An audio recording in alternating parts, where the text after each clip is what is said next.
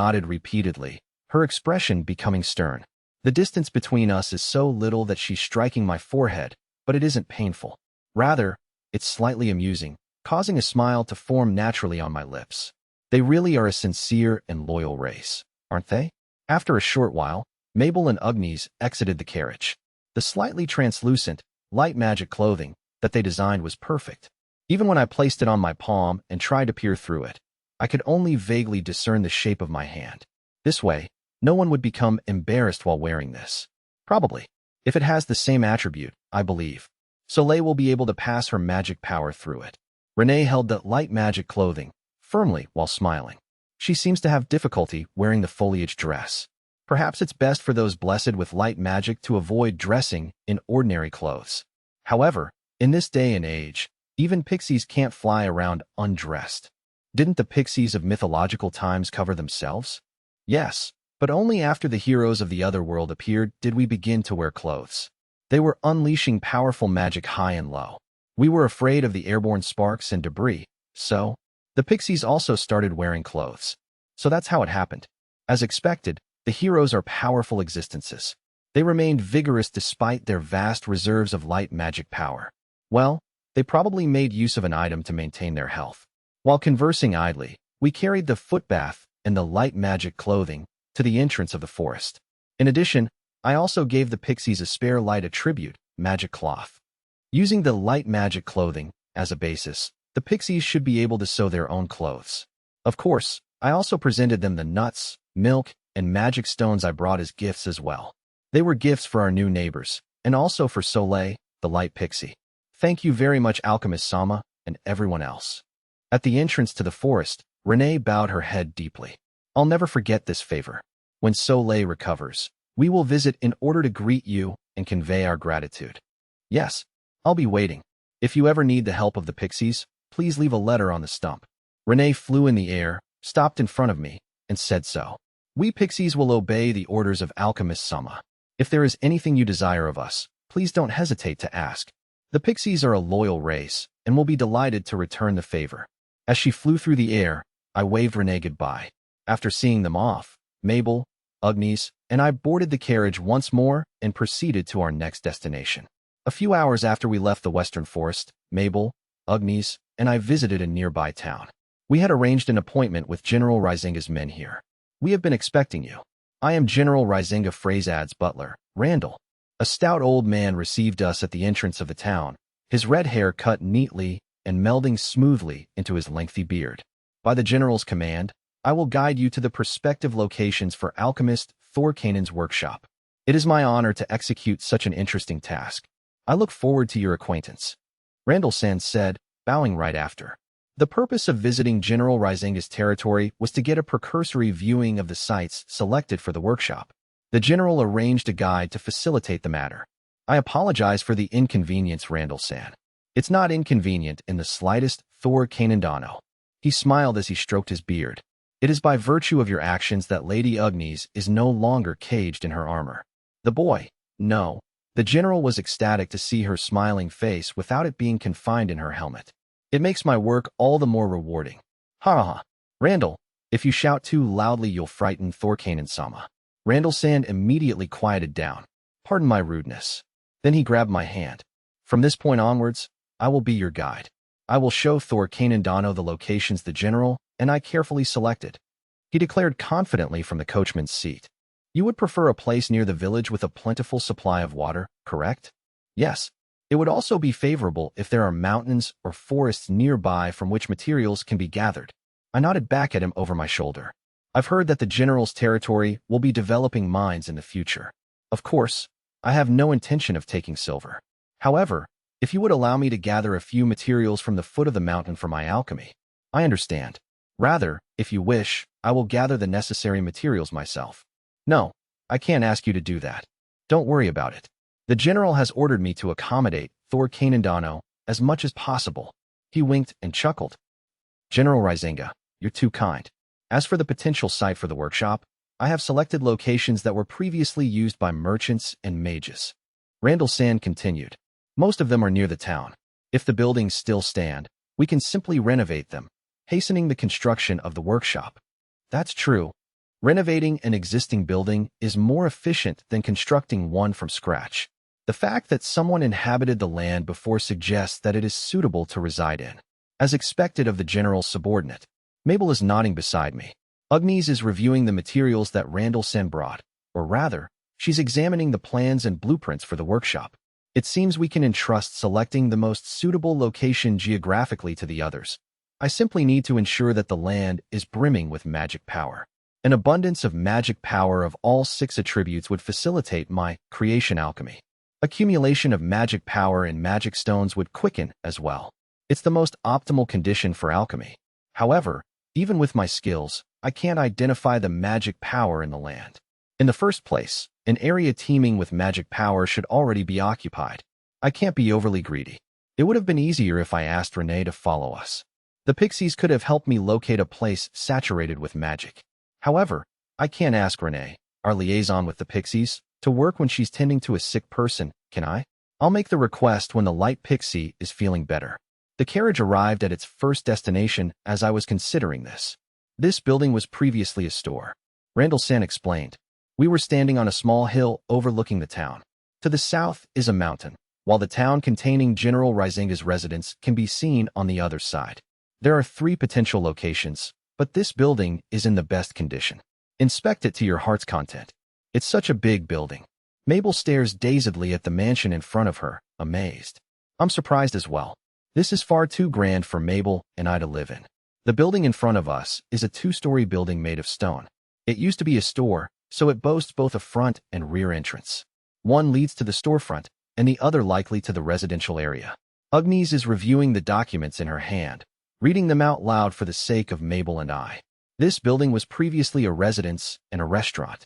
It was owned by a famous merchant who prided himself on using local ingredients in his dishes. The restaurant was quite popular, but the cook became too old to work. Although another chef succeeded him, the overall quality deteriorated and the restaurant ultimately shut down. After that, it remained unoccupied. It's not a bad location. The forest and the mountains are both nearby. There are many rooms as well, so I think we can use it without much renovation. There are traces that suggest a vegetable garden existed, presumably to grow herbs and cooking ingredients. Unfortunately, it has been left neglected since the closure, now devoid of any produce. The property's well is covered with a board, a stone holding it in place, to prevent dirt and sand from getting in. The general owns the land and the building, so he has it maintained regularly. Father said that the building will be renovated according to Thor Kanensama's wishes. Agnes handed me a document. The document detailed the layout of the house. The size and number of rooms are perfectly fine. If there was a vegetable garden, there should be sufficient earth magic power, while the existence of the well suggests that water magic power is also plentiful. A vigorous breeze is also blowing, attesting to a substantial amount of wind magic power. As for fire magic power, I'm not sure. Thank you for introducing me to such a fitting location. I bowed my head to Randall Sen and Agnes. I didn't expect to find such a suitable place in the first place. I really have to thank the general for that. I'm glad to hear you say so. Thor Kanendano. Agnes also recommends this place. Our residences will be proximate, so you can come and visit us whenever you wish. Randall Sen seemed satisfied. Agnes is also staring at me with an expectant look. The location and magic power are appropriate. Then I've decided. Clap, clap, and then I heard a strange noise. It sounded like a child clapping their hands. I wonder what it was. It wasn't Agnes or Randall Sen. Mabel is examining the fences around the house. It's not her either. Clap, clap, clap, clap, clap, clap. The sound is coming from the roof of the building. Is it a bird? Is there a bird's nest on the roof? That thought crossed my mind, but when I looked over, I caught sight of a few small figures peeking out over the edge of the roof. They were banging on the roof as hard as they could in a bid for my attention. All 4 of them were pixies only a few inches tall, their beautiful, transparent wings extending from their backs. Why are they here? What's wrong, Thor-sama? No, on the roof. On the roof. Sa. As soon as Mabel gazed in that direction, the pixies hid behind the roof. They whispered Shi, their voices barely reaching me. It seems they want to remain hidden. Speaking of which, they were truly a shy race. There doesn't seem to be anything there. It seems I was mistaken. For the time being, I should respect the pixies' wishes. After Mabel turned away, the pixies poked their heads out again. There were 4 of them. Their hair colors were yellow, blue, red, and green were the colors of earth, water, fire, and wind, respectively. So they were pixies of their respective attributes. But what drew them here? Pat, pat, pat. The pixies struck the roof once again to attract my attention. Then, two of them swayed and hid behind the roof. The remaining two are waving their hands. Their hair colors are red and green. But then another green-haired one appeared. What is this? Is this some kind of message? I don't think a shy pixie would do something like this without reason. Thus they must be trying to inform me of something. If there's one thing that I don't understand and the pixies do, it's magic power. Because they are sensitive to magic power, they help the previous demon lords choose their lands. The first 4 pixies that showed up had different hair colors. Each of them was the color of one of the 4 attributes: earth, water, fire, and wind. 2 of them disappeared, and 1 fire attribute pixie and 2 wind attribute pixies remained. This means that the magic of the 4 attributes is not balanced in this place. There is strong wind magic power and fire magic power, but weak water magic power and earth magic power. I mumbled, and the pixies made a clapping motion. They didn't verbalize anything, but it seems to be the correct inference. What's wrong, Thor-sama? Well, I was wondering about the magic power of this land. The magic power of this land. I was wondering if the reason nothing grows in my vegetable garden is that the earth magic power in this land is weak. Mabel's face became flushed. All right. Normally, there would be weeds growing. The fact that there aren't any means that the soil may not be fertile enough. It's quite possible that the earth magic power is weakening. I knew it. Then I looked at Randall-san. Randall-san, what's wrong, Thordano? Could it be that the well has dried up? What are you talking about, Thordano? Ha. You're right, Thorkanen-sama. The well is dry. Agnes shouted, lifting up the board and stone that covered the well. It's empty. Not even a shred of moisture can be found. That's ridiculous. Regular maintenance should have been performed. Randall-san peered into the well. Mabel and I looked down as well, and it's dry. Even the soil is cracking. There are no traces of water. The pixies are truly amazing. In the blink of an eye, they recognized the type of magic power this place contained. When I watched them earlier, the water attribute pixie had completely disappeared. That means the water magic power here is extremely faint. Perhaps the flow of underground water has shifted. That may also be why the merchant working here quit his job. How did you know this, Thorkanen-dano? The butler, Randall-san, looked at me excitedly. I can't believe you recognize the state of the well with just a glance. This is the land that little Rizinga manages, and he himself visits it at least once a month. Even I didn't notice that the well had run dry. How? Well, I turned my gaze to the roof of the building. I saw a white arm. The pixies formed a cross with their arms sticking out of the roof. I think they are requesting that I shut up. As I continued to consider it, a green-haired girl, a wind pixie, emerged. She lay on her stomach, frantically forming an X mark. Her leafy clothes got caught in the wisps of the shingles. With a flap of her hand, her clothes came undone. She hurriedly hid on the other side of the roof. Even with her clothing undone, she's still forming the X sign. They must be really desperate. They truly are unbelievably shy. Oh well, I'll explain it to them later, but for now, the reason I noticed was, well, intuition. The power of an alchemist is incredible. It's amazing that you can tell without looking in the well. Randall-san and Agnes are both impressed. As for Mabel, as expected of Thor-sama, you're very kind, she said while looking sideways at the roof. It seems she noticed something. Even the pixies could not deceive Mabel's eyes. Can you put this place on hold for now and guide us to the next one? I asked. Randall-san nodded. Understood, Thorkanen-sama. By the way, where is the next location? The mansion is slightly further south of here, along the main road. There's a hot spring nearby, so I highly recommend it. A mansion a little further south of here, along the road, with a hot spring nearby? Why are you repeating it? It was just a spontaneous action, don't mind it. If you were to look at the building, you would find the pixies sticking their thumbs up on the roof. It seems they will be accompanying us as well. Thor-sama does some mysterious things, Mabel said, taking my hand. She was happily looking sideways at the roof. But this is the first time in my life that I have had such a pleasant trip. Let's go to the next place, Thor-sama. Okay, let's go together. Okay, Thor-sama, Mabel declared with a smile, and the pixies clapped on the roof. Agnes went back to the carriage to check the documents, while Randall-san went to the coachman's seat. Once Mabel and I boarded the carriage, something landed on the ceiling of the carriage. Although the sound harmonized with the din of the carriage, Mabel's ears still perked up. Of course, that was the sound of the pixies landing on the roof of the carriage.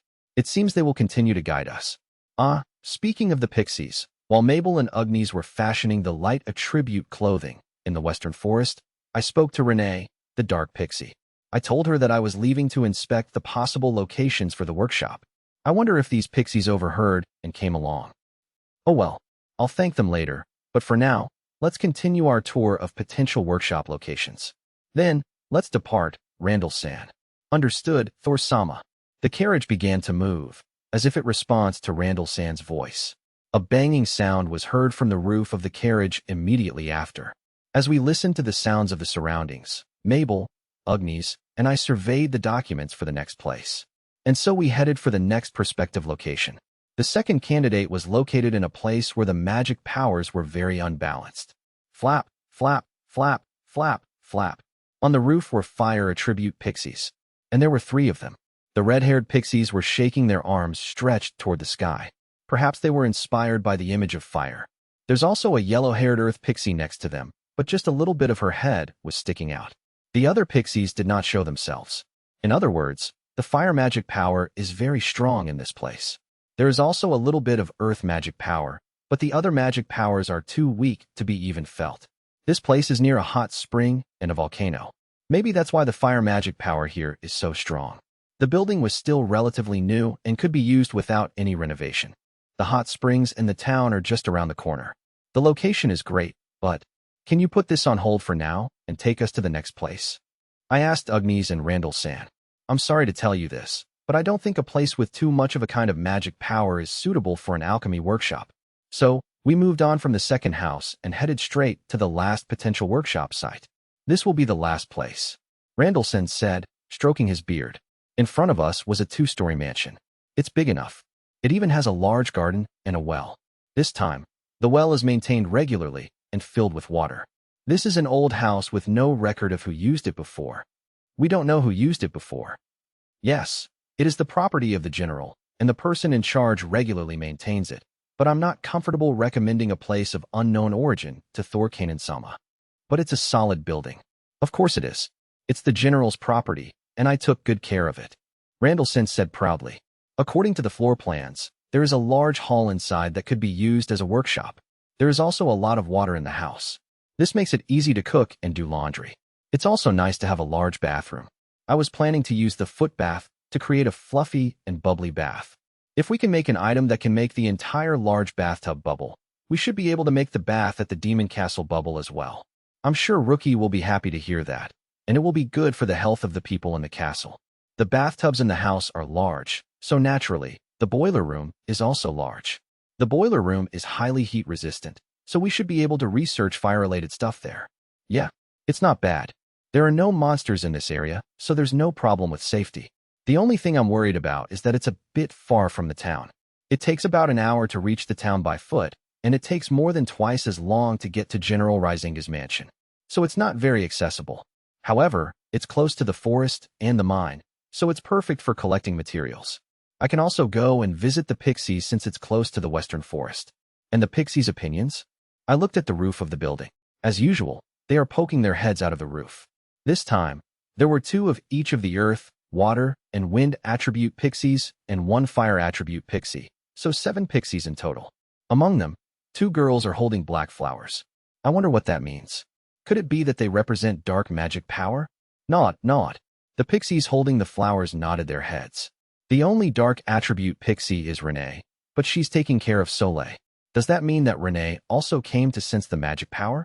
Or is the flow of magic power in this area common knowledge to all the pixies? Either way, the important thing is, this piece of land has strong earth, water, wind, and darkness, and a little fire, right? Nod. The pixies nodded their heads and turned in a horizontal line. It seems that I guessed correctly. Out of all the potential locations for the workshop, this is the one with the most balanced magic power. The first location has good access, but the water and earth's magic power are weak. The second location has too much fire magic power. This place has a good balance of all 5 attributes, so it's perfect for a workshop. The problem is the distance to the town, but I think that we should prioritize magic power. The pixies sure are amazing, aren't they? Mabel whispered in my ear. It's hard even for the elves to find out the magic of the land, but the pixies sensed it easily. I think Mabel is more amazing for noticing the pixies, though. No. I was looking at you, Thorsama. Mabel mumbles in embarrassment. I wanted to see what Thorsama was seeing, and then I noticed the pixies. So that's what happened. Yes. Leaving that aside, about the pixies. Why yes. About the pixies. Why do you think that they're following me? I think that it's because when we went to the forest a while ago, Thorsama told them about your workshop. I knew it. While Mabel and Agnes were making clothes, I had a little chat with Renee. I told her that I was going to visit the plot of land where the workshop would be. After that, you helped me. You didn't have to. When I said that, Mabel laughed. We can't help it. The pixies possess a very strong sense of duty. I understand that. Although they were shy, they still came with us. Even now, the pixies are hiding behind the roof, but there are some of them whose clothes are stuck in between the shingles. I wonder if the reason they don't go out in public is that they're embarrassed about their tree leaf clothes. I said. Renee also said that the clothes withered quickly and had to be retailored with new leaves. That's right.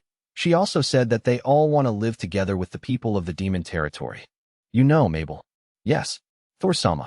I have to get permission from Chancellor Kelv before I give away my items to many people. But I want to give it to a few acquaintances. Is that a problem? Hearing my words, Mabel made a difficult face. I continued. What about giving clothing to people who help me with my work? It barely qualifies. Qualifies. But I think that's very you, Thorsama. Mabel smiled at me. One for each of the pixies of earth, water, fire, wind, and darkness, right? 2 for each of the pixies, since they have laundry. 2 for each. This way, they will be able to live freely with the people of the demon territory. I understand, but Mabel nodded her head. To get permission or not, I guess I'm right on the border. I have already given the pixies a light attribute of magic cloth and foot baths. If I want to give them more items, I'll have to ask for permission. It will take some time to get the application to the castle, right? Yes.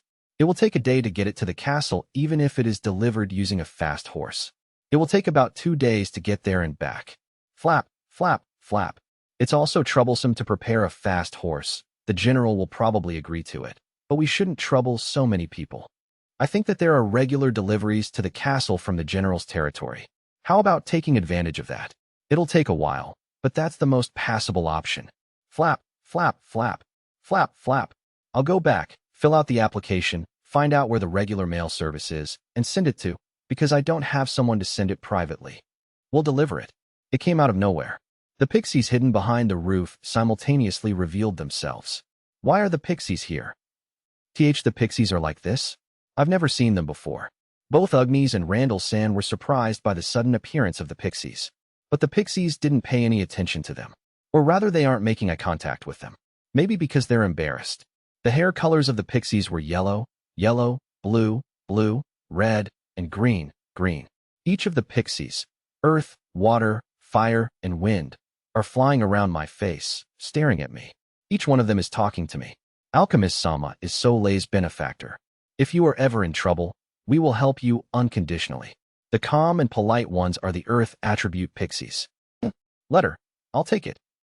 It's not troublesome, I want to do it. The cool ones are the water pixies. If it involves pixies, it would make my day. Let me do it. The one who is eagerly tugging on my sleeves is the fire pixie. Throw the letter to me, and I'll send it to the castle with a zoom. I am embarrassed to show up in front of people. And my clothes are coming undone again. The ones who are going with the flow of their feelings are the wind pixies. Wait a moment. The pixies all suddenly stopped talking. Then they looked at Mabel beside me, then at Agnes, and then looked at Randall San. They began to panic when they realized that they were not hidden. And then, go. The pixies simultaneously flew into my shirt. I thought that it was impossible, but they made it happen. 4 of them crammed into my shirt, while the other 3 stuck on my back. What should I do now? First is thank you, I guess. I bowed to the pixies hiding in my jacket. Thank you for your advice and guidance on the magic power of the land. Not at all. The pixies replied in unison. Thanks to you, we have found a land full of magic power. I think that this is the best place to have a workshop. After I said that, Agnes and Randall Sin also said the same thing. Out of the 3 locations, I'll keep this one. After this, let's discuss how we can renovate the building. I think I'll go to the Western Forest again. I said after looking around at everyone. I would like to give pixies some of my magic cloth. I saw how frequently the leaf clothing falls off, and they help me with the magic power detection of the land too. But I can't do that without getting permission from Rookie and the Chancellor. Even though I did submit an application, I don't think it is possible to give all the pixies a magic cloth. The impact is too great, and I can't make a lot at once either. I can't make it. No, I don't think there is such a thing. It's a big job, but it sounds fun. Yeah, I can probably make 100 outfits in 3 days. Thor-sama. I noticed that Mabel was looking at me with a worried look on her face. I have been instructed by Her Majesty not to let you work all night. If Thor-sama tries to stay up all night, you are to use any means to put him to sleep, she said. Mabel, how did you know what I was thinking? I don't know why Rookie is also giving such instructions. I have been entrusted by Her Majesty to take care of Thor-sama's health. For that purpose, I have been looking at Thor-sama and observing your actions. Mabel insisted while looking at me. It can't be helped if she says so. I can't let Mabel and Rookie worry about me anyways. For the magic cloth, we need earth, water, wind, and fire attribute ones. 2 for each person. Another 2 dark attribute ones for Renee, and another light attribute 1 for Soleil. I'll get permission from Chancellor Kelth to make them. The application form is in the ultra-small simple warehouse. I'll fill out the necessary information and have the pixies deliver it. But first, I'd like to go check on the condition of Soleil. I said to the pixies clinging to me. The yellow-haired and blue-haired pixies nodded their heads in agreement. I would like to check up on things such as comfortableness of the magic cloth and see if there are any side effects. That's why can you please ask if I can go into the forest and see Soleil? I continued. If it's not possible, I'll just talk to Renee at the entrance of the forest. Understood. Okay. Leave it to me. I'm going back with the speed of a flaming arrow. La la la. Wah wait. Then, swish.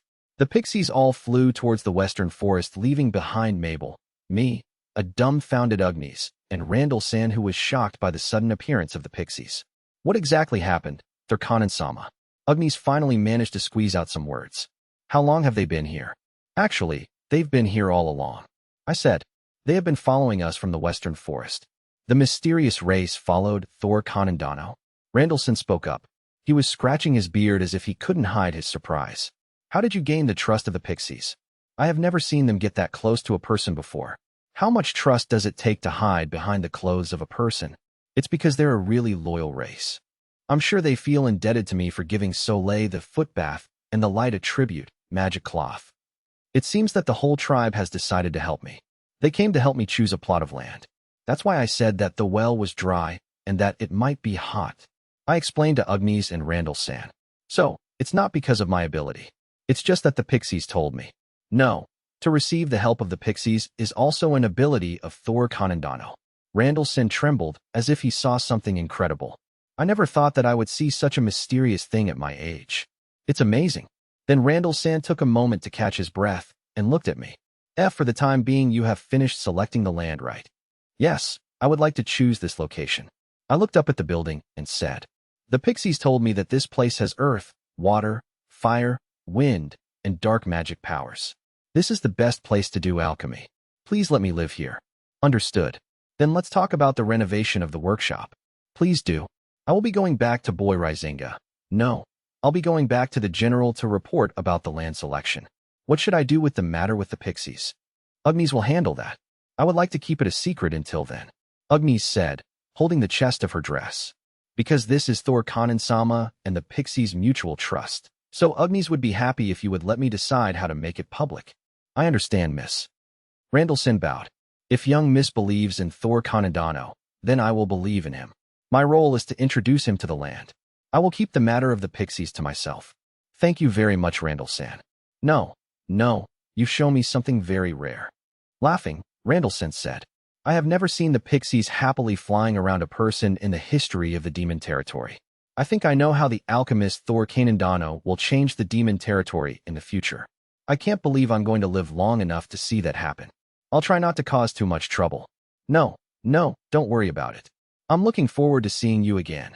Randall-san proceeded to return to the mansion. After he was out of sight, then let's go visit Renee and Soleil. Yes, Thor-sama. It's my pleasure to work with you, Thor-sama. We headed to the western forest once again.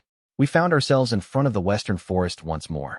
Stopping the carriage at the end of the road, We continued towards the front of the stump. We intended on waiting for the pixies to receive us since we had informed the ones we met at the house that we were making our way here, but, "Please, enter the forest." Melodious voices invited us in from the entrance of the forest. As usual, I couldn't see them. Are they still embarrassed? Yet they were welcoming me. "Please don't hesitate to come in. I'll guide you to Renee. We have been waiting for you." I passionately welcome you with open arms. I'm excited, and perhaps nervous. Tap, tap, tap, tap, tap, tap. I can even make out the sound of the trees being tapped like drums. Since we were welcomed so warmly, let's enter. Mabel, Ugmi-san. Yes, Thor-sama. Since we have a guide, we are unlikely to lose our way. In any case, the pixies must be granted a permit, and I want to meet Soleil, the light pixie, to request a favor as well. Besides, I was excited to enter the pixie forest. I'm really curious about the place where the mysterious pixies reside. We walked one behind the other, Mabel leading and Ugnis trailing just behind me. Mabel would survey the path, and were I to trip, Ugnis would support me. And so we proceeded into the forest. It was very difficult to advance. Watch your step here. Thor-sama. There are large roots on the ground. Please be careful. Mabel and the pixies warned. When I glanced at my feet, I found tree roots as thick as a man's arm. Similar tree roots extended deep into the forest, filling the ground. I gazed upwards and was greeted by a huge tree branch that enveloped my entire field of view. The pixie who had warned me waved abashedly and quickly disappeared. I understand why the pixies came to inhabit this forest. This place is not designed for humans or demi-humans to traverse. Or rather, there are no paths to begin with. They aren't necessary for the airborne pixies. There are no menacing beasts dwelling here, which means no trails created by them were present either. Without the guidance of the pixies, it would be impossible to advance on a linear path. This forest is like a sanctuary for the pixies. Please turn right at the tree with triangular leaves. Then continue straight through the trees bearing yellow berries. I will guide you as though my life depends on it. Hey, this fruit is delicious. Try it. They threw the fruit towards Mabel. She caught it and handed it to me. It was a fruit similar to a large grape, but each vine only bore 3 fruit. I have never seen this kind of fruit before. It's a specialty of the demon territory called elver fruit. It's juicy and delicious. It's my first time hearing of it as well. That should be the case for most people. It's so scarce that even the demon lord is only able to enjoy it on their birthday. Wait, isn't this a highly luxurious product? It bears fruit on a whim, so it's very difficult to find ripe fruit. Ugnis has only ever eaten it once. I wonder if the pixies know when it's ripe. Maybe they possess the ability to recognize when something is ripe, perhaps through the flow of magic power. The pixies are amazing. I split the elver fruit and offered a portion to both Mabel and Ugnis. I ate my share. Yeah, it's sweet. It's also extremely juicy. Eating it moistened my throat. As we enjoyed the fruit, we took a short breather. After relaxing ourselves for a short moment, we started walking again, weary arriving. The forest suddenly cleared up. The gap between the trees widened, and a square bordered by flowers and grass greeted us. The translucent water of a spring glistened as rays of radiant light illuminated both it and the areas surrounding it. A rock protruded out of the ground, and water gushed out of it. The pixies informed us that this was a spring for drinking. The river used for bathing was deeper in the forest. They asked if we wanted to see the river. I involuntarily nodded and noticed the pixies beside the spring. One of them was the black-haired pixie, Renee. She was floating in the air, staring at another pixie on the ground. On the ground was a fair-skinned pixie sporting platinum blonde hair, one that I didn't recognize. She was soaking relaxedly in the silver foot bath, with her wings out of the way in order to avoid them becoming damp. The faint trembling of the foot bath indicated that it was operating. She hummed pleasantly as she shook her shoulders. Soleil, how are you feeling? Renee floated down and sat at the edge of the foot bath. I can make an assumption from your appearance, but I would like to hear it from you directly. Renee Wani-sama. Yes, Soleil. For the first time in my life, Soleil is feeling wonderful. Soleil replied as she withdrew her legs.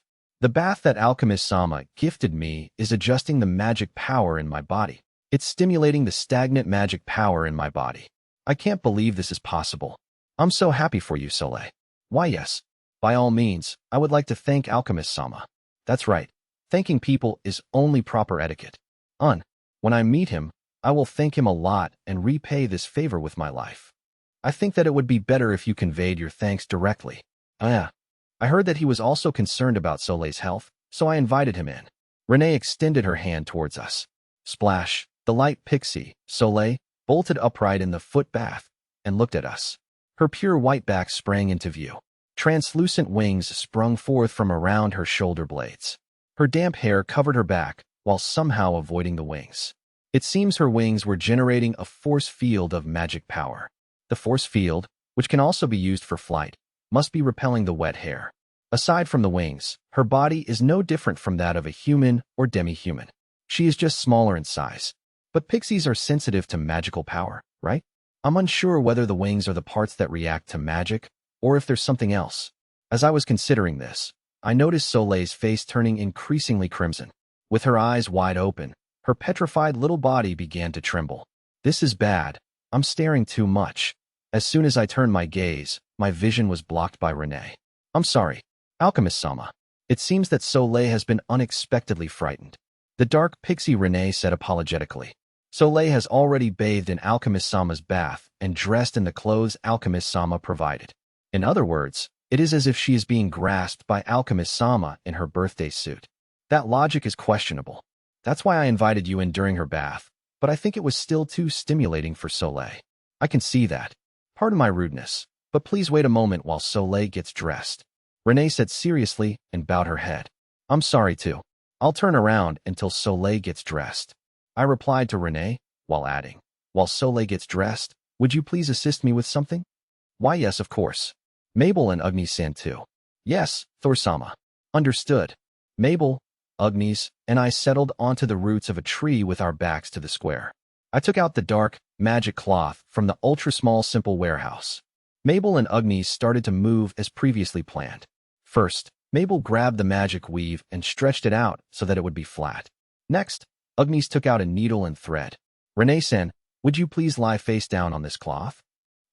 Yes. Could you be taking my measurements? That's right. I want to use Renee-san as the model for the pixies' clothes. I've been deliberating about providing clothes to the pixies with Mabel since then. As a result, we concluded that providing 3 articles of clothing without permission wouldn't be an issue. I'm going to ask the pixies to deliver the application to the demon castle. In return, I want to give a gift to the pixie who will deliver it with clothing.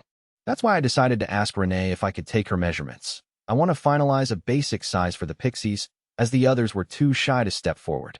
So, Renee, did the foot bath work? As you can see, Soleil is feeling much better. Renee replied while lying on the cloth. She's probably pleased with herself too. She would take a bath every few minutes. Normally, it would be very hard for her to even stand up, but she flew perfectly fine today. I see, I'm glad. I'm truly glad. It's gratifying to know that the items you create are useful. The light attribute clothes are also wonderful. Soleil is able to fly while wearing them, and she can manipulate them freely, as though they are a part of her own body. Renee told me something unexpected. She can move it like your own limbs? Yes. She can spread out the skirt and shape it into a spare wing. She said that it makes it easier to adjust her posture in the air. The pixies are amazing. No, I think the clothes that Alchemist-sama made are far more amazing. Renee looked at me with sparkling eyes. But, I see. If a pixie wears clothing of the same attributes, she can move and transform it as she pleases. What about people from other races? I wonder if Agnes can change the shape of her clothing if I give her a set of fire attribute clothing. There's still a lot of room for experimentation. If that's the case, it might be better to have Renee test the theory first. It's a good idea to use it as a defense mechanism in case the pixies get attacked by a monster.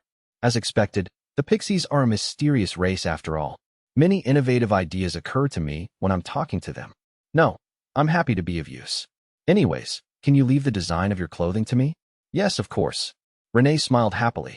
I'm sure that Alchemist-sama will be able to create something that will make full use of Renee's power. Of course, I'm going to make something that completely optimizes Renee-san's magic power. If that's the case, I can be relieved. Yes, I'll make sure that everything progresses smoothly. Thank you very much. Thank you as well. I'm looking forward to working with you. Renee and I thanked each other. Okay, I've gotten permission. I'll attach magic wings onto Renee's clothes and a ribbon that can be maneuvered like extra limbs. Thor-sama, you truly are a very kind person, aren't you? I can't believe you thought that much about Renee. Agnes is wiping her eyes as if she was touched. Mabel is. It's as though she can read my thoughts. She's nodding her head in agreement. While we were discussing this, Soleil seems to have finished dressing. Thank you for waiting. Alchemist Sama. When I turned around, I caught sight of Soleil floating in the air, dressed in clothing made of light, magic cloth. She looked stunning. Her long, platinum blonde hair swayed with the wind, and her shoulders shook faintly, as if she was nervous. But her big eyes were stared straight at me. It's nice to meet you, Alchemist Sama. I'm Soleil, the light attribute pixie. Soleil greeted, bowing her head. The bright rays raining down from the sky enveloped her pale skin with a radiant glow. The clothing she was wearing was the piece made by Mabel and Agnes from the light, magic cloth. The cloth, which becomes transparent when magic flows through it, has been transformed by the two of them into a more translucent article, functioning as clothing to hide the body. In particular, the ribbons and folds around her chest and waist are completely translucent, as expected of the adroit Mabel and Agnes. I'm sorry that I haven't thanked you until now. Thank you for the bath and the clothes. Soleil bowed again. Her skirt and ribbon changed orientation and shape as she moved. Just as Renee said, it's just like a spare set of wings. Nice to meet you. I'm Thor Kanan, an alchemist. These are my companions, Mabel and Agnes. As I introduced them, Mabel and Agnes bowed their heads. Then I looked at Soleil and said, first of all, I would like to hear your impression on the foot bath. I'm planning on making a bubbly bath for all the big demons and demi-humans, so I want you to tell me what it feels like to soak your whole body in a foot bath. Soleil turned her head in embarrassment.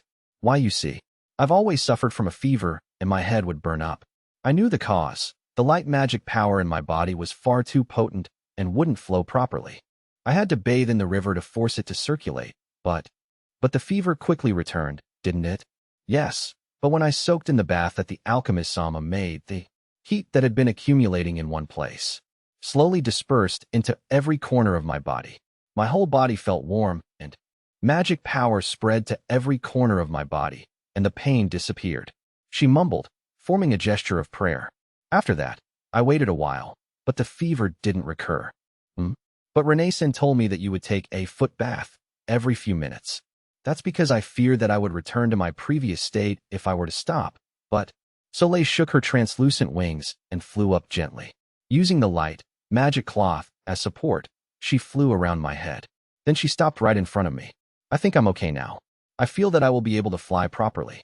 Please don't overdo it and use the foot bath regularly and report any changes immediately. Oh, okay.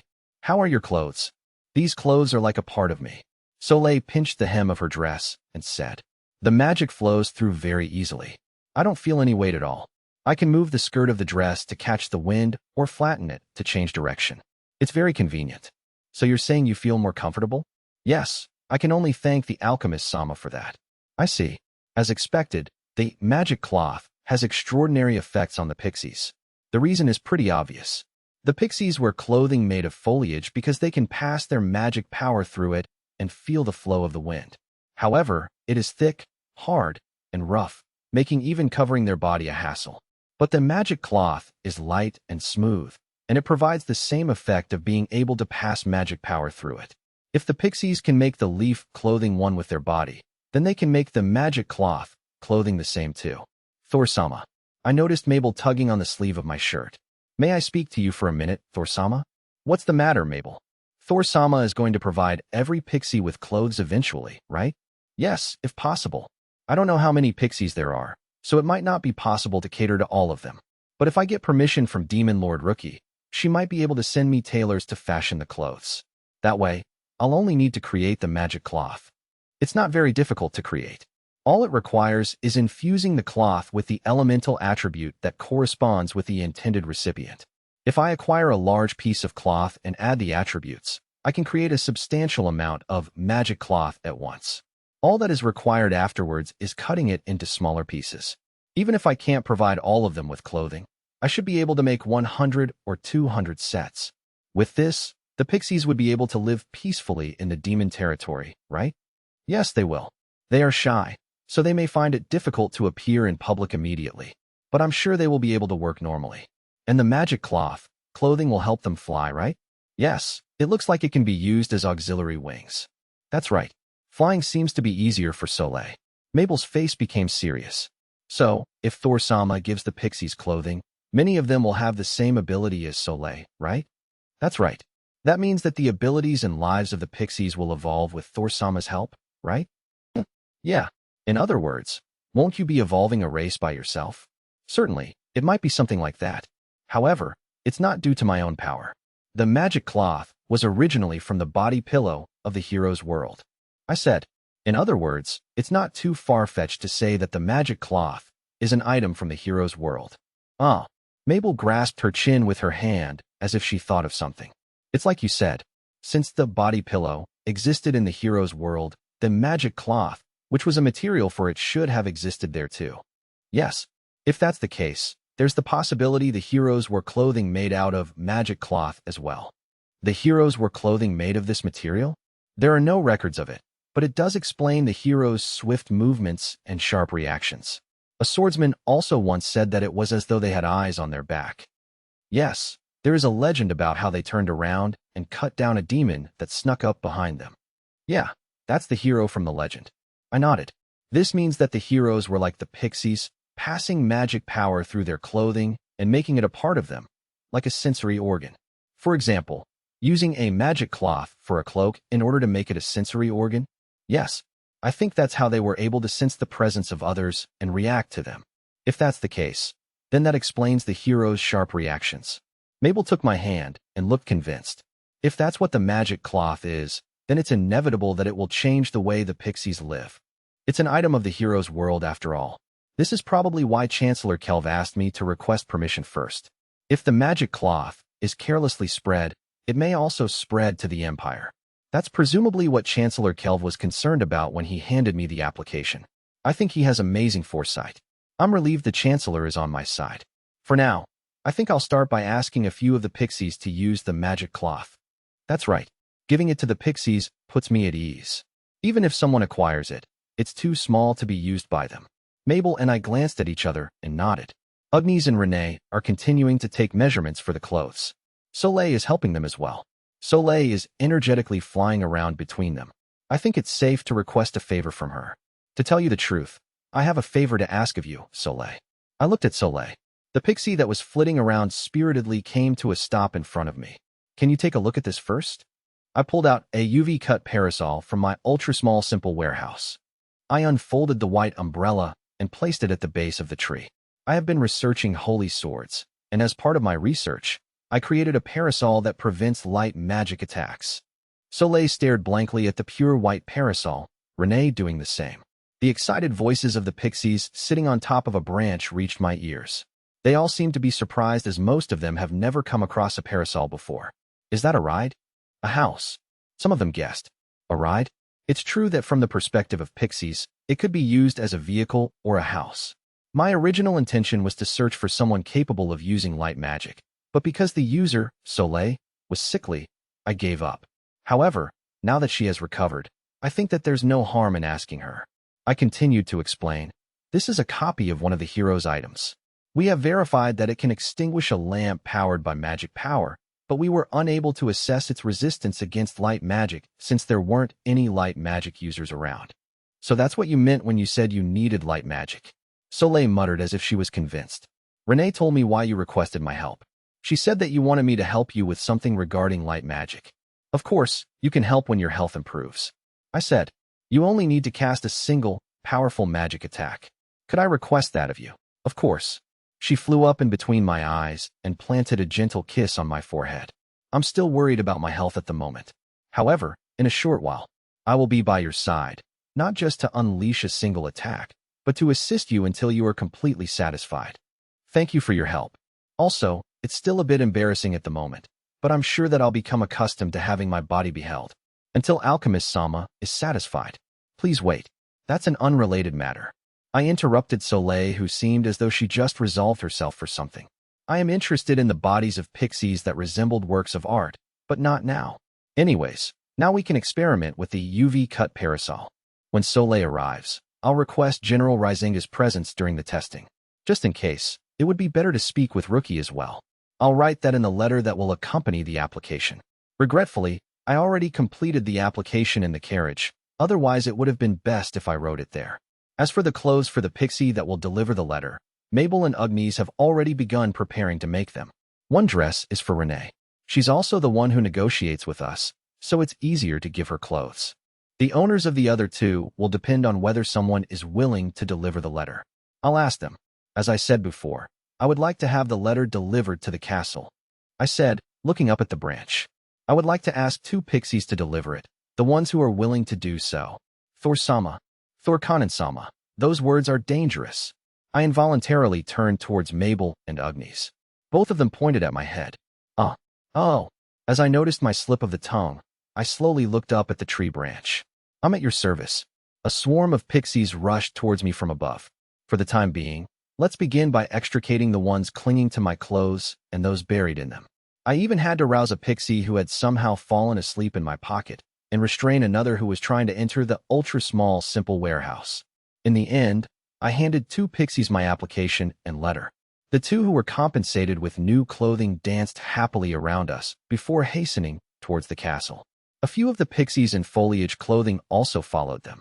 The girls clad in foliage were slower than the girls clad in magic cloth. Your speed increases when you shape spare wings out of magic cloth. After all, we handed the clothing to Renee. After receiving Renee's promise to visit occasionally and Soleil's to come assist with the experiment when her health permitted, we headed for the exit of the forest. And so, Mabel, Agnes, and I left the western forest, escorted by a crowd of pixies. I wonder if Rookie-sama and Chancellor Kelv will approve the clothing? I'm sure Her Majesty will allow it, but the Chancellor may prove difficult to convince. Agnes will ask Father to send a letter to the castle as well. While discussing the matter, we returned to General Risinga's residence. TL, please welcome our 2 new proofreaders, Starpie and Nocturnal, to the team. Also, would you guys prefer having split chapters 2 times a week? At the end of the week, the 2 split chapters would still add up to 1 full chapter.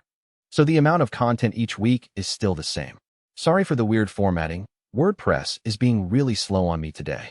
The following day, in the Demon Castle. That concludes this morning's report, Your Majesty. Thank you, you may leave. After receiving the report from the civil officer, Demon Lord Rookie nodded. With a bow, the elf civil officer withdrew. It was currently early noon. The work that had commenced early in the morning had finally concluded, allowing Demon Lord Rookie some reprieve on the throne. Perhaps it's a result of the recent monster subjugation, but everything is presently very calm. Yes, Your Majesty. Chancellor Kelv, standing next to the throne, replied.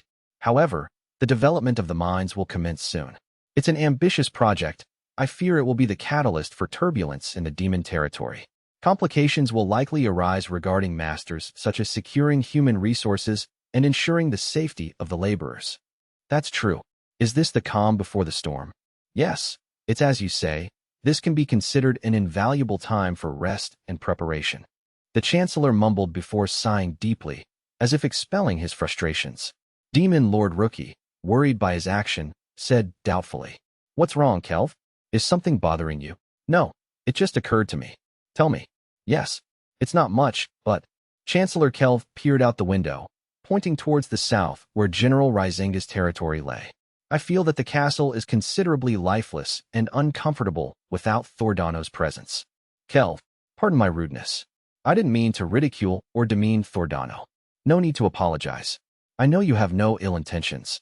Demon Lord Rookie waved her hand to prevent Chancellor Kelv from bowing.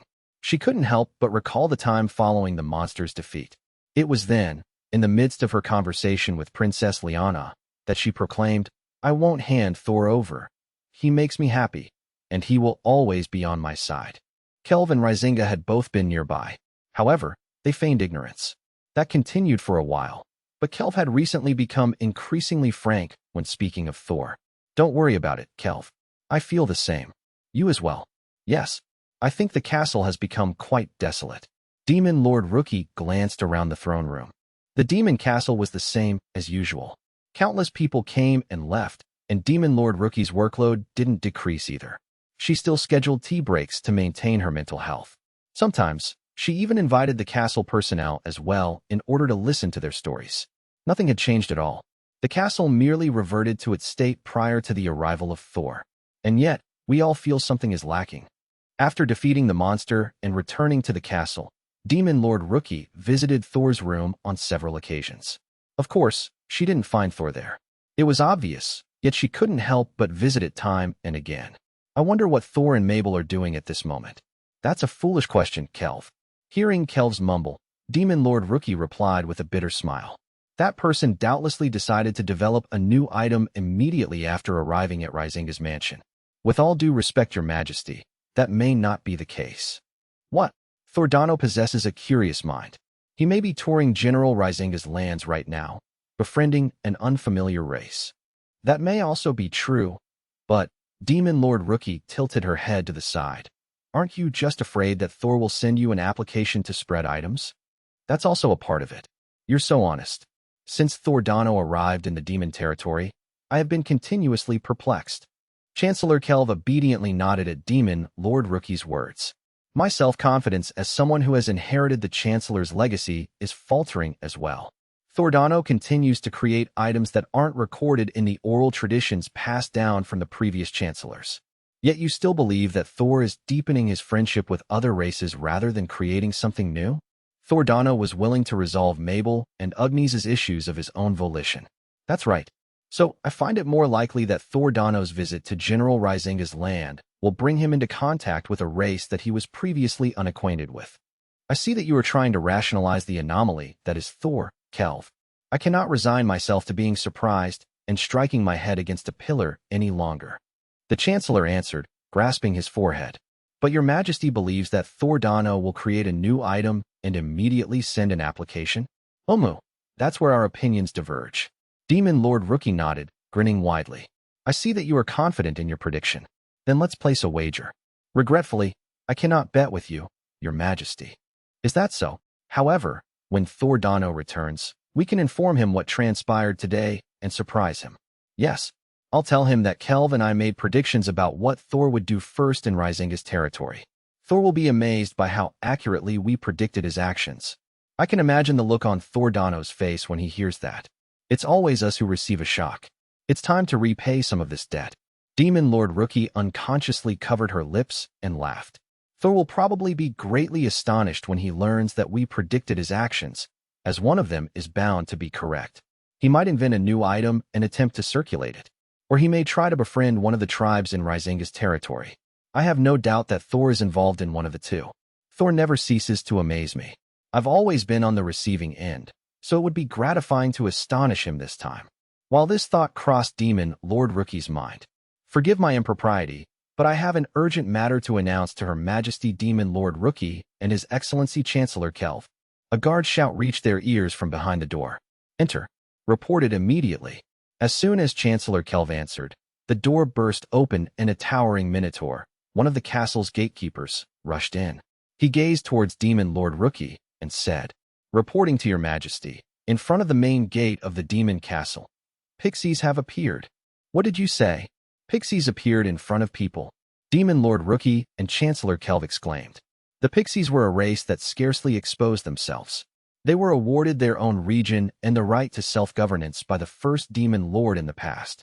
When the demon territory was first created, the pixies investigated the magic powers of the land and identified suitable locations for farming and grazing. As remuneration for their meritorious service, the pixies were permitted to seclude themselves in the forest. They would assist others if requested, but while remaining hidden if at all possible. Even Demon Lord Rookie had only ever beheld them a few times. They unfailingly greeted her courteously, but only with their voices. Did anyone from the demon castle invite the pixies? I don't believe so. Why on earth would they be here? I'm unsure myself, but... The Minotaur guard glanced at the note etched on the wooden tag in his hand. The pixies inscribed on here, application, Alchemist Sama, and delivery. Both Chancellor Kelv and Rookie were stunned. Immediately prior, they had been debating this very topic. Chancellor Kelv asserted that Thor will likely encounter a new race in General Risinga's territory. However, Demon Lord Rookie insisted that Thor will most likely develop a new item and send in an application for its circulation. They believed one of the two would be correct, but you didn't have to do both at once. Thor, Demon Lord Rookie involuntarily screamed in her heart. Beside her, Chancellor Kelv was tightly grasping his head. Both Demon Lord Rookie and Chancellor Kelv's predictions rang true, yet also missed the mark. Neither of them expected Thor to accomplish both at once. Anyways, bring the application here. I'll go receive the pixies. Understood. I'll bring the documents immediately, the guard replied. But the pixies are concealing themselves behind the trees and refuse to emerge. It's because they are a shy race. How did Thordano become acquainted with them? Chancellor Kelv dumbfoundedly continued after Demon Lord Rookie. The pixies came here because Thordano asked them to deliver an application? Still, that does not explain why the pixies would arrive at this hour.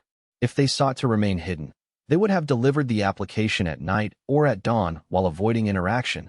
But there's no benefit in continuing to guess. Demon Lord Rookie stood up from the throne. Let me inspect the application first. I'll speak to the pixies after that. The best venue would be the backyard of the castle. No one else would be present, and there are more trees to hide behind. Surely the pixies will feel more comfortable there. Understood. But don't coerce them. Demon Lord Rookie added, just in case. The motto of the demon territory is employing the right person for the right task. The various tribes were all assigned work relating to matters they excelled in, and the pixies were executing their assigned task admirably, utilizing their innate talent of discerning the flow of magic power.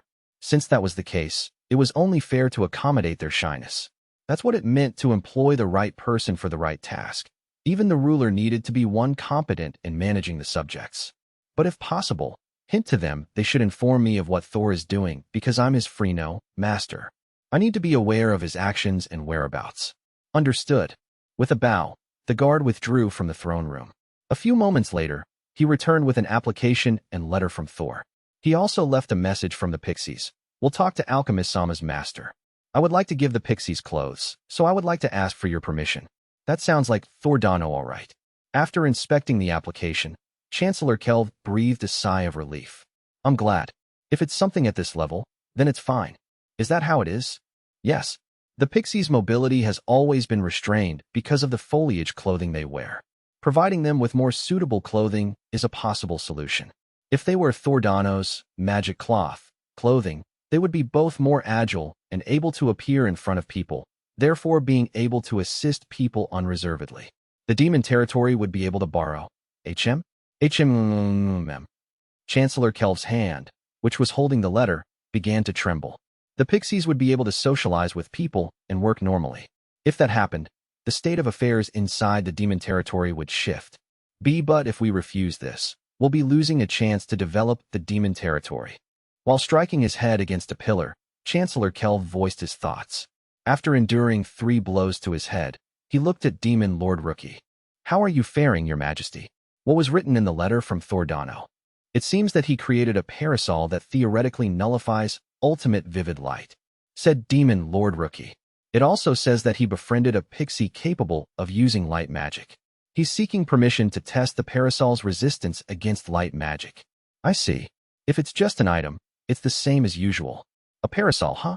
It can prevent the strongest light magic, ultimate vivid light. The ultimate vivid light that destroyed the defensive barrier of His Majesty the First Demon Lord. Bang, bang, bang. Kelv, I keep telling you that the pillar will fracture if you continue to batter it. How is Your Majesty so calm? Rookie didn't understand it herself either. Thordano gained favor with the pixies and even invented an item that nullifies the ultimate light magic. The ideas themselves were according to our predictions, but the item and the race involved are both bewildering. And yet, Your Majesty was only surprised for a moment before you calmed down. I myself wonder why. Rookie was still unsure herself. The words she had spoken before continuously echoed in her mind. I won't hand Thor over. He makes me happy, and he will always be on my side. Always by my side. One hand him over. That is what the Rookie herself proclaimed in front of Princess Liana. When those words were uttered from her mouth, it was as though Rookie resolved herself to accept everything about Thor. Thor's past, his ideals, his creations, everything. It may be something similar to the way the Demon Lord accepts their subjects as well as their thoughts. In Demon Lord Rookie's case, it was something she resolved herself for as an individual. It's simply Thor asking if he can perform an experiment to confirm whether his item can nullify light magic. It would be difficult to explain her feelings to Kelv. That's why Rookie instead provided a more conventional answer. On top of that, we aren't certain if the parasol will actually produce the desired result. It is more important to speak to the pixies and learn of how Thor is doing. Why, yes, it's exactly as you say, Your Majesty. The pixies are waiting in the backyard. I'll go meet them now. With that said, Rookie rose from her throne and walked away. Kelv, you can wait here. I'll inform you of the details later. Your Majesty. What is it, Kelv? As your subordinate, I am pleased that your Majesty is so calm. Your Majesty has matured. I am not in need of your flattery, Kelv. Demon Lord Rookie grasped her mask and robe while replying. I am still inexperienced. It's just that there is someone who makes me aware of it. I feel more blessed than any demon lord to be supported by such a person. Someone capable of guiding me and helping me mature. And there's the alchemist who will definitely support me. With him, I'm not afraid of the Empire, the great demon lords of the past, or even my inexperience. Thinking about that, a gentle smile bloomed on Demon Lord Rookie's lips. I'm a very fortunate demon lord. That's all there is to it. And so, Demon Lord Rookie made her way to the backyard, where the pixies were waiting. Like our translations? Consider supporting us on Ko-Fi. Rookie entered the castle's rear courtyard. It was located within the bounds of the castle, but since its location was obscure, it was frequently patrolled. At times, it was also used by the castle personnel to discreetly take a break. At the moment, it had been emptied of all personnel under Rookie's command. She was here to meet the pixies, others would discomfort them. I can't see you, but you are present, correct? Rookie asked as she seated herself on a nearby stone. There were numerous trees in the backyard. She surveyed the courtyard, unsuccessfully trying to locate the pixies. They hid themselves well. I am Demon Lord Rookie Everguard. Would you mind revealing yourselves? In a calm voice, Demon Lord Rookie called out to the pixies. She was capable of locating them through magic, but she had no intention of doing so. This was a private meeting that Demon Lord Rookie herself requested. No, one-sidedly requesting for you to reveal yourselves is discourteous. Demon Lord Rookie gently grazed her mask and robe. Let me first confirm something. Pixies, are you Thor's allies? Demon Lord Rookie continued while stroking her mask. There was a short pause before a nearby tree branch swayed. All pixies are under Alchemist Sama's command. Demon Lord Sama is the master of the Alchemist Sama, and therefore also our master. I see. Then you will keep this secret, right? Yes. Too quiet, melodious voices answered Rookie's question. After receiving confirmation, Demon Lord Rookie removed her mask and robe. I don't have much of an aversion to removing my mask and robe these days. As she placed the mask on the stone, Demon Lord Rookie muttered to herself. Rookie hid her true identity due to her youthful and frail appearance. In the demon territory, countless people valued power, General Risinga's among them. She hid her true appearance in order to avoid being regarded with contempt, but Risinga has also come to respect Thor completely now. Thor, who lacks any physical prowess, saved Ugnis and continues to create unfathomable magic items. Witnessing this, Risinga, who considered physical might as supreme, reconsidered his opinion. As he is now, it is highly unlikely that Risinga would demean Demon Lord Rookie if he found out that she is in actuality a shy and slender girl.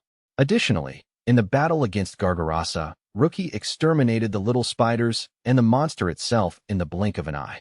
It was only possible with the support of Thor's laser pointer, but there is no doubt that it was Rookie's dark magic that incinerated the enemy. Rumors of her power spread to every corner of the demon territory. Because of this, Rookie was no longer afraid of removing her mask these days. At least, when she was in the presence of those who had faith in Thor. This is my true appearance.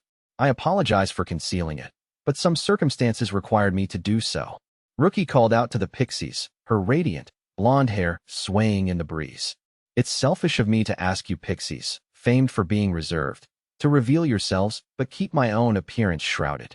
I have decided to reveal my appearance in good faith. Would you please reveal yourselves as well? Thank you very much for your kindness.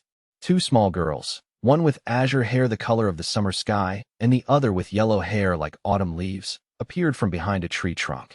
They were a water attribute pixie and an earth attribute pixie.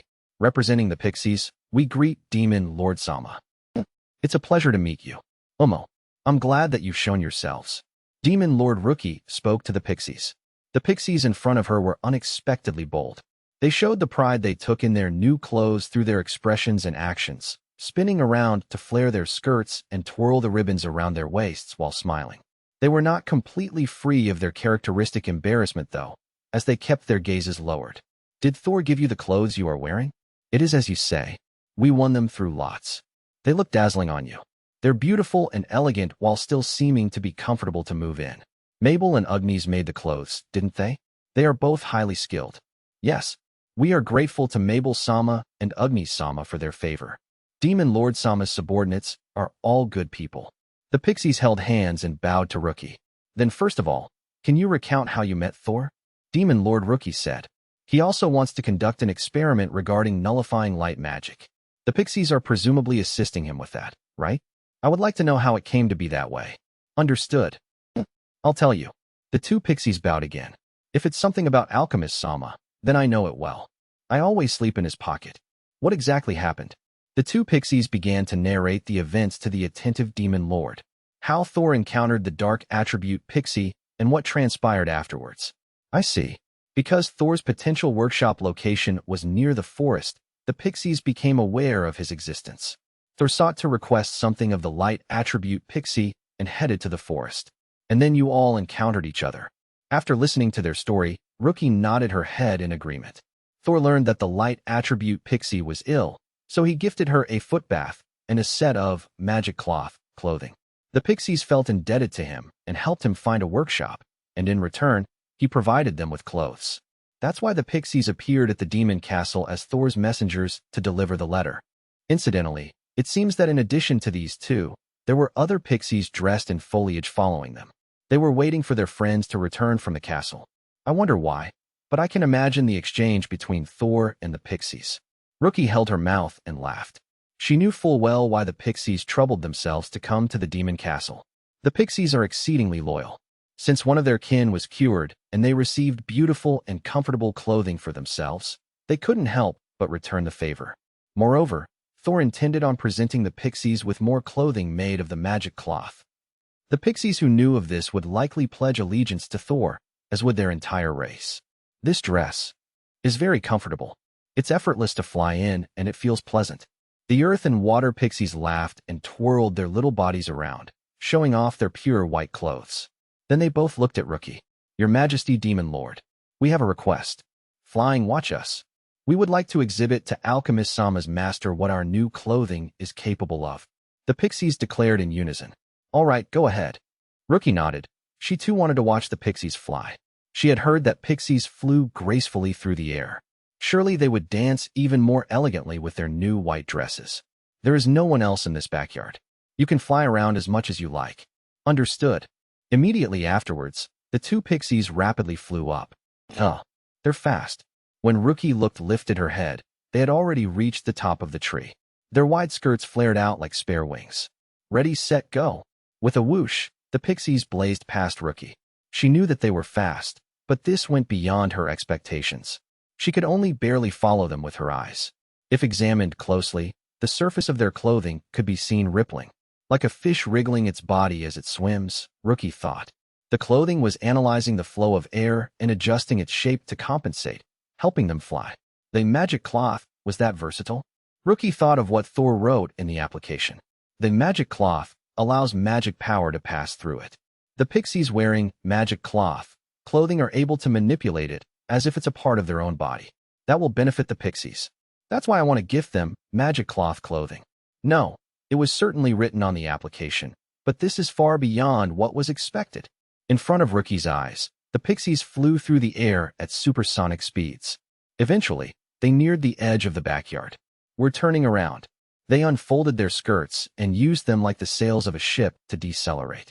Additionally, they each stretched out the ribbons around their waists and grasped a tree branch. Using that as a pivot point, the pixies swung around and calmly flew back towards Rookie. They then came to a halt in front of Rookie. What did Demon Lord Sama think? The pixies were staring expectantly at Rookie, their eyes sparkling. If we wear this clothing, we would be able to better assist Demon Lord Sama. Work with the people of the demon territory. We'll be able to work in comfortable clothing dash. Is it a matter of the comfort of the clothing? Rookie was dazedly studying the pixies. The petite girls were puffing out their chests and waiting for Rookie's response. The clothing is certainly magnificent, as is your skill in flight. After a moment's thought, Rookie said, I'm sure very few in the demon territory can fly as swiftly and masterfully as you. That was wonderful. Umo, thank you very much, Demon Lord Sama. The pixies clapped their hands in delight. It was doubtful that any better clothing could be found.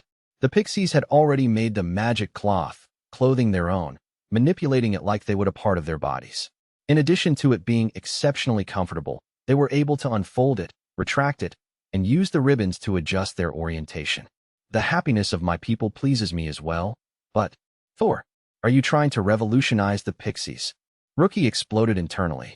The magic clothing made by Thor will transform the pixies' way of life itself. It will also have a great impact on the demon territory ruled by Rookie, as well as the upcoming mine development operation. These pixies flying at high speeds will play an active role in scouting the narrow tunnels and relaying the instructions from the castle to the mines.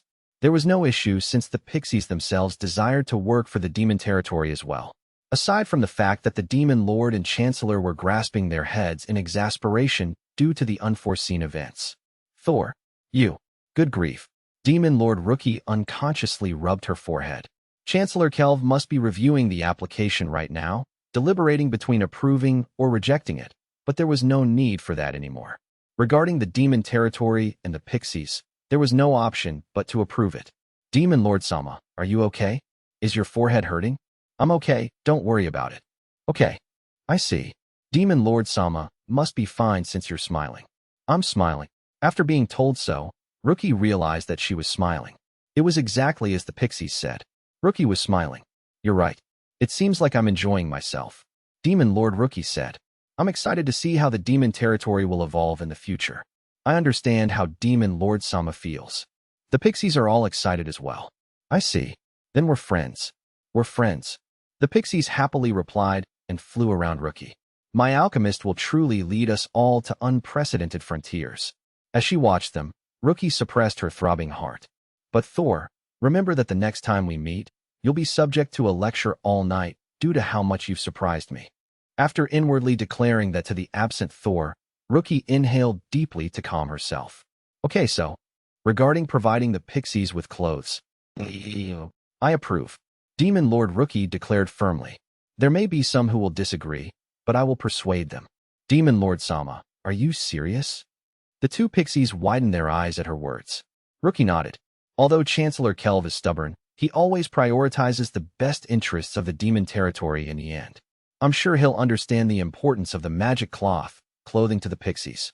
However, it might take some time before he understands. Understood. The two pixies closed their wings and landed on the ground. Then, they bowed deeply and said, We would like to thank Her Majesty Demon Lord on behalf of all the pixies for Her Majesty's favor. Thank you. And as for the experiment with the assistance of the light attribute pixie, Rookie was also interested in the UV nullifying parasol. She had witnessed the power of the Holy Sword of Princess Liana. If there were an item that could nullify Holy Sword Dalgaria or light attribute attack magic, she would love to behold it with her own eyes. Tell Thor to prioritize your clothing. Also, inform him that I will send a formal response later. Thank you very much. Speaking of which, what kind of offensive magic can the light pixie cast? Soleil can use the vivid light strike. Intermediate light attack magic. Perfect for experimentation. Magic a few ranks below the ultimate vivid light should be sufficient for the experiment. It was also easier for Rookie to approve. Rookie decided to write a reply to Thor's letter immediately. And that concludes the long and troublesome portion of the conversation. Yes. Now then, since you're here, why don't you girls join me for a cup of tea? Rookie once again put on her mask and robes. Then she lifted the hem of her robe and offered, If you find it embarrassing to show yourselves, you can hide inside my robe. The cognitive obstruction enchantment will conceal your figures. Thank you, Your Majesty. Excuse me. Let me guide you. We can drink some tea and you can tell me about Thor. It seems like you girls have many interesting stories to share. Thor-sama confirmed that Soleil, the light pixie, took a bath. 20 pixies hugged Thor-sama. It was a wonderful hug dash. I see. I'll definitely have to hear more about that. Feeling something strange tugging at her heart, Rookie hurried towards the insides of the castle. She opened the side door and entered the castle. Your Majesty, have you finished your meeting with the pixies? Further down the hall stood Chancellor Kelv. I heard that the backyard was restricted, so I waited here. What is it, Kelv? Is it regarding the application? I've given up on that and signed it. This is a separate report. Separate report? I received a message from the border guards that there has been movement in the Dalgarian Empire. Chancellor Kelv announced, his voice tense. The messenger from the Empire left a letter in front of a forest near the border. A flag was planted there, and the letter was tied to the handle. That's the official procedure for the Empire to communicate with us, correct? Demon Lord Rookie nodded. The Empire had cooperated with the demon territory in a monster subjugation. Aside from the fact that it was Rookie who defeated the monster, it could be considered a successful collaboration. She hoped that it was a cordial letter. Is the content to be kept secret? If so, I'll ask for the details when we return to the throne room. No, on the contrary. I believe we should announce the contents to the public and warn them. All right, then let me hear it. Understood. Chancellor Kelv read the contents of the parchment he held in his hands out loud. In our previous monster subjugation, because of the inadequate training of some of our soldiers, there was a slight setback in the subjugation. After reflecting on our inadequacies, we have decided to conduct a military training exercise. What? Hopefully, everyone from the demon territory will join us at the border. We would like to humbly display the light magic we take pride in. That's what they wrote. After that, Kelv read out the itinerary for the military training written at the end of the letter. The designated date was approximately 20 days later. It was a considerable time from now. Who sent the letter? The Imperial Emperor's signature is present, but it was written by Zagrin, the Minister of War. So it was him. Rookie glanced at the pixies in her robe. The two of them, Earth and Water attribute pixies, nodded with stern expressions. The two of them also noticed that there was something amiss. Let's hope it's simply my imagination. Thinking such, Rookie gave Chancellor Kelv instructions. Enough time remains, so let's visit Thor and consult him. As a precaution, we should develop countermeasures for light magic. Demon Lord Rookie patted her cognitive obstruction robe. Kelv, I'll sign the application right away and send it to Thor. Also, prepare a carriage to Rizinga's territory and dispatch a tailor with some fabric to sew the pixies' clothing. After that, dispatch some people to scout the area around the border. Yes, Your Majesty. I got it. Demon Lord Sama's orders are the same as the Alchemist Sama's orders. The pixies said, barely audible over the Chancellor's loud voice. Rookie continued. Finally, I authorize my alchemist, Thurkanen, to conduct his light magic experiments. As soon as the pixie, Soleil, recovers, he may conduct the experiment. I will also be present there. That will be all. Yes, Your Majesty. I would like to believe in the Empire, but after what occurred last time, we must remain vigilant. I'll make the necessary arrangements as soon as possible. Excuse me. Saying that, Chancellor Kelv nodded. After receiving the application from Chancellor Kelv, Rookie returned to her office. The Dalgarian Empire. I can't comprehend the actions that nation. Rookie said, wearing her mask. What is their royal family intending? If you would like. Would you like us to scout for you? No, don't do that. If anything happens to you, Thor will be devastated. While whispering to the pixies inside her robe, Rookie headed towards her room. After that, while watching the pixies snacking on freshly baked sweets, Demon Lord Rookie signed the application. After finishing the sweets, the pixies will deliver it to Thor. If the Empire only intended on conducting military training, there would be no issue. She would have liked to learn from their training, their tactics, formations, and anything else of benefit. The demon territory didn't intend on becoming enemies with the Empire. They simply wanted to learn from them and develop their nation. I'm sure there's someone in the Empire who will understand that. Thor is an exception because he's an anomaly. There is no doubt that there are people out there who will listen and choose to coexist. With that in mind, Rookie continued to sip her tea with the pixies. In the imperial capital of the Dalgarian Empire, Zagrin, you want me to travel to a border town? The day after Princess Liana came to visit the detached palace, Liana's sister, Sophia, was summoned to the imperial court. Princess Sophia met the emperor, who informed her that she would receive special instructions before being escorted to the office of Zagrin, the Minister of War, for further explanation. So I'm meant to participate in the military exercise near the border and cast light magic? Yes. We ask that you exhibit your power to both the demons and the demi-humans, said Zagrin from across the table. After that, Your Highness will be stationed in the border town for 3 years. Of course, we will ensure your stay is as comfortable as possible. We will provide a mansion to reside in, and you will also be assigned a direct subordinate of this Zagrin as an attendant. 3 years in a border town. I cannot return to the capital during that time either. This was decided by His Majesty. His Majesty desired that Your Highness Sophia fulfill her role as a princess. Zagrin placed the Emperor's edict on the table. The contents conformed with Zagrin's explanation. Princess Sophia is to spend 3 years in a northern border town, doing her utmost to protect the border. At that time, she will participate in military training and cast light attack magic. After 3 years, Princess Sophia will be escorted back to the imperial capital, after which she will be permitted to freely rest and study without leaving the capital. This is special, preferential treatment for one who does not have the strength to fight. I have heard from Her Highness Liana that Your Highness Sophia is interested in magic that increases convenience and comfort in one's life. Zagran changed the subject abruptly. You occasionally invite researchers to discuss these matters, correct? Yes, I do.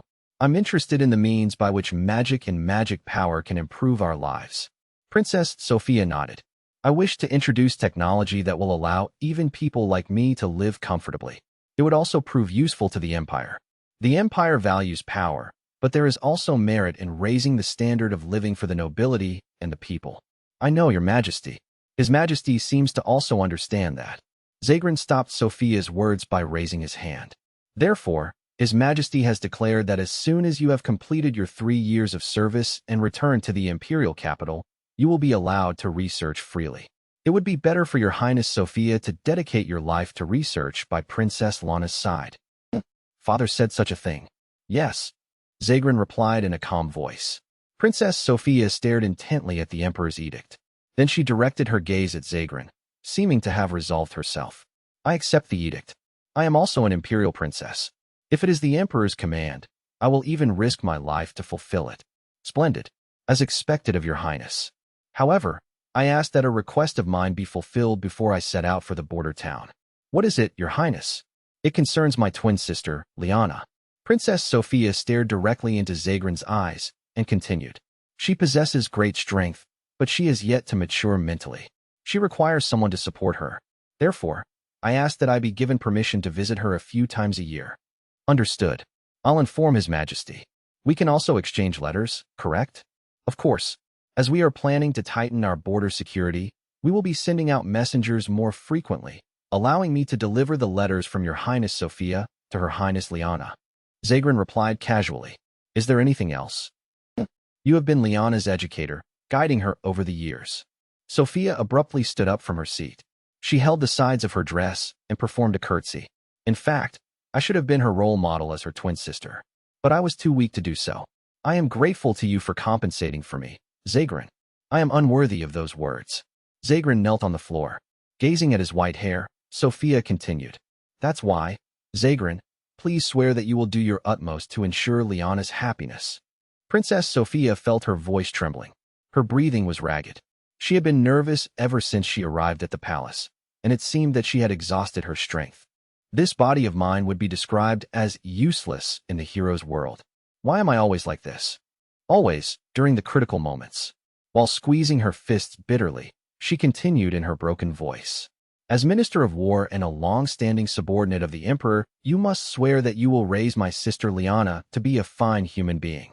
Swear that you will lead her down the right path. I swear it. Zagran dropped onto one knee and hung his head. He then swore in a polite tone, as though he was swearing in the presence of the king.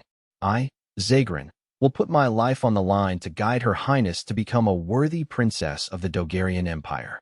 I hope that henceforth, Her Highness Sophia will never be required to worry about her sister again. Absolutely right? I don't understand why Your Highness is so suspicious. You must be tired. Zagran said this, and then rang a bell on the table. It was a signal to summon his subordinates. He must have noticed that Sophia was feeling unwell. I know, Zagran. The imperial troops you commanded were rescued by the people of the demon territory. I'm also aware that it was a result of your blunder. Princess Sophia recalled the information she heard. Princess Liana had informed her when she arrived at the palace. She said, "We made a slight blunder." Those words piqued Sophia's curiosity, thereby leading her to take note of various rumors circulating among the nobles.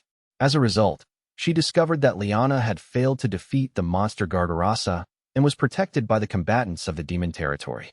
The Emperor also recorded it as a mistake on Liana and Zagran's behalf. To erase the failure, a suitable contribution was required. Zagran may use Liana, the imperial princess, as a tool to do so. It would not be beyond a perfectionist such as Zagran. Yet, Sophia was incapable of preventing it. The Emperor's orders had already been delivered. She could only push Zagrin to make such a promise. If I possessed more strength, I could protect Liana. Princess Sophia sank into her chair helplessly as these thoughts crossed her mind. Eventually, Zagrin's adjutant entered the room. With her support, Sophia left the court and boarded the carriage. Father, the mission will be accomplished. As she dropped onto her seat, Sophia reviewed the Emperor's orders.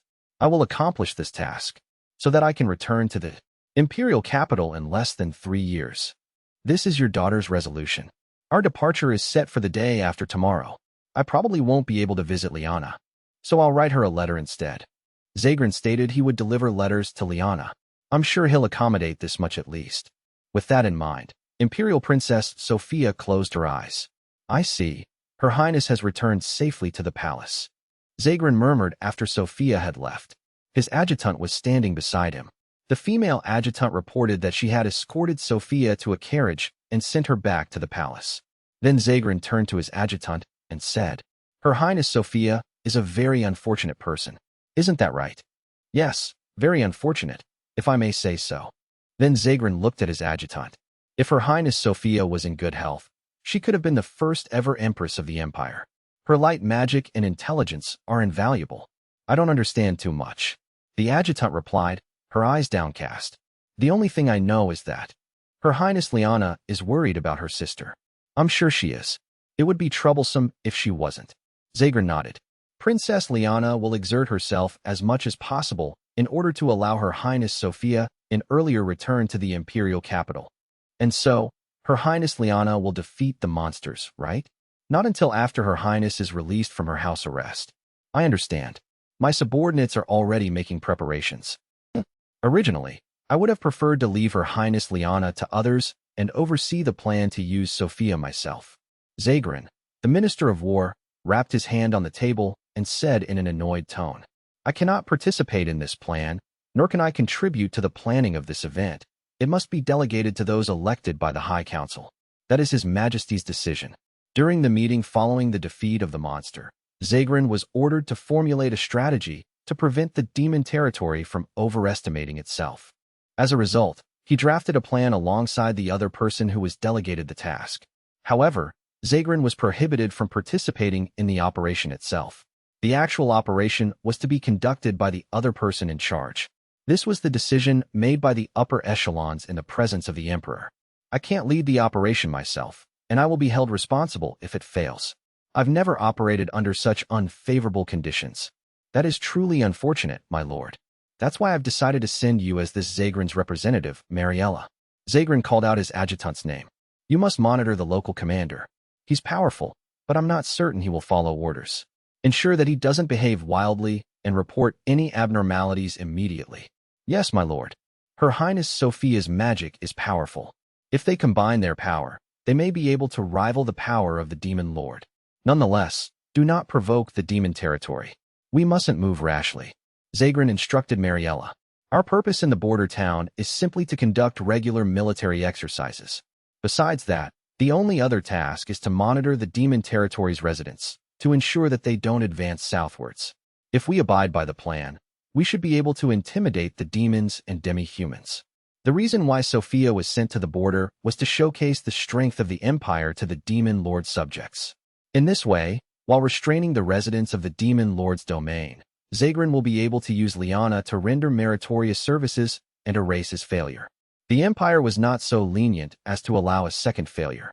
Therefore, Zagrin contrived a plan that could not fail. He would station Princess Sophia in the border town and use her light magic periodically to restrain the demon territory. The plan was simple, only entailing this much. There was no way she could fail. Mariella, I will request your return to the imperial capital in 1 year. Until then, I want you to act as this Zagrin's representative and moderate the local commander. He's a strong man, but you never know what he's thinking. Yes, sir. Permission to ask questions, sir? Permission granted. Her Highness Sophia will return in 3 years, correct? If the circumstances permit. The situation? If Her Highness Liana accumulates merits and the demon territory is suppressed as planned, then Her Highness Sophia's role will conclude. Until then, she will be of use to the Empire. That's all. Understood.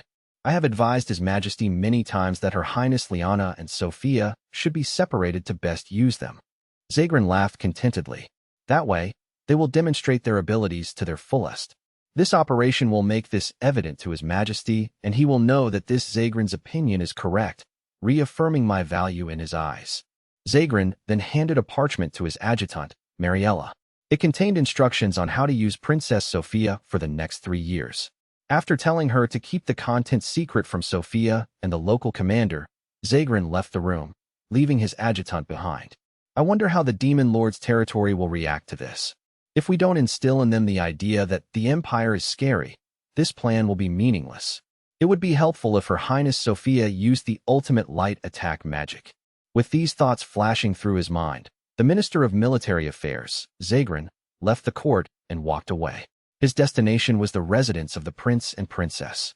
A dozen minutes later, Princess Liana was informed that her sister Sophia had voluntarily gone to the border town to compensate for her sister's mistake. Thor's perspective. A few days after our visit to the Western Forest. Sorry to keep you waiting. Soleil has come to help with the experiment. Soleil, the light pixie, entered my room. Her complexion and skin color had improved considerably, and the enhanced circulation of magic power granted her body a faint glow, causing the light attribute, magic clothing to nearly become transparent. Soleil will use any light magic alchemist Sama wants. Please give me the order. Before we begin the experiment, I need to inform Her Majesty the Demon Lord first. I immediately requested that the messenger pixie notify the Demon Castle, as Rookie wished to witness the experiment herself. The response was swift. Apparently, Rookie and the others were already preparing to leave the castle. Rookie and Chancellor Kelv should be arriving at General Rizinga's territory shortly. Rookie, Everguard Sama, and His Excellency Kelv will be here. It really makes you nervous. When General Rizinga and Ugnis received the news, they hurriedly began to prepare the reception. It was rare for Rookie and Kelv-san to visit the territory together, so it was decided that a grand reception would be held for both of them. Additionally, Mabel, myself, the residents of the Rizinga territory, and the Pixies were also invited. Therefore, I suggested that we prepare an area in the reception hall exclusively for the Pixies. If we allot a space for them where others would be unable to notice them, and place snacks and beverages there, the reserved Pixies would be able to join the party. If the space was near a window, they could easily enter and exit the hall. I see. As expected of Thordano. I'll arrange it right away. General Rizinga agreed without hesitation, leading me to appreciate how agreeable of a person he was. If we entrust it to him, the reception will definitely be organized splendidly. After the reception, the UV nullifying parasol will be tested later on in the day. That's what is important to me. According to the letter from Rookie, the Empire is planning something near the border once again. As a precaution, I want to confirm whether the parasol can truly nullify light magic before that happens. So, Mabel, it won't be an issue if I abstain from attending the party, right? Thor-sama, why would you want to do that? Mabel looked at me with a surprised expression. This is my current room, situated in one of the corners of the general's mansion. A few days have passed since we contacted the castle, and today is the day of the reception. Rookie and Chancellor Kelv have already arrived at the mansion. I greeted them earlier and spoke with them. After that, Mabel began preparing to attend the party. I intended to skip it, but it seems that I can't be absent after all. Okay, I'll explain why I don't want to attend the party, so listen carefully. Yes, Thor-sama. I once attended a party in the Empire organized for the children of nobles. I said. Mabel's eyes widened, realization showing on her face. She seemed to understand why I was uncomfortable with parties. I was still staying with the ducal family back then. Due to that, those attending consisted of the children of noble families, and they all possessed powerful combat skills. So that's what happened. In the Empire, those who possess great combat strength are revered. I lacked combat skills, meaning I didn't have a pleasant time at that party. My father, Barga Regis, was present as well. I remember the exact remark he made when I was being demeaned by the children around me. I greatly desired to forget it, but it was etched into my memory.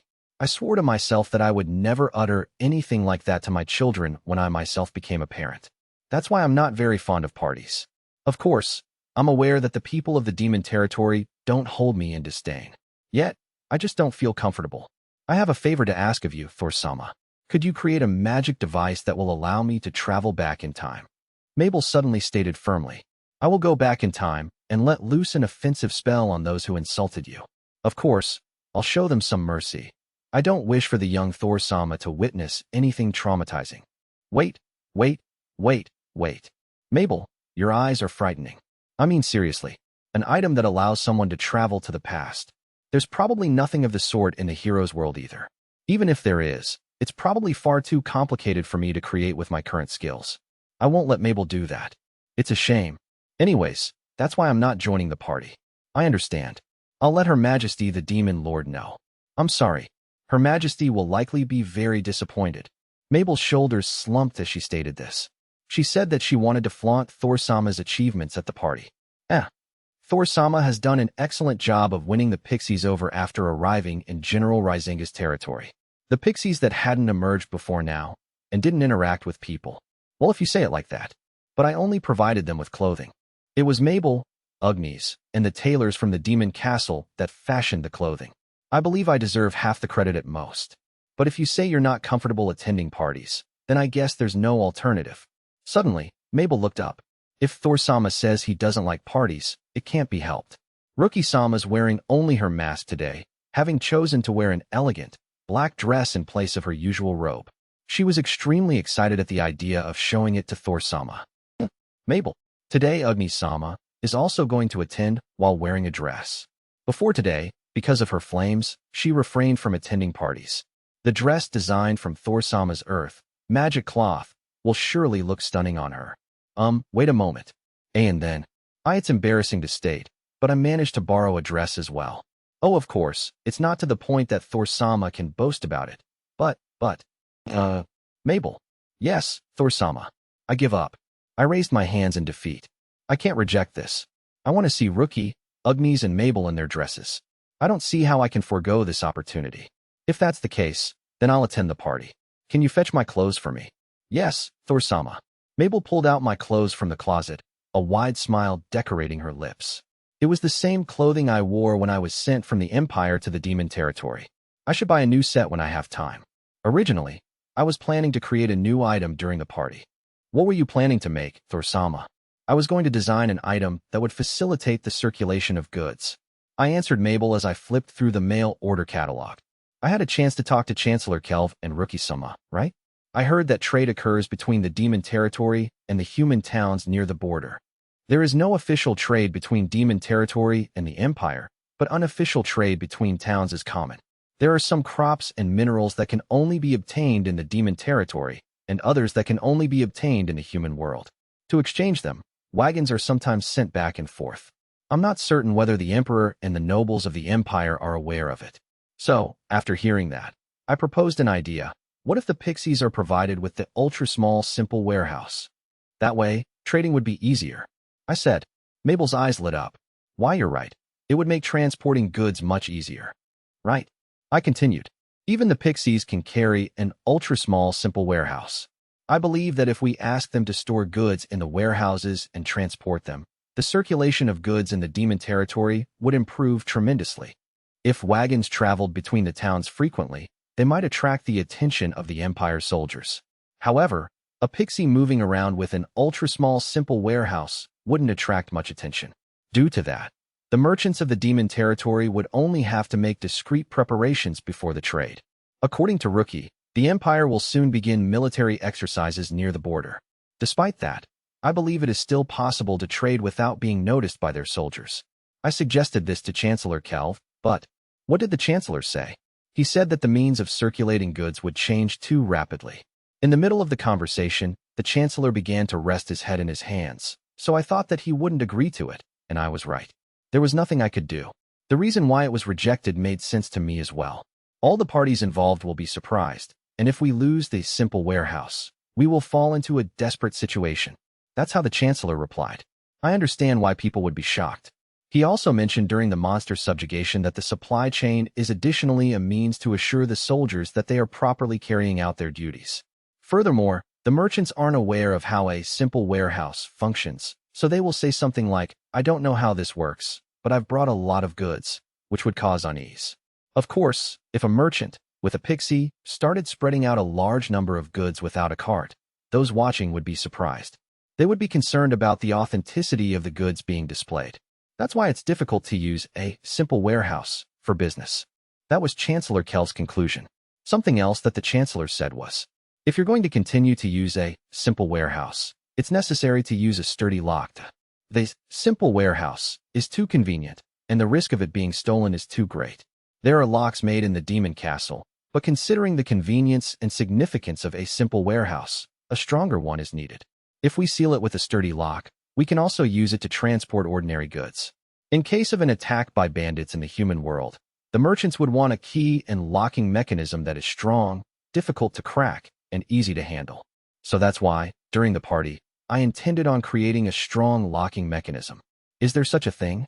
Yes, I have already found a matching item. I flipped through the pages of the mail order catalog and stopped at the page where there was a black chain wrapped in what appeared to be a tube. Protect your bike or motorcycle with an chain lock that connects to the ground. Have you ever experienced having your newly purchased motorcycle or bicycle stolen? With our chain lock, you won't have to worry anymore. The special alloy chain is resistant to both heat and cold and can be wrapped in any way you like. It's a dial lock, so it can't be opened by anyone who doesn't know the number. The moment the bad guy touches this chain lock, he will despair because of its durability. Of course, if you know the number, you can lock and unlock it easily. It's long enough to be tied to a street tree or a building's pillar. You can also use the chain lock to bind your precious belongings to the earth. Your favorite car, which is strongly tethered to the earth, will not budge unless someone can move the earth itself. It is truly the most powerful locking system. Please enjoy a safe and secure life with the chain lock that can also lock down to the earth. I'm not sure about this motorcycle and bicycle thing. Maybe it's something similar to a wagon? Let's look into it later. Besides that, I'm more interested in the term chain lock. I know. I was curious about that too. I nodded.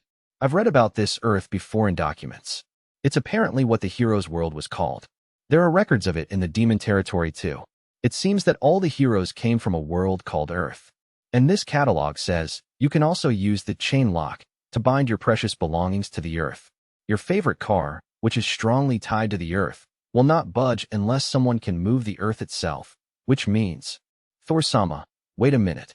Mabel was staring at the catalog, her eyes wide and mouth hanging open in shock. I understood her astonishment. If what is written in the mail order catalog is true, then this chain lock is extraordinary. That means this chain lock has the ability to bind things to the ground. I could hear my voice trailing off. The chain lock is the most powerful item, one that can secure and fasten things together. The world itself can be used as part of the item. Will this chain lock really be able to bind objects to the ground itself? It should. The chain part of the name probably means to chain the world and the object together. I still find it hard to believe. There's no way that it's possible, right? But there is a saying in the Empire about the heroes. I read out one of the legends of the heroes in the Empire, a passage that Mabel could understand. The passage went something like this. They took a single step, and no one could answer the hero's advance. Heroes have explored every locale and fought against monsters and demon tribes. High mountains, deep valleys, and even the demon territory, no terrain could impede the hero's progress. In other words, the only way to stop the heroes is to literally tie them to the world. So I think this chain lock is an item designed to restrain the rampaging heroes. In the world of the heroes, such an item must have been necessary. It's not unreasonable since they also have the UV nullifying parasol. In a world where people fight with demon lords and dragons every day, a restraining device is necessary. That's what the chain lock is for, I guess. In order to stop the heroes from moving, they needed to borrow the power of the world itself. Otherwise, even something as large as a wagon would easily be seized. The world of the heroes is terrifying, isn't it? It's not just about binding something to the world. Of course, this chain lock can also be used as a normal lock. This is why I thought it would be a good idea to lock the door of the simple warehouse with it. With that, I closed the mail order catalog. I placed the ultra-small simple warehouse on my desk into one of the pockets of the clothes that Mabel had prepared for me. But I won't be able to attempt creating this lock until after the party and the UV nullifying parasol experiment. I understand. Huh. Thor-sama, what do you mean by attempt? Anyways, more than that. I'm looking forward to seeing Mabel wearing her dress. I quickly changed the subject. Mabel is cute in the usual maid uniform, but I would like to occasionally see Mabel in a normal dress as well. Yeah, that's also one of the reasons I decided to attend the party today. Thor-sama is flattering me. Speaking of which, When we decided to hold a party, I gave you a water magic cloth. Did you sew a dress using it? And no, that's... Mabel suddenly blushed. I was going to use it to make a dress, but I messed it up slightly. You failed. Water magic cloth changes its shape according to the wearer's body, right? Yes, it does. Water changes its shape according to its container, and I added that characteristic to the magic cloth. That's why the finished clothing clearly showed the body's curves. I see. The water magic cloth indeed changes its shape according to the wearer's figure. If you make clothes with it, it will outline the shape of the wearer's body. It's my fault. I asked the tailor to use the magic cloth I received from Thor-sama and create a dress that would please you. He ended up making me a dress that looked like a swimsuit. Okay, let me check it out. Maybe we can improve it. For example, we can weaken or strengthen the water attribute that is added when making the magic cloth.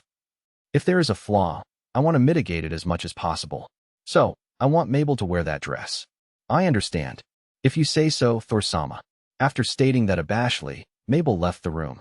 A few moments later, she came back with a sky blue dress in her hand. She told me to turn around and began to undress in a corner of the room. I heard the sound of my maid's dress falling at her feet, followed by the rustling of clothing. I remembered the words of the tailors from the demon castle.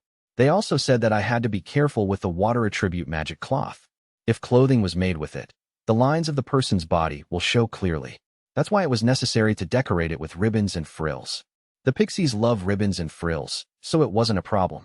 But I didn't take into account the idea that Mabel would be making her dress with it as well. I should have thought more about Mabel. She's the person closest to me. I'm still not mature enough. Thor-sama, it's okay to turn around now. Mabel's voice rang out behind me. When I turned around, I saw Mabel clothed in her dress. The sight was breathtaking. The sky blue dress looked dazzling on the fair-skinned Mabel. The skirt only extended to her knees, presenting a bolder and more enticing appearance. I mean, Mabel really conserved the magic fabric, didn't she? There were no ribbons or frills decorating the dress at all. Even the shoulder straps were thin. It looked like a swimsuit. The shape of her breasts and even her navel were apparent, because the water attribute magic cloth changed its shape to fit Mabel's body. Please say something, Thor-sama. I think it's beautiful and breathtaking, and it looks great on Mabel, but I don't like the idea of Mabel wearing this in front of other people. The words left my mouth naturally. I was surprised myself. Oh, really? A wide smile bloomed on her face, a heartfelt happiness radiating from her expression. I understand. So, I will only wear this dress in front of you. It's more like a bathing suit now, so I'll wear it when I swim, or when I'm doing something that might dirty my clothes. Why, yeah, I think that's a good idea. Why, yes. Yeah? You understood. I'll do that. Anyway, it turns out that there is still room for improvement for the magic cloth. I'll look into it later. While thinking about this, I continued to inspect Mabel's water magic cloth dress. Mabel spun around in front of me and fluttered her short skirt, as if she couldn't hold back anymore. Before long, it was time for the party to begin. The reception for Demon Lord Rookie began exactly at noon. People of Rizinga's territory, I am Demon Lord Rookie, Everguard, and I will be in your care for a few days. After the Demon Lord finished her initial greetings, the hall erupted in resounding applause. The people of Generals Rizinga's territory all stared at Rookie fervently, as if they had been deeply affected. I can't believe I get the honor of seeing Her Majesty Rookie Everguard this close. I participated in the subjugation of the monster Gargarasa, so I have seen Her Majesty's dark magic firsthand. I heard that Her Majesty completely annihilated the monster Gargarasa and the little spiders with her dark flames. I heard that she used a powerful item called a laser pointer. It's an item created by the general's guest, Thor-sama. All the participants turned their gazes towards me. No, it's not necessary to stare at me like that. Her Majesty is still talking. It would be best to just leave me alone. I'm not the strongest alchemist in the world, as someone claimed, nor the one who propels the art of magic to unimaginable heights. I'm not a creator of items of mass destruction either. I primarily create health products and hug pillows. Her Majesty the Demon Lord looks even more dazzling today. Mabel muttered next to me. The people in our vicinity immediately turned to look at Rookie. Thank you, Mabel. Today, Demon Lord Rookie had removed her robe and she was donning only her mask. As a result, the cognitive obstruction enchantment was less effective than usual, allowing the onlookers to catch sight of her elegant, black dress and radiant, blonde hair reminding the viewer of the gentle afternoon sun. It infused a mysterious air into her already enchanting appearance. I have come here to experiment with a certain item and to uncover the Empire's intentions. The Demon Lord continued her address. I'll refrain from discussing the details of the item. The movements of the Empire are of grave importance. They claim to only be performing military exercises near the border, but there is always the possibility that they conceal ulterior motives. That's why I have decided to survey the border area. However, I don't believe there will be any immediate danger. Chancellor Kelv continued after Demon Lord Rookie. Please keep in mind that we might also require the support of you all, the people of Rizenga's territory. Understood. All those present, including the general, raised their voices in unison, elated by the address. Then, Rookie softened her tone. On a separate note, I have noticed numerous pixies wandering in Rizenga's territory lately. I wonder if anyone else has observed the same. She suddenly changed the subject. The reason why the reserved pixies have been appearing is on account of my alchemist, Thorkanen. He provided them special clothing, allowing them to appear in public. Thor Kanandano did it. The people around me turned towards me once more.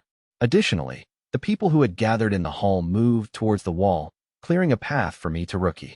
Rookie was staring at me expectantly. Beside her, the Chancellor was beckoning me as well. I guess I have no choice. As I resigned myself to accepting their summons, I noticed Renee in the corner of the hall, sporting her dark, magic cloth clothing.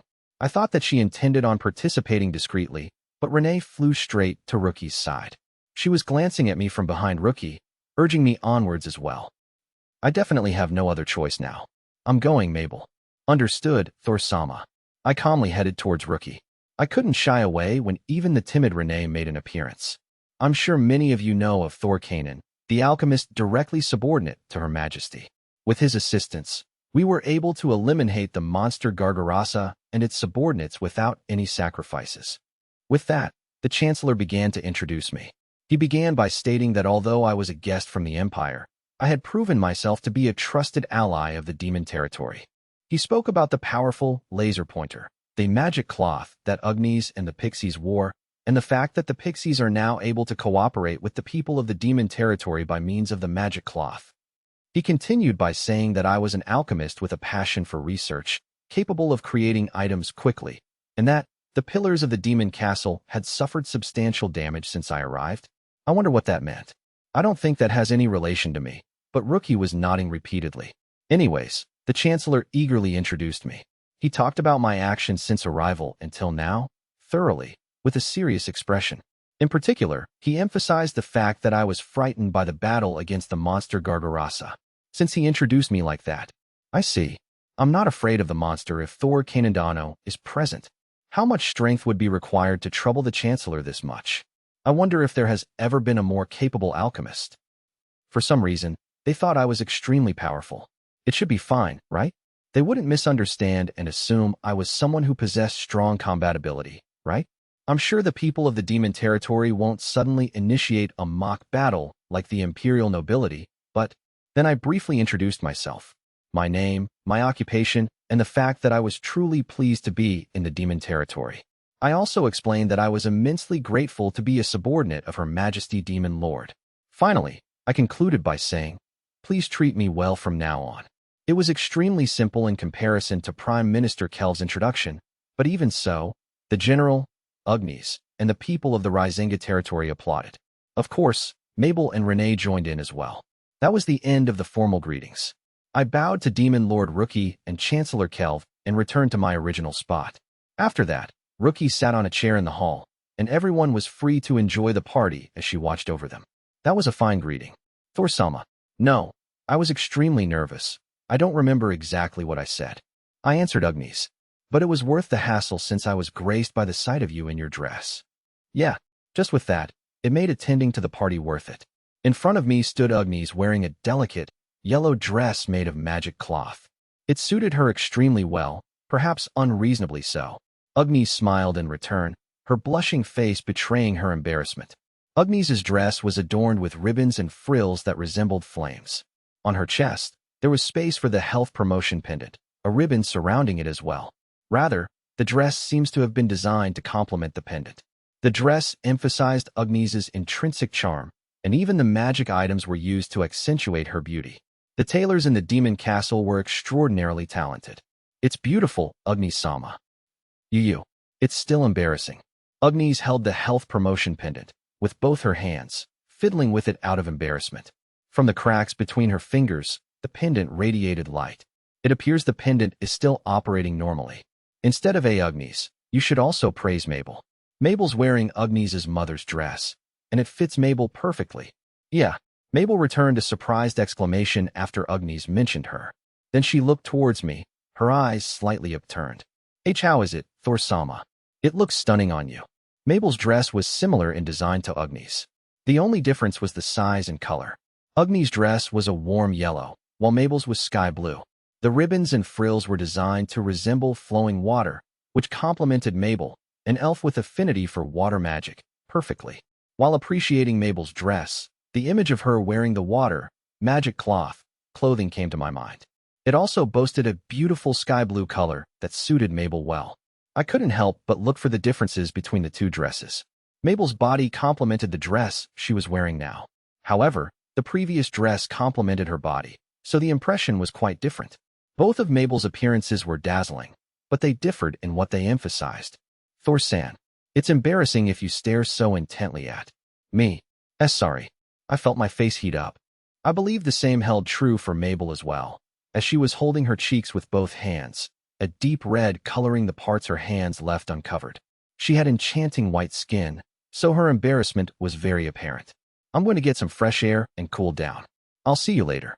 I grabbed my teacup and quickly retreated. Anyways, I was able to fully enjoy the sight of Rookie, Agnes, and Mabel in their dresses. The beauty bestowed by God and nature sure is amazing. What was even more amazing was the expertise of the tailors. They took the beautiful Mabel, Agnes, and Rookie and multiplied their charm. I guess appearance is important just as functionality is. When I create items from now on, I need to place importance on aesthetics as well as practicality. And so, after I had enough of the party, I decided to take a peek at the Pixies area. Alchemist-sama, welcome. Please have a seat. Take a seat and relax. Okay, then excuse the intrusion. I sat down in the chair and poured a cup of tea from the pot. The Pixies' allotted area was located by the window, separated from the rest of the hall by plants and screens.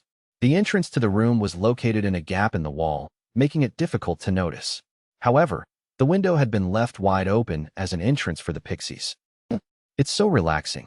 The golden rays of the afternoon sun trickled in through the window, inducing a warm and cozy atmosphere.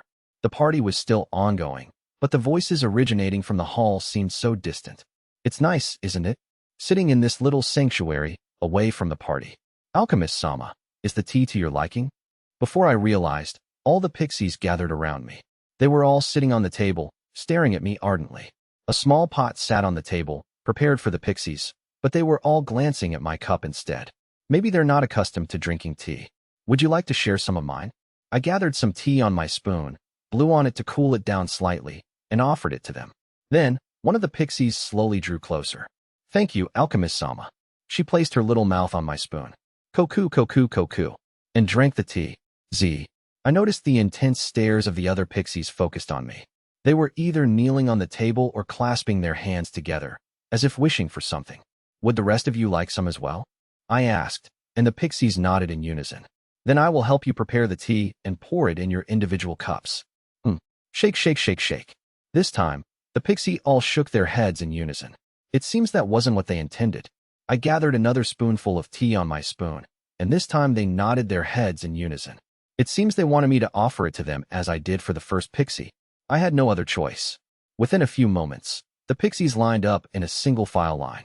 Some of them were bowing, some holding their chests, and some others shook their glass-like wings. I didn't truly understand what they were feeling, but they seemed to be excited.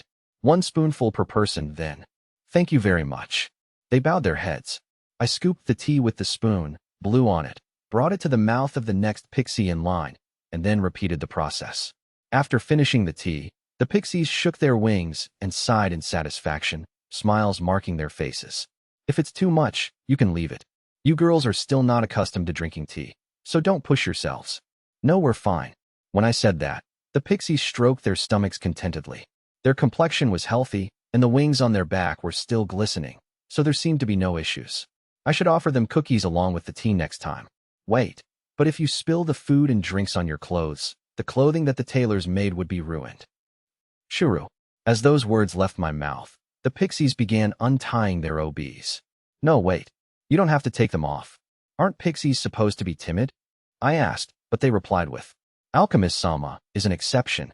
The materials for the clothes were gifted to us by Alchemist Sama, so it is as though we are being embraced by the Alchemist Sama at all times. That's what Renee said before, isn't it? Is this idea spreading among the pixies? Yes, she replied. I see. So it has already spread. There's nothing I can do anymore. However, I can't let them undress here, so I took out a handkerchief from my breast pocket and spread it over my palm. Then I placed a cookie on it and crushed it into pieces that the pixies could eat in a single bite. This way, no crumbs should remain. After I explained that to the pixies, they excitedly gathered around me and quickly began eating the cookie, distracted from continuing to undress.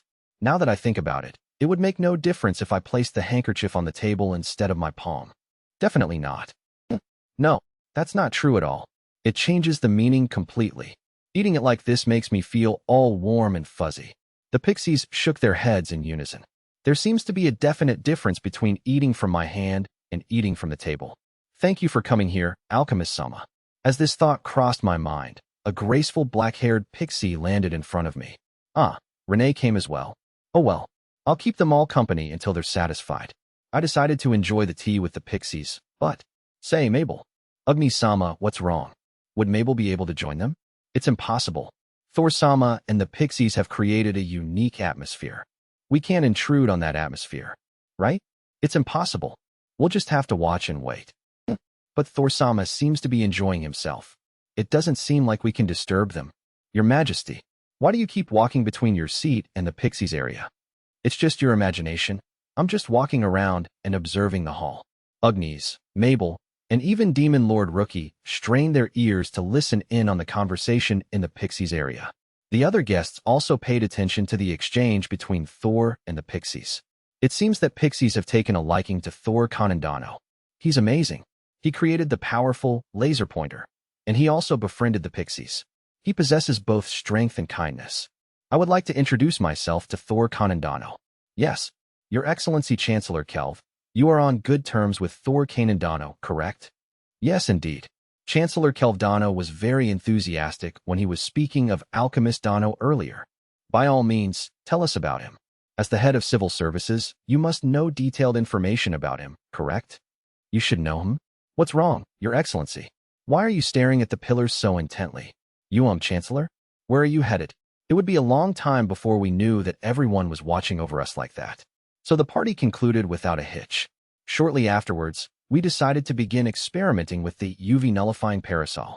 I messed up the chapter titles, so the previous chapter, C53, was supposed to be titled Thinking About Trade and the Circulation of Goods in the Demon Territory. And the title of this chapter is Joining the Party. Thank you for your patience.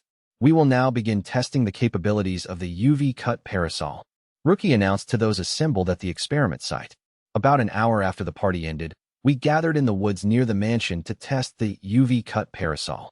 The ones present were Rookie, Mabel, Agnes, General Rizinga, Chancellor Kelv, and myself. From among the pixies, only Soleil and Renee joined us. First of all, Thor, please show everyone the UV cut parasol. Yes, Your Majesty. Following her order, I withdrew the UV cut parasol from my warehouse. Holding it up with both hands, I offered it to Rookie. This is a replica of an item from the hero's world. It can negate light magic or diminish its power at the very least. Additionally, according to my understanding, the UV portion of the name refers to the ultimate light magic, ultimate vivid light. Ooh. Chancellor Kelv and General Rizinga's voices subconsciously leaked out. It seems both of them understood my explanation, realizing the significance of the parasol. So, I continued my explanation. According to the mail order catalog, this parasol counteracts 90% of UV light. That likely signifies that it is capable of reducing the power of ultimate vivid light to 10%. Additionally, we have confirmed that this parasol can completely extinguish the light of a magic lamp. So, it has been verified that it can oppose light magic. Rookie sighed in amazement and continued after me. I have heard tales regarding the horrors of ultimate vivid light since childhood. It is the most powerful magic that was wielded by the heroes of the other world, and also the magic that destroyed the barriers of the previous demon lords. It's the magic most detested by those of the demon territory. I understood how Rookie felt. The heroes had disappeared from this world, but ultimate vivid light remained. There may be those out there capable of casting it. Since she is the demon lord, she must be extremely wary of that magic. There isn't anyone in the demon territory capable of casting ultimate vivid light. Therefore, we will use normal light attribute attack magic for the experiment this time. That's why I invited the light pixie Soleil. Rookie looked up at the top of the closest tree. Why yes, your majesty demon lord. Soleil answered, hiding behind a tree. Beside her was Renee, dressed in black. I am grateful to you pixies for accepting our alchemist's request and cooperating with us in this experiment. Rookie said to the two of them, Soleil and Renee. As Thor's friends, I hope that you will continue to assist him. Why yes. The pixies are indebted to Thor Canaan for his aid, and our whole tribe will strive to repay his favor. Soleil replied in a tense voice, while Renee responded calmly, bowing gracefully. Rookie nodded at both of them before turning towards the others. So, who will use the UV-cut parasol? Of course, as its creator, I will bear Soleil's magic. I raised my hand without hesitation. I can't unleash magic on Alchemist Sama. I too will not allow it. I won't let Thor Sama do anything dangerous. Even at 1/10 of its original power, offensive magic is dangerous. Thordano should be aware that he's invaluable. This Kelv also disagrees. Soleil, Rookie, Ugnis, Mabel, General Rizinga, and Chancellor Kelv, everyone unanimously opposed it. I would rather not ignore everyone's opinions, but it's better for those who are physically sturdy and capable of using defensive magic to carry out the experiment.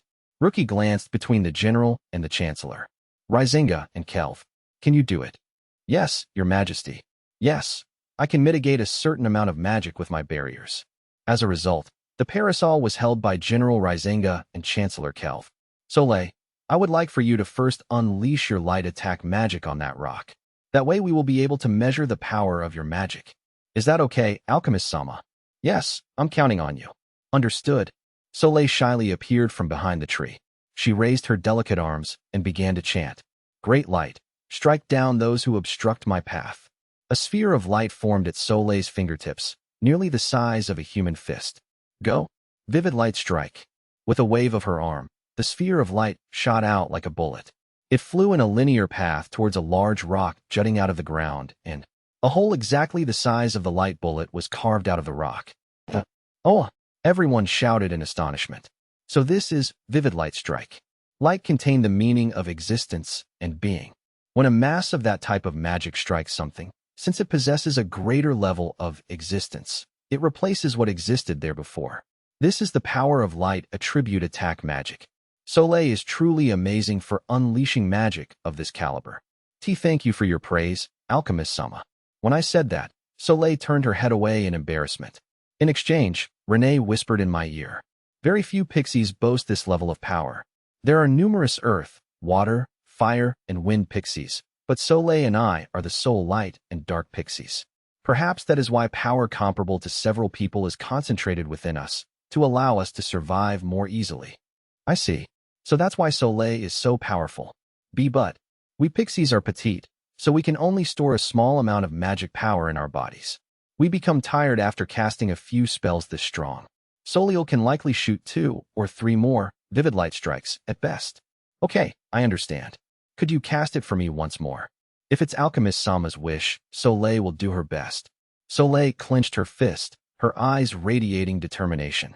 For Alchemist Sama's experiment, Soleil will pour all of her remaining magic power into this vivid light strike. That's the spirit, Soleil. Wani-sama, I'll do my best. Soleil and Renee stood side by side and looked at me earnestly. It's great that you're motivated, but don't overexert yourself. Chancellor Kelv, General Rizinga, I know you two are the most suitable to hold the UV-cut parasol, but are you absolutely certain that you're fine? I looked between Chancellor Kelv and General Rizinga worriedly. There's nothing to worry about, Thordano. Chancellor Kelv stated assuredly. Being a demon, I'm confident in my mastery over magic. Even if the UV-cut parasol doesn't function, my barrier will intercept the magic. Of course, I'm certain that Thordano's parasol will function without any issues. I'm not worried about it. General Rizinga let out a hearty laugh. Both of them were bursting with confidence. Both the Chancellor and the General are close associates of Rookie. As such, I'm certain they're very powerful, as they were on the front lines in the battle against Gargarasa. I'm likely just being overly paranoid, but, just in case, can you use this too? I withdrew another UV-cut parasol from my warehouse. I handed it directly to General Rizinga. Thordano, what's this? This is UV-cut parasol number 2. Number 2? You've created 2 items that obstruct light magic. It's simply a precaution. I said, hold this up so that it overlaps with the first parasol. After the first parasol mitigates 90% of the light magic's power, the second parasol will also mitigate 90% of the remaining 10%. In other words, parasol number 1 and number 2 together should be able to lessen the power of light magic by 99%. I was worried about the words 90% UV protection in the catalog. 90% protection meant that the remaining 10% would still pass through. That's still not enough. That's why I created UV-cut parasol number 2 to negate 90% of the remaining 10%. If positioned in a way that the fabric of the first and second parasols overlapped, it should be capable of nullifying 99% of light magic attacks. I explained this to Rookie and the others. I see. I can tell that you have considered this deeply, Thor. Rookie praised me. However, the hands of those holding it will be occupied. They won't be able to swing their swords or hold their shields while blocking light magic. I wish there was a clever method to resolve this. I shook my head. I really wanted to be able to layer several pieces of fabric in one parasol, but due to the complexity of the structure, I wasn't able to complete it in time for today's experiment. It's regrettable. No, this is more than sufficient for now. Rookie stood on her toes and pat me on the shoulder. The first parasol reduces 90% of the power. The second further reduces the remaining 10%, leaving only 1% of the original damage. I think that is a reasonable approach. Thank you, Your Majesty. I appreciate your thoughtfulness. If there's anything else you'd like to tell me, feel free to do so. Yes, Your Majesty. Then, this is the third UV-cut parasol. I took out the third parasol. 3 parasols layered on top of each other will reduce the previous 1% by 90% as well. In other words, the 3 parasols together will nullify 99.9% of the light magic attack. Isn't that a bit too much precaution? It's because we cannot allow anyone to become injured during the experiment. If I was to be the test subject, 1 parasol would have been sufficient. However, if other people were going to hold the parasol, everything needed to be perfect. As an alchemist for Her Majesty the Demon Lord, anything less would be absolutely unacceptable. I have a responsibility as an alchemist. If I'm going to ask someone else to carry out an experiment, I'll employ all possible safety measures to prevent that person from coming to harm. Isn't that a given? Thordano, you considered our safety to this extent. This Kelv was almost moved. Ganunu. So, General Rizinga, Chancellor Kelv, please take these 3 parasols and hold them so that the fabric overlaps. I handed the parasols to them. Soleil, please aim your magic at the overlapping parasols. Also, Chancellor Kelv is the one capable of creating a barrier, right? Then it would be better for his hand to be unoccupied. General Rizinga, please hold 2 parasols. Chancellor Kelv can hold 1. Understood, Thordano. Let's quickly finish the experiment before the 4th parasol comes out. After persuading the Chancellor and the General, the experiment began. Chancellor Kelv held up 1 UV-cut parasol, and the General held the remaining 2, all facing the branch on which Soleil stood. The 3 parasols managed to overlap and form a triple-layer protective barrier. Then, I'll start casting my magic. Soleil raised her arms and began to chant. In order to meet Alchemist Sama's expectations, great light, strike down those who obstruct my path. A sphere of light appeared at her fingertips. It's bigger than the last one. The first one was the size of a man's fist, but this one is the size of a man's head. Soleil has released all of her magic power in order to be of use to Alchemist Sama. Renee shouted out beside me. It seems that Soleil is overexerting herself. Reacting to the light magic, the fabric of the 3 UV-cut parasols began to flutter. However, Soleil's magic continued to accumulate. It seems that the parasol cannot completely cancel out magic this powerful. The Chancellor and General held the parasols, their expressions showing hints of anxiety. Rookie, who noticed that as well, adopted a solemn expression, while Mabel and Agnes were watching the experiment intently. I'm firing it. Vivid light strike. As the words left her mouth, the magic was fired from Soleil's fingertips. Splash. Like raindrops, the light magic scattered. The light magic bounced off the parasol, scattered, and then disappeared. The remaining pea-sized light magic passed through the second parasol, and some of it scattered again. By the time it passed through the second parasol, it was the size of a grain of sand. When it passed through the third, the light was longer visible. Just in case, anti-magic barrier. Chancellor Kelv deployed his barrier behind the parasols, but there was no indication that the barrier was struck by anything. This should have negated 99.9% of vivid light strike. Are the two of you fine? Is there anything wrong with your bodies? Do you feel any pain? I shouted out to them. The Chancellor and the General looked at each other and said, "We're fine, or rather, we simply held the parasols. Nothing seems to have passed through." There was no issue with them at all. Did you feel the light magic strike you? Also, how much magic power did the parasol consume?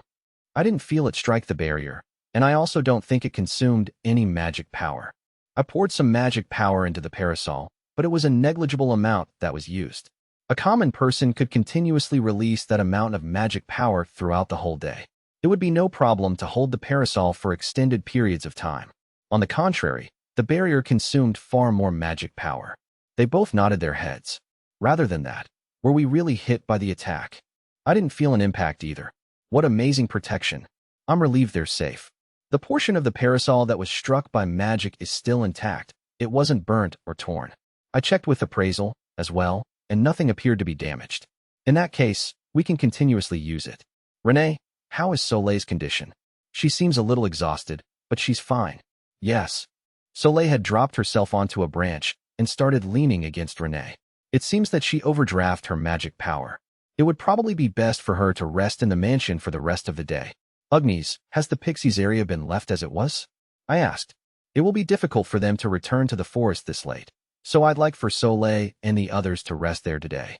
There is no problem. The space is still being maintained. And, Mabel, I'm sorry, but could you lend me your foot bath? Soleil overdrafted her magic, so I think she will need to soak in it to recover. Of course. It was created by Thor-sama, so please feel free to use it as you wish. Thank you. Thank you. Would you like to join us, Renee? When I asked, Renee replied happily, I will gladly accept your hospitality. Thank you very much, Alchemist-sama. She bowed deeply to me. Then I turned to Rookie. That was a demonstration of the capability of the UV-cut parasol that I created, Your Majesty.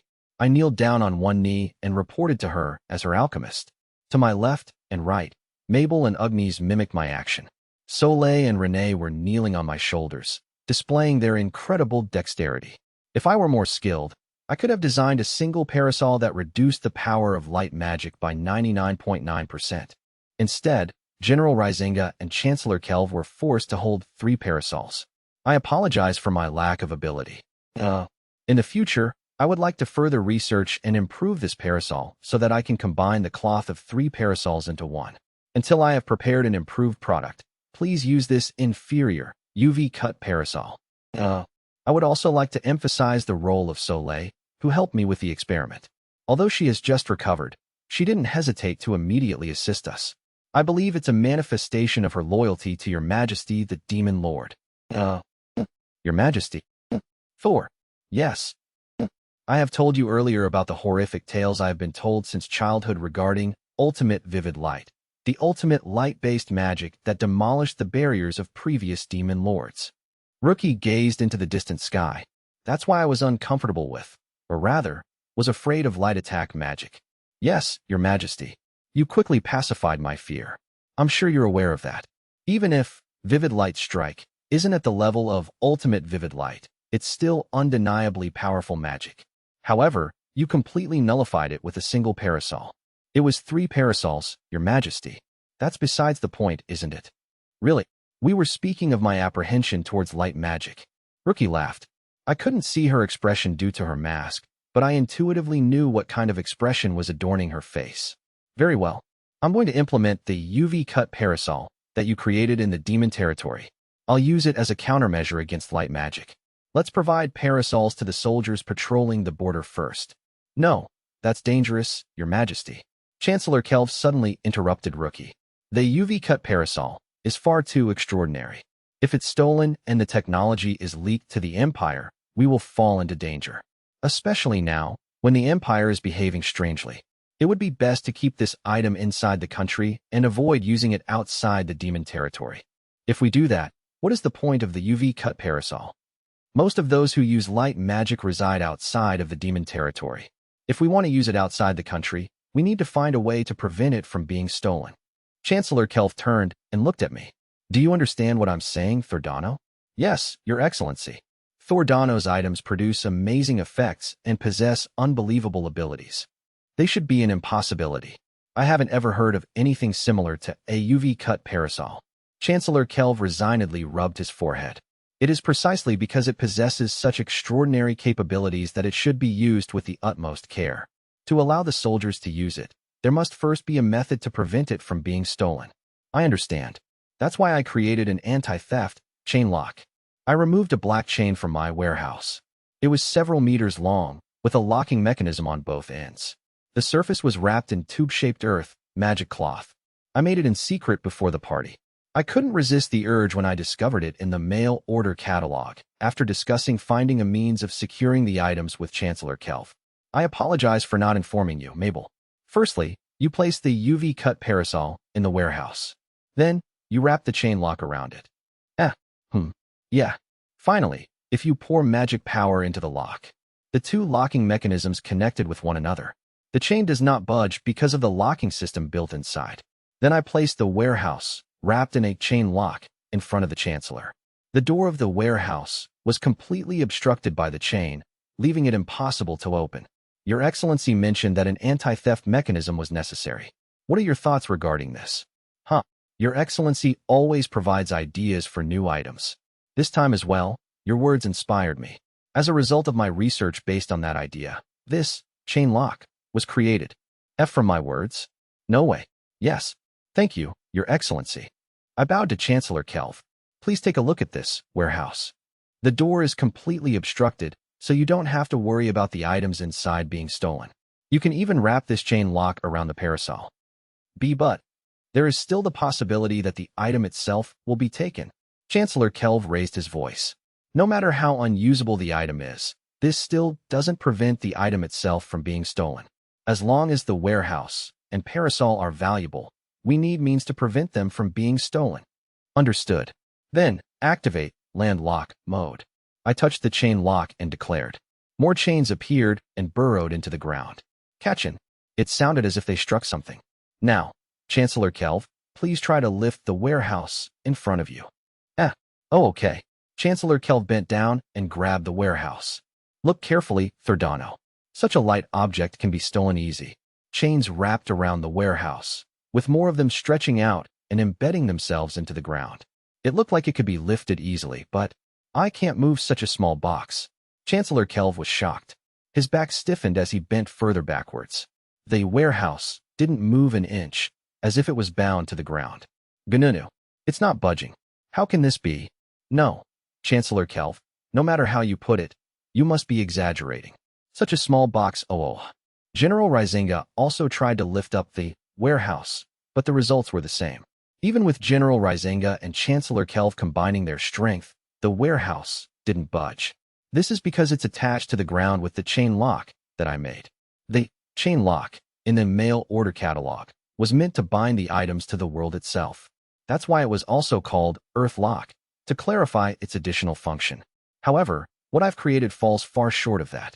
I only strengthened the Earth attribute in the chain lock and caused the magic power to connect to the Earth. The chains bury themselves into the ground and connect to a deep, hard layer of the Earth because of its strong Earth attribute properties. If you don't possess the power to lift and move the ground itself, you will be unable to move anything secured by this chain lock. That is the security system present in the hero's world. The heroes are a group with transcendental skills. Without this item, the security of the hero's world would be meaningless. With this chain lock, I believe you can let people use the items without concern. I told the Chancellor and the General. Whether it's the parasol or a warehouse, anything bound by this chain cannot be moved without breaking it. If they break it, It won't be usable, and they won't be able to analyze it either. In the first place, if you don't possess the mail order catalog, you won't know how to use it. On the other hand, as long as I have the materials, I can recreate the same item repeatedly. I dislike the idea of it being broken, but for security purposes, it can't be helped. The locking mechanism is attached to the end. When you pour magic power into it, one end of the chain connects to the other end, and it disconnects when the same person pours magic power into it. The original item from the other world was unlocked by matching numbers, but I decided to use magic power to make it easier to create. When I made the body pillow, I was able to confirm that magic contains each individual's personal information. Yes. It won't budge. It really doesn't work. As an anti-theft measure, after 4 unsuccessful attempts to unlock the lock, it will be locked forever. In that case, it seems that I can act as the master key. If I pour my magic power into it, see, it unlocks. Then I looked at Rookie. In front of her, I kneeled on the ground again. This chain lock prevents theft and also prevents the UV-cut parasol from being stolen when someone carries it. By all means, please let everyone use it. Thor. Yes, Your Majesty. Why don't you tell us the details of this item? Rookie removed her mask slightly and stared at me with her large eyes. She looked angry, but also a bit happy. Tell us, when did you make this item, how powerful it is, any precautions, any issues with it, and let's discuss whether I should keep an eye on you. Demon Lord Rookie said as such to me. Sorry about that previous little cliff there. I had some posting issues, so I posted the first half of the chapter first. Happy Valentine's Day. I almost forgot about it since I'm lonely. Hopefully, you guys get chocolate. I began explaining the capabilities of the chain lock. Chain lock. Attributes. Earth, water, rarity. Its strong earth attribute increases its strength to the limit and amplifies its affinity with the earth. This allows it to use the ability landlock, binding the chain to the world through auxiliary chains. The auxiliary chains, possessing an additional water attribute, can move through the earth with ease, like water. On each end of the chain lock is a locking mechanism, activated through magic power. By connecting the 2 ends and channeling magic power into it, it forms a closed loop. When the person that locked it channels magic power into it again, the locking mechanism releases. Landlock mode. When a person activates the landlock ability by channeling magic power into the chain, the auxiliary chains will burrow into the ground. After automatically seeking out rocks and bedrock underground, the chains will tether themselves to them through magic. Due to their strong earth properties, they become a part of the rock or bedrock, ensuring that they are extremely difficult to remove. Removing them forcefully is only possible by digging underground and severing the connection between the rock and the chain. The only drawback is that if there are no rocks or other hard materials underground, the force binding it to the earth will be weak. If the chain is left dangling, it will automatically attempt to burrow underground and seek rocks and bedrock, so care is required when selecting a location to place it. Physical destruction resistance can only be destroyed by weapons enhanced with advanced magic. Lifespan, 2 years. Comes with 1 year of user support. They all sighed in admiration as I detailed the chain lock. I see. So it had this kind of ability. That explains why Rizenga and Kelf couldn't lift it. Rookie eagerly nodded her head. With this item, we won't have to worry about theft. Thor, good job. Thank you. However, it has a weakness. Weakness. It isn't effective against the heroes who can destroy the ground itself. Heroes can alter the terrain with ease. All they require is a fireball to create a crater in the ground, or a large rock to shatter a mountain. They were extremely relentless and destructive, so much so that people believed that they enjoyed destroying the environment. This chain lock would not hinder such people. I wonder if it is possible to modify this chain so that it connects to the world itself. Every time I create an item, I can't help but be amazed by how astounding the heroes are. It possesses other weaknesses as well. For example, a high-level magic weapon can sever the chain itself. A single blow from the holy sword used by the Imperial Princess would likely shatter the chain and any item it is bound to. I sighed as I explained this. I've come to realize that I'm not skilled enough. I'm still nowhere near the level of those in the hero's world. No, I believe this chain lock is powerful enough. No, it is still lacking due to my lack of skill. A hero isn't even necessary to break the chain lock. Anyone desiring the item it binds can instead dig through the ground with dozens of people and destroy the rocks connected to it. No one would go that far. Would they? Would they really do that? Other than the fact that it can't connect to the world itself, it's a perfect locking system. That's why I would like to consult your excellence and your majesty about something. Consult us. Yes, I would like your opinion on new features I would like to implement in the chain lock. I looked around, examining the face of each of them. General Rizenga, Rookie, Chancellor Kelv, Ugnis, Mabel, even Soleil and Renee, they had astonished expressions. I'm just trying to improve this chain lock. The intention is to improve this incomplete item. Which do you think is better? The item self-destructs and flames burst out if it's forcibly unlocked, or the chain constricts and crushes the item, and the whole chain self-destructs afterwards? You're going that far, Thor? They were dumbfounded. Thor, the purpose of this chain lock is to prevent items from being stolen, right? What benefit does it provide if it destroys the items that it's supposed to protect?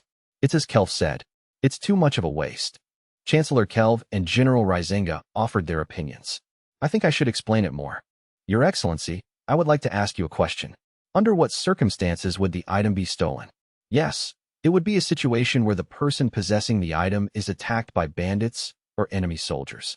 In other words, the person from the demon territory would be in danger, right?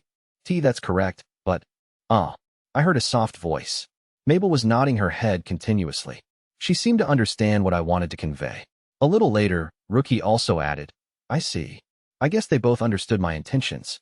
Thor, so landlock mode is also a means for the person to escape. That's right, Your Majesty. The only way to forcibly break through landlock mode is to either continuously unleash magic and destroy the ground, or to dig up the ground with dozens of people. In other words, the item can only be obtained through great effort. Yes, and the demon territory resident will be able to escape amidst all that. If someone tries to steal an item, it means that the person possessing it will also be attacked. If landlock is activated, then that person can escape without worrying about the item falling into enemy hands. If the enemy is distracted by the item, that person will have a head start. With this chain lock that tethers itself to the ground, the carrier will have peace of mind. That's true. It draws the enemy's attention, and if it is forcibly released, the item will be destroyed. That's right. However, the item you created will be lost, won't it? The reason I create items is so that people can live comfortably. If people come to harm or die to protect my items, it's meaningless. This chain lock is also meant to prevent that. I said, I can always make the item again, but people are irreplaceable. Therefore, this security system was created to save lives. You even thought about the residents of the demon territory. Of course, I'm an alchemist hired by Your Majesty herself. I see. Rookie slowly took a deep breath. Then she turned her back to the others. She removed her mask and put a finger to her lips, as if saying, it's a secret. In the name of Rookie Everguard, I will offer you a reward personally. She said this softly, audible only to me. I want to reward you, not as the demon lord, but just as Rookie. When I see your determined and sincere expression while talking about saving people, a reply isn't necessary, just think about it. Rookie replaced her mask. Then, in a happy voice, she said, the chain lock you made will be used in the demon territory. Rookie said in an authoritative tone befitting a demon lord. If landlock is broken, explosions and flames are dangerous. I think it would be better if the chain constricted and crushed the item before shattering as well. We will test it after the feature is added, and then it will be officially implemented. Thank you, Your Majesty. Is that all right with you, Kelv? Rookie turned towards Chancellor Kelv. I didn't know that Thordano thought about the demon territory this much. This Kelv misunderstood Thordano. Without a doubt, he's not impulsive, which is cough. It seemed like Chancellor Kelv wanted to say something else, but it was drowned out by his coughing. He raised his head and met my gaze. Anyways, I admire your desire to protect people even at the cost of destroying the items you created. I have made up my mind. I will allow Thordano's chain lock to secure other items. Thank you, Chancellor Kelv. I bowed deeply to Chancellor Kelv. I am truly grateful to Your Excellency. If it weren't for your words, I wouldn't have even considered creating this chain lock. Right? It's like that, isn't it? Thanks to you, I learned about the Earth Lock and realized that my skills weren't sufficient to make it a reality. To be honest, it may have been too arrogant of me to consider myself capable of replicating the items of the hero's world, but I looked at Chancellor Kelv. But Your Excellency pointed out my flaws. I am still not on par with those of the hero's world. I need to continue my research. That's why I'm thankful to your excellency. See. Good luck with your... Saying that, Chancellor Kelv turned away. Oops. I became a bit too passionate about it. I rudely stared at the Chancellor of the Demon Territory. I will reflect on it. Anyways, the UV-cut parasol and the chain lock will be provided to the Demon Territory's soldiers. This is the official decision of Her Majesty the Demon Lord and myself. Chancellor Kelv declared after turning his back to me. I did it. With this, the people of the Demon Territory will be able to use my items. The only issue remaining is that the warehouse is too sturdy. It won't shatter without being exposed to high-level magic. When required, I don't think that the chain lock will be able to destroy it. However, it might be possible with the ultra-small simple warehouse. I'll attempt it later. By the way, Thor, I have a simple question. Demon Lord Rookie tilted her head before asking.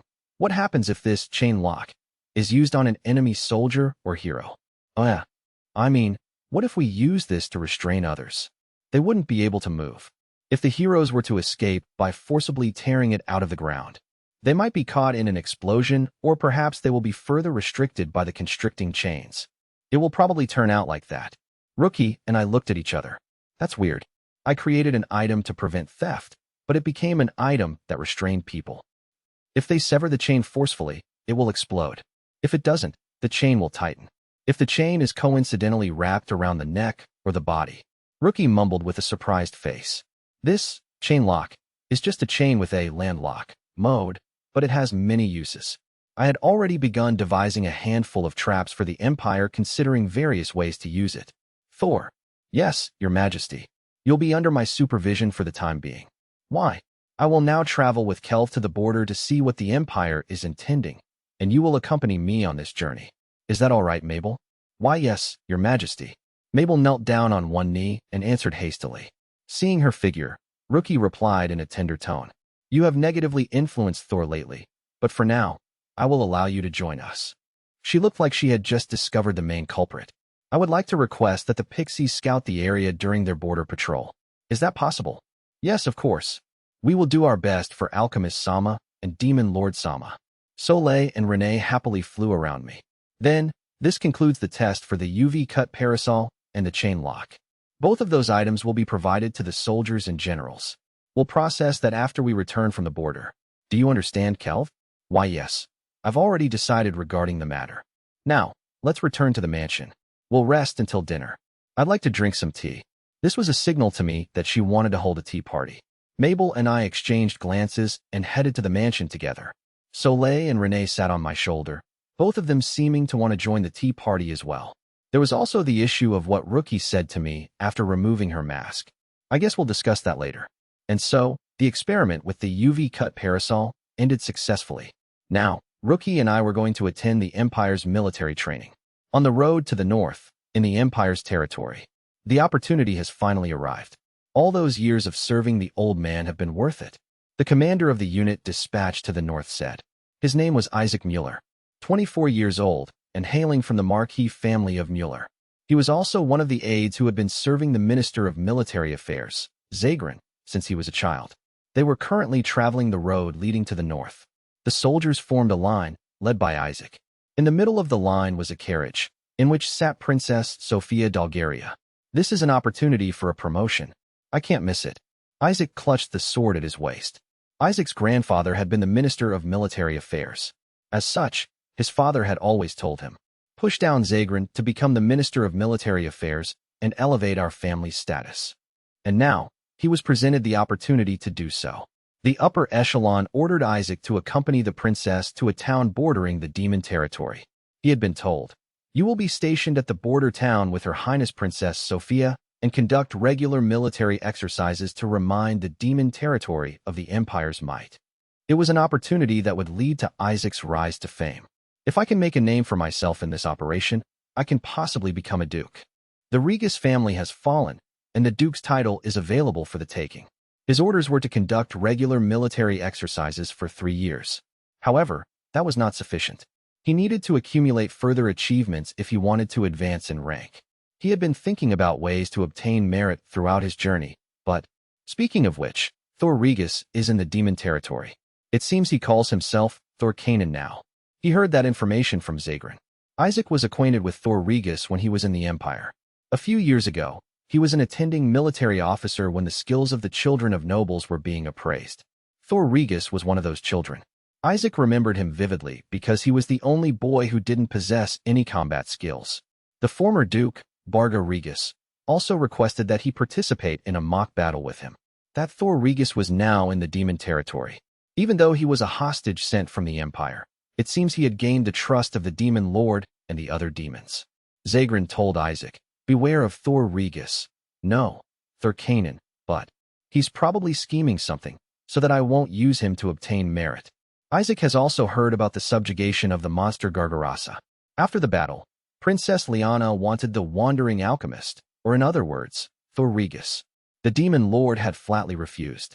There was also the incident of Thor Regis cutting his familial ties in the presence of everyone in the demon territory. Thor Regis' heart lay in the demon territory. It would be difficult to invite him back or convince him to be an informant. But we have Princess Sophia here. Zagrin was mistaken in using Princess Liana. If he wanted to use Thor Regis, he should have let him speak to Princess Liana directly. He should have separated Thor Regis from the demons and tried to persuade him. Had he done that, he might have convinced him. After witnessing the indomitable power of the Holy Sword, Thor Regis would have been terrified, submitting himself completely as a result, and remembered his loyalty to the Empire. However, Zagrin was unable to do so. Princess Liana held a high position in the succession to the throne and was an important figure in the Empire. He couldn't bear to leave her alone with Thor Regis. What a coward. You're getting old, Zagrin. Isaac muttered inaudibly. This little officer is different. This Isaac Mueller knows exactly how to use an imperial princess. I'm not like Zagrin, whose only concern is self-preservation. As he thought that, Isaac turned around. A flag was being waved from the carriage transporting the princess. It was a signal for a break. A female soldier, Zagrin's second-in-command, Mariella, alighted from the carriage. She came up to Isaac and informed him, "Captain Mueller, we intend on resting for the regular break period for the sake of Her Imperial Highness' well-being. Is that all right?" "Of course. Her Imperial Highness' health is of utmost importance." "Yes, Her Highness has endured a long journey despite her frailness. We should reach the border town in the evening, so we can discuss that when we arrive." Isaac thought for a moment and then proposed, "I would like to send a few men to the town beforehand, to inform the people of Her Imperial Highness' imminent arrival. That way, they will be able to make suitable arrangements. I want to have the rooms of the inn prepared and water-boiled in advance so that Her Highness can rest quickly." "That's a good idea. I'm certain Zagrin-sama would do the same." Isaac's expression stiffened at Mariella's words. Mariella, who noticed that, continued, "Zagrin-sama asks that we conduct military training on a regular basis while taking the health of Her Highness Sophia in consideration. This is also to remind the demon territory of the power of the Empire." "I suppose so." This Mariella is glad that Captain Mueller understands Zagrin-sama's thoughts. Mariella bowed and returned to the carriage. She was the second-in-command, assigned the position by Zagrin to monitor Isaac. But now that they were traveling, she was unable to leave Princess Sophia's side. It would be best to make arrangements now. Isaac immediately summoned his direct subordinates. From among them, he selected a swift, lightly armored cavalryman. "This is an order." The plan was set. He couldn't move freely in the imperial capital because he was under the watchful eye of Zagrin, but there was still time for preparations now. Advance to the border town and prepare to receive Her Highness Sophia.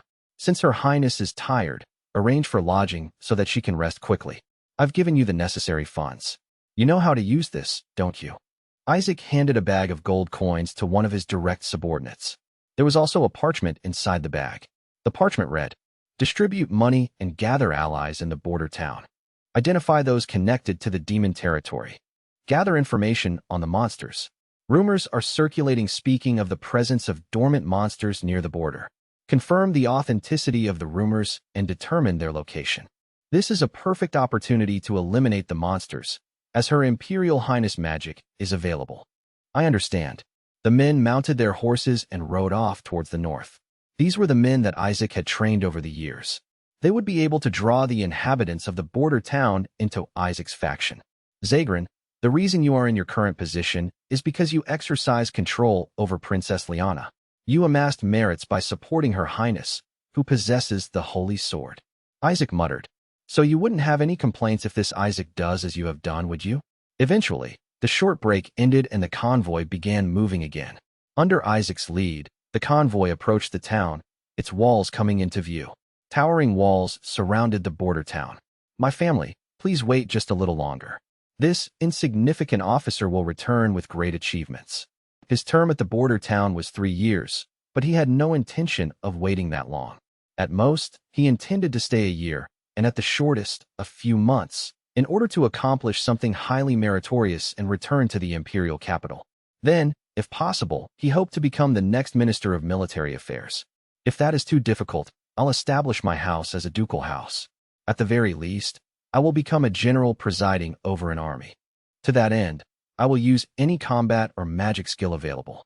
If it's for an important battle, don't hesitate to make use of the objects inside the storage box. Use them unreservedly and change the world. Those were the words the hero left behind. This Isaac Mueller will obey those words. Fortunately, there is an imperial princess who specializes in the same light magic as the hero. I'll make good use of her. In return, I will serve her. I hope that she will be able to accomplish enough for the Empire. Princess Sophia was also a princess of the Empire that revere the heroes. She would understand Isaac's thoughts. The same would be true for Thor Regis, the boy in the demon territory. It would be a great honor to follow this Isaac to the imperial capital. For that purpose, he would likely leave the demon territory. I am grateful to you for delegating this task to me, Zagrin. So, with all due respect, I will drag you down from your position of Minister of Military Affairs. Isaac mumbled to himself again, ensuring it wasn't audible to anyone else. I'm sure the Demon Lord hasn't noticed our movements yet. There are plenty of vacant positions in the Empire. This opportunity for advancement can't be missed. With that in mind, Isaac pushed his horse forward. What is that? Princess Sophia murmured while gazing out the window. Your Highness, the window should remain closed. Mariella, was there someone outside right now? Mariella looked towards the window after hearing Sophia's words. However, she then shook her head. Noon is there. Neither normal beasts nor demonic ones will be able to approach our elite troops. Please rest assured. No, that's not what I meant. Sophia looked out the window again. It seemed as though someone was flying through the trees. Your Highness must be fatigued. Please try to get some rest. Mariella then closed the window tightly. We will arrive at the border town in the evening, and you will be able to relax after the trip. Your Highness will be able to calmly think about your mission. I understand. Sophia leaned back in her seat and shut her eyes. She was tired. She felt her forehead heating up. She was a great ways from the imperial capital and would not be able to see her sister Liana for the time being. The anxiety and exhaustion must have caused her to see something strange. There's no way the pixies would be here, right? Thinking that, Sophia fell into a short slumber. She faintly recalled dreaming of playing with pixies. Just as the legends, she was free from all restraints. A few hours later, the convoy, led by Isaac, entered the border town. The troops then waited for Princess Sophia to recover before inspecting the training grounds. Nosa, a town near the border of the demon territory. Princess Sophia woke up on a hard bed. She looked around, recalling that this wasn't the imperial capital. I arrived in this town yesterday. Sophia let out a long sigh. The journey from the imperial capital to the border had been too taxing.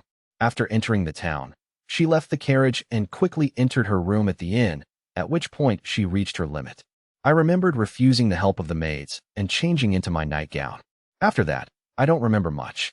It seems that I managed to get on the bed, though. I think the Empire should improve the roads. Even though it's located at the border, people and soldiers still travel to and from the area. At the very least, they should do something about the rocking of the carriages. I muttered out loud. I wonder whether we should improve the roads or design carriages that don't rock. I stretched my arms while thinking about that. Stupid, what's the point of such thoughts when you've been driven to the northern border? I got out of my bed. I was staying in a double room. One was my bedroom and one was a guest room. It was smaller than the rooms in the detached palace, but there was nothing wrong with that. This mansion belonged to Nosa's mayor. The troops from the imperial capital used this place as their base. Until a dozen days ago, Liana and Zagrin's troops were stationed in this town.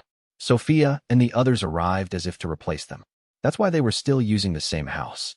However, I would have to remain here for much longer. While thinking about that, I opened the window, allowing a gentle breeze to drift in.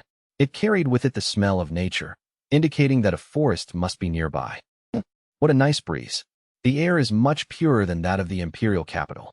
From the window, I caught sight of the tall walls of the city. This town was designed to defend against an attack by the demon territory. That's why it boasted towering walls and accommodations for the soldiers.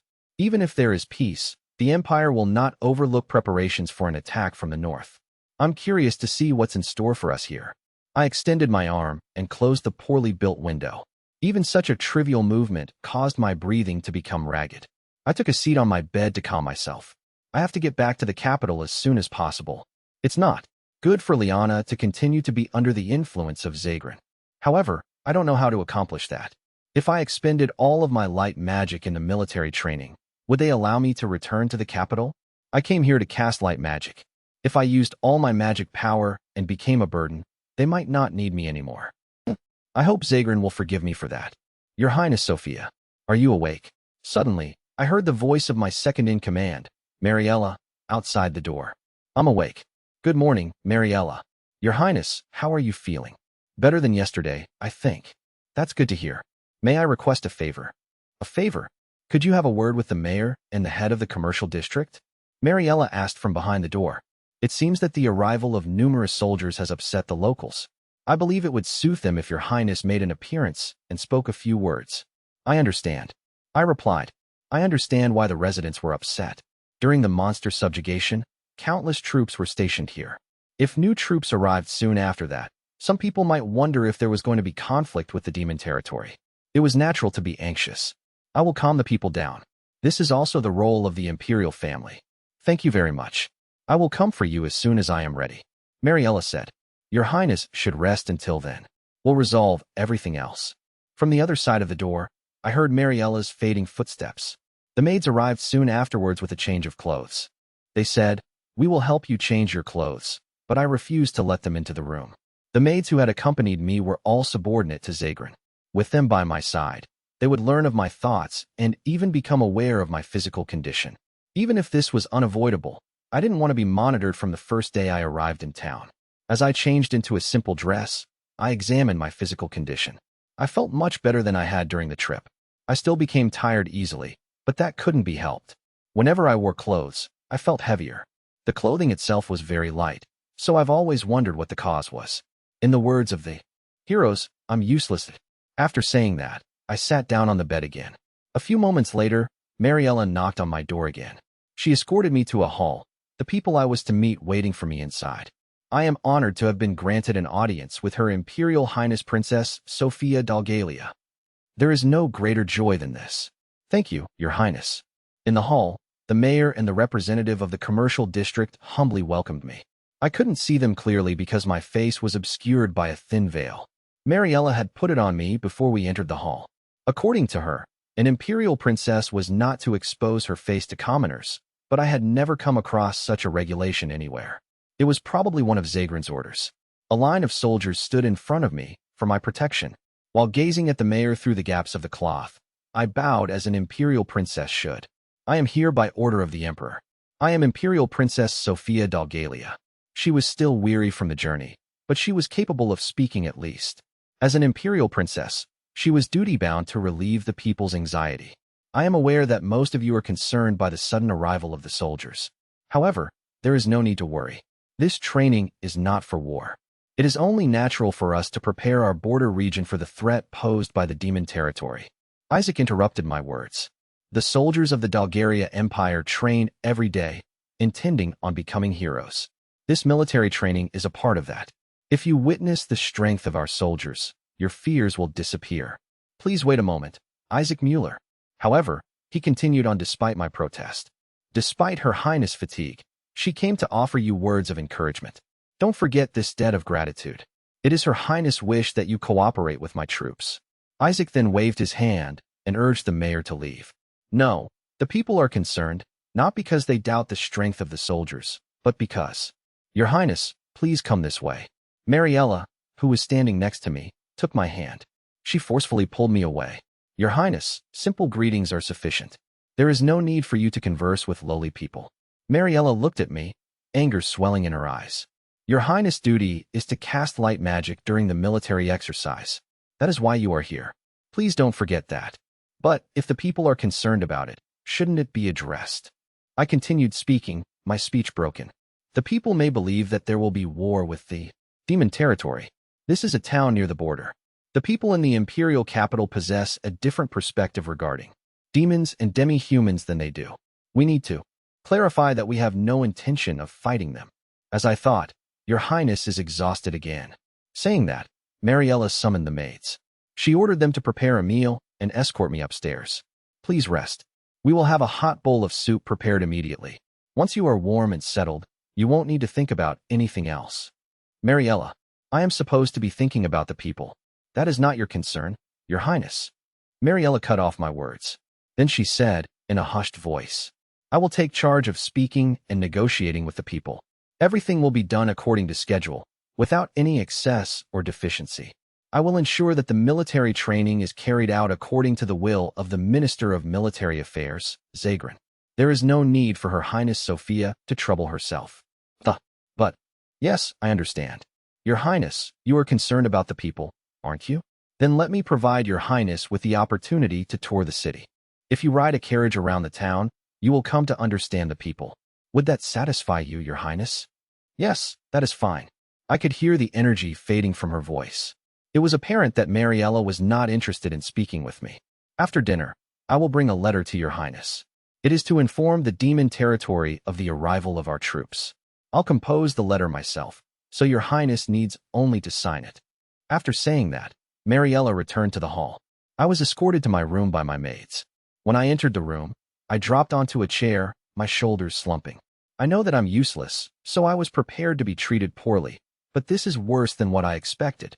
Isaac, the unit's commander, and Mariella, his second-in-command, are completely disregarding me. Each was trying to assume control of the situation, so they were solely focused on the other. That was how it seemed to Sophia. Will this continue for 3 years? I sighed and picked up a book from her desk. It was a book I had brought with me from the imperial capital. It detailed the heroes speaking about their world and the feelings of the ancestors of the empire in response to their words. Whenever I touched the book, I felt strangely calm. The knowledge contained in the book allows me to travel to places I never knew existed. It also taught me about the heroes who had returned to their world, which made me happy. In the world of the heroes, there was an item that could transmit someone's voice far away, right? I think it was called a smartphone. I wish I had an item like that as well. I opened the window. I closed my eyes and whispered, as if speaking to someone far in the distance. Heroes, please grant me something like a smartphone. I want to convey to the people of the demon territory that I have no intention of antagonizing them, to fight with them, or to drag the citizens into this situation. No problem. I glanced around, surprised by the voice I heard. It's impossible to miss anyone in such a small room. Come to think of it, I think I saw a pixie while traveling to this town. But the pixies aren't a race that appears in public. It's impossible to think that they would want to speak to me. If that's the case, will it really be a smartphone? As I mumbled this, I heard a knock on the door. I hurriedly shut the window and sat down in the chair, positioning myself to make it seem as if I had been reading a book the whole time. Then I responded, and the maids entered the room. They prepared my meal and then stood in a corner of the room. I will call you after I have finished my meal. You may step aside. I'm afraid that I've been instructed to stay by His Highness' side. The young maid bowed to me. It seemed that she had no intention of leaving. I tried to avoid glancing towards the window while eating. It would be better not to inform anyone of what had happened. I heard that the demon territory has the power to defeat the monster Gargarasa and its subordinates.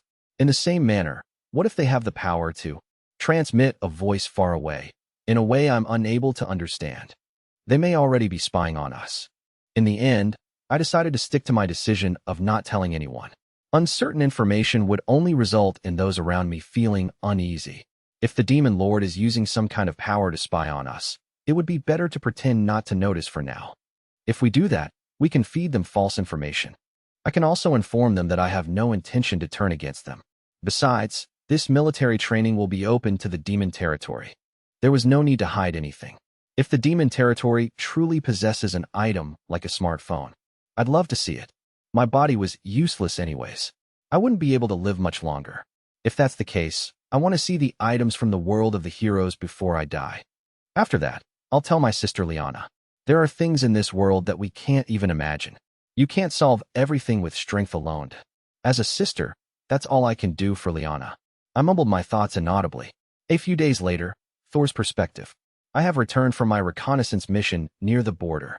I've burned information into my eyes and ears. It felt so good to fly in my newly made clothes. The pixies bowed to us. We were in my room in the general's mansion. More specifically, in a simple warehouse I placed in the corner of my room. We decided to hold a tea party here while Rookie was present, just like in the Demon Castle. Therefore, Rookie, Mabel, and I were sitting around the table, drinking tea and talking. The pixies were present because they had returned from their reconnaissance mission near the border just a short while ago. They said they wanted to report to us as soon as they arrived, so we invited them to the tea party as well. I really wanted to relax with everyone, but that was no longer possible. A few days ago, we received information that the Imperial Army was approaching, arriving earlier than we had been told, and on a much larger scale. Rookie, who was supposed to be on her way to inspect the border, was forced to wait at General Rizenga's residence. It would be foolish to proceed without being aware of the Empire's movements. Of course, General Rizenga and Chancellor Kelv had already dispatched troops to the border for reconnaissance. The pixies, hearing this, also set out as scouts and just recently returned. So, Soleil, can you tell me what you've seen? Yes, as Alchemist Sama orders. Soleil, clad in translucent clothing, stepped forward, standing in the center of the table. She pinched her skirt and bowed before drinking tea from my spoon. She then began to speak slowly. This time, we pixies went to scout the border region. Soleil nodded, then said, First of all, we saw a large number of soldiers heading towards the town of Nosa near the border, with an arrogant-looking warrior at the front and a carriage in the middle of the unit. It was a magnificent carriage with a sword and flower emblem. An insignia with a sword and flower. Thor-sama, do you know what that is? I think it is an insignia that is drawn on the carriages of female members of the imperial family. It is possible that an imperial princess has come from the capital. Is it the princess of the Holy Sword?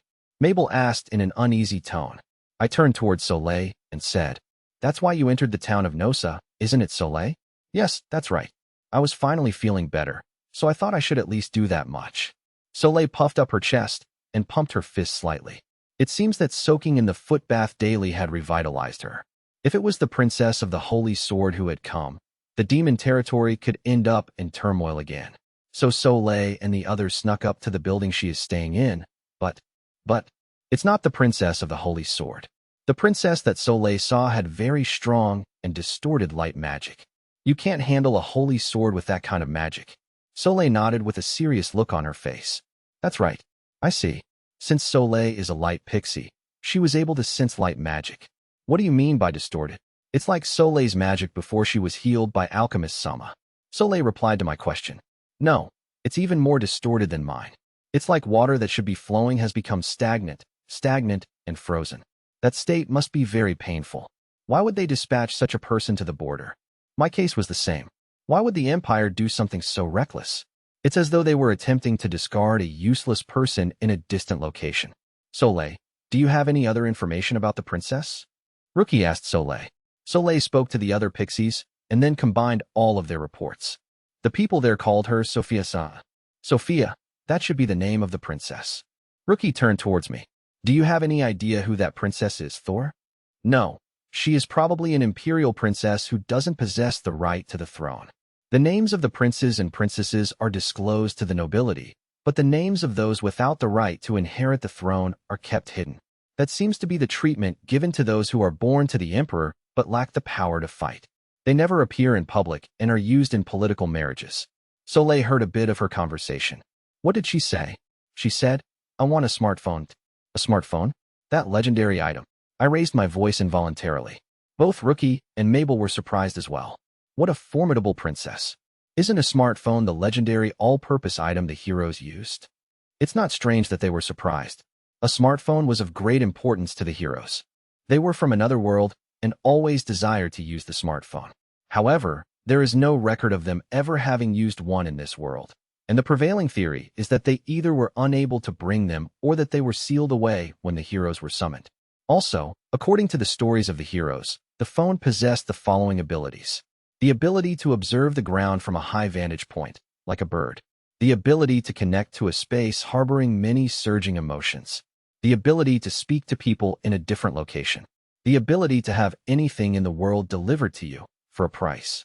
Its abilities were numerous and varied. When I read the record of the heroes, I thought, are you kidding me? Thor, can you create a smartphone? Rookie was glancing at me, a small shiver running through her body. I shook my head. I'm sorry, but I can't. I don't know its shape, structure, or its specific capabilities. Isn't it in the mail order catalog?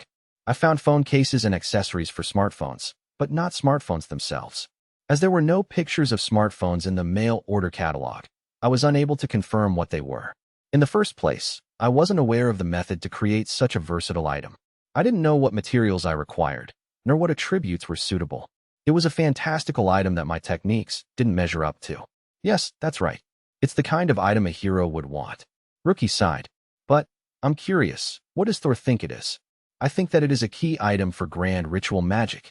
It was impossible for a single item to possess that many abilities.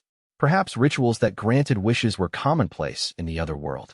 The smartphone was likely the centerpiece for the ritual. Looking at the smartphone case in the mail order catalog shows that it is about twice the size of our palms. It's difficult to imagine that something so small can be used to speak to people far away or order items from all over the world. So you believe it's a key item used in wish-granting rituals. Perhaps they place it in the center of a magic circle or on an altar to worship, or something similar to that. I can't make a smartphone right now. However, someday I will try to replicate it with my Creation Alchemy. That will be my evidence that I have transcended the hero's world. I'm sorry for digressing. Did the princess say anything else? I asked Soleil. Soleil thought for a moment and then said, she said, I'm not going to fight against the demon lord's territory. I'm not going to start a war or involve the people in it. She has no intention of fighting the demon territory. An unreadable expression was present of Rookie's face. Mabel was also nodding her head, and it was likely that I was showing a similar expression as well. That is contrary to the actions of the Imperial Army. We turned our attention to a map on the table. It was a map of the border region and the area around the Empire's town of Nosa. The white stones on it indicated the location of Imperial troops. They were placed based on the information provided by the scouts of the demon territory and the pixies. This is the town of Nosa. There is a plain to its west, and the scouts have confirmed that the Imperial Guard is conducting exercises and firing magic on the plain. There is a road near the plain, isn't there? As I mentioned before, the demon territory trades with the villages of the Empire. This is the road that is taken. Rookie used her slim finger and traced the road. With this, even I understood the Empire's intentions. If the Imperial soldiers use this plain for military exercises, it is probably to harass us. It's a troublesome situation. Rookie moved the white stone closer to the road that led to the village. She then grabbed some black stones and moved them from the demon territory to the town. If we assume that the black stones are the merchants of the demon territory, they will pass right by the Imperial soldiers conducting military exercises.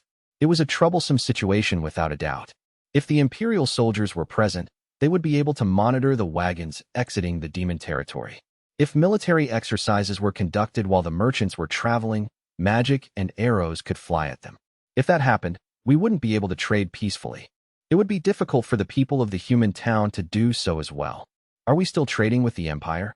We are currently being overlooked by the Empire. Mabel answered my question. Many residents of the Empire are interested in the specialties of the demon territory. There are also some items that are difficult to obtain in the demon territory, but can be bought in the Empire. That is why we've been trading in secret. So, the Imperial soldiers are aware of this and have come to harass us. Rookie furrowed her brows, a disgruntled expression showing on her face. However, Princess Sophia said that she doesn't wish to fight us. Those are likely to be her true thoughts. She was unaware of the presence of pixies, so there was no reason for her to lie. Even if she was aware, it's odd that she would go out of her way to say that she wasn't hostile. Right? Mabel and I both nodded back at Rookie. You can tell that they have malicious intentions by observing the movements of the Imperial soldiers. So the princess' intentions differ from those of the Imperial Army. I'm curious about that. Would you like me to ask her? Soleil raised her voice. The pixies will go speak to her. If we speak with a burning passion and sincerity, I'm sure that our words will get through to her. A warm and sincere conversation, from the heart. The other pixies were nodding their heads in agreement. I appreciate the sentiment, but the risk is too great. Rookie shook her head. The princess surely has her bodyguards stationed nearby. The more you go back and forth, the more likely you are to be discovered. What do you think, Alchemist Sama? Soleil and the rest of the pixies stared at me with pitiful looks. I agree with Rookie-sama. I don't want to place any of you in danger. I know the pixies are skilled at concealing themselves, but that doesn't mean you are impossible to detect. I said, I'm certain some of the Imperial soldiers are experts in magic and martial arts. They may be able to perceive the presence and appearance of the pixies. I don't want them to do anything dangerous. I believe it's better to think of another way to determine the princess situation. I want to be useful. I'll make sure she doesn't know I'm a pixie. Please, allow us to help you, Alchemist-sama. The earth pixies, along with Soleil, bowed to me. The wind pixies were eating sweets without a care. The one that was looking at me had crumbs covering her face. I'll wipe them off for you, so don't move. But, not allowing them to know they're pixies. Yes, that would decrease the danger. For example, if they transformed into an animal. Rookie-sama, may I ask you something? I wiped the pixie's mouth before turning towards Rookie and proceeding. What is the most inconspicuous creature in the town of Nosa? The most inconspicuous creature? I've heard that there are countless owls and cats in that town. Owls and cats. I heard that the people in the town rear owls and cats to hunt rats and other vermin. So, if an owl approaches the princess room and delivers a letter, that would be inconspicuous, but it's impossible. Rookie shrugged her shoulders. Birds are unable to execute actions as complicated as that. They would need to avoid the soldiers and approach the princess when she's present. What if a pixie transformed into an owl or a cat? I asked. Rookie was puzzled. Mabel was covering her mouth with her hand, as if she had noticed something. She seems to have realized what I was trying to convey. Thor-sama, are you planning on creating an item similar to the body pillow? Mabel said, staring intently at me. The previous body pillow was a pillow that was transformed by magic power. You are planning on applying that technology to create a magic item to transform into another form, aren't you? Yes, Mabel is right. I opened the mail order catalog.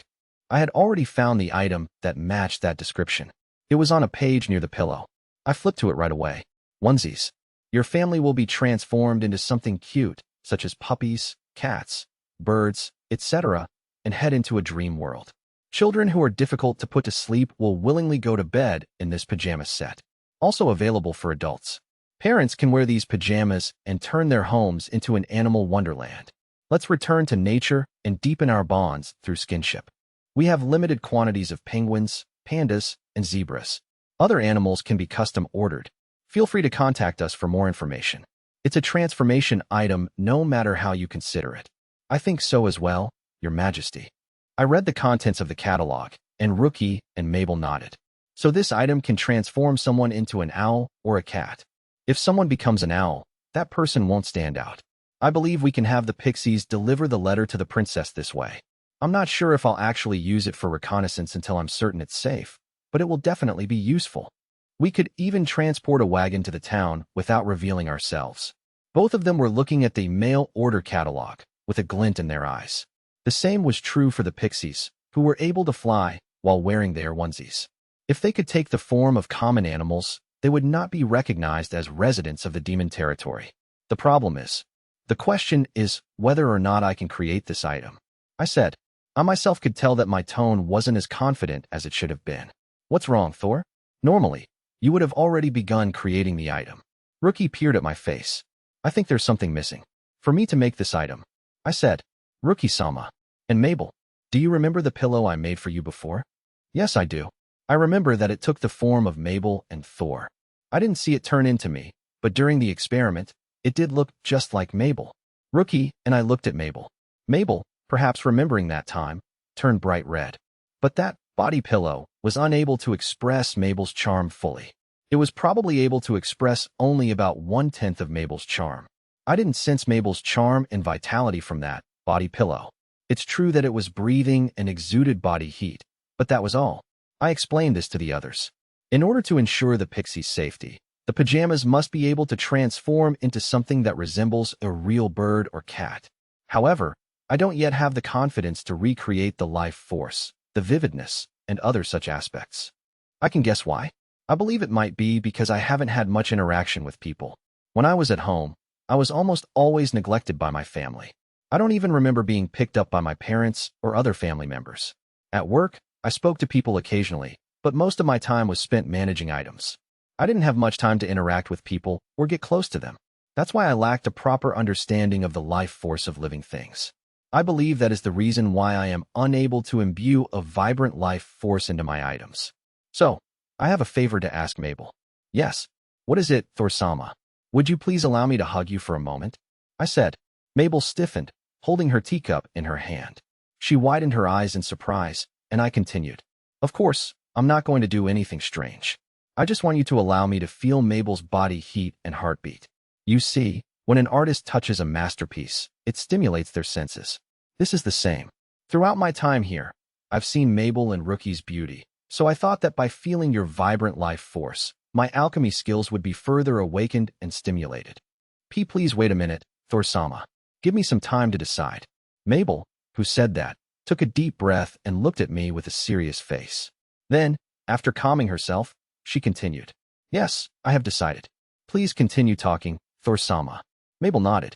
So I decided to take the time to explain to Mabel and to Rookie and the Pixies so they would understand why I wanted to hug her. Then, I continued my explanation. My alchemy was not yet able to create lifelike objects or items possessing strong vitality, and as an alchemist directly subordinate to Demon Lord Rookie, I wanted to overcome this shortcoming and become someone she could rely on. Mabel and Rookie were listening to me attentively, their expressions serious. Soleil and the other Pixies. We will ensure Alchemist Sama's privacy. Then, they turned around. Thankfully, it seems they won't be observing us. Initially, alchemy entailed exploring the mysteries of the world by hand. That's why I believe it is necessary that I continue exploring and awakening my abilities. I continued to speak to Rookie and Mabel. Ever since I arrived in the Demon Lord's territory, I've been awakening and developing my Creation Alchemy by absorbing dark magic. My skills are deeply intertwined with magic power. That was the key. In order to create something containing vitality through alchemy, it is necessary to possess a deep understanding of magic power. Magic power is also involved in the physique of living beings. In fact, Mabel and Soleil's physical condition had improved by ameliorating their circulation of magic power. Therefore, one of the quickest methods to perceive someone's life force is to sense their magic power. Mabel, an elf, possessed powerful water attribute magic power, so I wanted to hold her in order to observe and comprehend her magic power. I believe it is necessary to perceive the magic of a living person in order to create an item possessing vitality. Coming into contact with people like Mabel and Rookie, who possessed a vibrant and beautiful life force that seemed like something divinely crafted, would be beneficial to that end. By doing so, I would be able to imbue my items with a similarly vibrant life force as well. I thought about it and then realized. I'm sorry, Mabel. Hugging you isn't necessary. Holding hands will be enough. Yeah. Mabel squealed in surprise, her outstretched arms stiffening. I'm really sorry. I apologize for startling you. I wasn't thinking clearly. Thinking about it again, all that was required to perceive her life force was to come into contact with her. Hugging her wasn't necessary. I'm sorry, Mabel. It's fine. Oh well, just hold hands with him, Mabel. Rookie, who was standing beside me, was staring at me. I think I saw her sigh in relief. Isn't holding hands fine? I'm sure that you yourself would prefer that. Wouldn't you, Mabel? Yes, Your Majesty. Thor as well. You were the one who requested this, so extend your hand. I presented my hands to Mabel. Mabel was still extending her arms to hug me. Her white skin was flushed pink, her breathing ragged. I could clearly see her large breasts rise and fall. Excuse me, Thor-sama. Mabel extended her hands and interlaced her fingers with mine. Please perceive my life force and magic power. Yes, Mabel. Hot.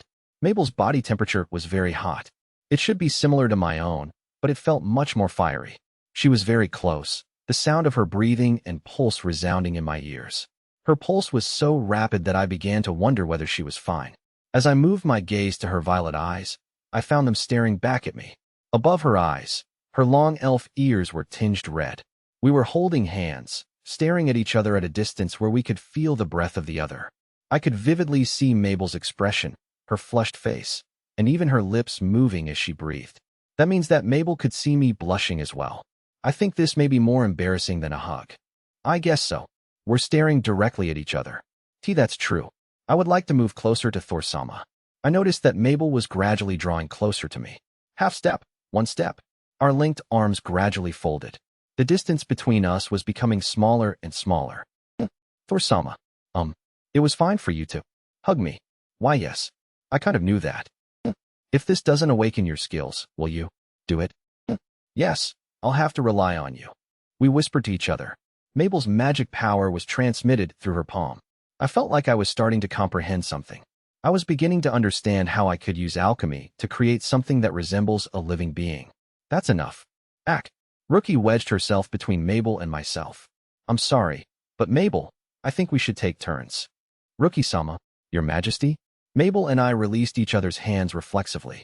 My hands, still warm from Mabel's touch, were grasped by Rookie's own. Why you wanted magic power full of vitality, right? It's too much for Mabel by herself. And I'm a demon lord too. I have confidence in the strength of my magic power and life force. Rookie puffed out her chest proudly. Thor, you said this is what is needed for alchemy. You said that you needed to perceive a living being's magic power to learn about vitality. If so, you need to come in contact with magic power belonging to different people. Just like Mabel, Rookie entwined her fingers with mine. This is a great opportunity for you to sense my magic power and vitality. Yes. That's why. Sorry, Mabel. No, I've had enough. From you, Thor. Mabel looked very embarrassed and turned her head away. I was also thinking that it's about time for your Majesty's turn. Please go ahead. So be it. Give it up, Thor. Yes, since it's become like this. I looked down at Rookie's face, still holding her hand. Rookie's body was petite and slender, but she was the demon lord that governed this region. That heavy responsibility rested on her small shoulders. I honestly felt that she was amazing. I knew I had to protect her. As an alchemist serving her, I need to properly assist her in the demon territory. This is what I vowed to do once again, but... Thor, how is it? Even if you ask me that, I can see that you're very nervous. Rookie said, observing me closely with her flushed face and moist eyes. You can feel the magic power of living things by touching them. This is what you need for your alchemy, isn't it? Yes. Rookie-sama. I have allowed you to touch me because I am convinced of your explanation. Alchemy is the art of exploring the mysteries of matter and life. If that's the case, then it's necessary to experience vitality. That makes sense. As expected of Rookie, she understood my thoughts. Originally, alchemy also entailed discovering how the world was created. Alchemists created items in order to learn the ways of the gods who created the world. By imitating the act of creation, they also sought to discover how the world came to be. That's why alchemists like to create items that possess life or something resembling it, so that they can create their own pseudo-life and learn how the creatures of this world came into existence. So, it is necessary to touch the creatures and feel their magic power and life force. That is what I meant. I'm sorry that I said extraneous things. I said that I would reward you, didn't I? Rookie interrupted me. Let's say that that reward was for me and my subordinate Mabel to help you improve your alchemy skills. Thank you very much. So, how are your alchemy skills? Have they changed? I nodded at Rookie's words. I could sense my creation alchemy skill reacting within me. In order to create life through alchemy, it is necessary to come into contact with other life forms and experience their life force. I understand that, but this is still not enough. I haven't yet awakened the power to create life. What else do I need to? Why don't we end it here? Go away. Mabel pulled my collar backwards. If we take too long, Chancellor Kelv may come. Both of us returned to our senses. We glanced at each other and nodded. All right.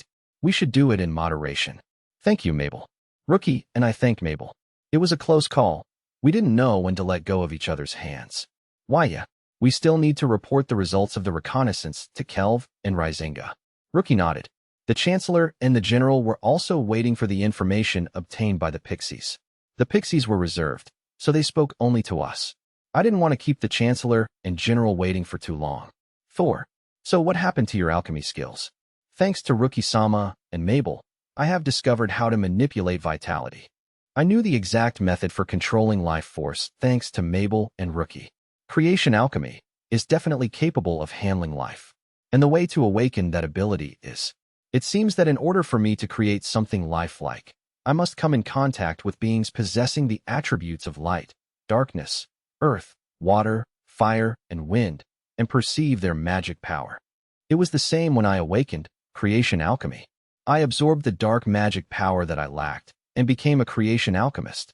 In the same manner, it seems that I need to come into contact with people of all attributes in order to become an alchemist capable of imbuing life. I see. Then you'll need the assistance of others. If I recall correctly, Kelv possesses the earth attribute. We should ask Agnes for the fire attribute. She would gladly help out. That leaves light and wind. Rookie, Mabel, and I cried out at the same time. We all thought of the same solution. It seems that the girls had also realized it. Go. For pixies jumped on me, all at once. Please hug me. Please stroke me passionately. Rub, rub, rub. For the sake of the alchemist Sama, I, Soleil, will also do my part. The earth and fire pixies stuck to the palms of my hands, one of them flattening her torso against my palm. Soleil hugged my arm. The wind pixie, is she trying to crawl into my shirt? With this, all the attributes have gathered.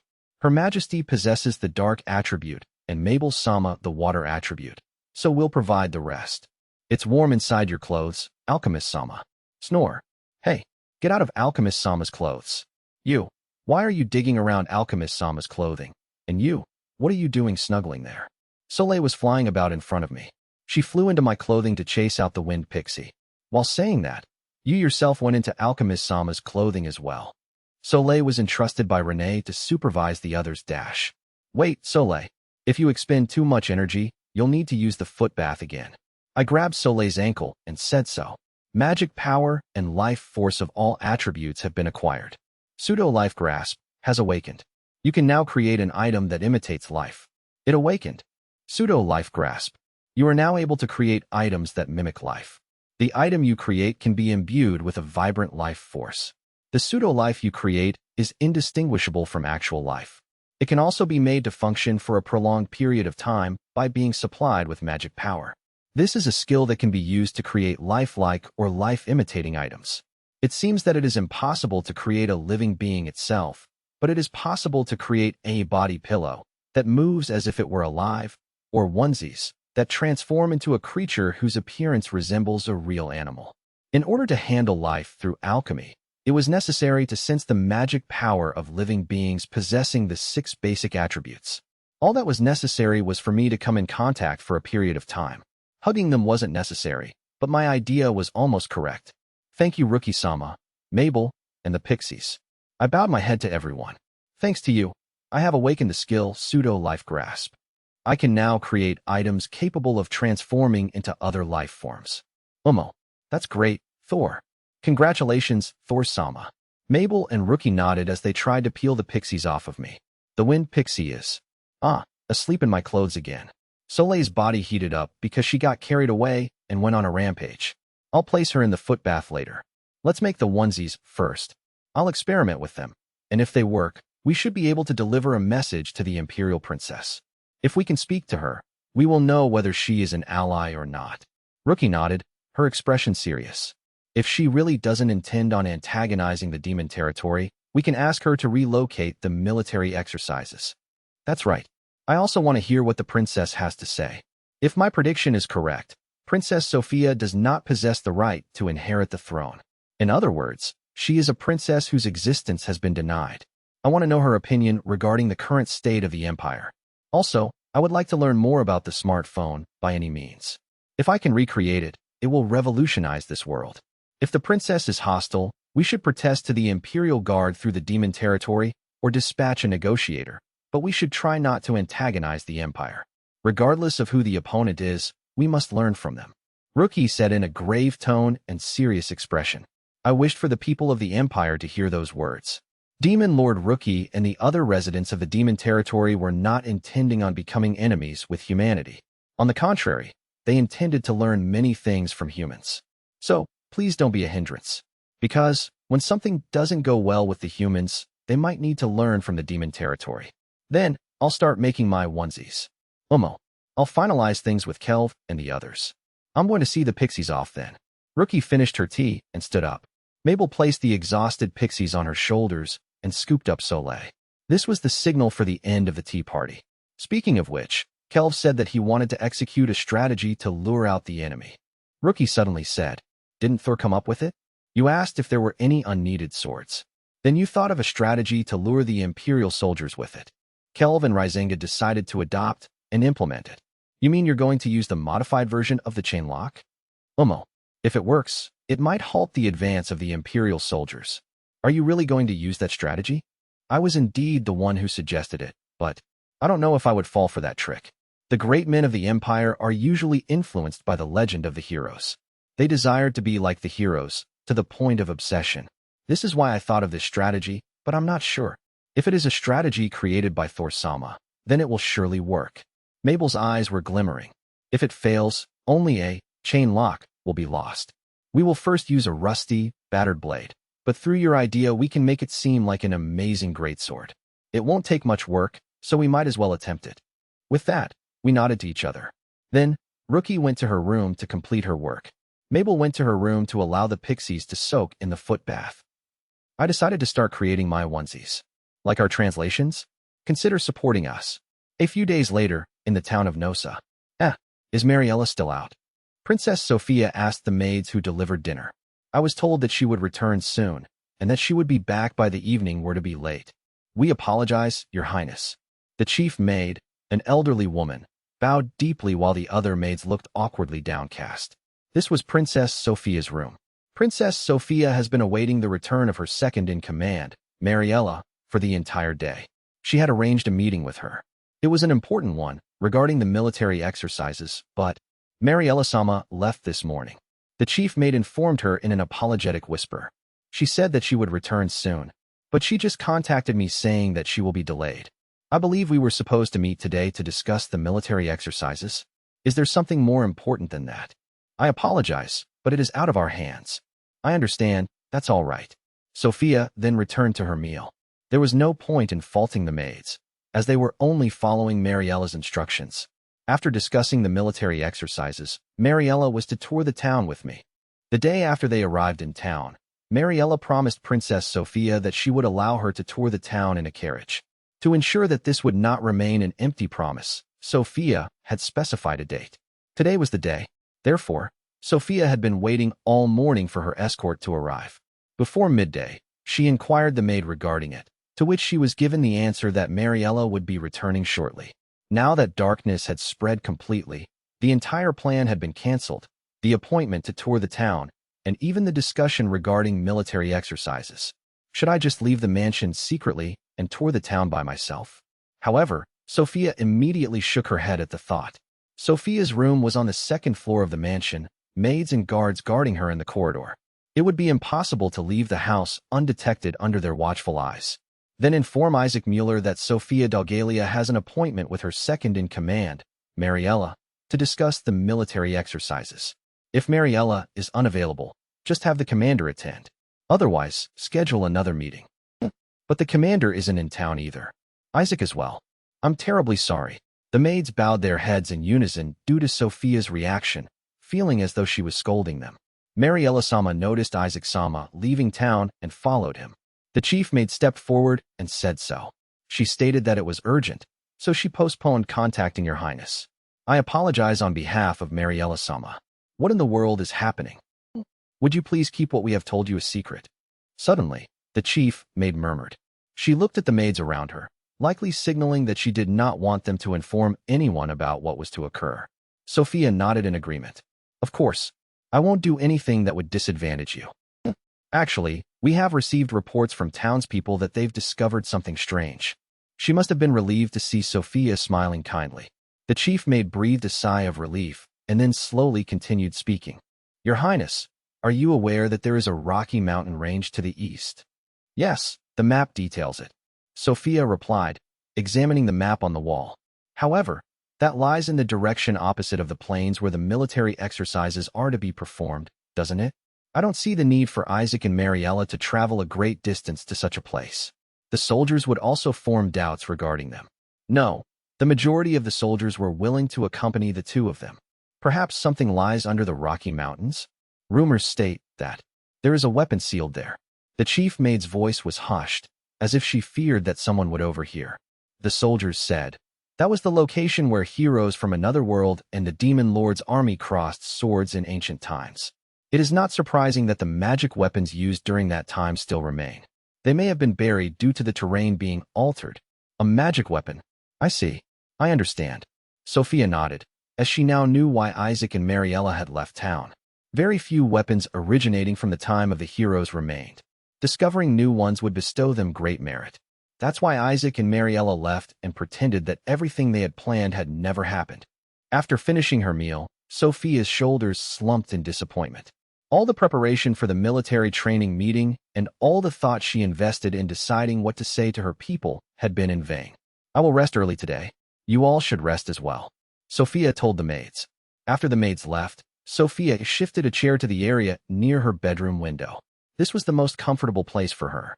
The bedroom was devoid of a door leading into the hallway, so the maids would be unable to spy on her. It was the perfect place to relax and read a book. Isaac, Mariella, and most of the soldiers were gone, so the estate would enjoy peace. It was a waste of time to prepare myself for today. I'll use that energy to read lots of books instead. Sophia lowered herself onto the chair while thinking this. Then again, there seemed to be a lot of owls here today. Sophia mumbled absent-mindedly. The residents of Nosa reared owls and cats to avoid vermin. At night, they could be seen flitting about the town. However, there seemed to be an unusually large number of them today, even considering that. Perhaps the owls were relieved that the soldiers had left town. Sophia glanced upwards and saw a small owl perched on the branch of a tree in the garden. It boasted pure white feathers and a height slightly above a few dozen centimeters. It was staring at me with interest. It was rare for an owl to maintain such little distance from to her. Sophia spoke to the owl. Since you have come a long way, if you don't mind, would you be this Sophia's partner? At her words, the owl nodded slightly. Then, it unfurled its wings and flew from the branch. At the same time, on a rocky mountain east of Nosa. Good grief, what a troublesome thing we discovered. Isaac spat as he stared at the rocky mountain. This was a rocky mountain several hundred meters tall near the border of the demon territory. The surrounding area was home to medicinal herbs, resulting in it being an excellent location for the townspeople to gather medicinal ingredients. And now, near the summit of the rocky mountain, a great sword jutted from the ground. Oh, at the foot of the rocky hill, the soldiers exclaimed. They too must have heard the legends of otherworldly heroes since their childhood. A holy sword embedded in a rock. A sealed magic sword. Perhaps they were superimposing such legends onto the scene before them. Even this Isaac's eyes were drawn to that sword. What exactly is it? Lodged in the rocky mountain was a common two-handed sword. It was thrust into a chasm in the rock, revealing only half of it. What was even more bizarre was that it was bound by chains which wrapped around the sheath and guard of the sword. The chains were layered on top of each other, and the shape of the sheath or guard could not be perceived. The only part of the sword that could be observed was the hilt. It may have rusted due to exposure to the wind and rain. However, there had been cases in which even a seemingly rusted sword was found to be enchanted when it was drawn out. There were even legends detailing swords that revealed their true form the moment they were drawn. There were plenty of legends such as these, dating back to the time of the heroes. It is really troublesome. Isaac ground his teeth. Realistically speaking, they lacked the time for this. He should have left it alone and investigated it in between military exercises. Isaac Dono, should we return to town? At the foot of the rocky mountain stood Mariella, his second in command. She, like Isaac, was gazing at the sword stuck in the rock. If it weren't for her, I would have left that sword alone. Isaac mumbled to himself. He didn't care much for that sword, but he also disliked the idea of it falling into her hands. If it was a magic sword, it would be recorded as an achievement for her. By extension, it would become the achievement of Zagrin, the Minister of Military Affairs, thus stabilizing his position. The position would move further away from Isaac. That was something he wanted to avoid. I will say it again. Isaac Dono, you should return to prepare for the military exercise, shouted Mariella. Your mission is to exhibit the strength of the Empire to the demon territory. You should not concern yourself with such trivial matters. It is also the role of this small officer to maintain the peace of the people. Isaac glanced towards Mariella and replied, if anything peculiar is discovered near the town, we should investigate it. Otherwise, the people will be unable to be at ease. It is merely a sword. It might not merely be a sword. If it truly is a magic sword, the people in the demon territory may come for it. That would unsettle the people. A magic sword? Are you serious? This is the land where the heroes once clashed with the demon territory's army. It would not be strange if it housed lost weapons. Then why did we not stumble across it before? There is a large crack in the mountain. Moreover, there are traces that suggest that the pile of rocks has crumbled. The cliff must have suffered a small collapse recently, which would have unearthed the buried sword. That sounds like a fantasy. If you feel that way, leave this matter to this little officer and return to town. Mariella. Isaac stared at Mariella as he said as such. Your role is to support Her Highness, is it not? I have been ordered by Zagran-sama to report any abnormalities to him. Mariella returned a polite bow sarcastically. Furthermore, I must identify it and transcribe a report. That's fine. If I discover anything, I'll make sure to inform you. Thank you for your kind favor. Despite her statement, Mariella did not leave. The reason was clear. Mariella did not trust Isaac, just as Isaac did not trust Mariella. If Mariella discovers that it is a magic sword after she has been entrusted with this situation, without a doubt, the magic sword would be sent to Zagran. Mariella would then present an imitation to Isaac. That sword was bound by chains, revealing only the grip. It would be a simple matter to replicate it. It would absolutely result in such a situation, as Isaac would do the same were he to obtain it. This is why it's so troublesome. While Isaac was grumbling inwardly, Commander, the soldiers have reached the sword. One of the soldiers shouted. Isaac looked upwards and found several soldiers standing near the sword at the summit. Good. Tell me, what is the condition of the sword? As we expected, the sword is secured with chains. The end of the chains seems to be wedged deep into a crevice in the rock. It is impossible to untangle it or draw it out of the rock. Then try forcing the sword out. We were going to try it. The soldiers grabbed the sword and then firmly planted themselves on the rocky ground. The 4 soldiers' muscles bulged as they pulled with all their might, but it won't move. It doesn't even budge. What's with this sword? It's as if it's one with the rock.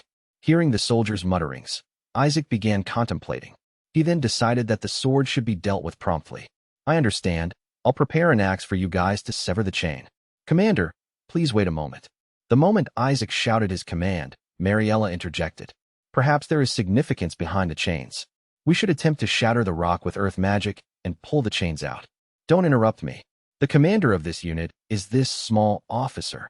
I am also the second in command of the unit. I believe I possess the right to voice my opinion. Chi. Isaac clicked his tongue and observed the surroundings. Some of the soldiers were nodding in response to Mariella's words. It'll be difficult to push my opinion. Isaac was delegated the authority of a commander, but when he returned to the capital, it would be Zagran who would evaluate everything. The soldiers probably could not ignore the opinion of Mariella, his second in command. A united unit is the basis of warfare. If this were a battle against an enemy nation, Isaac's orders would be absolute. However, this mission entailed only a military exercise. That is why the loyalty of the soldiers was divided between Isaac, the commander of the unit, and Mariella, the Minister of Military Affairs confidant. Understood. We can tunnel through the rocks with earth magic, correct? Then let's designate someone for this task and leave them here. Isaac looked at Mariella and told her. They will handle the rest. After we retrieve the sword, we will discuss the matter and decide what to do with it. How does that sound? I disapprove of leaving only a small number of soldiers behind. There is a possibility that they will be attacked by monsters or those from the demon territory. Mariella shook her head as if saying that it was out of the question. Leaving the soldiers suggests to the residents of the demon territory that this place holds significance. If that happens, the demons and demi-humans may come for this sword. Don't you understand that, Commander? Mariella offered her opinion, her tone sarcastic. Isaac glanced at her and rebutted. On the contrary, isn't it possible that this sword was placed here by someone from the demon territory? For what purpose? They would lure us here and attack the town of Nosa. If the demon territory intended on attacking the town of Nosa, they would have done it before we arrived. What benefit is there in attacking it now that the town houses more troops? The only possibility is to make an attempt on Her Highness Sophia's life. Mariella cut off her words. Isaac waited for a moment, but no further words left her mouth. He didn't have to tell her. Her Highness Sophia held no value as a hostage. Princess Sophia could not inherit the throne. Even if the demon territory demanded something in exchange for her, the empire would never accede. Furthermore, Princess Sophia was sickly. It was plausible that Princess Sophia would simply die after being kidnapped. If that occurred, the empire would use that as an excuse to seek assistance from the other nations. If so, it could lead to the formation of an allied army intending to invade the demon territory. The upper echelons of the empire had sent Princess Sophia here with that in mind. Her Imperial Highness Princess Sophia's safety is not of concern. Her Highness is protected by soldiers. She cannot be harmed. However, Isaac spoke as a commander seeking to protect Sophia would. Since Her Highness is safe, We shall establish a camp here and examine that sword. We will retrieve it as soon as possible and destroy it if it takes too long, so that those in the demon territory cannot use it. Is that clear, Mariella? I thank the commander for his wise decision. I don't think the demon territory will make a move. There are numerous soldiers gathered here, yet they haven't dispatched any scouts. Isaac turned his gaze to the border shared with the demon territory. A series of tall, rocky mountains appeared in his field of vision. It was a mountainous area on the border. From a distance, it did not look like there were any soldiers from the demon territory. No arrows or magic could reach them, but if anyone were to move, they would be seen. All that Isaac could recognize was a large lizard prowling around the rocky terrain. It was not a monster, just a wild animal. There was nothing to be alarmed about. Anyways, let's get on with it. I'm sure Her Imperial Highness is concerned about us. At Isaac's command, the soldiers began to move. They were to establish a temporary base here in order to investigate the mysterious sword. At the same time, in the mountainous region of the demon territory, the Imperial Army seems to have taken the bait, Kelvdano. General Rizinga said, lying on his stomach on the rocky ground. As expected of the Chancellor, your strategy seems to have worked. It was Thor who suggested embedding the great sword in the rock. Chancellor Kelf said, so while maintaining the same position. The operation to lodge the sword into a rocky mountain near the town was executed during the night. To witness the result, Prime Minister Kelv and General Rizinga had come to this mountainous area. They were lying on a rocky outcrop in the mountainous area. In the distance, they could see the rocky mountain where the sword was planted. As expected, they could not see the faces of the Imperial soldiers, but they could roughly estimate their numbers. They likely numbered about 100 or so. It seemed that most of the soldiers dispatched by the Empire were present. It seems they haven't noticed us. You wouldn't expect to find people on top of a rocky outcrop like this, would you?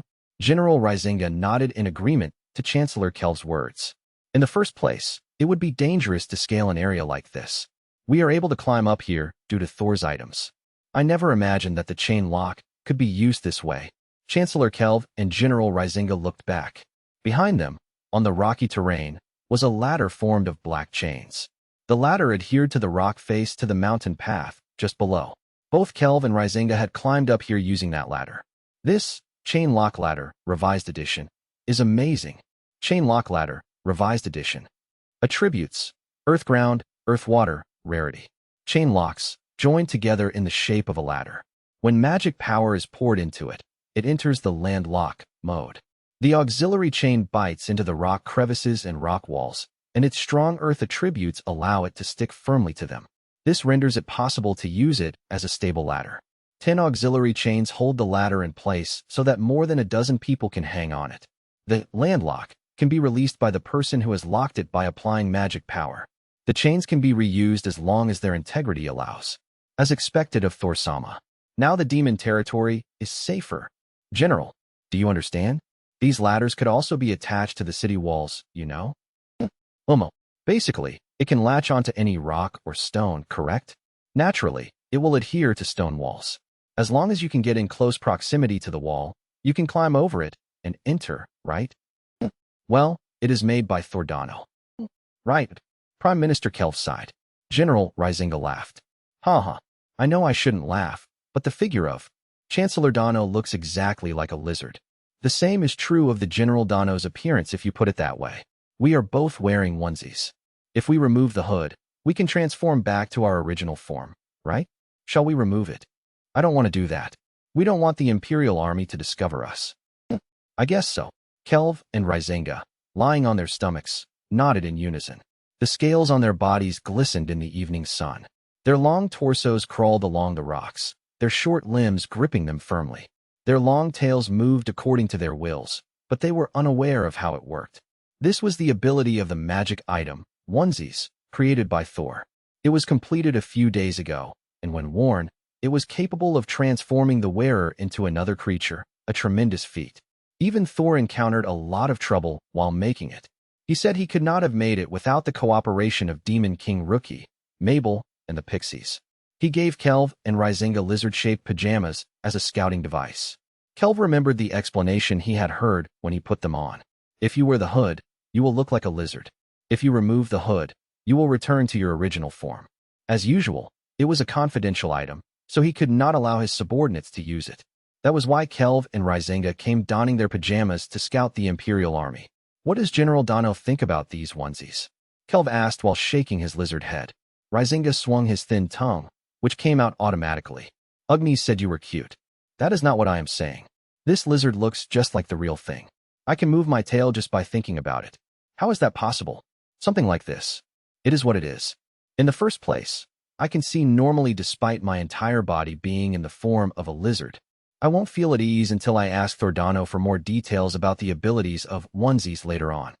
Hey, stop banging your head against the rocks. It will damage your onesie. Rizinga, in lizard form, moved his long tail and held down Kelv's head. Anyway, the mission was a success. The Imperial soldiers are attracted to the sword. In the meantime, I think we should speak to those who are truly in charge. For how long will that great sword impede the Imperial army? It would last a few days at the most. Thor has repaired the visible parts, but the blade is enveloped in rust. If they remove it, they will know it is just a piece of junk. Anyways, let's return and report to Her Majesty. I guess so. I'm also worried about the pixies who went to the town. Chancellor Kelv nodded and turned his back on the Imperial soldiers, along with General Rizinga. Then, they removed the hoods of their pajamas. With a pop, the two returned to their demon forms, dressed in cute, green, fluffy pajamas. I'm still uncomfortable with this. I can't wait to change. But Ugni said that you were cute. The two climbed down the chain ladder attached to a rock wall facing the demon territory. My men will be awaiting us on the mountain path. I can't wait to change my attire. While thinking about that, Chancellor Kelv thought of those who had worn the same pajamas and were headed for the town of Nosa. They would look great in these pajamas. It doesn't suit me. I will never wear it again. Her Majesty told me that they would look great, but that was definitely a sarcastic remark. There is no way that these green pajamas sporting lizard-like eyes on the hood and a fluttering tail would suit this Chancellor Kelv. I'll accept them because they were offered, but that's to keep information about the item from circulating. For now, I will store them in my bedroom, but I have no other intentions. Absolutely. I wonder why Thordano's items are so damaging to my spirit. While thinking about that, Chancellor Kelv climbed down. At the same time, in the town of Nosa. A pleasure to meet you, Princess. Perched on a branch right next to the window, the white owl spoke. Sophia's eyes widened. Did the owl speak? I thought I was imagining things. There is no such thing as an owl capable of speaking the human language. They may have existed in the time of the heroes, but there was no concrete record of their existence. In front of an astonished Sophia, the white owl raised its body and bowed. Famufimo. As expected, you have the same symptoms as Solii. No, a person. Your light magic power is too strong, and it seems to be taking its toll on your body. How do you know that? No, what are you? I need to speak to you, but there is something I need you to hear first. The white owl said, overlapping Sophia's words. This owl's lord desires peace, but the Empire is pestering us near the border. We wish to inform you of the truth. My lord wishes to speak to you. If you agree, this owl's lord will permit you to use of his health products. In a small, calm voice, the white owl told Sophia. Sorry for the disappointment, but it's not a double release. It was me who split the chapter in half, uneasy face. Please wait a moment. With that, Sophia prevented the owl from continuing the conversation. She didn't understand what was happening. Who was this owl? Why had it contacted her, and not Isaac, the commander? There are no talking owls in the human world. Sophia calmed her breathing, and then said, You mentioned border earlier, which suggests you are from the demon territory, correct? Yes. Do you hate demons? No. I desire peace between the Empire and the demon territory for the sake of my sister, Liana. Sophia wished happiness for her sister Liana. For that, it was best for the country to be at peace. If a war broke out, Liana, the princess of the Holy Sword, would be presented with an increasing number of opportunities to brandish her sword. She sought to avoid Liana being harmed, and she abhorred the idea of Zagran taking advantage of Liana in every battle even more. She didn't want Liana to be influenced and changed by Zagran. To prevent this from happening, she strove for a peaceful relationship between the Empire and the demon territory. For the sake of peace between the two countries, I am willing to expend myself completely.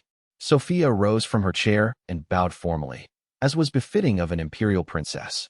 If you are a messenger from the demon territory, you must have come with a purpose.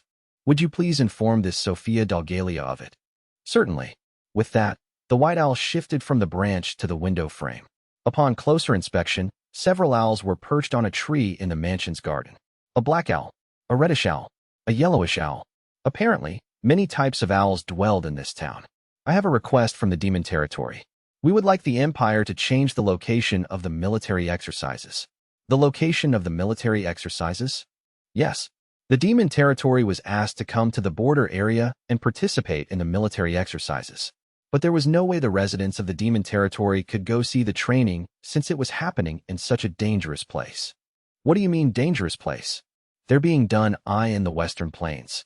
The white owl stared straight at Sophia and said, "The soldiers of the Empire are launching magic and arrows at the roads there, making them impassable. It's very dangerous." My lord said, "We will not participate in military exercises in such a dangerous location. That would suggest that the demon territory has agreed to something that will place the residents of both sides in danger." See that? Sophia's face turned pale. Soldiers of the Empire were conducting exercises that exposed those that used the road to danger? Why did Isaac order such a thing? After contemplating for a while, Sophia realized Isaac's intention. He intended on harassing the demon territory. Sophia knew that the residents of the demon territory and the imperial citizens residing in the border area were trading with one another. She was also aware that the High Council of the Empire was tolerating the matter. Additionally, this region, far removed from the imperial capital, was swarming with monsters. As such, both nations were required to cooperate with one another to ensure their survival. At times they would fight alongside those of the demon territory to defeat the monsters, and at times they would exchange necessary materials. As long as they shared a border, interaction was inevitable. Isaac was likely attempting to annoy the demon territory by obstructing them. What is the point of flaunting their strength in such a manner? Sophia understood the importance of demonstrating the power of the Empire to the demon territory as a deterrent against battle. That was why Sophia was meant to cast light attribute attack magic in this place. However, Isaac's method was incorrect. It was completely contrasting to the strength of a hero, being nothing but childish harassment. We would like you to use your power to change the location of the military training. The demon territory doesn't want to cause trouble for the people of the Empire. The white owl bowed its head as it said this. If you do that, our Lord will give you a health good. What is this health good? It's what improved my circulation. I had been suffering from poor magic circulation in my body due to too much light magic. Your magic circulation? It was making me feel cold and lose strength very quickly. Those were the same symptoms Sophia experienced. Despite the Empire commanding its own healers, they were unable to cure Sophia. The white owl seemingly suffered from the same condition. But I'm cured now. My benefactor cured it for me. That's possible. I'll let you use it too, as long as you keep it a secret. The white owl said, "My benefactor has great power, but he doesn't want the people of the Empire to know much about it. But if you do us a favor and keep it a secret, then we will let you benefit from a part of his abilities. Are you certain you are capable of treating my body? Do you doubt it? With all due respect to your... I'm sorry, but this is all too sudden. My benefactor can guarantee that the demon territory is telling the truth. He said that if you had any doubts about the demon territory, I can mention his name." The white owl suddenly said, "My benefactor's name is Thor Kanan-sama. In the Empire, he was called Thor Regis-sama. Thor Regis, the one who was sent to the demon territory." Sophia knew him as well. It was no secret that Duke Regis had offered his child as a hostage for the demon territory. Or rather, the Duke himself openly boasted about it in various social circles. The Duke later met failure and was dispatched to the south. I am pleased to hear that Thor Regis-sama is safe and sound. Not only is he safe, but our benefactor is also an important figure in the demon territory. Is that so? Yes, it is. I came here this time partly because he suggested it. The white owl unfurled its wings and bowed. My benefactor told me, if Her Imperial Highness makes use of any of the health goods and is even slightly displeased or unsatisfied, she may launch light magic at me as atonement. Can your Imperial Highness use light attribute offensive magic more powerful than vivid light strike? Why, yes. However, were I to cast it, I would be bedridden for a few days. Then my benefactor is willing to receive it. He has already said that in front of Her Majesty the Demon Lord. It's his responsibility now. However, if he were to be subjected to such powerful offensive magic, his life would be. We don't have a choice in the matter. It's what Thor-sama wanted. The white owl nodded, responding in a serious tone. He was so determined that even my master, the demon lord, eventually agreed. Thorkanen Sama is determined to such an extent. Sophia's heart began to beat strongly, as though it would burst out of her chest. Sophia subconsciously clutched her chest as she breathed heavily. The white owl continued speaking, mentioning phrases such as light attribute offensive magic, additional UV cut experiments, and for parasols, but none of them registered in her brain. Thorkanen's determination had struck a chord within Sophia. Thorkanen is a man who is willing to risk his life to become a conduit between the demon territory and the Empire. He swore to the demon lord that if Sophia was not satisfied with the health good, he would have light attribute offensive magic unleashed against him. Just how much courage would it require to proclaim such a matter? Sophia wondered if she harbored the courage to do so. Sophia Dalgalia is a princess. She may not possess the right to succeed to the throne, but she is still the daughter of the emperor. And now, here in the north, an imperial commander was harassing others in a childish manner. As an imperial princess, I must stop him. I too must respond to the courage of Thorkanen. A boy involuntarily sent to the demon territory was attempting to facilitate relations between the empire and the demon territory. How can I, an imperial princess, not respond in kind? However, in order to restrain Isaac, a body that was healthy to some extent was required. If the health good of the demon territory could accomplish that, then I will cooperate. I will stop the imperial soldiers. Please permit me use of the health good for that purpose. Sophia determinedly declared to the white owl. In the name of Imperial Princess Sophia Dalgalia, I will keep this a secret.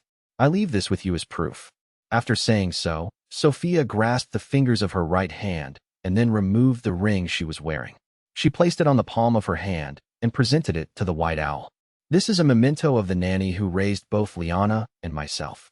She was akin to a mother to us sisters, and she gifted it to me because of the deep love she held for us. My sister, Princess Liana, wears the same ring. They do not hold high monetary value, but we consider them priceless treasures. Please accept it. Are you sure? It is trivial compared to the bravery of Thorkanen Sama. Very well. The white owl held out its talons, around which Sophia hooked the silver ring. Will this suffice as evidence of my trust? It will. Now, this white owl, Soleil, is going back to the demon territory. Then, when everyone has gone to bed, I will bring you the health good. Your Highness can use it and see if it works. Is that all right? I understand. Then, I will make preparations on my end as well. After hearing Sophia's response, the white owl and the owls that had been perched on the nearby branches took flight. Then, at midnight, sorry to keep you waiting, the owls returned with what appeared to be a square tub. The owls placed the tub on the floor in front of Sophia, who rubbed her eyes from sleepiness. They poured water into the tub from bags attached to their legs. The tub filled up quickly despite the small size of the bags of water. She asked them how it worked, but they simply replied with, "We have a secret box. Please put your foot inside." What is this? It's an item from the hero's world called a foot bath. Foot bath. She had never heard of this item. However, the mere fact that it was from the world of the heroes made her feel as if she could trust it. Sophia knew that heroes were those that wielded supernatural abilities. And I have decided to trust the demon territory and Thorkanen Sama. Sophia removed her shoes and dipped her bare, white feet into the foot bath. Witnessing this, the white owl, Soleil, suggested, "You might want to cover your mouth so you don't make any noise." Is it meant to be painful? Air. No, it just feels too good. As Soleil touched the edge of the foot bath, the hot water began to vibrate, the vibrations being transmitted to Sophia's feet. Ah. Sophia immediately covered her mouth. What is this? My feet. No, it's as though my whole body is relaxing. It seemed as if her legs were being massaged by countless hands. Gently, she felt her tense body loosen. Sophia realized for the first time that the magic power in her body was stagnant. It had been inhibiting her body's circulation, but it was now liquefying and flowing smoothly. It feels amazing, similar to being immersed in flowing hot water. Sophia let out hot breaths. You have to continue for a while, or you'll go back to the way you were. So you should use it the next time as well, when you meet with Her Majesty the Demon King. Nod, nod, nod. Sophia nodded, her mouth still clamped shut. Then, after using the foot bath for a while. Phew. Sophia laid down on the bed, momentarily sapped of all strength. She raised her arms and clenched her fists. After recovering for a few moments, she now felt as if her body was brimming with strength. She stood up and wandered around her room, her body light. I don't feel sluggish or weighed down. My body feels as light as a feather.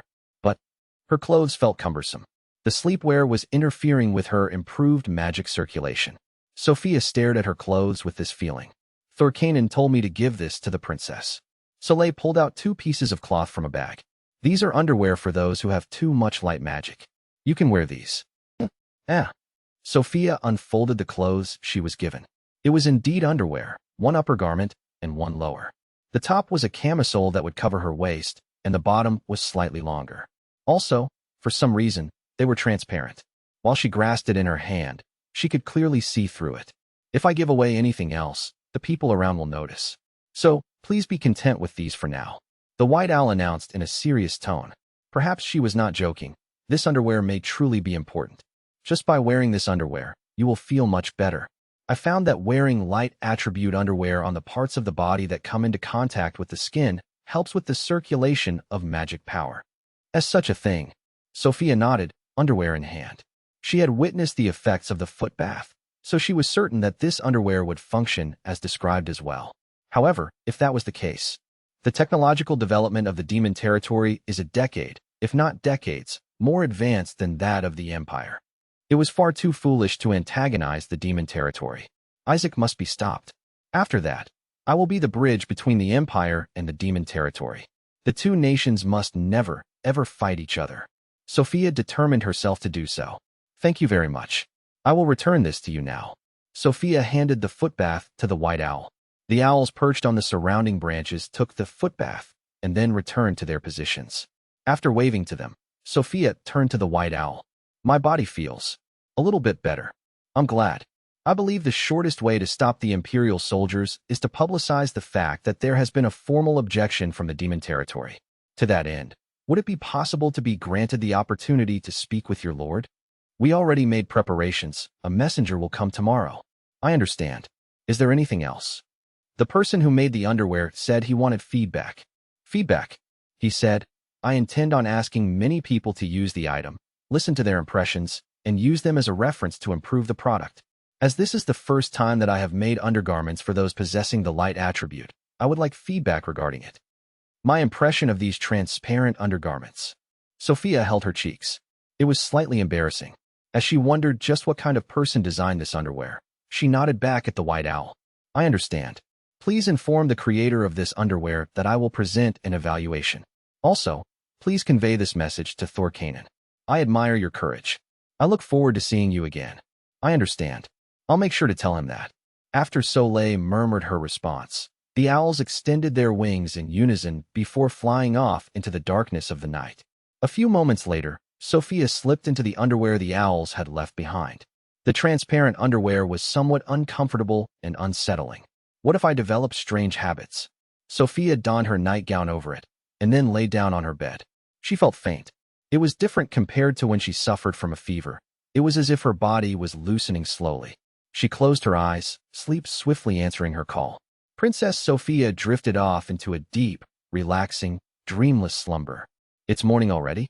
Sophia raised her body, leaving her bed shortly after. She quickly removed her nightgown and stared at her translucent underwear to ensure that yesterday was not simply an illusion. She then changed into her dress and... What? Sophia found her movements to be light. It was completely different compared to yesterday. She usually got up sluggishly, dragging her heavy body and remaining in bed for a while to catch her breath. Then she would slowly rise and start getting dressed once her condition settled down somewhat. That had been her daily routine. Yet today Sophia was out of bed and getting dressed like a healthy, normal girl. Sophia shook her arms and legs. She tried walking. She tried bending downwards. There were no issues. She could walk around the room without becoming short of breath. Furthermore, it felt as though her body was overflowing with magic power. With just a slight chant, a ball of light appeared at her fingertips. It was the light used in the magic lamp. It was a simple spell, but until yesterday she would feel exhausted each time she cast it. However, she experienced no difficulties in casting magic today, it now seeming as easy as breathing to her. The demon lord trusts me, doesn't she? Mending Sophia's body would result in there being another wielder of light magic in the Empire. Yet, The demon territory allowed Sophia to use the foot bath. This meant that they believed that Sophia would not become their enemy. I'm not unsatisfied at all, Thurkanen. In fact, I have never felt so comfortable in all my life. Sophia mumbled to the boy who was supposed to be in the demon territory. Her heart began to race for some reason at the thought of a person whose face she had never seen. The boy, Thurkanen, risked his life to earn Sophia's trust and encourage her to use the foot bath. Had he not stated that he would bear her offensive magic with his body in case she was displeased, Sophia would not have been able to completely place faith in those of the demon territory. As such, she would never have used the foot bath. Thurkanen's courage supported her. Therefore, she had to live up to his expectations and the trust of the demon territory. Sophia walked out determinedly. She pushed open the door with her hand and stepped out into the hallway. Why, Your Highness? What's the matter, Your Highness? This is detrimental to Your Highness's body. The maids waiting in the corridor exclaimed in hushed tones. Sophia smiled calmly. I'm pleased that you care for me, Sophia said, continuing to smile gently. But I'm fine. I'm feeling better today. She lifted the hem of her dress and started to walk energetically. Her Highness is walking spiritedly. The complexion of her skin has also improved, and her cherry-red hair also seems more lustrous. Sophia-sama laughed when acknowledging me. Her Imperial Highness smiled at me. The maids couldn't help but turn their gazes from Sophia as she walked, her steps brimming with energy. Sophia continued on her way and arrived at the entrance of the mansion. There, she realized that the mansion was smaller than it had previously seemed. While she had been confined to her room, it seemed like a boundless prison. Your Highness, please wait. It is dangerous for you to be here alone. At the entrance of the mansion, numerous soldiers shouted. They were the soldiers stationed here by Isaac and Mariella. Sophia turned to them. Thank you for your service. I am grateful for your constant protection of the mansion. Why, Your Highness? I am sure it would worry you were I to go out alone. Therefore, could I ask you to escort me? Sophia smiled at the soldiers. Her radiant smile caused the soldiers to gasp in shock. Escort you?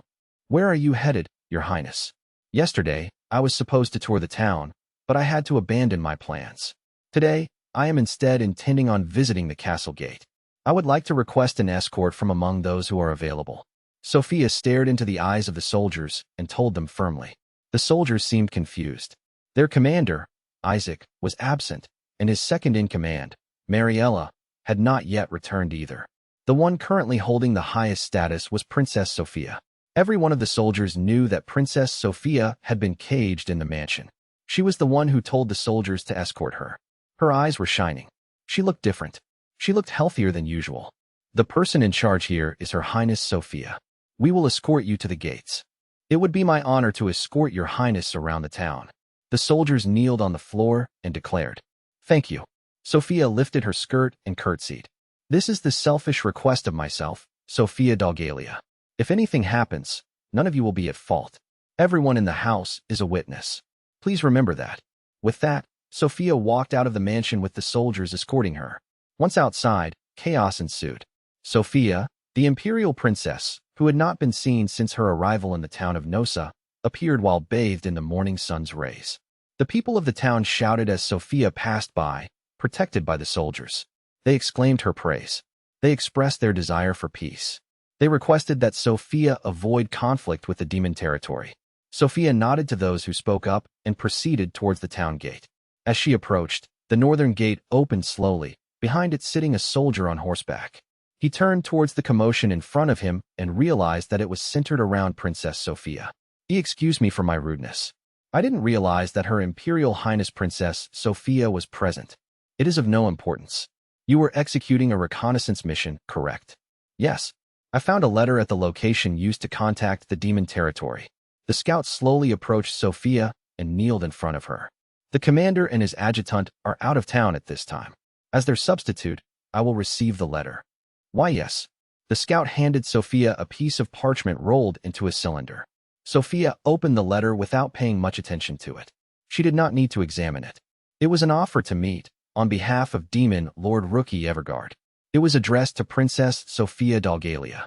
The letter stated that the Demon Lord desired to speak to the princess for the sake of maintaining peace between the two nations.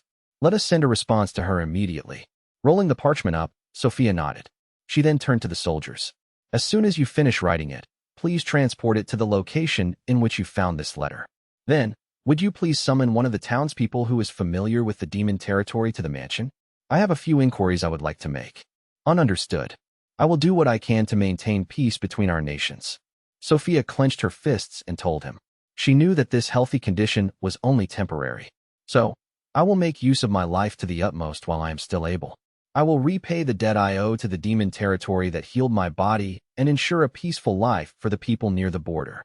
Also, I need to ensure peace between our nations, for the sake of my sister, Liana. The people of the past summoned heroes from other worlds in order to bring peace to the world and reassure their people. As the princess of an empire that honors these heroes, I want peace to be maintained within these borders. I will exhaust my body for that purpose. She declared to the soldiers around her while her heart was pounding, seeming like it would burst out of her chest. Sorry about the format. WordPress wouldn't let me post using my original one. Late into the night of the day Princess Sophia and the owl met, Thor's point of view. We're back. At dawn, the pixies who had left to complete an errand returned. They were all donning owl-shaped onesies. They had removed their hoods and were now in normal pixie forms. At the forefront was Soleil. She was wearing white, puffy owl-shaped pajamas. Her arms were adorned with petite wings, which transformed into large ones when the hood was pulled down. There was an opening in the back of the pajamas that allowed the pixie's wings to extend out. When in owl mode, the wings were concealed by a cognitive blocking device. This was how the onesies I created functioned. Onesies, rarity. Attributes, changes depending on the magic cloth used as the material. Pajamas made with magic cloth. Thor Canaan's pseudo-life grasp instills in the pajamas themselves the ability to transform, as if they were alive. They look like ordinary hooded pajamas. Parts of their design precisely represent the characteristics of the living creatures they are modeled after. As such, they can be identified as an owl, lizard, or cat at a glance. The materials used include owl feathers, lizard scales, and cat hair, approximately 1 feather, scale, and hair per piece of clothing. This adds the characteristics of the creature modeled to these pajamas. When the hood is lowered, the onesies mode is activated. When in onesies, the pajamas change form, transforming the wearer into an owl, lizard, cat, etc.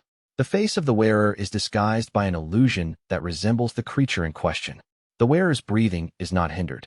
Some parts of the body are also affected by the illusion, rendering the non-living parts invisible, the wings of a pixie, for example. Additionally, some of the abilities of the model creature can be used. They are excellent pajamas, known for their comfort, texture, and durability. Resistance to physical destruction. Cannot be torn by sliding on a rocky surface. Transformation duration, as long as the wearer's magic power lasts. Durability, 3 years. Comes with 1 year of user support. However, these pajamas were still incomplete. Even the pixies who transformed into an owl weren't flying by using the pajama's wings. The wings were just a decoration. The pixie's own ability allowed them to fly. Perhaps these onesies were nothing more than an inferior counterfeit compared to the abilities of a hero. It was recorded that heroes summoned from other worlds transformed into various forms and used the abilities of those creatures. In fact, I wanted to be able to fly by using owl wings. Yet, all I was able to replicate was the appearance and the fluffy sensation. This was the limit for the current me. Ultimately, I intended on designing them so that anyone who wore bird-shaped pajamas could fly, and anyone who wore fish-shaped pajamas could swim without holding their breath. I had no idea how to bring that idea to fruition as of yet, but it was worth attempting. Let's keep up the hard work and surpass the hero's world. Good work. Did anyone detect you? I called out to the pixies. It was all right, Alchemist Sama. No problem. Soleil and the rest of us accomplished our mission. Please praise us. Soleil, Renee, and an earth pixie all bowed in front of me in unison. I gently stroked their heads with my index finger. After a few moments of this, they were satisfied and began their reports. Sophia, the imperial princess, used the foot bath and received the light, magic cloth, underwear that I had sent her. Was there anything she was displeased with? She said that she was completely satisfied. I see. Thank God. But it's slightly regrettable. I thought I would have to assume responsibility as an alchemist if even the slightest discomfort was felt. Princess Sophia didn't find anything remotely unpleasant? Then the light attribute offensive magic. Why do you look so disappointed, Thor? Suddenly, I heard a voice. I turned to find Rookie standing amidst the trees. She was in her pajamas with her hood removed, staring at me in disbelief. Did I wake you, Rookie-sama? I couldn't sleep. I'm not accustomed to camping in the wild. I understand. We're in the midst of the forest, and the birds are very noisy. It's difficult to fall asleep. This was the forest located between the Empire and the Demon Territory. Rookie, Mabel, Ugnis, myself, and some Minotaur soldiers are setting up a tent in this forest to establish a temporary base of operations. From here, we will send the pixies to the town of Nosa. Also, it allows us to respond immediately in case Princess Sophia makes a move. It was necessary to contact Princess Sophia while the defense of Nosa was lesser. So, we decided to use the border forest as our base of operations. However, I didn't expect Rookie to come as well. Too much time would be expended if a swift horse needed to be sent to and from the demon castle every time I needed to make a decision. It would be quicker if I stayed here. Rookie said. Kelv and Rizinga are also in the border mountains. I can't just sit back and relax in the castle. It's true that if Rookie-sama is here, she would be able to reply to Princess Sophia's letter immediately. That would be a great help. I looked around the forest, and then, if possible, I would like Rookie-sama to stay in a safe location. There is no danger. We have soldiers stationed in the forest. I am also wearing my onesie, in case I'm discovered by the Empire. If the need arises, I can pull up my hood and do this, right? Poof. Rookie transformed, taking on the likeness of a pitch-black cat. With glossy fur and triangular ears, Rookie, the black cat demon lord, arrived in front of me, wagging her long tail. She really is a cat. I almost pet her. Demon Lord Sama has turned into a cat. It looks just like the real thing. Your Majesty is so beautiful. The pixies were flying around Rookie the black cat, while Rookie waved her long whiskers and looked unconcerned. Seeing this, the pixies also donned their hoods and, with a plop, transformed into owls. A wonderland of animals had just been created. No one would ever imagine that someone from the demon territory is hiding here. Thor's onesies are truly amazing. Thank you, Rookie-sama, Soleil, the rest of you. I bowed my head to everyone. This item was made possible thanks to Rookie, Mabel, and all of the pixies. Because everyone offered me some of their vibrant magic power, I was able to awaken pseudo-life grasp. Thanks to this, I am now able to create magic items that are alive. But you can't change the size of your body. Even if you take the form of a cat, Rookie-sama's height will remain the same. That doesn't sound so bad either. Rookie, in black cat mode, curled up under the tree and cleared her throat. Cute. But you can't use all of a cat's abilities, can you? I can push my claws out. See, Rookie held out her pawed hand in front of me. It allows me to climb trees more easily. It also makes my body more flexible. I've tried it, and I can even hide under the bed or in a box. I see. So, Thor, don't be discouraged if you can't reproduce the creature's abilities perfectly. I also appreciate that aspect of you. With that, Rookie removed her hood. The transformation was disabled, and Rookie appears in cat ear pajamas. By the way, Rizinga had something to tell you. Ugni said my lizard pajamas are cute. May I ask Thordano to make me 10 more? That's fine. Don't agree so easily. It's just a selfish request on Rizinga's part. No. I'm happy if you use it, okay? I'm indebted to the general, so that's fine. About 10 pairs of pajamas. I'll stay up all night making them. Well, that's that. We'll talk about that later. Rookie turned to the pixies. Thank you for your hard work as messengers. I heard what you said. The Empire's princess used the foot bath safely, correct? Yes, I'm sure that she'll be fine, just like Soleil. Princess Sophia has requested a meeting with your majesty. She would like to see your majesty. I understand. I'll send a letter in the morning. Did she say anything else?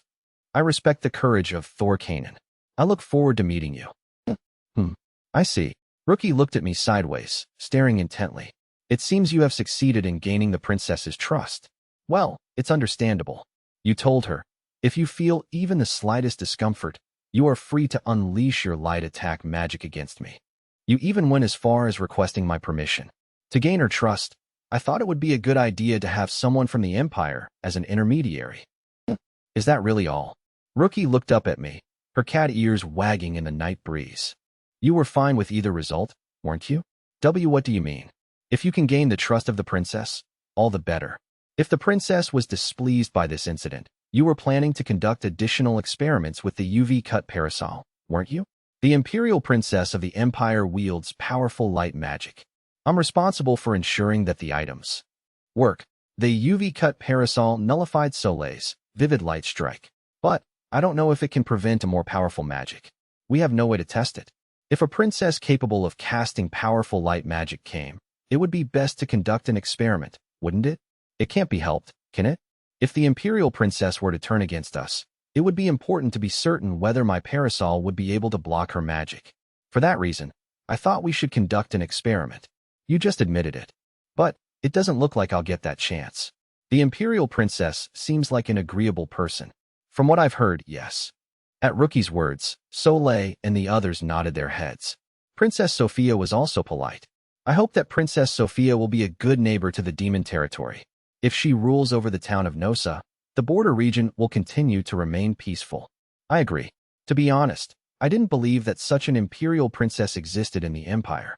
Maybe that princess was in the same position as I was. I heard that she possesses strong light magic power, but her body is frail.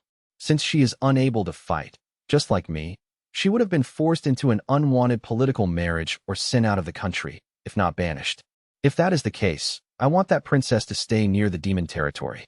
If she rules the border area, at least this area's peace will be maintained. I would also like to speak with her and foster a better relationship with her. Rookie also seems to like the princess, nodding her head repeatedly. Let's start preparing for the meeting immediately. If it turns out that Princess Sophia will be a good neighbor to the demon territory, we will spare no effort to support her. Then, I will support Rookie-sama, so that you can speak with Princess Sophia without any worries. I'm counting on you, Thor. I want to speak to her alone if possible. Rookie nodded emphatically. Princess Sophia is also a member of the Empire. If her subordinates remain around her, she might not be able to speak frankly. She would likely want to speak to me alone in order to convey her true feelings. Rookie had no prejudice against others, and she would say what needed to be said. When I first arrived at the demon territory, she asked me what she could do and provided me with a job. It is my job to ensure that she can meet with Princess Sophia without any worries. Then, I have a favor to ask of you, Rookie-sama. I said, I have an item that I want Princess Sophia to use, so that Rookie-sama and your friends can speak to her without worrying. Would you give me permission to allow the Imperial Princess to use my item? Even if Princess Sophia agreed to speak with Rookie alone, it did not mean that others would allow it. The other side is wary of the demon territory. There is likely to be a supervisor monitoring the princess. In order for Rookie and Princess Sophia to talk freely, we need them to speak to each other secretly. Of course, this is only if Princess Sophia agrees to speak to Rookie alone. I will allow it. What kind of item are you intending on having her use? In fact, I was able to create a superior version of a certain item by awakening Pseudo-Life Grasp. And so, I explained my plan to Rookie. With Rookie's help, I gave her a demonstration. The item, with its increased power and effect, confused all the pixies. However, when Rookie witnessed the effect, she seemed to be convinced. If I used this item properly, she would be able to speak to Princess Sophia privately.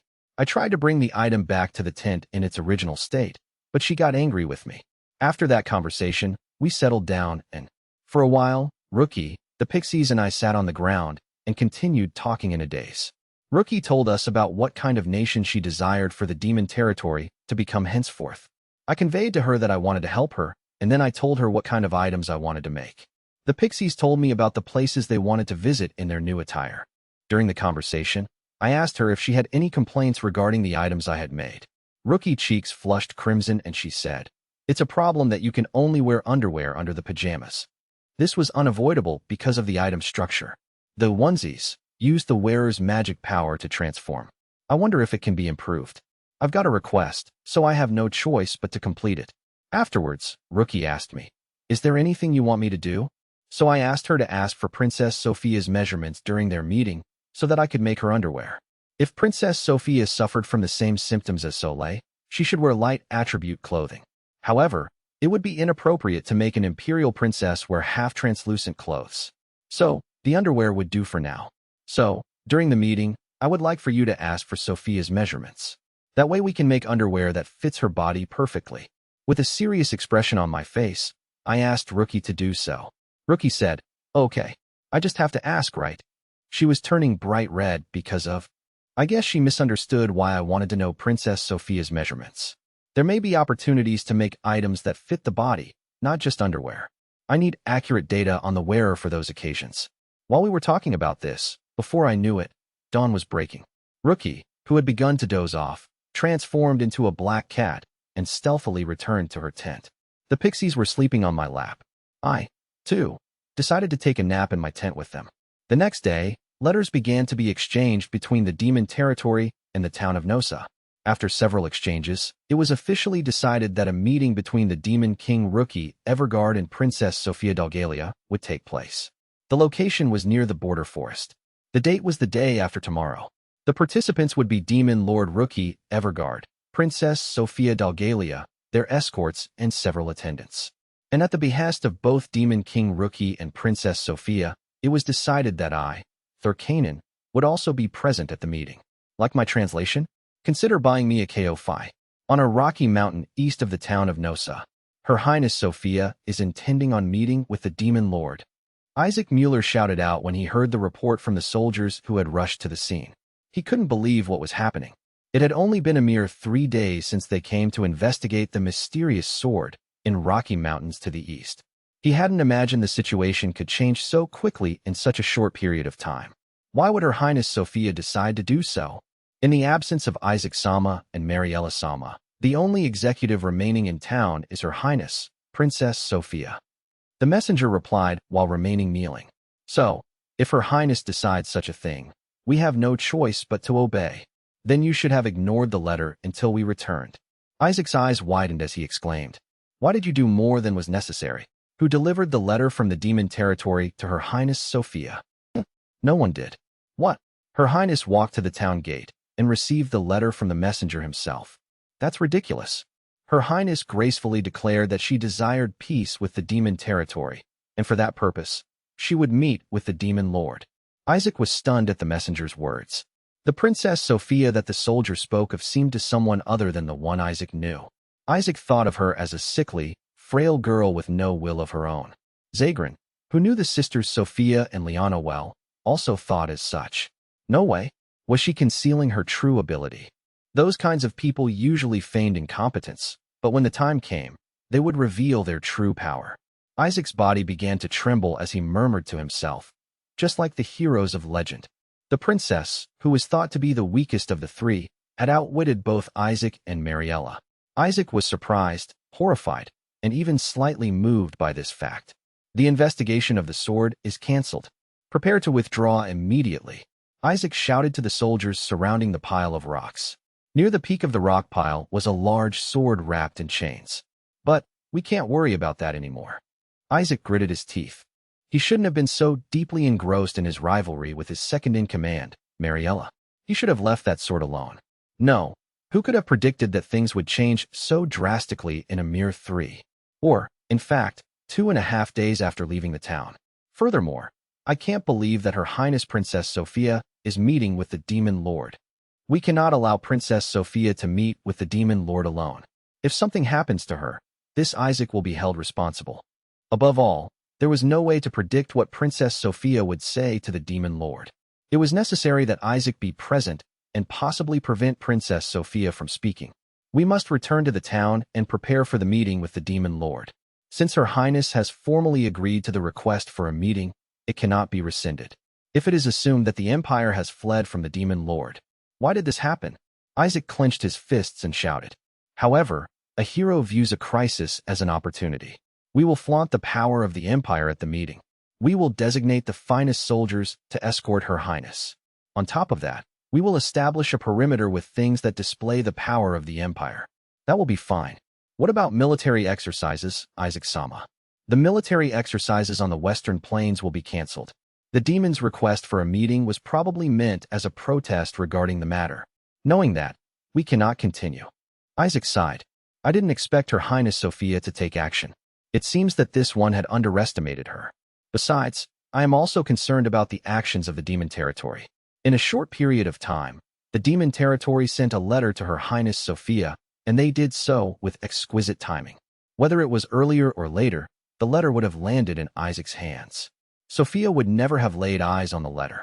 Isaac would have responded to the demon territory's request for a meeting by saying, "I have to decline, as Her Highness Sophia is reluctant to have one." Or perhaps he would have said, "Please wait until we obtain His Majesty's permission." He he would have continued the military exercises without any concern at all. Anyway, we must return to the town and consider how to proceed. Isaac instructed his soldiers to proceed with haste. However, some of them did not comply. We almost have it. Just a bit more in the chains. Mariella is still fixated on that sword. Isaac looked toward the Rocky Mountains. At the foot of the mountain was his second-in-command, Mariella, and near the peak were the soldiers subordinate to her. They had started extricating the mysterious sword early in the morning. Mariella, the investigation of the sword is cancelled. Did you not hear me? Please wait. We are going to sever the chains with my axe now.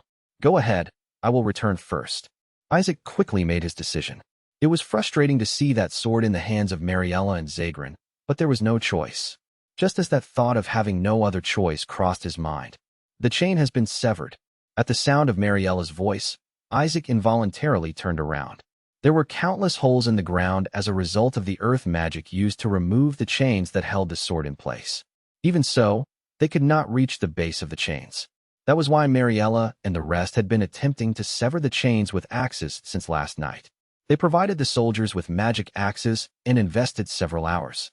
It was only now that they finally succeeded. The sword must be a valuable sword. After all, if it is fastened in place by such sturdy chains. Boom. The moment Mariella raised her voice, the chains that had been clinging to the sword constricted and shattered the sword. What? The chains then also broke into pieces, becoming fine fragments, like sand, and drifting into the crevices in the rocks. All that remained were the remnants of the shattered sword. The sword blade, now reduced to tiny fragments, was rusted and decayed, as though it had lost all its life force. What? The sword destroyed itself? Why? Why? Isaac and Mariella's voices echoed around the rock pile. The soldiers also stood frozen where they stood and gazed at the scene in front of them. Does the sword choose its own master? No, I think it's a trap from the demon territory. There is no sword in the demon territory that can shatter itself. With a sigh, the soldiers murmured. What they witnessed was a sight too mysterious to be true. A sword stuck in a rock, bound by chains, and a person who tried to retrieve it by cutting the chain. As if rejecting the act itself, the old sword shattered itself through the chains. It was a strange and captivating sight for those of the Empire, who revere the heroes. Ow! Ah! Mariella, the second-in-command, nodded dejectedly with her hands on the rocky mountain. We will withdraw. Mariella, you can follow us. Isaac then turned his back to her. They were unaware that the sword embedded in the Rocky Mountain was merely a rusty sword that had been collecting dust in General Risinga's mansion. The chains binding the sword in place was an improved chain lock created by Thor, and that the improved chain lock boasted security measures that prevented both the item it secured and the chains themselves from being seized. The improved chain lock, S security system, a feature activated by magic power to prevent important items from being seized. If the chain lock is forcibly removed or broken after activation, the item that the chain lock is meant to protect is constricted and destroyed. After that, the chain lock itself will shatter into pieces, and it will lose its magic power and attributes, transforming into a normal metal. The security system can be released by the person who invoked it by infusing magic power into it again. Don't tell me. Are you suggesting that this was the wrong method to draw it out? That this sword will reject all but the one it chooses? It even shattered itself. Mariella was muttering in a daze at the foot of the Rocky Mountain. Hearing her voice, Isaac began to prepare his belongings. Anybody who has any free time, retrieve the pieces of that sword. We will investigate it after we return to the capital. It will also serve as a record of the unit's activities. That sword would be noted in the records of the Empire. Mariella caused the destruction of the sword when she failed to retrieve it. That would be Mariella's, and thus the Minister of Military Affairs Zagran's, downfall. However, at the same time, fault also lies with this small officer. Due to my involvement with this sword, the meeting between Her Highness and the Demon Lord was arranged. In truth, I had intended to conduct further military exercises. Eventually, we intended on honing our magic and archery near the border shared with the demon territory. Limiting the enemy's actions and isolating them is the foundation of strategy. If negotiations were held afterwards, favorable terms could be obtained for the Empire. It would also be a reminder for the demon territory of the power of the Empire. However, this is not unsalvageable. This officer intends on redressing this mistake. We will exhibit our power during the meeting. And so Isaac and his soldiers began to return to the town of Nosa. After the troops left, Mariella collapsed onto the ground. Her body seemed to have lost all its strength. She had destroyed the mysterious sword with her own hands. The fact that a tent had been erected here to investigate the sword was recorded in the unit's activity logs. Mariella's blunder would have already been recorded. If Princess Sophia had not done anything unnecessary, we could have spent more time on the investigation. She did not expect the princess to interfere with her actions. Mariella's boss, Zagrin, also stated that Princess Sophia was just another member of royalty who would eventually be used in a political marriage. He had only told Mariella, if she disappears, only this Zagrin will remain for Princess Liana to rely on. One by one, Mariella recalled Zagrin's words. Her boss was a successful man, and Mariella had served Zagrin all her life. She had never made a mistake. This time, Mariella's failure lay in the fact that she planned and acted of her own accord. Zagrin-sama, I'm truly sorry. Mariella mumbled to her boss, who was not present. You said it yourself, Zagrin-sama. If we fail to exhibit our power to the demon territory, use the second plan. It is a risky plan, but one that will make better use of Her Highness, Sophia. Mariella withdrew a letter from her luggage. It had been entrusted to her by Zagrin. The second plan was written in it. Mariella removed the seal and opened it. Seeing her boss's familiar handwriting, she smiled reassuringly. There are dormant monsters that lay in the north. Use Her Highness Sophia to defeat them. It seems that Isaac Mueller was also gathering information about this monster, but Zagrin-sama was one step ahead of him. She couldn't help but smile. The letter described what Mariella should do, and it was also a note of caution. A new kind of monster, such as Gargarasa, has appeared. First, investigate the surrounding area. The following is a description of the local collaborators. Contact them and request their aid. This operation will be an efficient means of demonstrating the power of the Empire. And finally, upon completion of the operation, you will be permitted to return to the imperial capital. I'll entrust it to you, Zagrin-sama. Mariella knelt down in the direction of the imperial capital. As your subordinate, I, Mariella, will see to it that I fulfill your mission, for the prestige of the Empire and the glory of your excellency. Mariella then relayed the instructions to her subordinates. In the town of Nosa, in the mayor's residence. For the aforementioned reasons, I command you to change the venue of the military exercises. I will not allow the people's movement to be obstructed by magic. If you intend on training, choose another place. Isaac Mueller. In the hall of the mayor's mansion, Princess Sophia and Commander Isaac were facing each other. Isaac had just returned from the Rocky Mountains to the east. As if she were waiting for him, Sophia summoned Isaac to the hall. Sophia and Isaac were in the room, while a messenger from the demon territory was waiting outside. On the table were letters exchanged with the demon territory. Sophia picked one up. The letter from the demon territory also objects to this matter. The Empire has invited us to attend and witness the military exercises, but the demon territory is not in favor of any action that would endanger the people. Sophia read aloud the contents of the parchment and turned towards Isaac. I am aware that you have your own reasoning as the one in charge of soldiers. However, for the sake of the people residing near the border, I ask that you reconsider the venue of the exercises. Your Highness. Yes. May I ask why your health has suddenly improved? It is because I came to this land, which has given me a purpose and duties to perform. Princess Sophia stared straight at Isaac.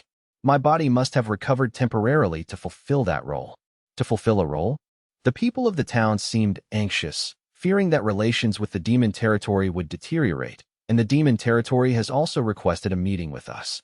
I believe it is my role to listen to the voices of the people and neighboring countries and to serve as a conduit between them. For this reason, I believe that my body, which is termed useless in the language of the heroes, has recovered slightly. Useless? There is no need to decorate your words, Isaac Mueller. Princess Sophia smiled softly.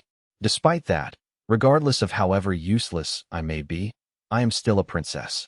Then, it is only natural that I would seek to support my country and my people in any way I can, is it not? Your Highness, I wish to hold a meeting with Demon Lord Rookie Everguard.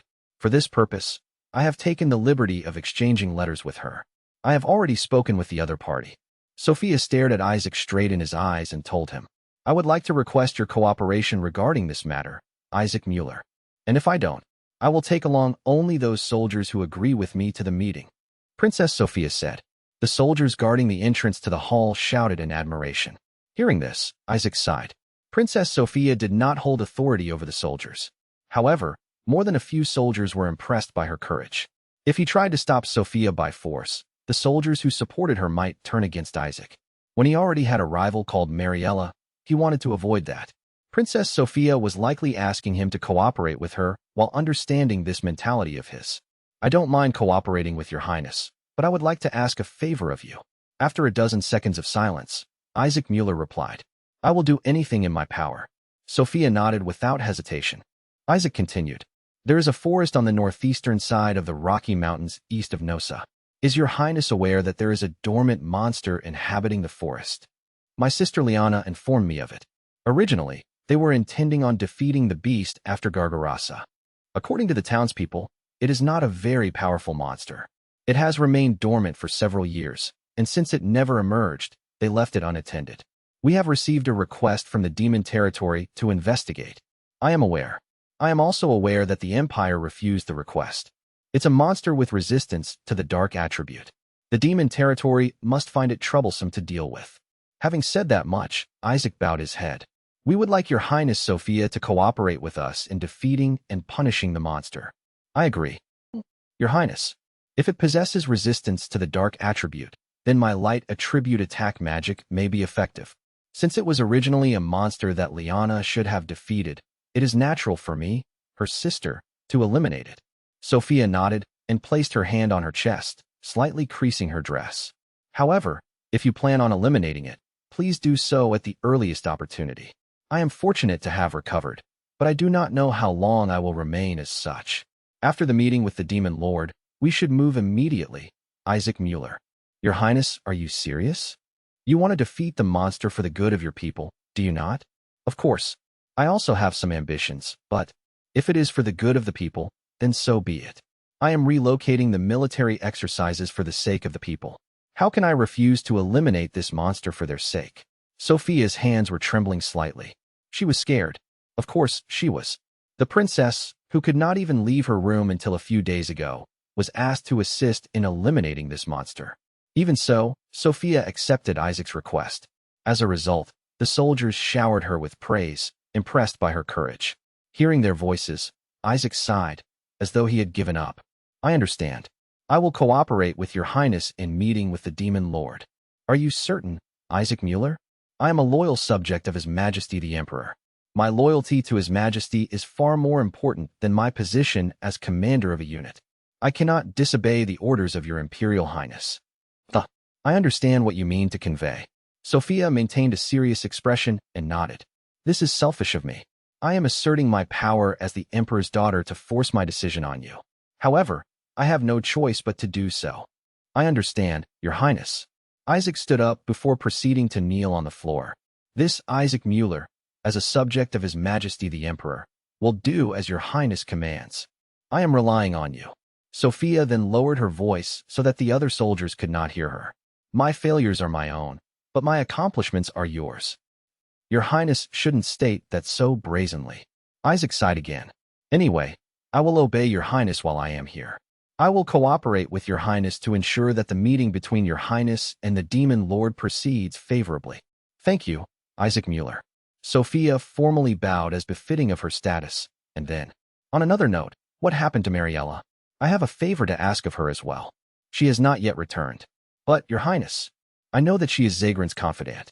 I will speak to her with caution. With a gentle smile, Princess Sophia said, However, I am grateful for your advice. As soon as Mariella returns, I will inform her that Your Highness is awaiting her. Bowing deeply, Isaac answered.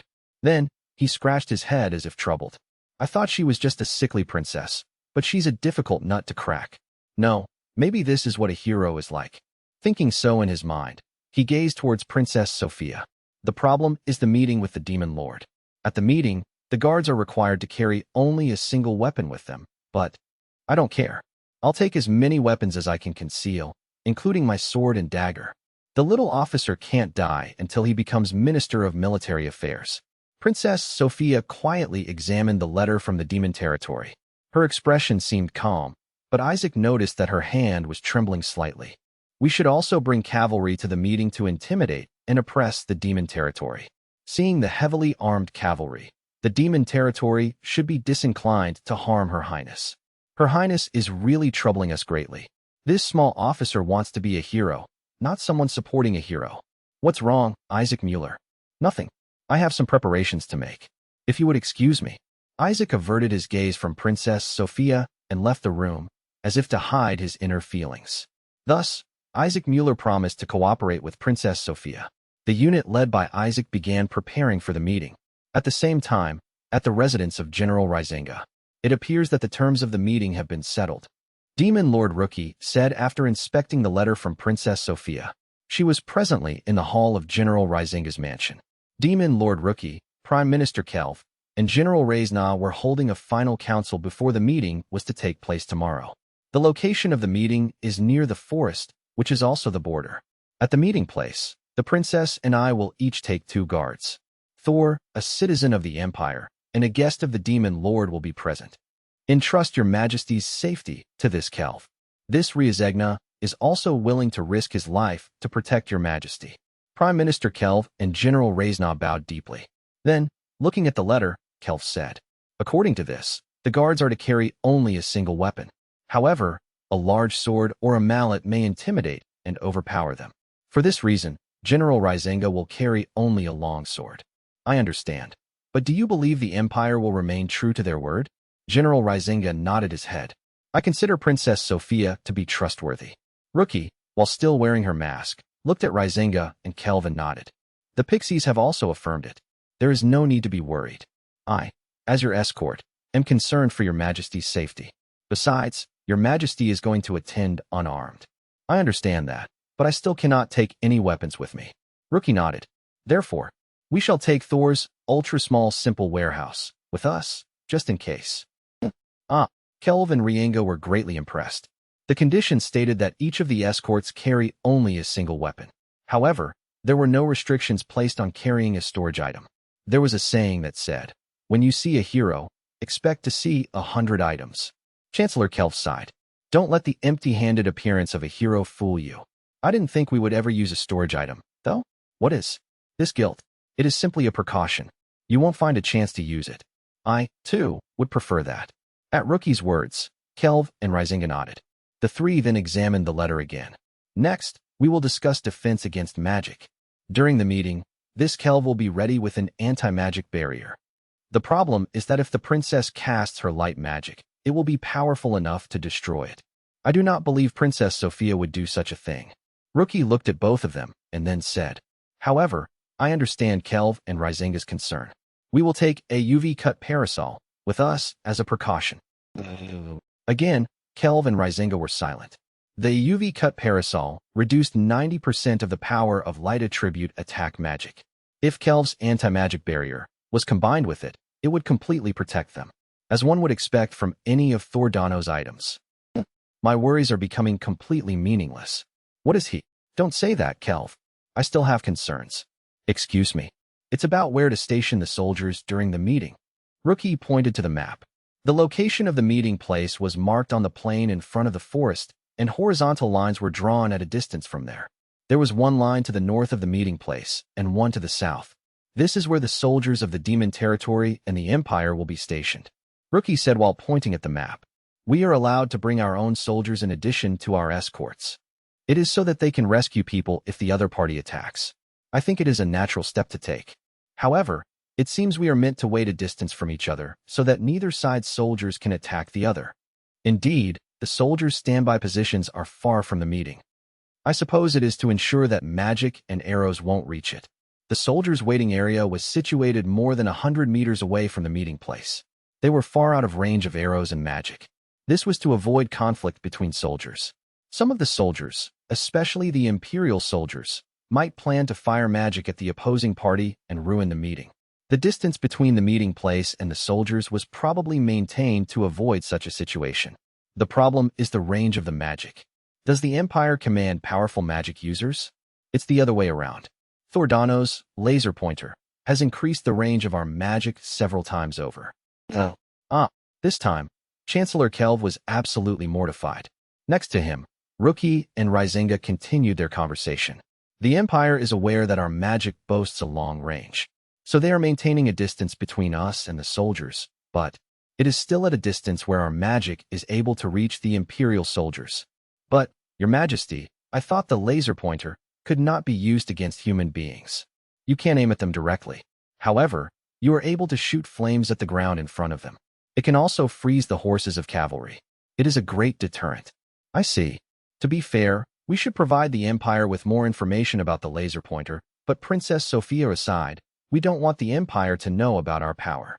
To escape the laser pointer's range in the first place, the other party would need to be a far distance away. If the soldiers are stationed that far out, Princess Sophia would be worried. It's a distance where one's voice may not be heard. So we have no choice but to keep the range of the laser pointer a secret. I wonder if that is the right approach when taking Princess Sophia into consideration, who has been so courageous in wanting to meet with us. Oh well, the table is shaking strangely. Kelv, why are you planting your head on the table? I'm sorry, I didn't mean to, Your Majesty. Chancellor Kelv looked up, holding his forehead. It was just so unexpected that I lost myself a little. Unexpected? I didn't think we would be in a situation where we would have an advantage over the Empire. We have a simple warehouse, which allows us to store items at will, and a UV-cut parasol that reduces the power of light magic. Besides, our magic is able to reach our opponents unilaterally. It's as though we have become the heroes. Indeed, it is all on account of the items made by Thordano, but what does he want from our demon territory? Thordano believes in us, and he is testing us. Rizinga announced with a serious expression on his face. We have gained powers close to those of the heroes, but we should not flaunt our power or think ourselves superior to other races like the heroes did. Thordano believes us to be such people, and that is why he entrusted us with the items. General, Thordano always observes how we use our power. In order to live up to his trust, we must learn from the humans. This meeting with the Imperial Princess will be an excellent opportunity to do so. That's one way to think about it. What's so funny? Kelvdano. I almost thought that Thordano simply did things impulsively. What nonsense. Ha ha ha. I misjudged Thordano's capabilities.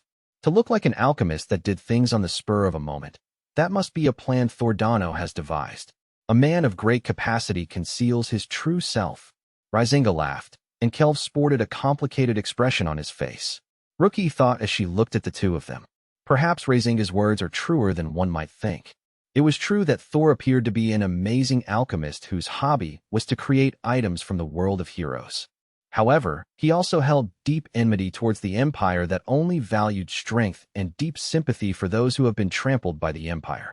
That was probably why he allowed Princess Sophia to use the footbath.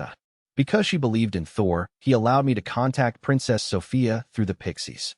Otherwise, he would not have gone to the trouble of healing the princess of the Empire. If the princess were to become drunk on power, Thor would withdraw his hand. And I must not be careless either. I don't want to disappoint him by abusing his items.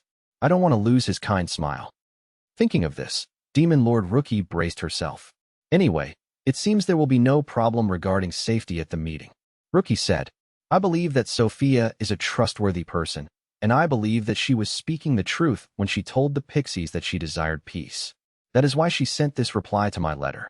I think that's good enough for Princess Sophia, but we don't know who is around her. I am aware of that, but I don't want this meeting to be unpleasant. Please understand, Kelv. What Rookie desired was peace in the border region.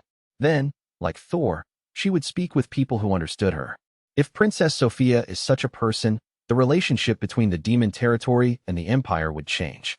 Besides, they were just beginning to develop the silver mine. There was nothing to be said for improving relations with the Empire and promoting trade. It was Rookie's role to enrich the demon territory in this way. There is also the matter of the investigation of the monster that I had requested of the Empire. If Princess Sophia becomes our ally, we can jointly investigate the border areas. Your Majesty, you're wary of a new species of monsters, aren't you?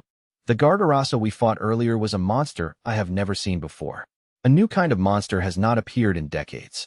There is no guarantee that similar ones do not live in the border area. If possible, I would like to cooperate with the Empire to investigate. In any case, it depends on the outcome of my meeting with Princess Sophia. Chancellor Kelv nodded. And so Demon Lord Rookie and the others decided on a plan for tomorrow. Kelv and Rizinga would be in charge of the escort. The selection of the soldiers who would protect the three from behind had also been completed. They also decided what they wanted to tell Princess Sophia during the meeting. Finally, Your Majesty, I have a proposal regarding Thordano. Chancellor Kelf said, I think that before Thordano arrives at the meeting, we should announce that he is engaged to Mabel. What? Kelf, what are you suggesting out of the blue? It is for Thordano's protection. Chancellor Kelv began to explain. The Imperial side knows that Thor is an alchemist. They suspect Thor's involvement with the mysterious item possessed by the demon territory. Although Thor himself has abandoned his family name, he is still an Imperial citizen. Therefore, there is a possibility that the Empire will attempt to persuade Thor to return to the Empire by some means. However, if he is engaged to someone from the demon territory, the Empire will be hesitant to take him back. If they force him to return to the Empire, they will incur the resentment of both himself and the people of the demon territory. Therefore, only during this meeting, temporarily. That's right, temporarily. General, please extinguish the fire on your head. Why Mabel? Kelv, if it is temporary, Agnes will do. What do you have against my daughter? Only because it is a temporary matter. You will deliberately draw special attention to it if he becomes engaged to Agnes. Of course, not only will the men of your house boast about it, but everyone in your territory will boast about it. Of course, that's why. It's going to be very troublesome if we want to retract it later. Moo, since this is temporary, we don't want someone possessing high status. Chancellor Kelv's eyes turned towards Rookie. Rookie realized that the words before were directed at her as well. Kelv's proposal makes sense. It is also to protect Thor, so it is unavoidable. After a moment, Demon Lord Rookie nodded. I agree. Mabel shall be Thor's fiancée until the meeting with Princess Sophia is over. Rookie understood Kel's proposal. She was the Demon Lord. She had been educated to lead her people. Therefore, she understood that Kelv proposed the matter to protect Thor from the Empire. She also knew that Mabel was the correct choice for a temporary engagement. If the engagement was with herself, Thor would become a figure possessing more importance than he did now. His statements would have political implications, and there may be those who would seek to blackmail Rookie by kidnapping Thor. If they made Agnes his fiancée, Reznah would go around informing his subordinates about it. There would be a large commotion when he later retracts it. Thor's position could become worse after the engagement is called off. Therefore, Rookie, as the Demon Lord, was completely convinced by Chancellor Kel's proposal. But why am I still so bothered by it? Rookie gave a long sigh. Rookie left the room after telling Kelv and Reznah that the meeting was over. She went straight to her room. Kelv told her that he would inform Thor and Mabel of the engagement. Until then, it would be best if Rookie did not meet with them. It felt like Kelv suspected that I would say something unnecessary. I see. You would want a body pillow during times like these. On that note, she recalled that Thor had mentioned that he had improved the body pillow. Thinking about what kind of item it would be, Rookie held the hand with which she exchanged magic power with Thor yesterday. Tomorrow I have a meeting with Princess Sophia. I hope she is a reasonable princess and that we can investigate the monsters inhabiting the border area together. If the demon territory and the border area were peaceful, both Rookie and Thor could live in a relaxed manner. Rookie wanted to see how the items Thor makes would transform the demon territory. If possible, she wanted to stay by Thor's side, holding his hand. Thinking of this, the Demon Lord Rookie Evergard closed her eyes. Thor's point of view. We left for the venue where the meeting was to take place the very same day. The location was an area past the border, in the area situated between the demon territory and the Empire. The participants were Demon Lord Rookie, Chancellor Kelv, General Rizinga, and Minotaur soldiers, with the addition of Mabel and myself. Rookie and Princess Sophia were meeting to discuss the military exercises of the Empire. Additionally, Rookie was intending on proposing the idea of trading with the town of Nosa and a joint investigation of the monsters in the border area. Both of these were necessary for both the future of the demon territory and for peace in the border area. I believe it is my role to support her so that her vision can be realized. For that purpose, I intend to fully use my status as a hostage sent by the Empire. I want to help Princess Sophia as well. She told the Pixies she would keep quiet regarding what happened and entrusted me with a ring that was a memento of her nanny. She had said that the ring was without value, but when I examined it, I discovered that was not the case at all. The ring was formed from mithril, and it was strengthened with the water attribute. It was an extremely valuable item. Therefore, I decided to trust her and let her use the foot bath. If Princess Sophia is supportive of fostering an amenable relationship with the demon territory, I want to support her. If possible, I want to create a situation in which she can use the foot bath regularly so that her physical condition improves. If she were in a position of authority in the town of Nosa, she should be able to help Rookie and the rest. Halt. Soldiers can only accompany us this far. Stand by until we return. Just as they were exiting the forest, General Rizinga raised his voice. The Minotaur soldiers froze. The soldiers couldn't go any further. The only ones allowed to proceed to the actual meeting were Rookie, Chancellor Kelv, General Reisna, and myself, the designated witness. I'm off then, Mabel. Yes, Thor-sama. Mabel looked at me with concern. Suddenly, as if she had noticed something, she reached out and began to straighten my clothes. I left the encampment hurriedly, and my clothes were disorderly. She straightened my collar, pulled down my rolled-up sleeves, tugged on them to smooth them, and then nodded her head in satisfaction. Thank you, Mabel. You've been a great help. I was about to meet the Imperial Princess, right? I should at least dress in a befitting manner. I was practicing my alchemy late into the night, so I overslept. That's why I hadn't bothered with my clothes. I'll be waiting for you when you return. Mabel stared at me and said, I've been waiting for you for a long time. That's why. I'll be right back. Oh, of course. I know that. But now that I'm Thor-sama's fiancé, since I am conscious of that, I feel uneasy. Mabel was flushed to the tips of her slender elven ears. When she says that, I'm embarrassed as well. Yesterday, Chancellor Kelv announced that Mabel and I were to be engaged to ensure that the Empire wouldn't interfere with my matters. He added that this was only temporary, so I shouldn't make a big fuss about it. Mabel and I were both taken aback.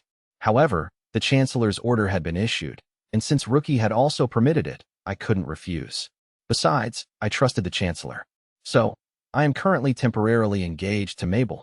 I want to ensure that the people of the Empire recognize that we are engaged. If I send Thor-sama off too nonchalantly, they might find it suspicious. I see. Why, yes.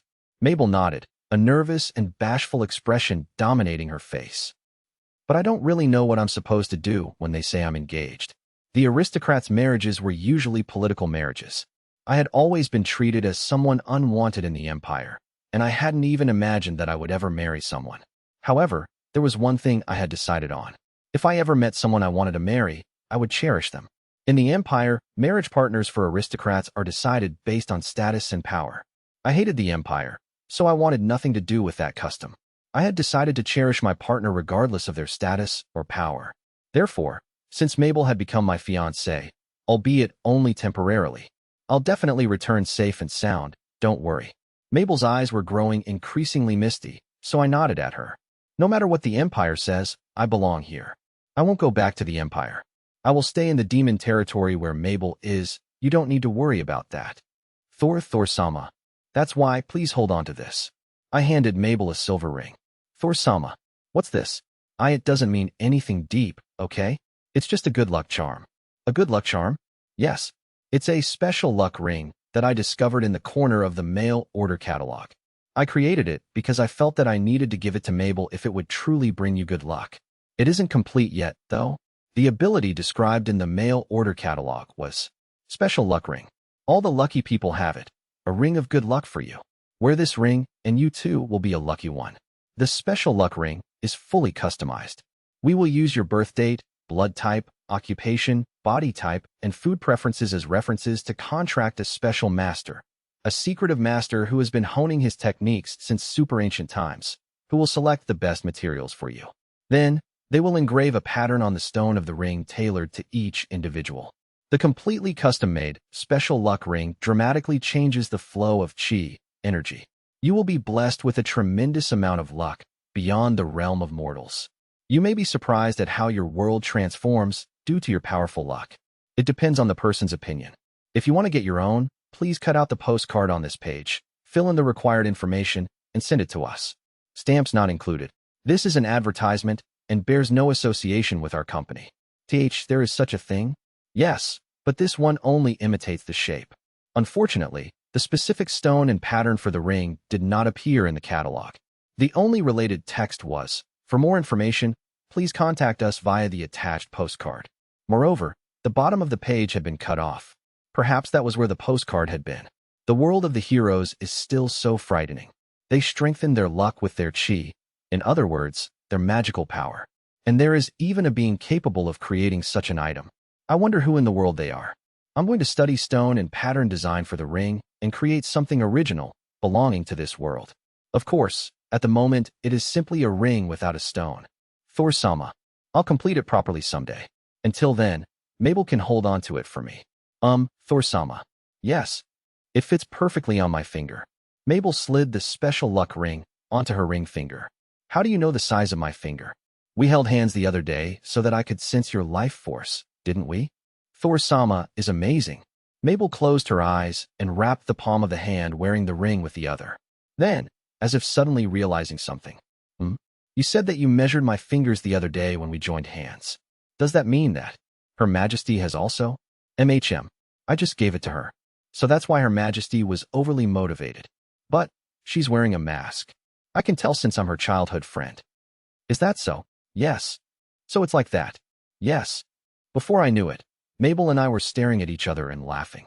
Yeah, Mabel and Rookie are in the demon territory. Agnes and the pixies are there, too. There was no way I was going to return to the Empire without them. I almost forgot about this. I took out 2 more items from the ultra-small simple warehouse. One was a UV-cut parasol. Keep this parasol open during the meeting. That way I will know where Mabel is. Why yes. So Thor-sama, what is this little item? It's for emergencies. I don't think you'll need it though, with the soldiers and the owls stationed at the forest exit. I see that the owls have arrived. Mabel looked up at the treetops and laughed, proceeding to then smile in their direction. But if it's an item meant for emergencies, it would be better if Thor-sama took it with him. As one would expect of Mabel, you're very perceptive. Yes, it's because I'm Thor-sama's maid and fiancé, Mabel declared resolutely as she touched the ring. Soon, the time for the meeting approached, and Chancellor Kelv came to call me. I joined Rookie, Chancellor Kelv, and General Rizenga and began walking to the location of the meeting. Participants from the Imperial side were already approaching us. At the forefront of the group was a girl donning a pure white dress. I glanced back, and the owls perched on a tree at the entrance to the forest nodded. That must be Princess Sophia. Following behind her were 2 warriors in full body armor, as there were no restrictions regarding armor. Since Princess Sophia was unarmed, her bodyguards were probably completely covering their bodies to compensate. The Imperial soldiers, who stood behind Princess Sophia and her men, were also all heavily armed. When he looked further, he caught sight of the heavy cavalry, the pride of the Empire. Covered head to toe in armor, these powerful cavalrymen also carried long, broad spears. Their penetrating power was tremendous. I had heard tales of them breaking through enemy lines one after another on the southern battlefields.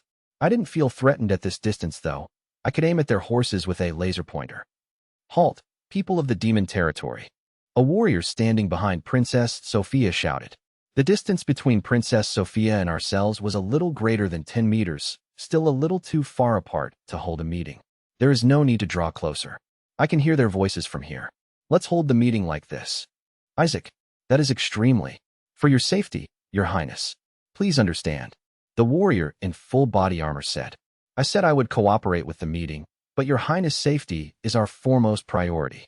In the end, it seemed that the Empire was wary of the demon territory. Therefore, even if Her Highness Sophia wanted to talk to Rookie privately, the guards had no intention of allowing it. Your Majesty Demon Lord, I would like to speak with the Imperial people. I said. It was difficult to hold a conversation at this distance. It couldn't be helped. As the alchemist of Her Majesty the Demon Lord, I'll resolve this issue somehow. Are you sure about this, Thor? We have safety measures in place. No need to worry. I said, and Rookie nodded. I checked the contents of my ultra-small simple warehouse, the bag at my waist. The items I had prepared were fine. I carried the UV-cut parasol with me from the beginning, so no problem there. I am Thor Kanan, a former Imperial nobleman. As a witness for this meeting, may I speak a few words? Thor Kanan.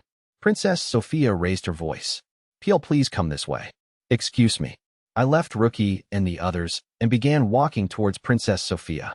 The escorting warriors stepped forward to protect the princess. When I was in the Empire, I was fearful of these bulky warriors. However, I don't think anything of them anymore. I am grateful that you allowed me to speak with you. My name is Thor Kanan. As a person sent to the demon territory from the Empire, I have been ordered to witness the meeting. I kneeled down in front of Princess Sophia, as was the etiquette of the nobility. So you are Thor Kanan? Yes, Your Highness. The son of a former duke. The warrior named Isaac examined me. The reason I ordered you to stand as a witness is so that you can interpret the meaning of those demon territory people. However, I don't recall asking you to offer your opinion. Control yourself. Isaac Mueller, Your Highness. These are the words of someone extremely familiar with the Demon Lord. They are worth listening to. Princess Sophia shook her cherry-red hair and announced, "Let us hear what you have to say. Thurkanen, what is your opinion?" The people of the Demon Territory would never do anything to harm Your Highness. Her Majesty the Demon Lord and the other dignitaries have agreed to the meeting and wish to meet with everyone in the Empire. I said, looking Princess Sophia in the eye. "If there is the slightest doubt in your mind, Your Highness," I said, looking her clearly in the eye, "if there is the slightest falsehood in these words, please, Your Highness, unleash light attribute attack magic upon me. With that, I will answer for the sin of having spoken untruthfully to Your Highness." Your words echo in my heart.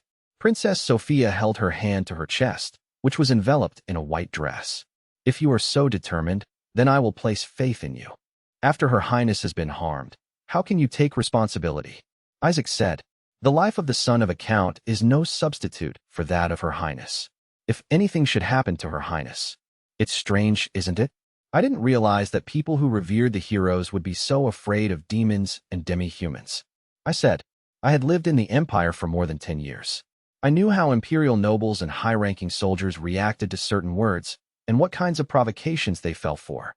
As a weak man, I had survived in the Empire by observing the tendencies and behavior of the powerful. The great otherworldly heroes are now the protectors of the Empire. Isaac Mueller. What would they think if they heard the words of Isaac Mueller-sama? I looked at Princess Sophia. I saw that she nodded and continued. I wonder if the hero's holy sword found in this area has accepted Isaac Mueller? What? Isaac Mueller's face scrunched up. Why you? You even know that we attempted to retrieve that sword. I am granted freedom in the demon territory, being allowed to even wander the border areas. Moo. A hero is one who is courageous. Then, aren't those who stand and calmly speak before the demon lord truly courageous? I believe that a hero is one who is able to calmly face difficulties. I took a deep breath and said a few words. Or is it that heroes are only those from other worlds, and there are no heroes in the Empire? Oh, Gunu. Isaac Mueller tightly gripped the sword at his waist. I touched the new item in my pocket. However, the other side shouldn't move. If he draws his sword, Isaac Mueller will have ruined the meeting. A man so close to the princess would not commit such a mistake. I still did not take my eyes off Isaac Mueller, however. Thurkanen is right, Princess Sophia suddenly said. She quietly glanced towards Isaac Mueller. It was the heroes who laid the foundation of the Empire. Those who were summoned from other worlds were termed heroes because they were brave enough to fight in this foreign world. What are we, who revere those brave men and women, to do if we fear speaking with people from another country? Your Highness, look at the people in the demon territory. There are just more than a dozen soldiers behind them, and their guards are only fitted in light armor. Compared to us, who brought dozens of heavily armed cavalrymen, the sincerity of the demon territory is clear. Then with a sigh, Princess Sophia said, "Besides, I said that all failures are mine alone, and all credit is attributed to you. Are you dissatisfied with that, Isaac Mueller?" It would be rude to keep them waiting any longer. Let us go." Princess Sophia held out her hand toward me. "You possess the courage to go to the demon territory as per the Emperor's command. Please stand as witness between us and the demon territory and facilitate our meeting, Thurkanen." "I understand, Your Highness." I took the hand that Princess Sophia stretched out to me. The hand was thinner than I had expected, slender and delicate. She was trembling slightly. It was likely that she was nervous. I wonder if she was afraid.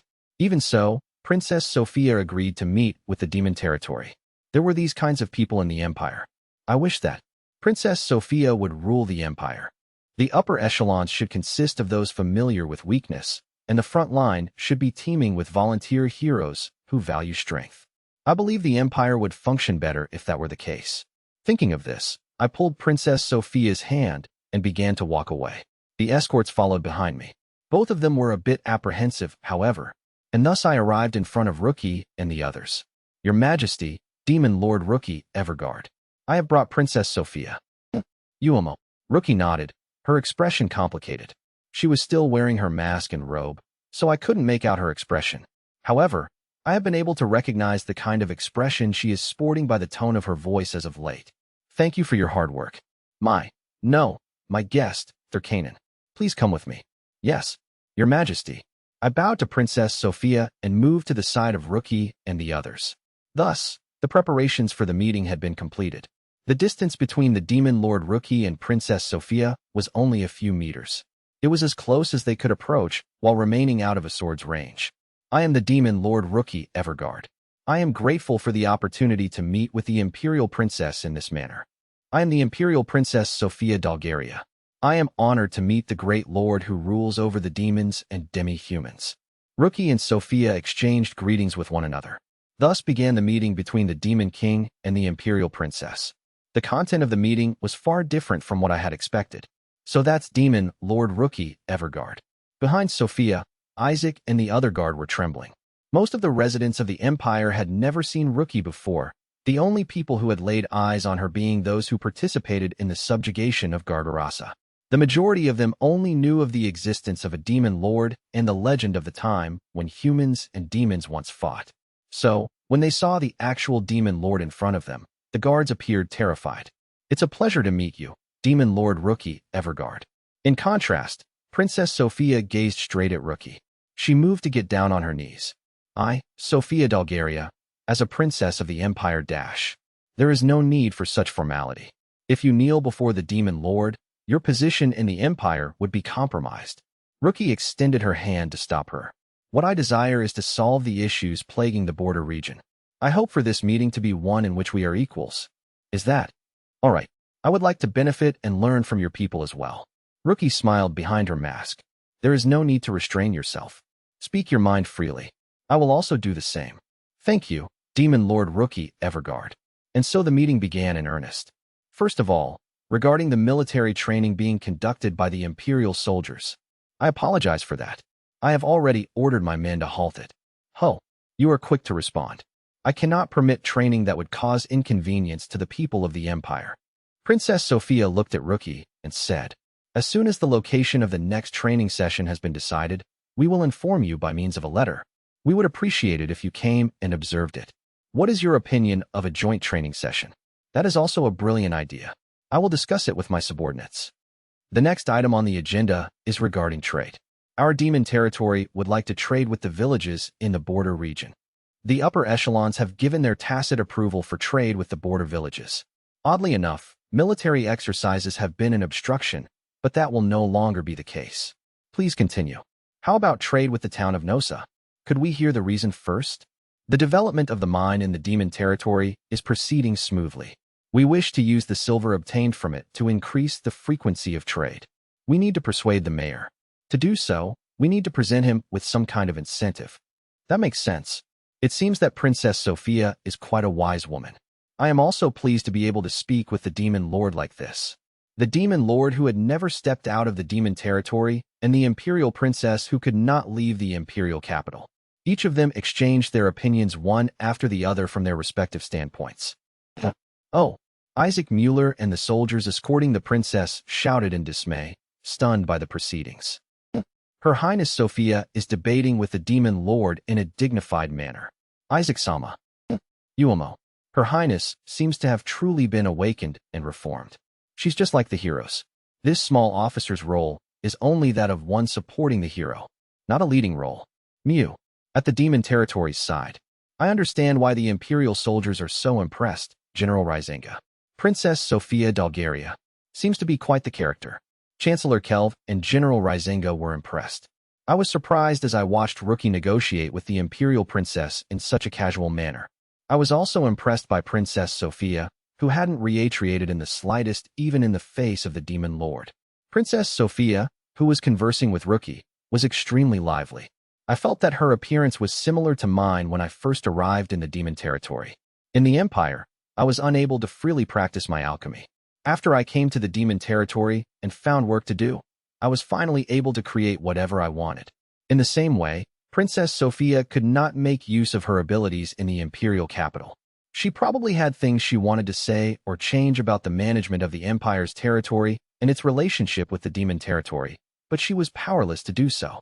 However, after coming to the border region, she became able to do so because her body became healthy. Maybe that's why she's enjoying her meeting with Rookie so greatly. However, It'll be advantageous for the Empire's side.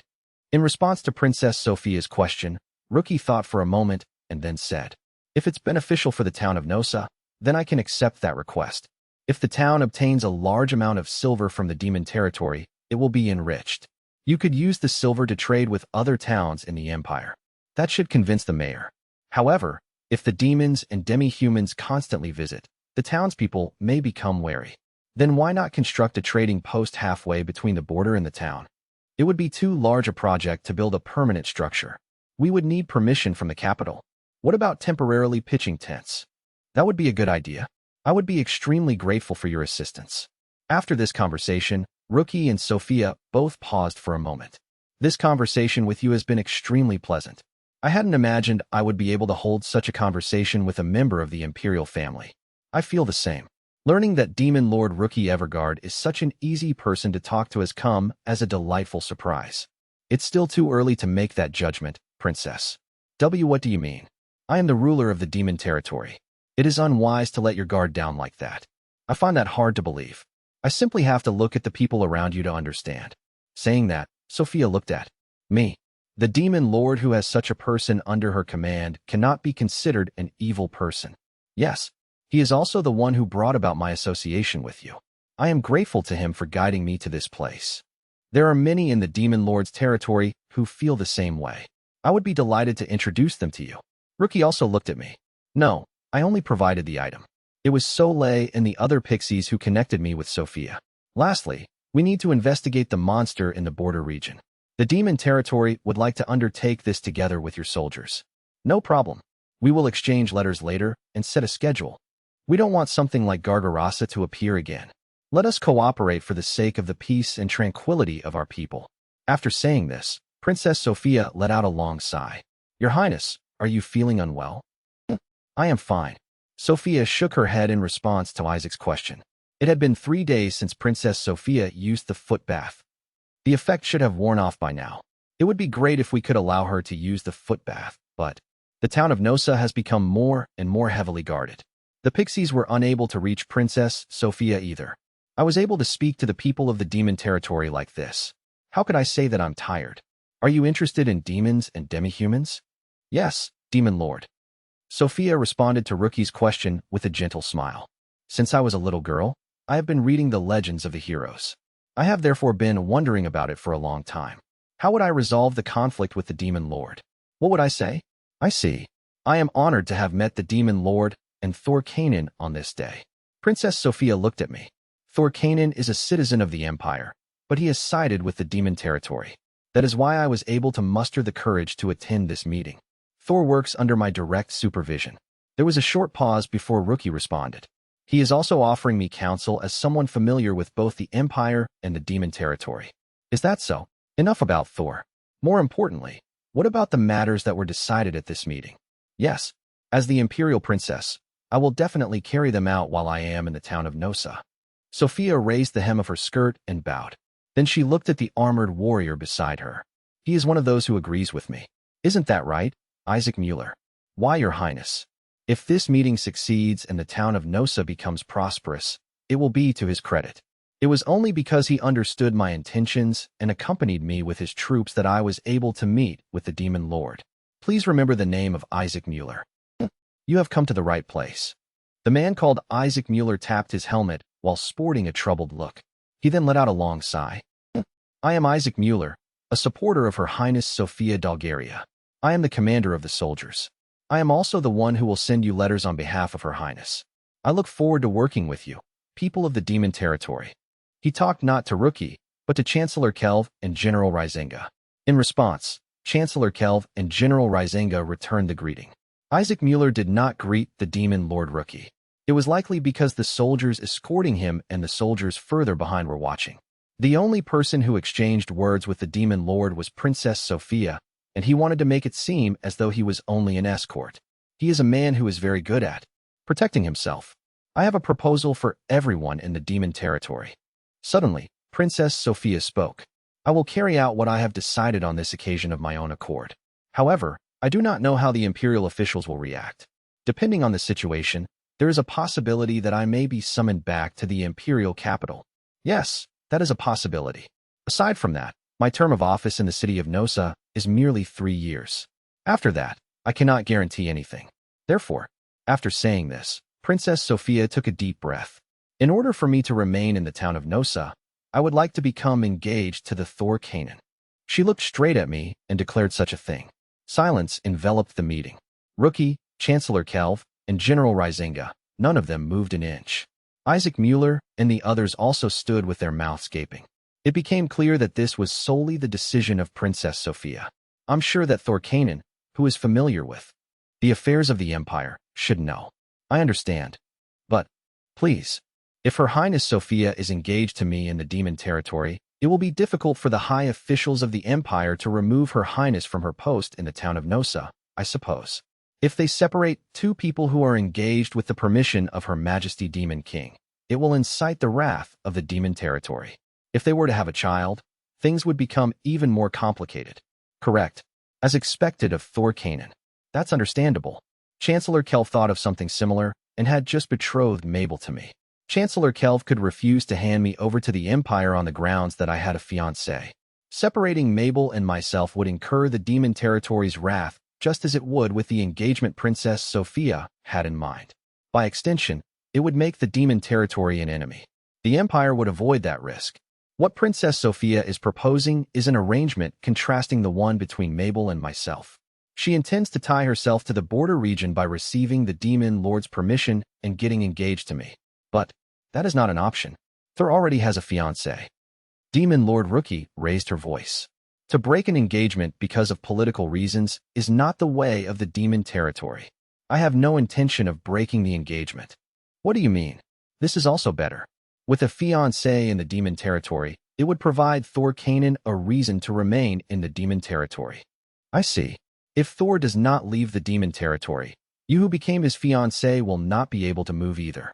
That would become a reason for you to remain in the town of Nosa. Then the upper echelons of the imperial capital will abandon the idea of recalling me. Princess Sophia's cheeks were slightly tinted as she presented a gentle smile. Of course, the one in the demon territory should be his wife. I am fine with being a concubine. You are a princess, are you not? Or am I mistaken? I do not have the right of succession. I know that. I lived in the Empire, so I knew how low-ranking nobles and royalty were treated.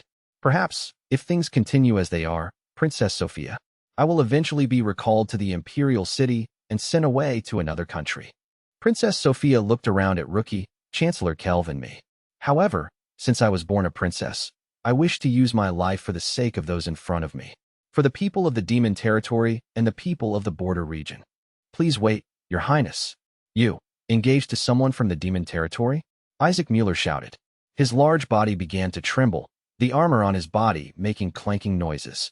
If Your Highness does such a selfish thing, Your Highness might not be able to return to the imperial capital again. There is a possibility that your name will be erased from the imperial family's register. I am prepared to do so. Are you willing to never see your sister again? I told you I am prepared to do so. Princess Sophia said firmly. I will write to Liana and inform her of my decision. This is the answer that this useless princess has decided upon. I want to show my sister, with this body of mine, that a princess is one who protects her people, one who sacrifices herself for the sake of peace. Your Highness must be tired. Isaac shouted. The meeting is now concluded. What Her Highness has just said was because she was too tired. Got that? Wait a minute. I shouted out. Maybe I shouldn't have interfered, but I had a feeling that it would be bad if the meeting ended here. I felt as if I would never see Princess Sophia again. Besides, before we parted, there was something I had to do for Princess Sophia. Your Majesty Demon Lord, would you permit me to speak with Her Highness Princess Sophia for a moment? Thor. Her Highness Sophia said that she wants me to be her fiancé. I want to determine what she really meant by that. Besides, if Her Highness is tired, I think it would be better for her to rest for a short while in the tent. I see. Rookie nodded. She must have understood what I was intending. She looked towards Chancellor Kelv and nodded. Escort of Princess Sophia. May I request that Princess Sophia and Thor Canandano speak to each other privately? Chancellor Kelv said. Both Her Imperial Highness Princess Sophia, who wishes to be engaged, and Thor Canandano, who has heard of the proposal, will feel regret if they part ways at this point. If the escort is against it, then there's even greater reason to talk. Isaac froze. He looked towards Princess Sophia to confirm that she nodded. Then, What do you suggest we do? We will prepare a tent for you. Their respective guards are standing around them. That way, if something happens, we can respond immediately.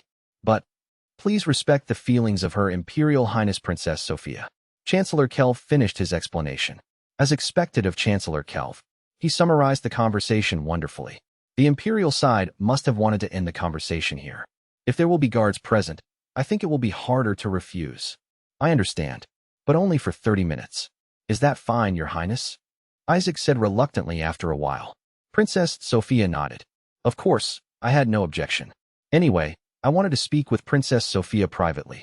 I was also confused by the sudden mention of an engagement. It would be great if the engagement with the princess is for the good of the demon territory, but somehow, I don't feel at ease. I have to properly speak to her. After a short while, the tent had been prepared. It was a special tent that I had created for such an occasion, boasting enough space for 4 to 5 people to comfortably sit inside. The fabric was made of earth, magic cloth, protecting it from arrows, and it was also soundproof.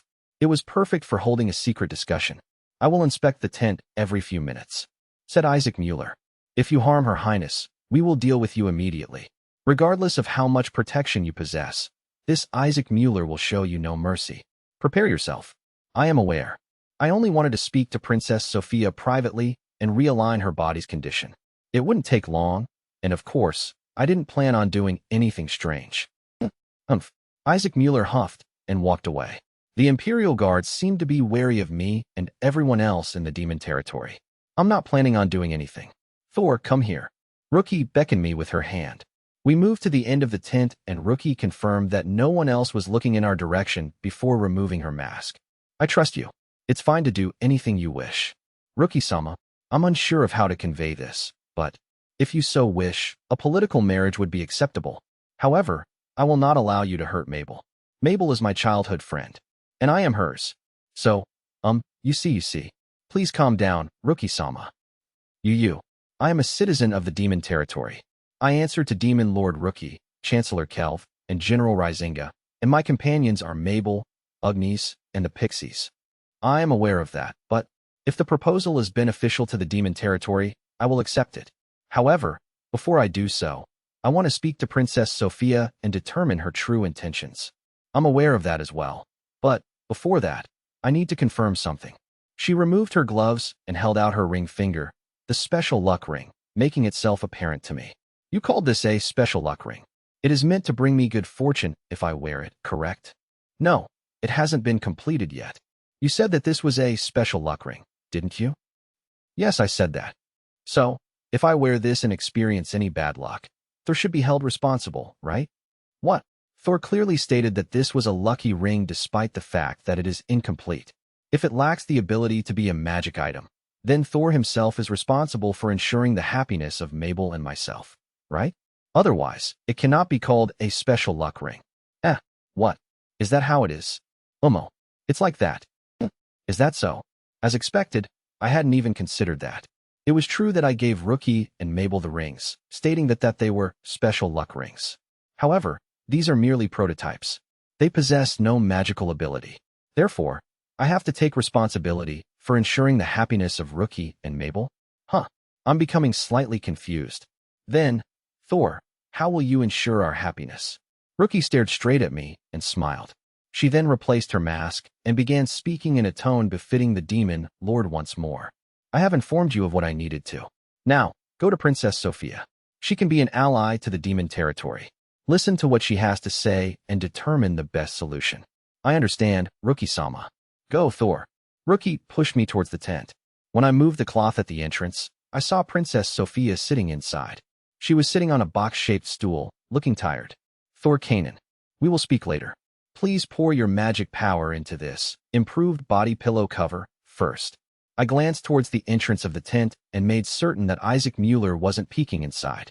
I then took out the improved body pillow cover from my ultra-small simple warehouse and presented it to her. What is this? It is a tool that facilitates talking secretly. Please hug it tightly. I understand. As she was told, Princess Sophia hugged the body pillow cover. I took out my own and did the same. When we had poured in a reasonable amount of magic power, I took out 2 body pillows and placed the covers on them. Funio. The two body pillows transformed into Princess Sophia and myself. Another me? It's not simply an inanimate object. It is capable of movement as well. Sit down and lip sync. Why yes.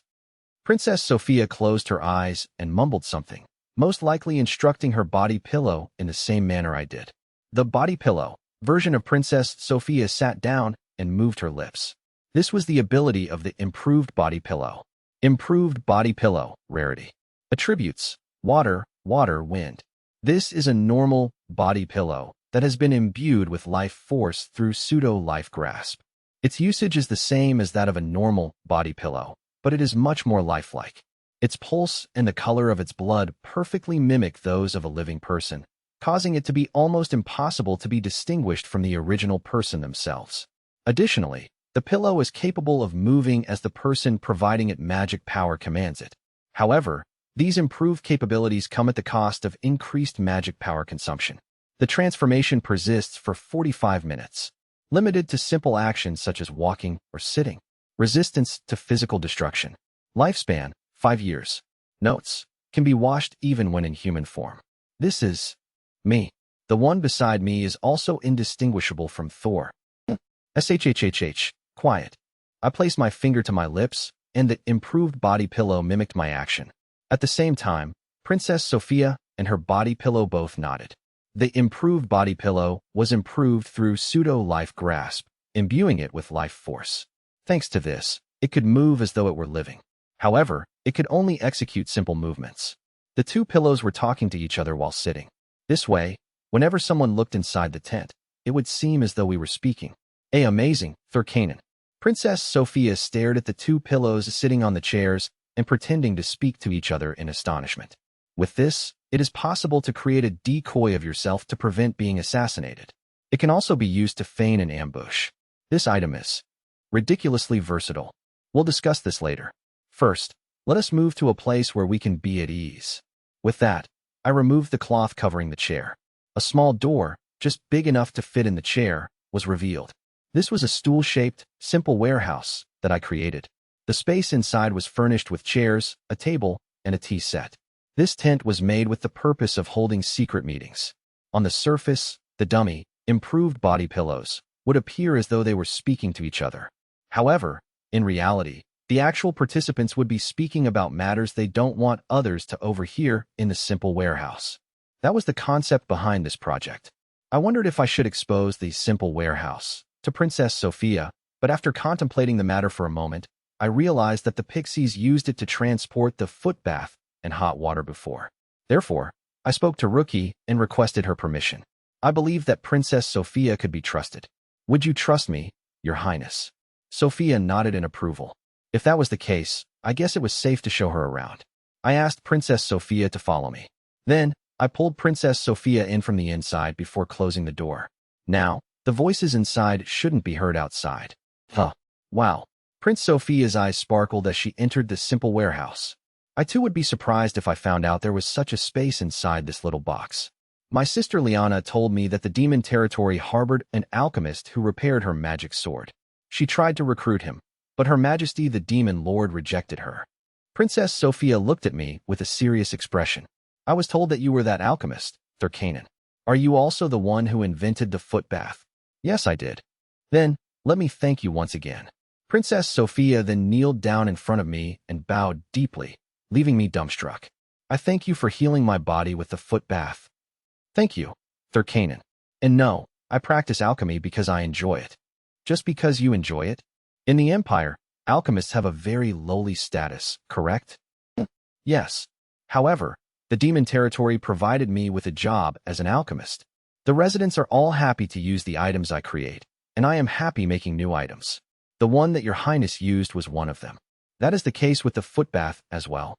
Yes. On that note, please use it right away. I pulled out the foot bath from under the table. I let Princess Sophia sit down and place her feet in it. Then, I imbued it with magic power, causing the hot water inside to vibrate. Huh. Princess Sophia let out a relieved sigh. NGHHHH. Oh, it feels amazing. The tension in my body is loosening. If you use it regularly, Your Highness' body will feel much better. Regularly? However, That is difficult as I have no intention of providing this item to the Empire. I don't feel like offering it to them. If the Empire's troops improve their circulation of magic power, they would go on a rampage and might even attack the demon territory. In the Empire, I was deemed weak and unwanted. Just like me. So I understand why Your Highness is sparing no effort to fulfill your role as a princess. I said, the reason why I wanted to assist Your Highness was that, with all due respect, my circumstances are similar to yours. However, I was blessed to have everyone in the demon territory to support me. I wondered if Your Highness had anyone like that. Someone who would support me? Princess Sophia fell silent. I lit a fire in the furnace in the simple warehouse and began to heat the inside of the warehouse. For a while, Princess Sophia and I were silent. Only the crackling of firewood and the water vibrating in the footbath could be heard. Thorkanen, you cared deeply about the people of the demon territory. When the warehouse had become warm, Princess Sophia murmured, I am somewhat envious of you. I really want Your Highness to come to the demon territory as well. That is impossible. The upper echelons of the Empire will cause trouble for the demon territory under the pretense that they kidnapped a princess. I understand. Well, if it's Thorkanen. Princess Sophia laughed. She seemed to consider it a joke, but I was serious. However, it is because you are such a person that I wish to be your fiancé. Princess Sophia gazed at the rippling water. The owls who visited my room told me many things about their benefactor Sama, about Thorkanen Sama. They also told me that you sent the footbath to me with great determination. It put me at ease. That's because Your Highness believed in me. If you had not believed in me first, you would not have sent those owls to me, would you? Princess Sophia laughed, her bare, white feet shaking as she chuckled. It was also because the tone of the owls was so kind and warm when they spoke of you. I thought it to be much warmer and more comforting than my own light magic. I was confident that such a person would understand my feelings, that it would be fine for me to propose an engagement. So it was like that. Princess Sophia sure was amazing. She trusted me, a total stranger, the owl, Soleil, and the others. That is how she arrived at the answer of engagement. If that is the case, I am willing to be Your Highness' fiancé. I said, I am the one who healed your body. It is not good practice for an alchemist to simply cure his patients and disregard following up afterwards. Those are actions of a third-rate alchemist. I wish to be responsible for creating an environment in which Her Highness can continue to use the footbath properly. Or rather, we were currently developing an enhanced version of the footbath that is in actuality a bathtub with the effect of the footbath. This would cause the level of recovery to increase immensely. Princess Sophia's condition should stabilize quickly in that case. Besides, there are still 3 years before Your Highness returns to the capital. Your Highness may find something else you wish to do or someplace you want to go. You can then break off the engagement, and I will support you as an alchemist. Thor, I am as good as dead in the Empire anyway. You can do as you please with my name, I don't mind. I had no intention of returning to the Empire. As long as you are a good neighbor to the demon territory, I will assist you. Thank you very much. I am in no rush. I am confident that you will come up with some pleasant ideas in due time. Yes, I am sure.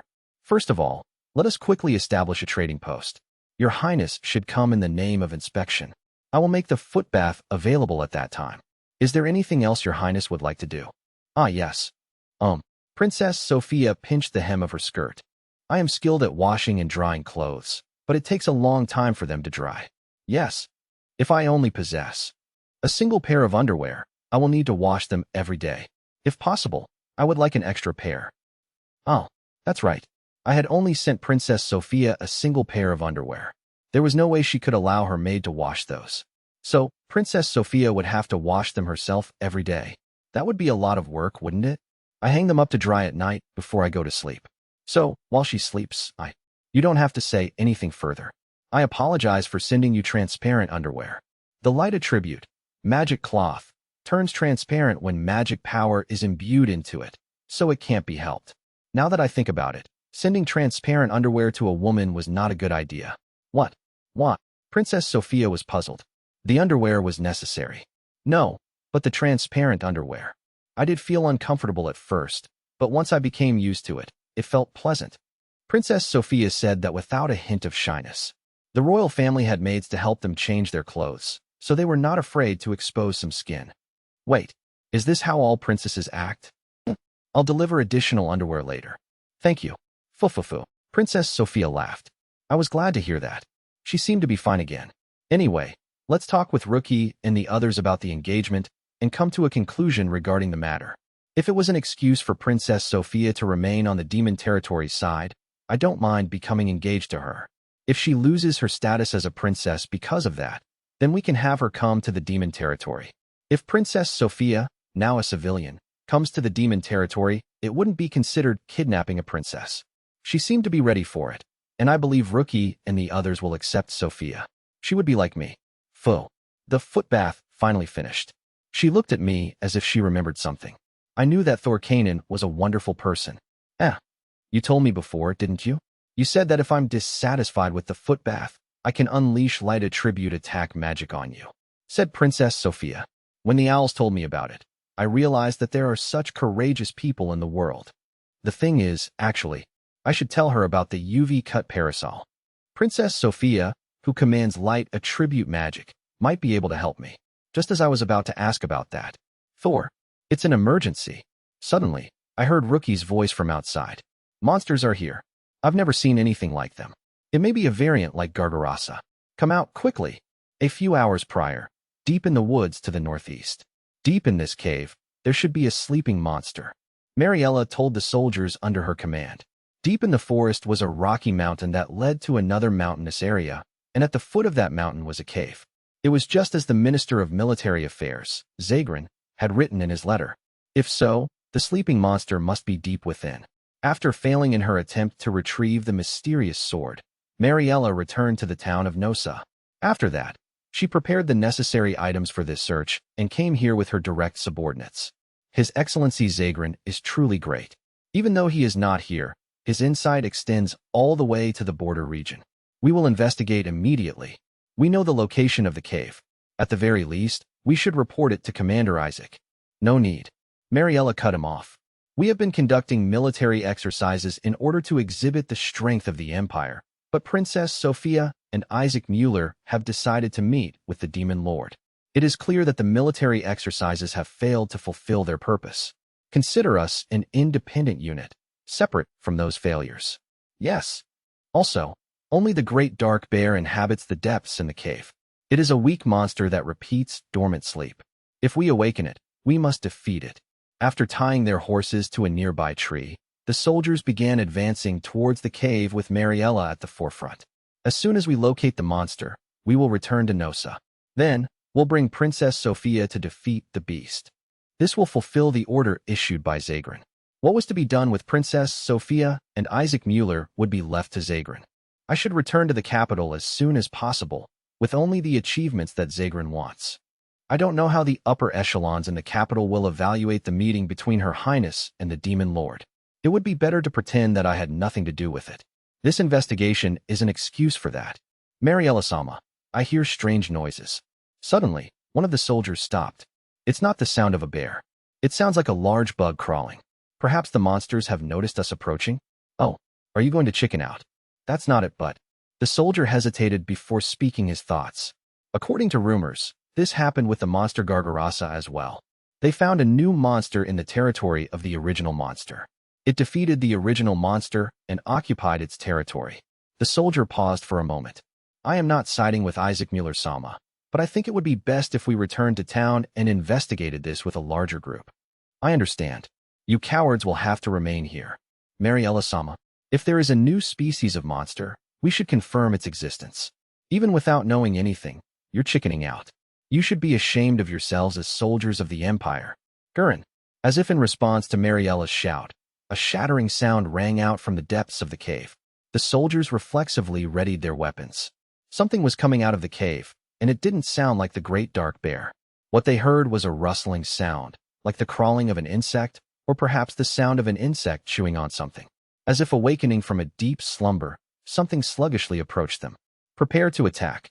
Mariella issued a command. She had brought 10 elite soldiers with her. They should be able to defeat most monsters in the area, even if it is a new species of monsters. Gugule. With a crunch, a pitch-black bear appeared at the entrance to the cave.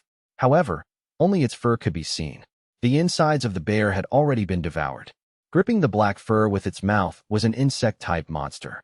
It was gigantic. Its head alone must have been approximately half the height of a man. And then, from the cave, a body with countless legs emerged. The body was several meters long. No, it must have been more than 10 meters long. Its movements were sluggish, perhaps because it had been sleeping. However, when the monster spotted Mariella and the rest, it quickly raised its head. It was as if a predator had awakened from hibernation and found its first prey after a long time. A new kind of monster? It resembles a centipede. Guggawa. Perhaps displeased by Mariella's voice, the giant centipede shook its head and howled. That was when they realized that this monster was sensitive to sound. Mariella couldn't move. This kind of situation had not been mentioned in Zagran's instructions, even slightly.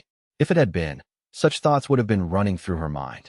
However, her body was completely frozen, unable to even speak. She didn't know what to do, to fight or to flee, which would be her decision and which would have been Zagran's. Then, a second centipede also appeared. Mariella's frozen state was broken by a glare from its crimson eye. Run. Now, get to the imperial capital. And no, call the town of Nosa. Mariella slashed the cords that tied her horse and straddled it panically.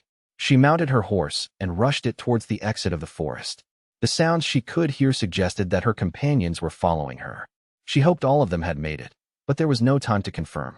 Guggala. The monsters chased after them. It was only natural. The monsters would not overlook prey served to them. Why did it end up like this? Mariella cursed Princess Sophia and Isaac. If they had not done anything unnecessary, there would have been no need for her to come to investigate the monster alone. If they had taken the time to investigate the sword carefully, and if it had truly been a holy sword, one swing could have slain that centipede. How dare you stand in the way of His Excellency? Isaac Mueller, Mariella-sama, in front of you. She had been lost so deep in her thoughts that she hadn't been paying attention to what lay ahead. She felt a jolt for a moment, before being launched into the air. Come to think of it, we're in the middle of a forest. There are tree roots all over the ground, and a river running through the forest. She had been so distracted by the monster behind her that she had forgotten. Your Excellency Zagran, please protect this Mariella. The impact knocked Mariella unconscious. Her last thought was that she was wearing light armor and that it would probably prevent her from sinking in the river. As expected of His Excellency Zagran, his judgment is impeccable. Thinking such, Mariella allowed her eyes to close. A few hours later, during Thor and Sophia's talk, someone's coming. The pixies, who had disguised themselves as owls and had been dispatched on a scouting mission, noticed the approaching soldiers. The four of them glanced towards each other and whispered in secret. That's the Imperial cavalry, isn't it? They're in shambles. What do we do? I don't know. Let's ask Soleil and Renee. Soleil? Renee? Come. Soleil and Renee arrived after a while. Once they had confirmed that the surroundings were safe, they approached one of the cavalrymen, still riding his horse. The cavalryman was clinging to his horse with his eyes closed. He was without weapon or shield. He must have dropped them somewhere. Even his armor was coming off. He was bleeding from his limbs and breathing heavily. What happened? It looks like you're injured. The soldier turned to Soleil and Renee, a vacant look in his eyes. He didn't even notice the peculiarity of an owl speaking. I am a subordinate of Mariella-sama, he said, his voice muffled. I was investigating the dormant monster with Mariella-sama, but something unexpected has happened. Unexpected? What happened? We were told that the monster in the border region was just a bear, the great dark bear. But it wasn't the bear. He was already dead. And in that place was a massive, long worm. The cavalryman strengthened his grip on his horse and began to tremble. I don't know anything about that thing. I didn't know there was a monster like that. That thing. Mr. Horse, please take this man in that direction. There are Imperial soldiers over there. Please join them. Soleil and Renee approached the horse's ear and urged it. The horse ran in the direction of the Imperial Guard. This monster sounds dangerous. Let's make sure everything is safe for our benefactor. Soleil. The black and white owls flew up. They searched in the direction from which the cavalrymen arrived and found it. They caught sight of a massive shadow behind a rocky hill. It was moving precisely in their direction, a cloud of dust rising in its wake. It's a very large centipede, Renee. I don't think I've ever seen such a monster before, Soleil. They were certain that it was dangerous. At this rate, the monster would either attack the town or rush towards the area in which the Empire and the Demon Territory were meeting. We will go and inform our Lord and Benefactor Sama. The two changed directions midair. They flew in a straight line towards Thor and the rest. Half a chapter this week. It's a long one. Sorry for splitting it. Thor's point of view. As you have heard, Thor, two giant centipede-shaped monsters are approaching us. Rookie said to me as I left the tent. Chancellor Kelv and General Rizinga were also there. It seems that the two were holding a meeting here. However, the monster in that area should have been the dormant Great Dark Bear. I've never heard of a giant centipede-type monster. Chancellor Kelv nodded at Rookie's words. Perhaps it is a new species, Your Majesty. Let us immediately prepare an intercepting attack. Leave it to this, Rizinga. Yes, I will make the arrangements immediately. Let us proceed with the arrangements at once. Chancellor Kelv, Rookie, and General Rizinga walked toward the soldiers. Rookie's dark magic and the laser pointer should be sufficient for dealing with most monsters, but the other party is a new species. I'm worried. That's ridiculous. Are you saying that it was Mariella's men who roused the monster? A short distance away, Isaac Mueller was shouting. How foolish of them, going to investigate a dormant monster and provoking it. So, what happened to Mariella herself? She fell into the river while escaping and was swept away. So, we can't even question her. We don't know the whereabouts of Mariella and some of her men. What should we do? We can't afford to dispatch a search party. Prepare to intercept the monster. Isaac Mueller gripped the hilt of his sword and looked at the soldiers. The soldiers, receiving his gaze, straightened their postures and grabbed their swords. As expected, the soldiers of the Empire were well trained. We can't let these monsters approach the city. Isaac Mueller shouted. The heavy cavalry will form the vanguard. The infantry will form a wall in the rear to protect the mages. The monsters will be eliminated here. We cannot allow them to draw close to the town, nor can we allow them to enter the demon territory. The pride of the Empire will be tarnished if the monsters provoked by Mariella cause damage. This is a state of emergency. Yes, sir. Mariella will be held accountable later. Zagran Sama, you too. No more honorifics. I will have Zagran, the Minister of Military Affairs, take responsibility for the actions of his men. Isaac Mueller turned to me. This is a state of emergency. The talk with Thor Kanan can be concluded later. Very well. Sophia nodded solemnly. Since I have rested, my condition has improved. Please allow me to use my power to protect my people. I will provide further details regarding the matter later. Let us go, Your Highness. Yes, Isaac. Then, Princess Sophia looked towards me and said, Thank you for everything, Thor Kanan. We will meet again. Yes, Your Highness Sophia. Also, could you take this with you? I withdrew a small coin-like object from my pocket. I was about to offer it to Princess Sophia, but I thought I told you we were finished. Your Highness, please hurry. Okay. Isaac Mueller rushed us, after which Sophia walked away from me. I guess it was too late to offer the item. I should have given it to her while she was in the simple warehouse. Thor, have you finished your talk? May I speak with you, Thor-sama? Rookie and Mabel arrived in front of me. Rookie-sama, are you prepared to fight the monster? Kelvin Rizinga are making preparations. I want to speak with you before the battle. I am glad to hear that. Then, I offer you this item. I held out a disc-shaped item to Rookie. Mabel looked at it, her expression indicating that she had noticed something. Is that the self-defense item you gave me? A self-defense item? Rookie gazed at the disc in the palm of my hand with interest. It is activated by imbuing it with magic power. It produces a blaring sound, though. I apologize, but we shouldn't use it this time. Saying that, Rookie shook her head. I'll be leading the soldiers to fight the monsters, and the loud noise may confuse the army. Besides, if it's something to protect yourself, I want you to keep it, Thor. I understand, Your Majesty. It's unfortunate, but it can't be helped. A large-scale battle was about to occur, so I can't disturb everyone by using an item that I haven't explained the use of. I will lead the troops to the east. I will try to negotiate with the Imperial Guard to determine whether we can cooperate in the battle. I believe Princess Sophia will fight with us. I hope so as well. Then, Rookie grasped my hand. Thor, stand in the rear lines. Mabel, you will guard Thor. When Princess Sophia uses her light attack magic, don't let go of his hand. Don't let him rush forward with the UV-cut parasol. I understand, Your Majesty. I wouldn't experiment with the UV-cut parasol in the middle of battle, would I? Oh, I see. Then look me in the eye and give me your word. No, I said. Look me in the eye and give me your word. Mabel, never let go of Thor's hand. Yes, Your Majesty. Laughing, Mabel grabbed my sleeves. No, I'm not going to jump in front of the light magic. Probably. Aside from that, Rookie-sama, I have thought of a strategy to defeat the monster. It seems that the enemy is a fast-moving giant centipede. So, I thought of a strategy to restrict its movement. It uses familiar items, so I don't believe anyone will be surprised. I see. If it goes as planned, we should be able to eliminate the monster with ease. The issue is that my items will be exposed to the Empire. I'll resolve that. Don't worry. I'll need the help of the pixies. I'll hold a meeting with Soleil and the others. Yes. Also, on a different note, Rookie nodded behind her mask. I believe the presence of Princess Sophia will reshape the relationship between the demon territory and the Empire. Yes, Your Majesty. If we begin communicating with the town of Nosa, our world will expand. I'm not going to allow a monster, or something similar, to become an obstacle for us here. Besides, I have a special luck ring with me. Rookie removed her gloves and flashed the ring. Mabel was doing the same next to me. As long as we wear these rings, we won't be unhappy, right, Thor-sama? Because if we are unhappy, Thor will become a liar. So, the monster will soon be defeated.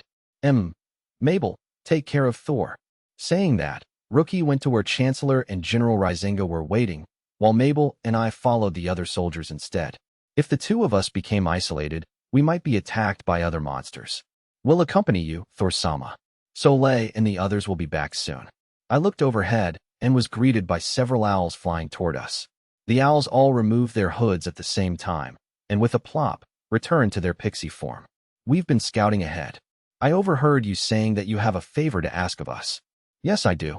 I need your help with something. I explained the plan to them. Its purpose was to allow Rookie and Princess Sophia to battle the monster more easily. Well, it would be best if we could eliminate them without this strategy. I agree. The buzzer that Thor-sama designed is brilliant in concept, but it would be best if it remains unused. Mabel observed the disc-shaped item in the palm of her hand. Right now, Mabel and I were the only ones in possession of this item. I don't think it'll be of much use because of its short range. Anyway, we'll be ready to help. Mabel, just in case, be prepared to cast your magic at a moment's notice. Yes, Thor-sama. And so we began to walk after the soldiers. In the front line of the Imperial Army. The monsters are coming. An Imperial soldier shouted. A jet-black shadow approached from the east. It was fast. The first thing that appeared before them was a massive face. Its jaws, seeming like they could crush rocks, repeatedly opened and shut. Its head was adorned with 4 eyes, its body covered with an obsidian shell, and countless legs extended from its abdomen and gouged the ground at a rapid pace. The dust that rose from the ground was proof that it was advancing at a blistering speed. Looking at it now, this confirms that it's a new species. Isaac Mueller muttered from atop his horse. I'm glad Mariella isn't here. If I had muttered even a word about fighting alongside the demon territory, she would have adamantly opposed it. Isaac turned his attention to the left wing of the camp. The Minotaur troops led by the Demon Lord were there, having formed a line. Currently, the Demon Lord's army was lined up on the Demon Territory's side of the border and Isaac's troops were lined up on the Empire's side. The troops were positioned a slight distance from each other and were positioned to each handle a monster. Fighting alongside the Minotaurs was a novelty, but the Imperial soldiers were unfazed. This was because Princess Sophia paid her respects to the Demon Lord. The soldiers felt that they couldn't exhibit any fear. On top of that, the princess was also present in the magic unit, further raising their morale. Soldiers of the proud empire, let the demon territory bear witness to our strength. Isaac Mueller shouted. Soon, the monsters will be within range. The mages will fire on my signal. Then, the heavy cavalry will charge forth. Infantry, protect Her Highness. Staring at the approaching giant centipedes, he measured the distance. He slowly counted down the distance where their magic could reach. Eat away. Void magic flame.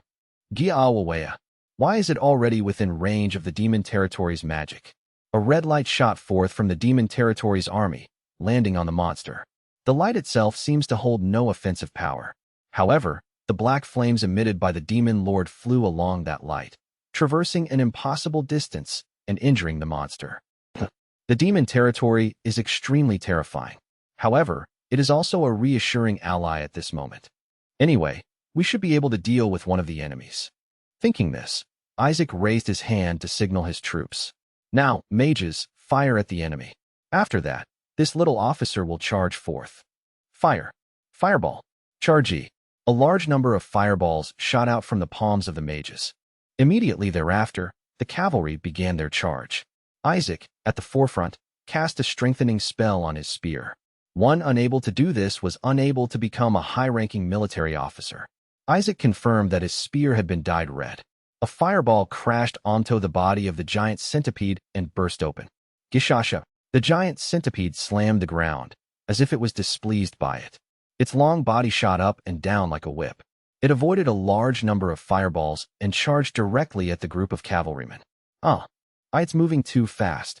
The cavalrymen were knocked onto the ground. The centipede boasted a frame longer than 10 meters. The nearby ground quaked as it passed, causing the horses to panic. Even so, the soldiers still struck the centipede with their spears and halberds. Aim for the legs. Deprive it of its mobility, and this thing will just be a sluggish, long worm. Yes, sir. Infantry, advance, but leave Her Highness escort behind. Line up your large shields, and become a wall. Impede the movements of the monster. Yeah, hi. The cries of the infantrymen echoed from behind. Even though it was already surrounded, the giant centipede's movements did not falter. At this rate, the soldiers would be unable to maintain their strength. Isaac thought so, but then, weary here to help. Hi-yo. Black chains descended from the sky. The long, long chain, seeming like an amalgamation of several smaller chains linked together, entangled the body of the monster. Isaac turned his gaze upwards and saw multiple owls flying around. Landlock. Clink. As though summoned by the owl's shouts, a large number of thinner chains flew out of the black chain. They thrust into the ground, restraining the giant centipede. The giant centipede struggled, but the chains held firm. The chains appeared thin and fragile, but they did not break, nor did they loosen, completely binding the monster in place. Don't tell me that's the same chain that was binding the holy sword. Did the demon territory discover the same sword? Or did they already possess the chain, this being the main body? It doesn't matter. Now's the chance to eliminate the monster. Oh. With a yell, the soldiers charged toward the monster. If it stopped moving, it was an easy target. Isaac took a breath and looked to the side, where he saw that the same chain had entangled the other monster that was fighting the soldiers of the demon territory. The demon lord and the chancellor's magic landed, injuring the monster. The monster on the other side was already on the verge of death. The demon territory's army would soon defeat the enemy. Then, we too must hurry. Go. Surrounded by the imperial soldiers, the monster cried out. Bakin, perhaps unable to bear it any longer, a few of the thin chains shattered. However, that did not improve the monster's situation. On the contrary, the main body of the chain tightened its grip on the monster with all its strength. It was just like the time with the sword on the Rocky Mountain.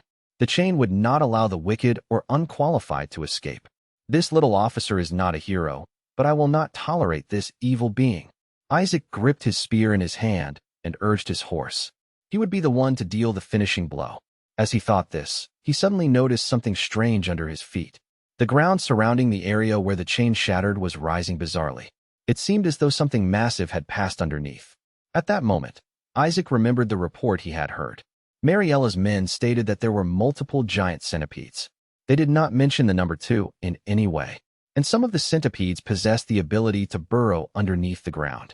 When Isaac Mueller noticed that, "There is another one moving under the ground, sir." A shout came from the air. "Infantry, fall back. Return to Her Imperial Highness." Isaac reflexively returned to his horse.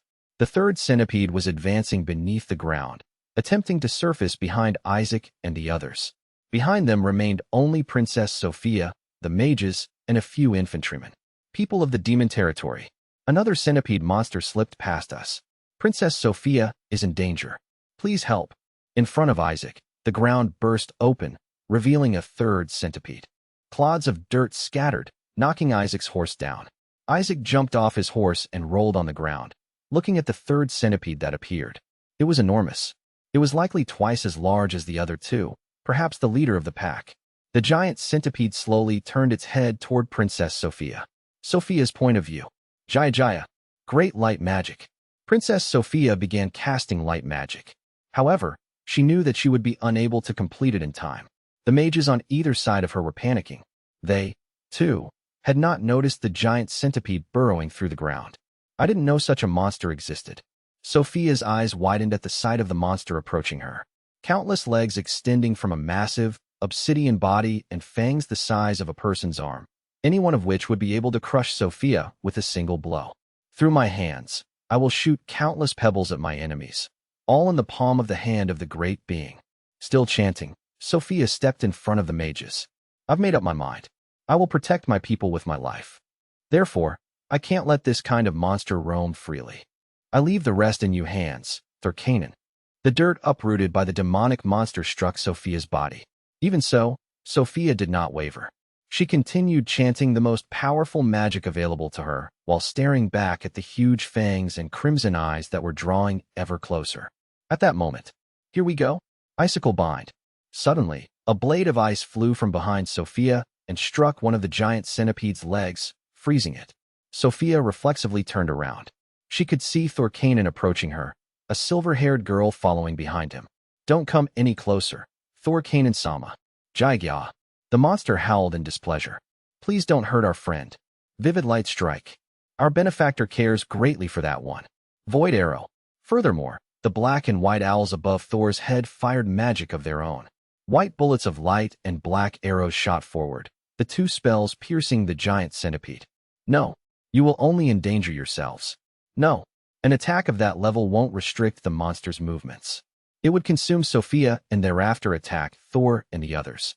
If that is the case, we must use our magic before its fangs crush us, or at least launch a mutual attack. She would not allow the monster to approach Thurkanen. Sophia was determined. Sophia looked at Thor and the others, thinking as such. At that moment, Mabel, is the item ready? Yes, it's ready. Thor and the elf girl raised their hands. Both of them were grasping something between their fingers. It looked familiar. Was that the item he intended on giving me? What is that? Security buzzer, activate. With a snap, Thor and the elf girl pressed their fingers together. Then, Omawarison, jolt. Suddenly, a booming voice resounded around the monster. As if shocked by the voice, the giant centipede froze. The giant centipede looked around, fear showing in its actions. It seemed as if it had sensed that there was an enemy nearby, one it couldn't hope to defeat. Sophia, too, felt a terrifyingly immense presence. She felt as though she were being watched by something, able to even hear its breathing. However, when she examined her surroundings, nothing was there. The monster must have noticed this, as it attempted to move forward once again. Omawarison, Bibo. Omawarison, this way. Bick. Biku. The voice echoed again, the giant centipede halting along with it. Meanwhile, Thurkanen and the elf girl arrived beside Sophia. The two of them were holding a disc that looked like a silver coin, but was one size larger. The voice seems to originate from it. I have never come across such an item before. It caused that huge monster to flinch without exuding any light or heat. What kind of device would make that possible? Your Highness Princess Sophia, the light magic, and great magic of light, annihilate my enemies. We cannot let this opportunity pass us by. Sophia completed her chant and launched her light magic. You will pay for this. Vivid light destruction. Countless spheres of light floated around the giant centipede. Omawarison, help. Omawarison. More echoing voices struck the body of the monster. The monster was unable to move, only repeatedly convulsing and spasming. Capitalizing on that opening, Sophia's magic collided with the monster. Bashi. Gyaha. A hole appeared in the giant centipede's body. Sophia used a high-level light attribute attack spell. Each light projectile possessed power equal to vivid light strike. Just as darkness magic manifests nothingness, light magic manifests existence. And a sphere charged with light magic carried an extremely strong power of existence. Those touched by it would have their existence superseded by the light magic. I am sorry, Mr. Centipede. Please disappear for the sake of our safety. Gwaya. In response to Sophia's will, a sphere of light collided with the centipede's body. The giant centipede's torso was shaved off. Guga. Gyaya. The giant centipede had nowhere to escape to. Its body, grazed by the ball of light, was being shredded bit by bit. Its legs disappeared, its torso disappeared, and its body lay dismembered. Then it died. After witnessing this, Sophia fell to her knees. It has been a long time since I cast magic, but here I am. I guess I'm still useless. I've used magic only once, but I've expended all my energy.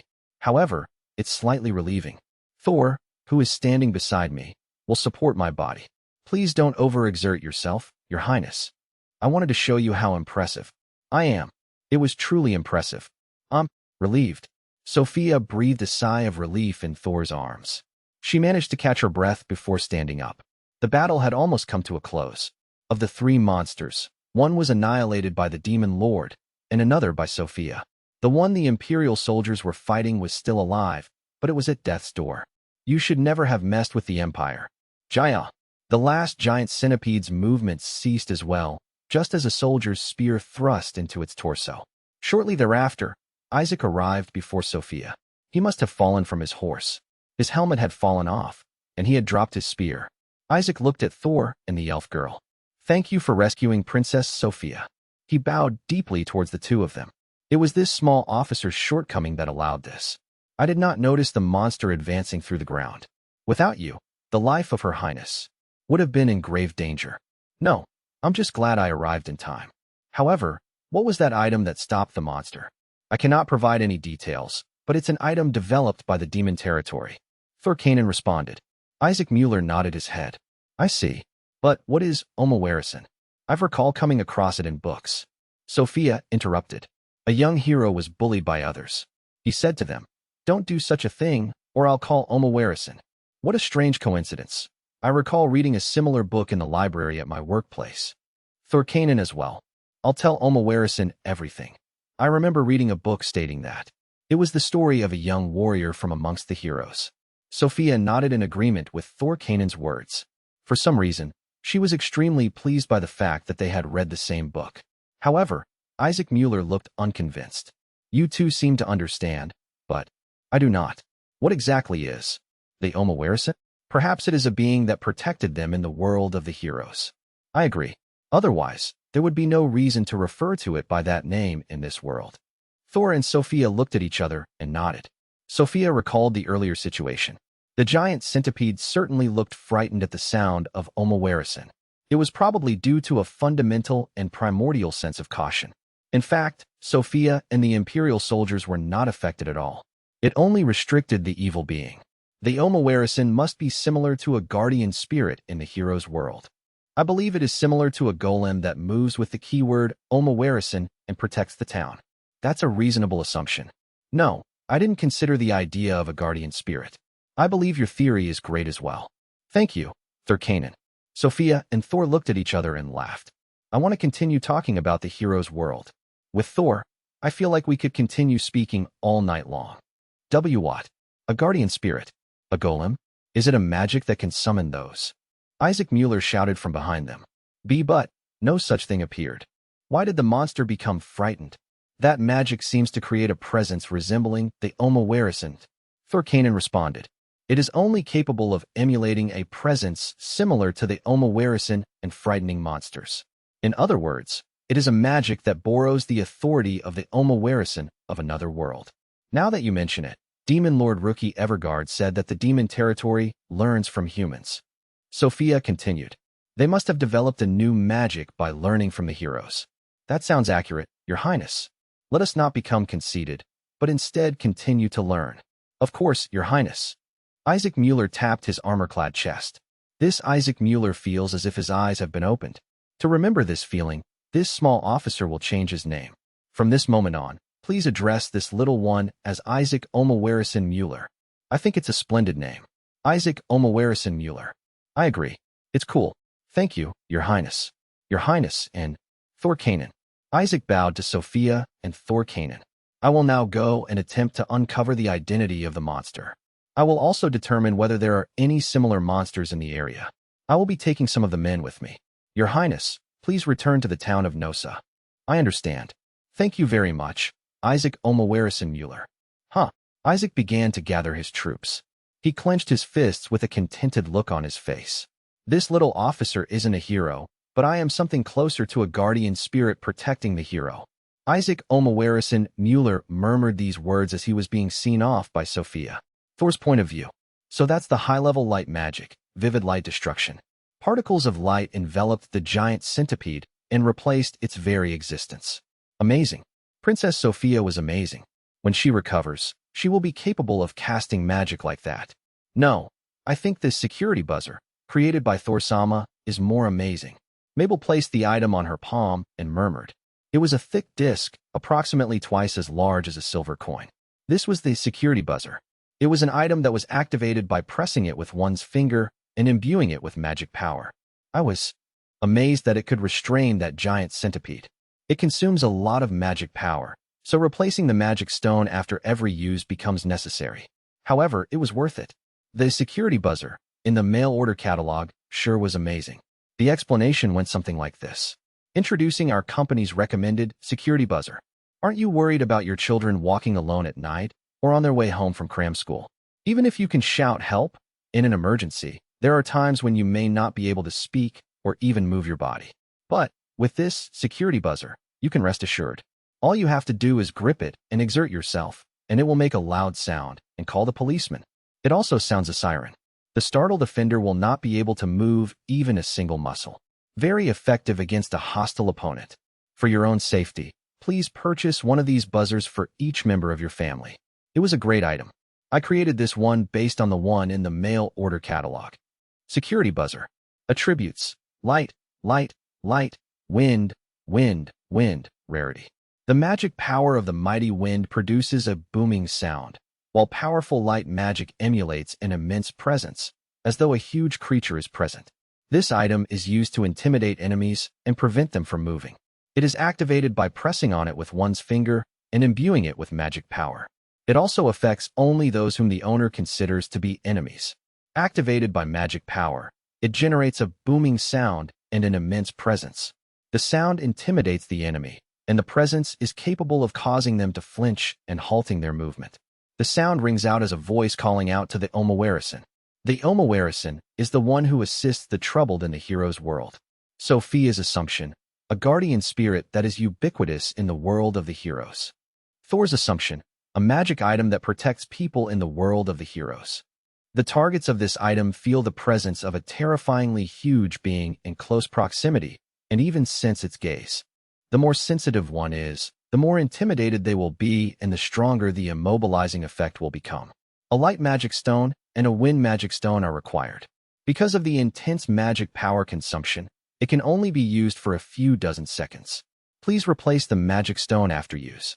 Resistance to physical destruction can only be destroyed by weapons enhanced with magic. Lifetime, 6 months. Due to its intense effect, it deteriorates quickly. No user support. This item uses light magic, which represents existence, to emulate an incredible presence behind the enemy.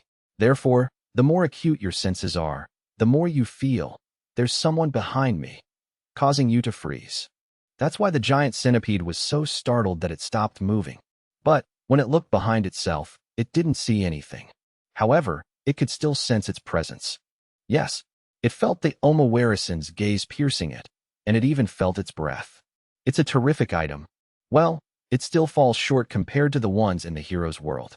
Their buzzer summons Omawarisan, while this one only emulates a presence. It might be dangerous to summon Omawarisan in this world. It's an existence that the otherworldly heroes would seek for help. What in the world is it? What kind of being is the Omawarisan in the hero's world? Also, Soleil and the others did their best, didn't they?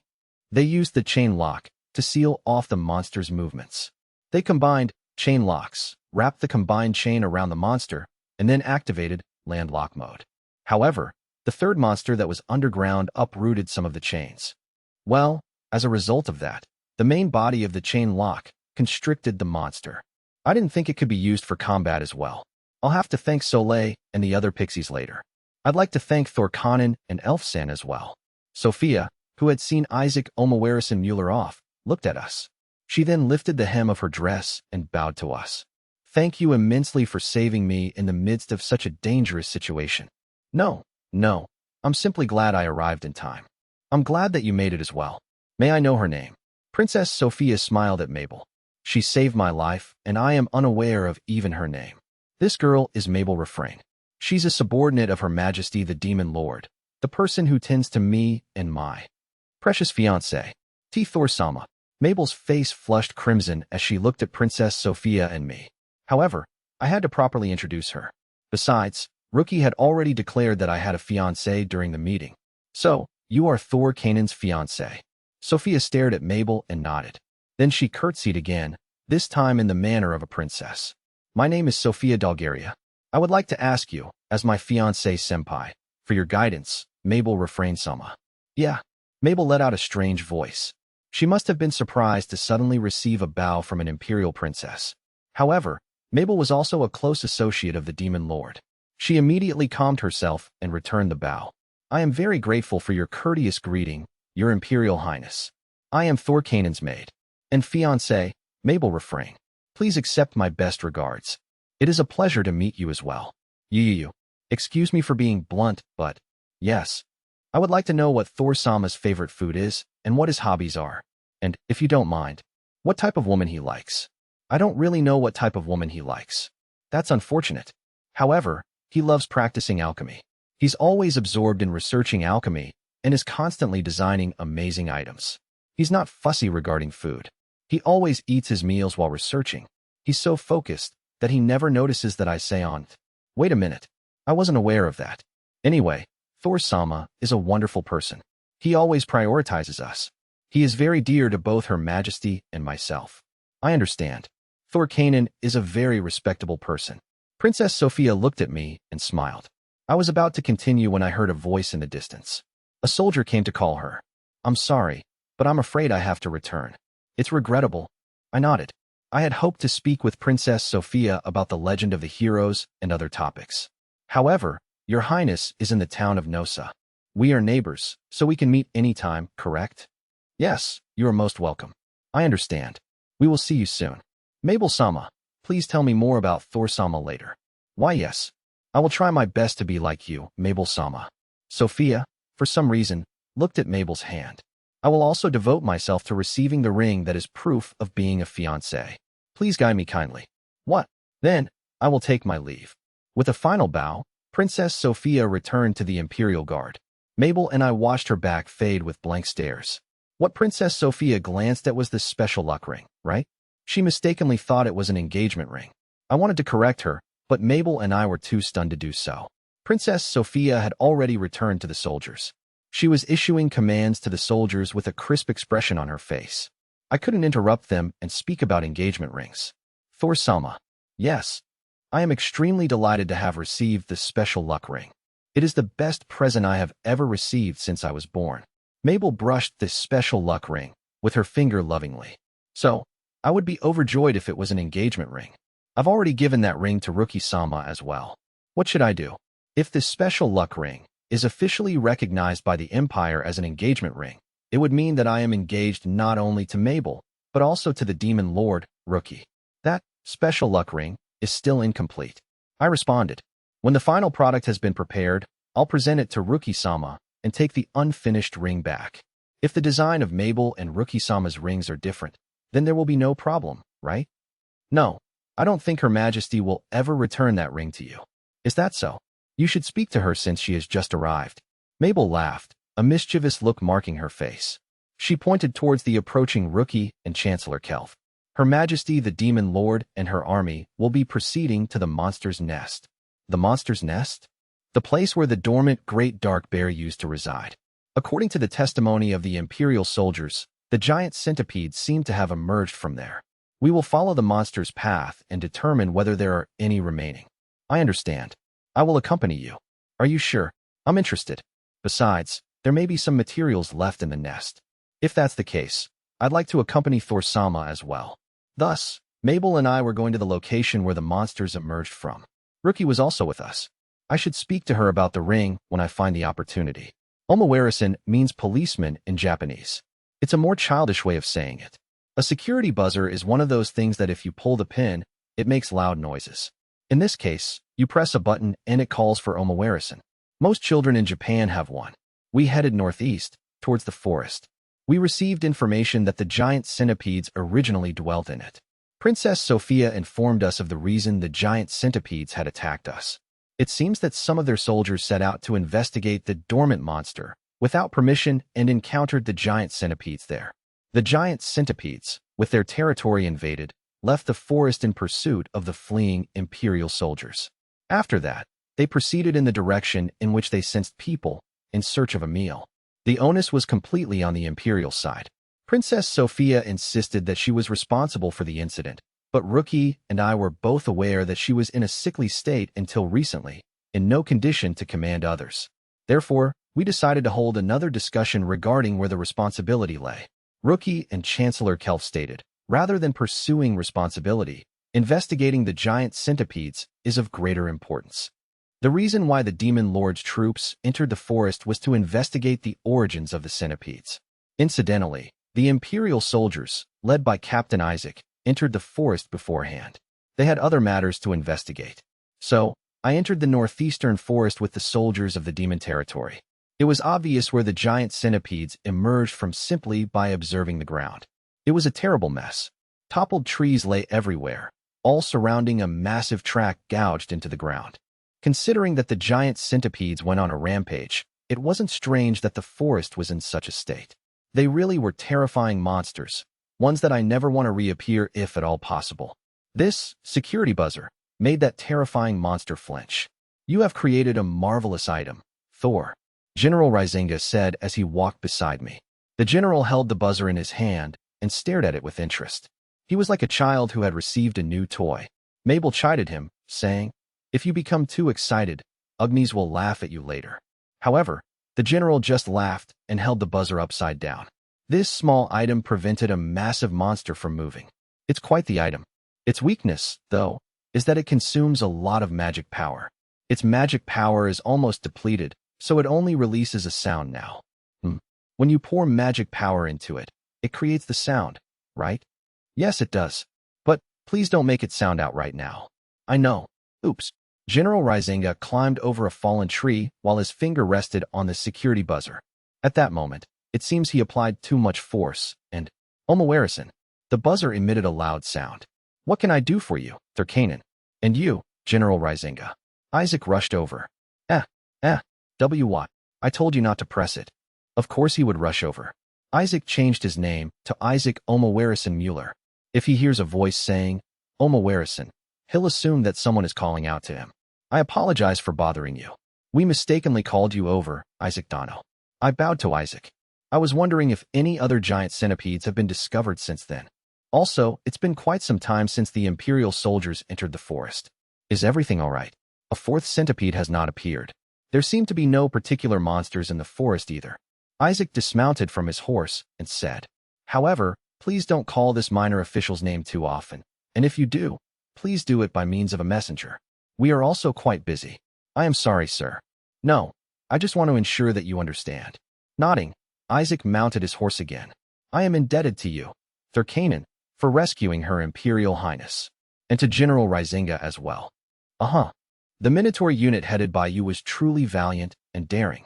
The courage they displayed when they refused to retreat even a single step while facing that giant centipede is worthy of respect. I, too, have once again confirmed the strength of the Imperial Guard through this battle. I hope we can maintain an amicable relationship. Saying that, Isaac left. I sighed. Isaac was one of Princess Sophia's subordinates. She trusted him, making it clear that he was not an evil person. However, I was still not skilled at speaking with Imperial military officers. "Please be more careful next time, General Rizinga. You mustn't play with Thor-sama's items unnecessarily, General." Mabel and I stared at General Rizinga. No, I apologize. I hadn't imagined this would occur. You shouldn't activate the security buzzer unnecessarily. Otherwise, Omawarison will arrive. I retrieved the buzzer from General Rizinga. This is the reason I could not offer the buzzer to Princess Sophia. If she activated it in the Empire, Isaac would come rushing to her. I would have to create a security buzzer exclusively for Princess Sophia later. The kind that rings out. The Omawarison that's not Isaac. No, I'm terribly sorry. I will send a formal apology to the Imperial commander later. General Rizinga's shoulders slumped. Don't be so downcast. I'm partially to blame for not explaining it better. The Chancellor's calling you. You should go. I understand. I'm sorry for the trouble I've caused, Thordano. We will talk later. With these words, General Rizinga ran towards the fore of the army. The troops of the Demon Territory were delving deeper into the forest. Suddenly, I noticed that the Imperial soldiers had gathered by the bank of a river flowing through the forest. A horse was lying on the bank, the saddle being of Imperial make. It was likely that this was the horse of one of the soldiers who provoked the giant centipedes. There were several other horses lying on the ground, but no sign of the riders. On the riverbank, an Imperial soldier was frantically calling out to them, but receiving no reply. An Imperial soldier was attacked here. Mabel's body trembled as she walked beside me. I, too, saw that monster up close, so I know how terrifying it is. This giant centipede is a new species, but where did it come from? We don't know where the monster Gargarasa came from either. Yes, it's a new type of monster, and it's quite terrifying. Mabel gripped my hand tightly. We chose a path that was easy to traverse and continued deeper into the forest. After a while, we were welcomed by a high rock wall, at the base of which we found the entrance to a large cave. We have arrived, Your Majesty.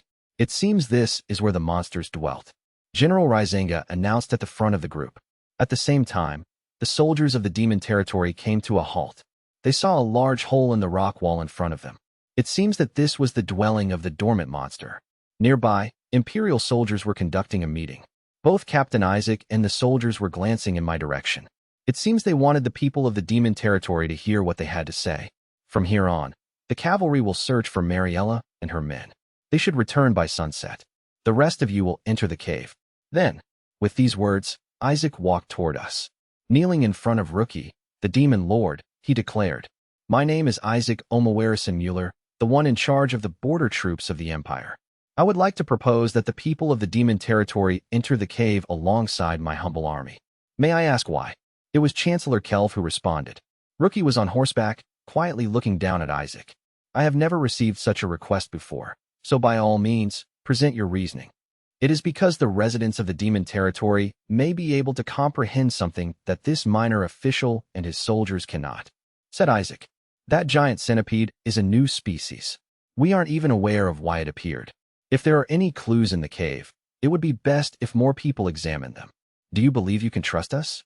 This officer is Her Highness Sophia's subordinate. It is my mission to support her. Since Her Highness trusts the demon territory, it is only natural that I follow suit." "I understand what you are saying. Please wait a moment." Chancellor Kelv turned to Rookie. "We agree." Rookie immediately made her decision. After a short discussion, the procedure for searching the cave was decided. The two parties would enter the cave, the Demon Lord's party and the Imperial party, each with a few men. If any danger was detected, they would immediately retreat. Soldiers were to stand guard in front of the cave, so that they could intercept any monsters. "Thor-sama is going to participate after all?" "Yes." I nodded at Mabel's question. "If we can discover the cause behind the monster's appearance, I may be able to do something about it with my Creation Alchemy. If any clues remain, I would like to examine them personally." "I understand. Then, I will accompany you." "Thank you." But before that, receiving Rookie's permission, I separated from the Demon Territory's army. I moved with Mabel, stopping in the shade of a tree and calling the pixies. "Yes, Benefactor-sama. Soleil is here. Renee is here too. How can I help you?" Soleil, Renee, and the other pixies were all disguised as owls in their onesies. I had them follow me secretly since we began moving, as the Imperial soldiers saw them using the chain lock. "I'll have to mend their pajamas later. I need you to assess the magic power surrounding that cave. Is there a monster possessing strong magic power in the cave? And what attributes of magic are emanating from the cave? Could you do that for me, please?" Of course. With a whir, the pixies flew up. They then quickly neared the cave before returning to me. I felt a little bit of dark magic power. There's also earth and water magic power. The other pixies nodded, agreeing with Soleil's words. "I don't sense any strong magic. I don't think there are any monsters in there." "I understand. Thank you. We're going with you," Soleil and Renee declared as they spread their owl wings. Soleil can use light attack magic to protect her benefactor. Renee feels the same way. "Then, I'm counting on you. I don't know what we'll find in the cave. I would feel more secure if they accompanied me." "Then, here's something for both of you, Soleil and Renee." I pulled out items from my ultra-small simple warehouse and handed them to Soleil and Renee. Then, I went to Rookie and told her the information I had obtained from the pixies and that I wanted to accompany her for the cave exploration. "If that's what you want, Thor, then I have no choice." Rookie pondered for a moment and then nodded. "But you must return immediately if you sense danger." "Yes, Your Majesty." "Mabel, you will escort Thor." "Also Rizenga." "Yes, Your Majesty." "You are in charge of the search party in the cave. If you notice anything suspicious, let Thor examine it. I'm certain that he'll be able to best determine what to do. I too would feel safer if Thordano were with me. By the way, What is it, General? What are those cats on Thordano and Mabel's shoulders? They're our escorts. As I said that, the kittens on my and Mabel's shoulders flew through the air and landed on the ground. I'm Nyan, Your Majesty. Are you Soleil and Renee? Yes. They said they wanted to escort me, so I gave them cat onesies. When I asked them to infiltrate the town of Nosa, I designed both owl-shaped and cat-shaped onesies. In the end, the owl-shaped onesies, which allowed them to more easily fly in the sky, were used. However, this time, they wanted to come with me, so I asked them to wear the cat-shaped onesies. These were better suited for smaller locations, and more importantly, less conspicuous. It's the first time that you've taken them out. Do they look good? Of course they do. They are the onesies that Thor-sama created. Mabel stroked the heads of the cat like Soleil and Renee. They're adorable. She looked at Soleil and Renee with a pouty face. Oh, adorable. How cute, Your Majesty? And no, it's nothing. Rookie coughed in a panic. The most important thing to remember is to remain cautious. Thor and Mabel, as well as Rizenga, ensure that none of the soldiers come to harm. May the odds be ever in your favor. Yes, Your Majesty. We will do as you say. Understood, Your Majesty. Nyan. And so Mabel, General Rizenga, Soleil, Renee, and the Minotaur Corps entered the dark cave alongside myself. At the rear of the cave was an immense cavern. It was approximately the size of the great hall of a castle, and one of its corners was adorned with a pile of withered grass. Perhaps that was the bed of the great dark bear. There was also the fur of the great dark bear. It was in tatters, seeming to have been chewed apart by a giant centipede. I took a piece of it just in case, but I don't believe it'll be of much use. All that remained were traces of the great dark bear having lived here. I give up. There are no clues about the centipedes. General Rizenga scratched his head. The minotaurs around him were also scratching their heads. I examined the surroundings with appraisal, but found nothing that caught my attention. Did those giant centipedes originate from another location and simply stop by here to feed on the great dark bear? If not, where did they come from? As I was thinking that, Naya. Soleil, Renee, Soleil and Renee, in their cat forms, were scratching at my shoes. What's wrong, you two? There's something drawn on the ground. It has decayed, so it's difficult to see. The cats whispered in a hushed voice, so as to avoid the notice of the people of the Empire. Soleil and Renee were pointing at the ground with their tiny cat paws. There seemed to be something there. Mabel, can you illuminate the area near my feet? Yes, Thor-sama. Mabel brought the magic lamp closer to the floor of the cave. When it was examined closely, there was indeed something drawn on it. It seemed to be lines or figures. Could this be a magic circle? Did someone try to invoke large-scale summoning magic in here? The great dark bear that originally inhabited this place was a dormant monster. Did they cast sleeping magic first to prevent the monster from waking up before drawing a summoning magic circle? Did the giant centipedes appear here due to that magic? I don't know. To begin with, this magic circle may have nothing to do with the giant centipedes. Yeah? General Rizenga. Mabel, can I have a word with you? I told General Rizenga and Mabel about the magic circle. Of course, this doesn't guarantee that magic was involved. However, I think it's possible that someone could have entered this cave. What do you think, Mabel? It's not a magic circle that I know of. There isn't any such figure that comes to mind. Mabel and General Rizenga shook their heads. Neither of them had any idea what it was. Well, it couldn't be helped, as most of the magic circle had almost disappeared, only a part of it remaining recognizable. I'll transcribe it and have Chancellor Kelf take a look. I removed a piece of parchment and a pen from the ultra-small simple warehouse and started to replicate it. Someone from the Empire may be able to recognize it. General Rizenga suddenly proposed. This is the territory of the Empire. Then, it must have been a human who drew this. Why don't we ask the commander? I don't mind, but is that all right with you, General? I don't mind. Thordano taught me that there are good humans as well. General Rizenga laughed. Besides, the commander of that unit suggested conducting a joint investigation of the cave because he has faith in us.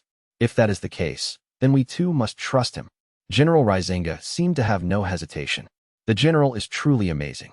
I still don't trust the Empire's people very much. So far, the only person I placed my faith in was Princess Sophia. Commander Isaac is a close confidant of Princess Sophia, and he cares for her greatly. If that's the case, I don't mind revealing information to him. However, Commander Isaac is currently at a different location, surrounded by many soldiers. If I approach him, the other soldiers might follow me. It can't be helped. I don't feel comfortable doing the same thing twice, but I took out my security buzzer. I'm not sure if I'm going to be able to do it again. Omawarison, how may I help you? Only Isaac came. I'll be troubled if you keep calling me without a reason. I'm sorry, but I had something I wanted you to see, Mr. Isaac. This little officer? It's this. I pointed to the magic circle on the ground. Isaac drew his face closer to the ground. Uomo, it certainly appears that a magic circle was drawn here. I think I've seen this somewhere before. Do you know its purpose? No, I do not. I am a military officer, not a magician. I see. That's unfortunate. However, Her Highness Princess Sophia might be able to provide more information. Why don't you meet with her and discuss the matter? Are you sure? There is no problem. The two of you may be able to identify the magic circle. Would you be willing to make a trip to Nosa? Then, Isaac shook his head. Besides, I believe it is best that this one remains unaware of this magic circle. There are people I would prefer not to provide information to. I didn't see anything here. I understand. I nodded. I knew there were many different factions in the Empire. Isaac doesn't want to provide the information to Princess Sophia's enemies. It was my mistake to call you, Isaac Omawarison Mueller. Thank you. Are the two of you okay with this, Mabel and General Rizinga? I glanced at Mabel and General Rizinga. They both nodded. I will send a letter to Her Highness Princess Sophia later. After that, I will come find you. Then, I will return to my investigation. With a wave of his hand, Isaac returned to his unit. A short time later, the investigation ended. In the end, all that was discovered was the pelt of the Great Dark Bear. The Imperial soldiers were kept in the dark regarding the magic circle. We parted ways with Isaac's group in front of the cave. They intended on continuing the search for their missing comrades. The troops from the Demon Territory, including Mabel and myself, returned to the Demon Territory. Everyone, thank you for your hard work. The meeting with the Empire experienced some hiccups, but it has reached a favorable conclusion. This is by virtue of the effort of all of you. They received a word of gratitude from Demon Lord Rookie. Now, we will return to Rizinga's mansion. After that, we will rest for a few days. I hope you will all spend your time freely and recover your strength. Thank you for your hard work this time. Yay! Thus, the meeting between the Demon Lord Rookie and Princess Sophia ended as a great success. That evening, we returned to the Demon Territory. The night the meeting with Princess Sophia was successfully concluded. I was sitting in the garden of General Rizinga's mansion, drinking tea in a daze. In the hall, a party had begun, celebrating the meeting's success. It commenced with an address by Demon Lord Rookie, after which the participants were free to do as they pleased. General Rizinga and his soldiers could be seen drinking and enjoying themselves. I recall catching sight of Chancellor Kelv making rounds earlier as well, trying to ensure that they didn't drink too much. Mabel and Agnes went to the kitchen, in the corner of which a space for the pixies had been arranged. Rookie had instructed me to thank them for the work they had put in this time. Soleil, Renee, and the other pixies were enjoying fresh food and sweets there. Mabel and Agnes must be eating alongside them. I participated in the party for a short while, gathered some food and tea, and moved outside. I wasn't fond of parties. I didn't have pleasant memories regarding them. However, I'm able to handle them better now. Perhaps I've matured. Before, I would have simply escaped to my room and started practicing alchemy. The Demon Territory was helping me mature. Yes, that's definitely it. I didn't realize you were here, Thor. I turned around and found Rookie standing there, illuminated beautifully under the moonlit sky. Her body was covered by an elegant black dress, her face hidden behind her mask. I thought you might have returned to your room and begun researching alchemy, but I see that you remained in the vicinity of the party. I intend on staying until the party comes to a close. I might also be called upon. Fumo, you said that you didn't want to participate in the party last time. You've matured. I believe so as well. I'm sorry, I didn't mean to sound sarcastic. May I sit next to you? Of course. Please do. I pulled out a magic cloth from my ultra-small simple warehouse and laid it on the chair. Rookie removed her mask and took a seat next to me. Is it fine for you to remove your mask here? I don't mind. There's no issue as this place is obscured by the trees. It can't be seen from the venue. But wouldn't it be a problem if someone came here? I've asked the guards to clear the area. There's no problem. Rookie accepted the teacup I offered and laughed. I'm the Demon King, so I occasionally employ people for my own personal interests. Certainly, it's only natural for your majesty to do so. I nodded. Today, Rookie-sama defeated a giant centipede in the blink of an eye. I wish I could have witnessed Rookie-sama's fight from a closer location. It is natural for Rookie-sama, the demon lord, to be powerful, but it's a pity that I missed the chance to see you in all your glory. Don't reply to my light-hearted statement with a straight face. You're embarrassing me. I'm sorry. It couldn't be helped. It's true that Rookie is awe-inspiring when she fights. I know you're speaking honestly, but Rookie covered her face as she stated that. She told me to shift my gaze for a while, so I took a piece of baked cake from my plate and nibbled on it. Speaking of which, the people of the Empire stated that they would take responsibility. Princess Sophia stated that she was fully responsible for the centipede incident. It must be for her, as she has just recovered. I see. I'm not inclined to allow someone who, until just recently, was being patronized by everyone around her and pushed to bear the blame. I heard it was her subordinate's outburst that provoked the giant centipedes. However, we can't hold that subordinate accountable for her actions at all. Rookie and I talked without reservation under the gentle moonlight. Rookie took a sip of her tea and then said, "The most suitable solution is to request that Princess Sophia's side contribute more capital for the trading post." The prospective trading post near the border? Yes. The tents and road maintenance will require a lot of capital. It will probably be necessary to jointly finance it. In that case, we will ask them to contribute more than our side. I see. That was one way of bearing responsibility. Certainly, that would make it easier for Princess Sophia's side to justify providing funds for the project. The development of the trading post would benefit the people of the border region. The allocation of responsibility will end up being about 30% and 70% between the demon territory and the empire respectively. That seems reasonable. If we negotiate further, we may be able to decrease it to 20% and 80%, but we are going to be trading with them.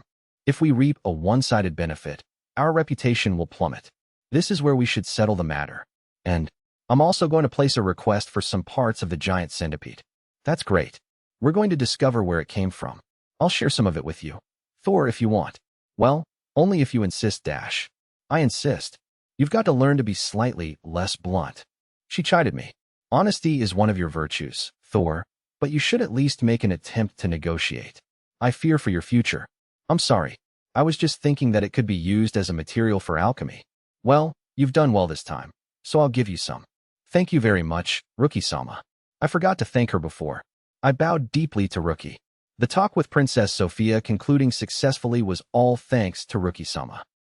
Why are you thanking me? Rookie tilted her head. You are no longer a citizen of the Empire. You are my subject. You are my person, my subordinate, and a citizen of the demon territory. Why are you thanking me for the Empire benefiting? I'm not thanking you because the Empire benefited.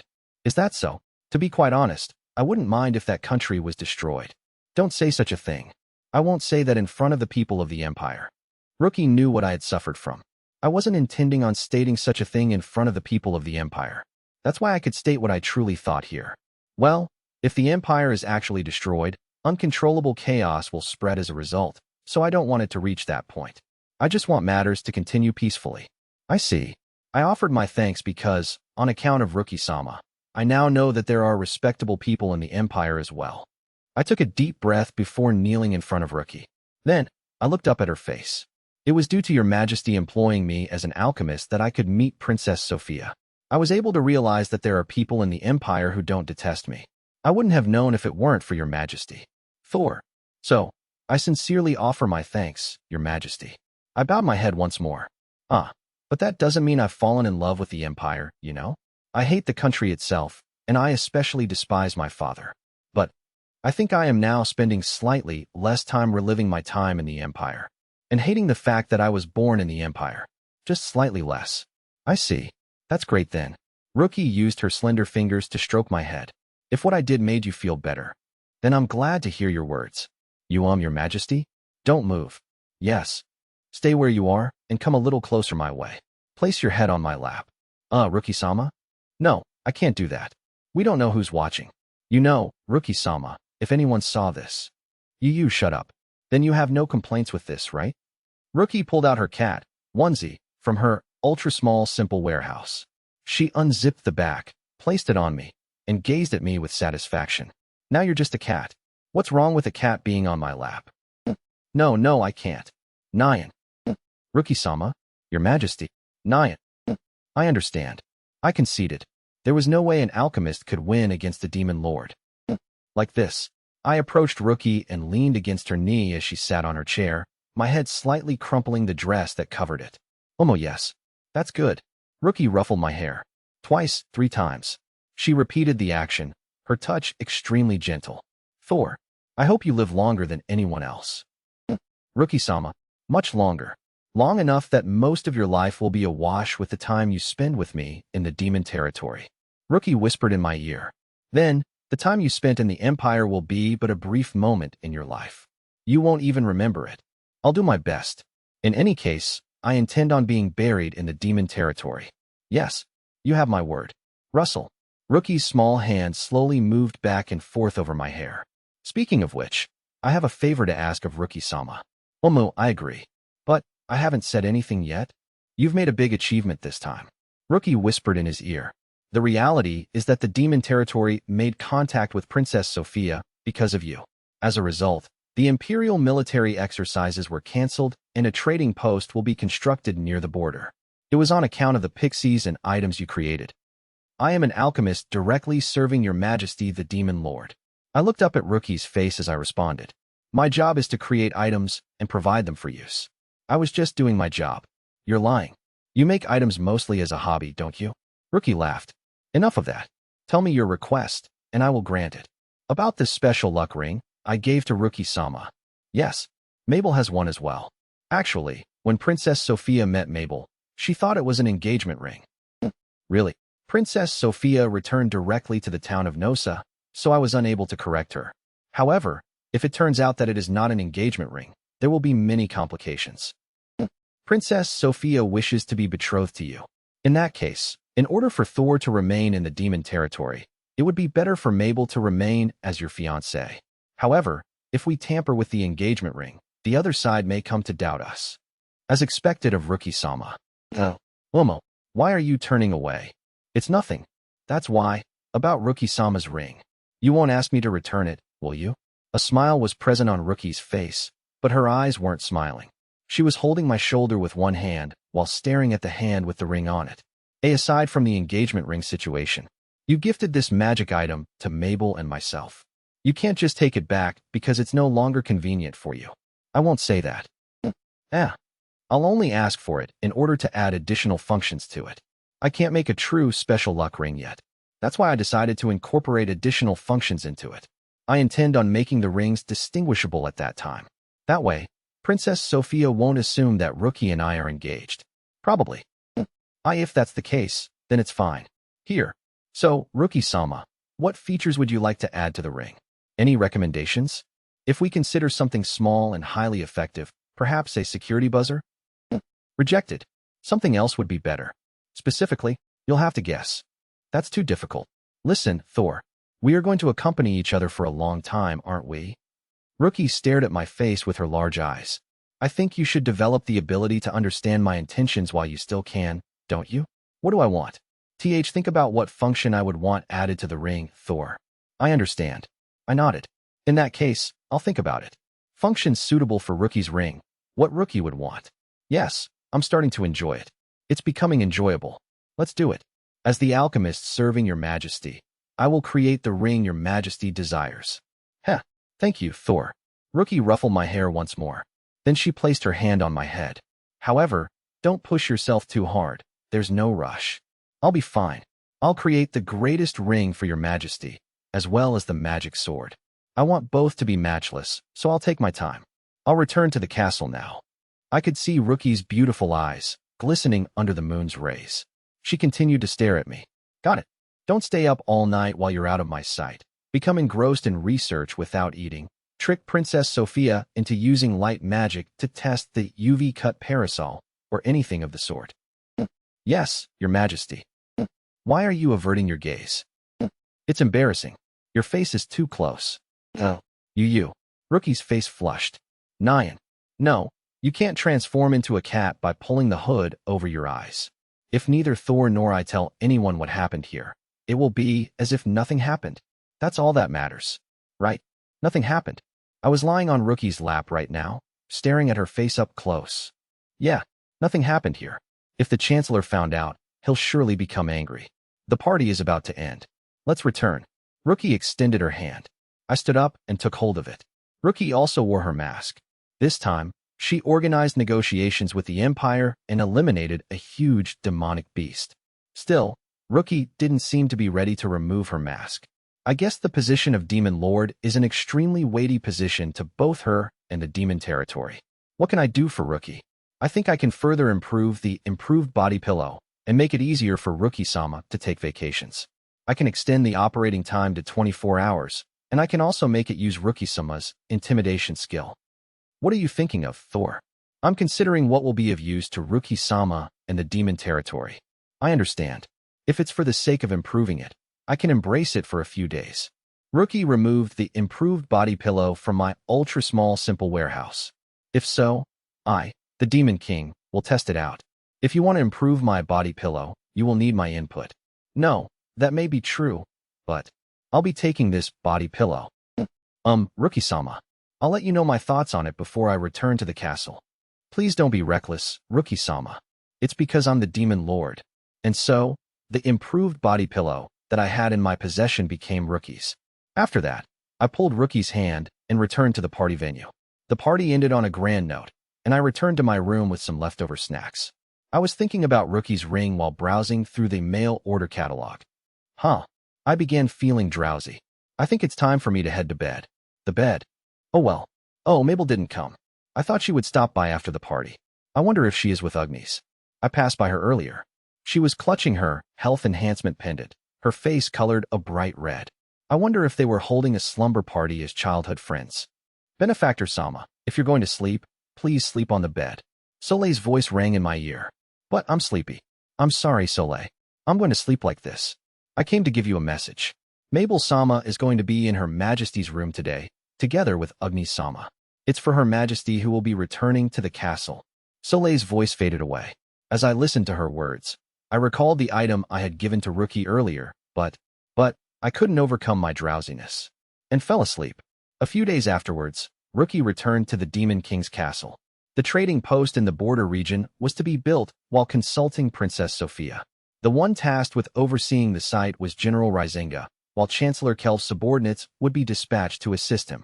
Until then, my responsibility would be to communicate with Princess Sophia. The timing was perfect. I had many questions I wanted to ask Princess Sophia, the most important one relating to the magic circle. The magic circle found in the monster's dwelling, the one that had almost faded, likely had some connection to the appearance of the giant centipedes. It is necessary for us to discuss the matter in person to prevent the information from circulating. Besides, I wanted to witness the process of Princess Sophia using the foot bath and the changes in her magic power circulation firsthand. I recall that she also requested additional underwear. Therefore, after receiving her permission, I decided to visit Princess Sophia. Then, I'm off to the town of Nosa. Ugnis will protect you, Thor-sama. That day, Ugnis and I left the general's mansion. We intended on visiting Princess Sophia. Our purpose was to deliver a pair of undergarments, receive her input regarding the foot bath, and discuss the magic circle we had discovered in the monster's lair. After the battle, we corresponded with the Imperial side and decided on a date for our visit. However, they presented us with several conditions. Firstly, those from the demon territory must arrive in the guise of human merchants and enter through the western gate. This was to avoid being seen as a danger to the residents of Nosa. Secondly, someone with a human-like appearance needs to accompany the party. Finally, anyone who approaches Princess Sophia must be a woman, with the exception of me, Thurkanen. That was all. Therefore, it was decided that Ugnis would accompany me to the town of Nosa. Ugnis was a descendant of Ifrit, the flame giant, but her appearance was identical to a human's. Two others, also descendants of Ifrit, would also accompany us, acting as escorts. Please look after Thor-sama. It'll be fine. Ugnis will protect Thor-sama even at the cost of her life. Grasping a worried Mabel's hand in her own, Ugnis said so. Ugnis will never forgive anyone who hurts Thor-sama. It doesn't matter if the other party is the Imperial Princess or an army of 100 people. Uomo, that's quite the resolve. You sure have grown up, Ugnis. Yes, father. However, do not forget your role. You are Thor's bodyguard. Do not act without permission. You are to be Thor's hands and feet, and you will do what he desires. Understood. I understand. Ugnis is delighted to obey Thor-sama's orders. Yes. Then, you may go. General Rizinga nodded. Then he took my hand in his big hand and said, "Thor, take care of Agnes for me." "I will. I'll be leaving then, General Mabel. Bye." Thus, Agnes and I left for the town of Nosa, situated in the northernmost area of Imperial territory. This was an important role entrusted to me by Demon Lord Rookie. I will fulfill it well. I have heard from Her Highness and Commander Isaac. This way, please. The next day, we entered the town of Nosa without incident.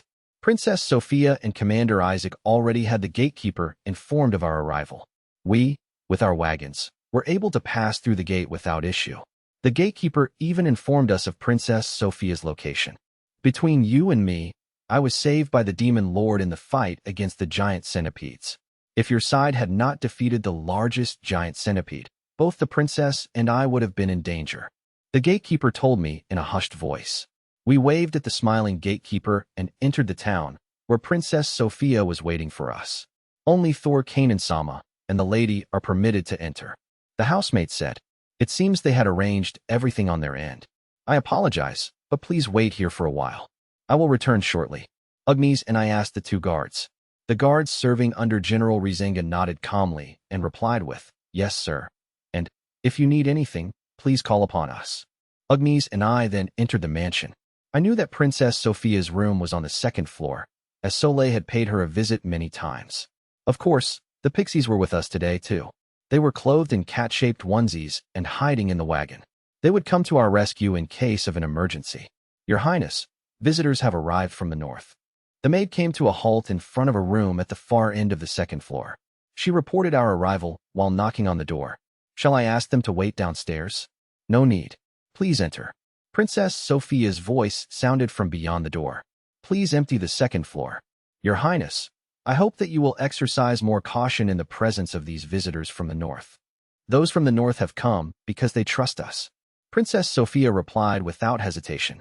"If that is the case, courtesy dictates that we reciprocate their trust, correct?" "Your Highness, I will bear complete responsibility. I will inform Isaac of the contents of the meeting later. You may withdraw." "Yes, Your Highness." Flustered by her dignified voice, the maid withdrew. As soon as her footsteps disappeared down the stairs, the door opened. "I have been expecting you." Thor Kanan-sama and Agnes frazzled. Princess Sophia appeared, clad in a dress. She smiled and invited Agnes and me into her room. We were welcomed by a large room resembling a living room, a tea set, and baked goods lining the table. It was clear she had prepared especially for our arrival. "How are you feeling, Your Highness?" "I'm fine, thanks to you." Princess Sophia nodded as she offered us chairs. "I am happy to see you. According to your letter, Thor Kanan-sama, you have a question you would like to ask me." "Yes. First of all, I would like your feedback regarding the foot bath and the changes in your physical condition." So far, Princess Sophia had been using the foot bath secretly. Therefore, after using it, I could not listen to her input. However, this time, I had more time at hand. Therefore, I intended on letting her use it slowly and carefully, clearly determining the changes in her body's magical power. The number of times she would need to use the foot bath each month would be determined based on that. I would also like to ask you about the magic circle I found in the cave. Isaac informed me about it. Your people discovered some suspicious inscriptions in that place, and Thor Kanan-sama believes they are magic circles, right? Isaac told me to ask for your insight, Your Highness. Yes, there were texts regarding magic in the archives of the palace in which I stayed. Princess Sophia nodded. I understand. But first, I would like to pay my respects to her. Agnes's eyes widened. The first thing she did was to request a few minutes of Agnes's time. How do you do, Agnes frazzled. Thanks to your father, General Rizenga frazzled, and his men, there were no casualties amongst the Imperial soldiers from the giant centipedes attack during the meeting with the demon territory. On behalf of the soldiers, I would like to offer my gratitude. Tithis, thank you for your courtesy. She probably didn't expect the conversation to shift towards her. Agnes rushed to her feet and returned the bow. I am Agnes frazzled, Thor Kanan-sama's escort. It is an honor to meet you, Your Imperial Highness Princess Sophia Dalgaria. It's a pleasure to meet you as well. Princess Sophia smiled kindly. I am honored to meet the daughter of the brave general. I look forward to working with you in the future. Thank you very much. I am sure my father will be pleased to hear it. Agnes lifted the hem of her crimson dress and bowed. It was the imperial greeting she had practiced before her departure. Princess Sophia, seeing this, did the same. I prepared some tea. Please take your time. Saying this, Princess Sophia lifted up the teacup. She poured tea into the cups for Agnes and me with practiced motions. There was no need to prepare the tea yourself. It's all right. It used to be necessary for me to do everything myself. Princess Sophia brushed her cherry-red hair. I keep it short so that it isn't a hindrance when I have the doctor examine my body. In fact, I would like to grow it to a beautiful length, like Agnes phrased it. You can do that when your condition improves. I brought this with me for that purpose. I pulled out the foot bath from my ultra-small simple warehouse. I'd like to hear your detailed feedback regarding its effects on your condition. How does it affect the magic in your body? Where is the stagnant magic and how does it flow? I will then decide how often you should use the foot bath. Understood, Thorkanen-sama. And Agnes, that thing too. Yes, sir. Agnes took out a small package. She held it out to Princess Sophia with both hands. This is a pair of underwear made of light attribute, magic cloth. Please try it on and check the size. Also, if you would allow me to take your measurements later. Thank you very much. Of course, I will allow you to take my measurements. Princess Sophia nodded readily. Agnes was surprised by her reaction. Is that all right, Princess Sophia? What is the matter, Agnes phrased. I heard that the imperial family was wary of demi-humans. You are a friend of Thorkanen, are you not? Yes, I am. Agnes is loyal to Thor-sama. Then there is no issue. I aim to be Thorkanen's fiancé. I can't be uncomfortable with Thorkanen-sama's friend touching my body. You understood. Agnes was surprised. The other party was a princess of the empire. Firstly, you need to use the foot bath. We can discuss taking your measurements and the magic circle after we settle down. Is that all right? Yes, but I would like to make a request regarding the use of the foot bath. Holding the foot bath in her hand, Princess Sophia said, May I use this in my bedroom, if possible? I believe that I will be able to better perceive the changes in my magic power and the state of my body in a quiet environment. Sure, please go ahead. Then, I will see you soon. Saying that, Princess Sophia entered her bedroom. When the door closed, Agnes sighed in relief next to me. Are you nervous? Yes, this is the first time Agnes has been outside the demon territory. That reminds me. Naturally, she had rarely even left her home. However, this time, she offered to be my escort. She said that she wanted to experience the outside world. Thor-sama sure is amazing.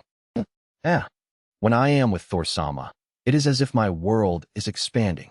Thor-sama helped me reconnect with Mabel, and now you're showing me the world outside of the demon territory. Agnes-san. So, I want to return the favor. Agnes swore to Thor-sama in the name of the primordial flame. I don't expect much, but I'm curious about the meaning of swearing in the name of the primordial flame. Isn't it about time you told me? I'll tell you on my birthday. Agnes clutched her health promotion pendant and shifted her gaze. In a short while, Agnes's birthday will arrive. I'll be. Understood. Well, if that's how it's going to be, I don't blame her. Since it's called the primordial flame, there must be circumstances involving someone possessing the blood of Ifrit, the flame giant. If she wants me to wait until her birthday, I'll wait. I should remember to bring a present. As I was thinking that, I apologize, Thorkanen-sama. Could you please come help me?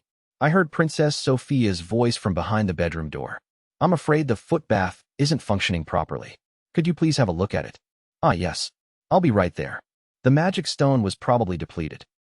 Oh, come to think of it, I hadn't ever replaced it. I had decided not to replace it until it was depleted in order to determine how long it could be used. It seems that it ran out of magic power faster than I estimated. I walked up to the bedroom door and knocked. It's Thorkanen. May I come in? Yes, please come in. I opened the bedroom door after confirming Princess Sophia's response. The magic power of the magic stone seems to be expended. I'll replace it immediately. Please, Thorkanen-sama. Princess Sophia looked at me and smiled. She was clad only in her underwear, sitting on the bed in a relaxed position. The room was dimly lit and the curtains were shut. In the faint light, her white skin attracted my gaze. Princess Sophia tilted her head as she met my gaze, her cherry-red hair swaying above her shoulders. She said her hair was short in order to avoid being a hindrance when the doctor examined her.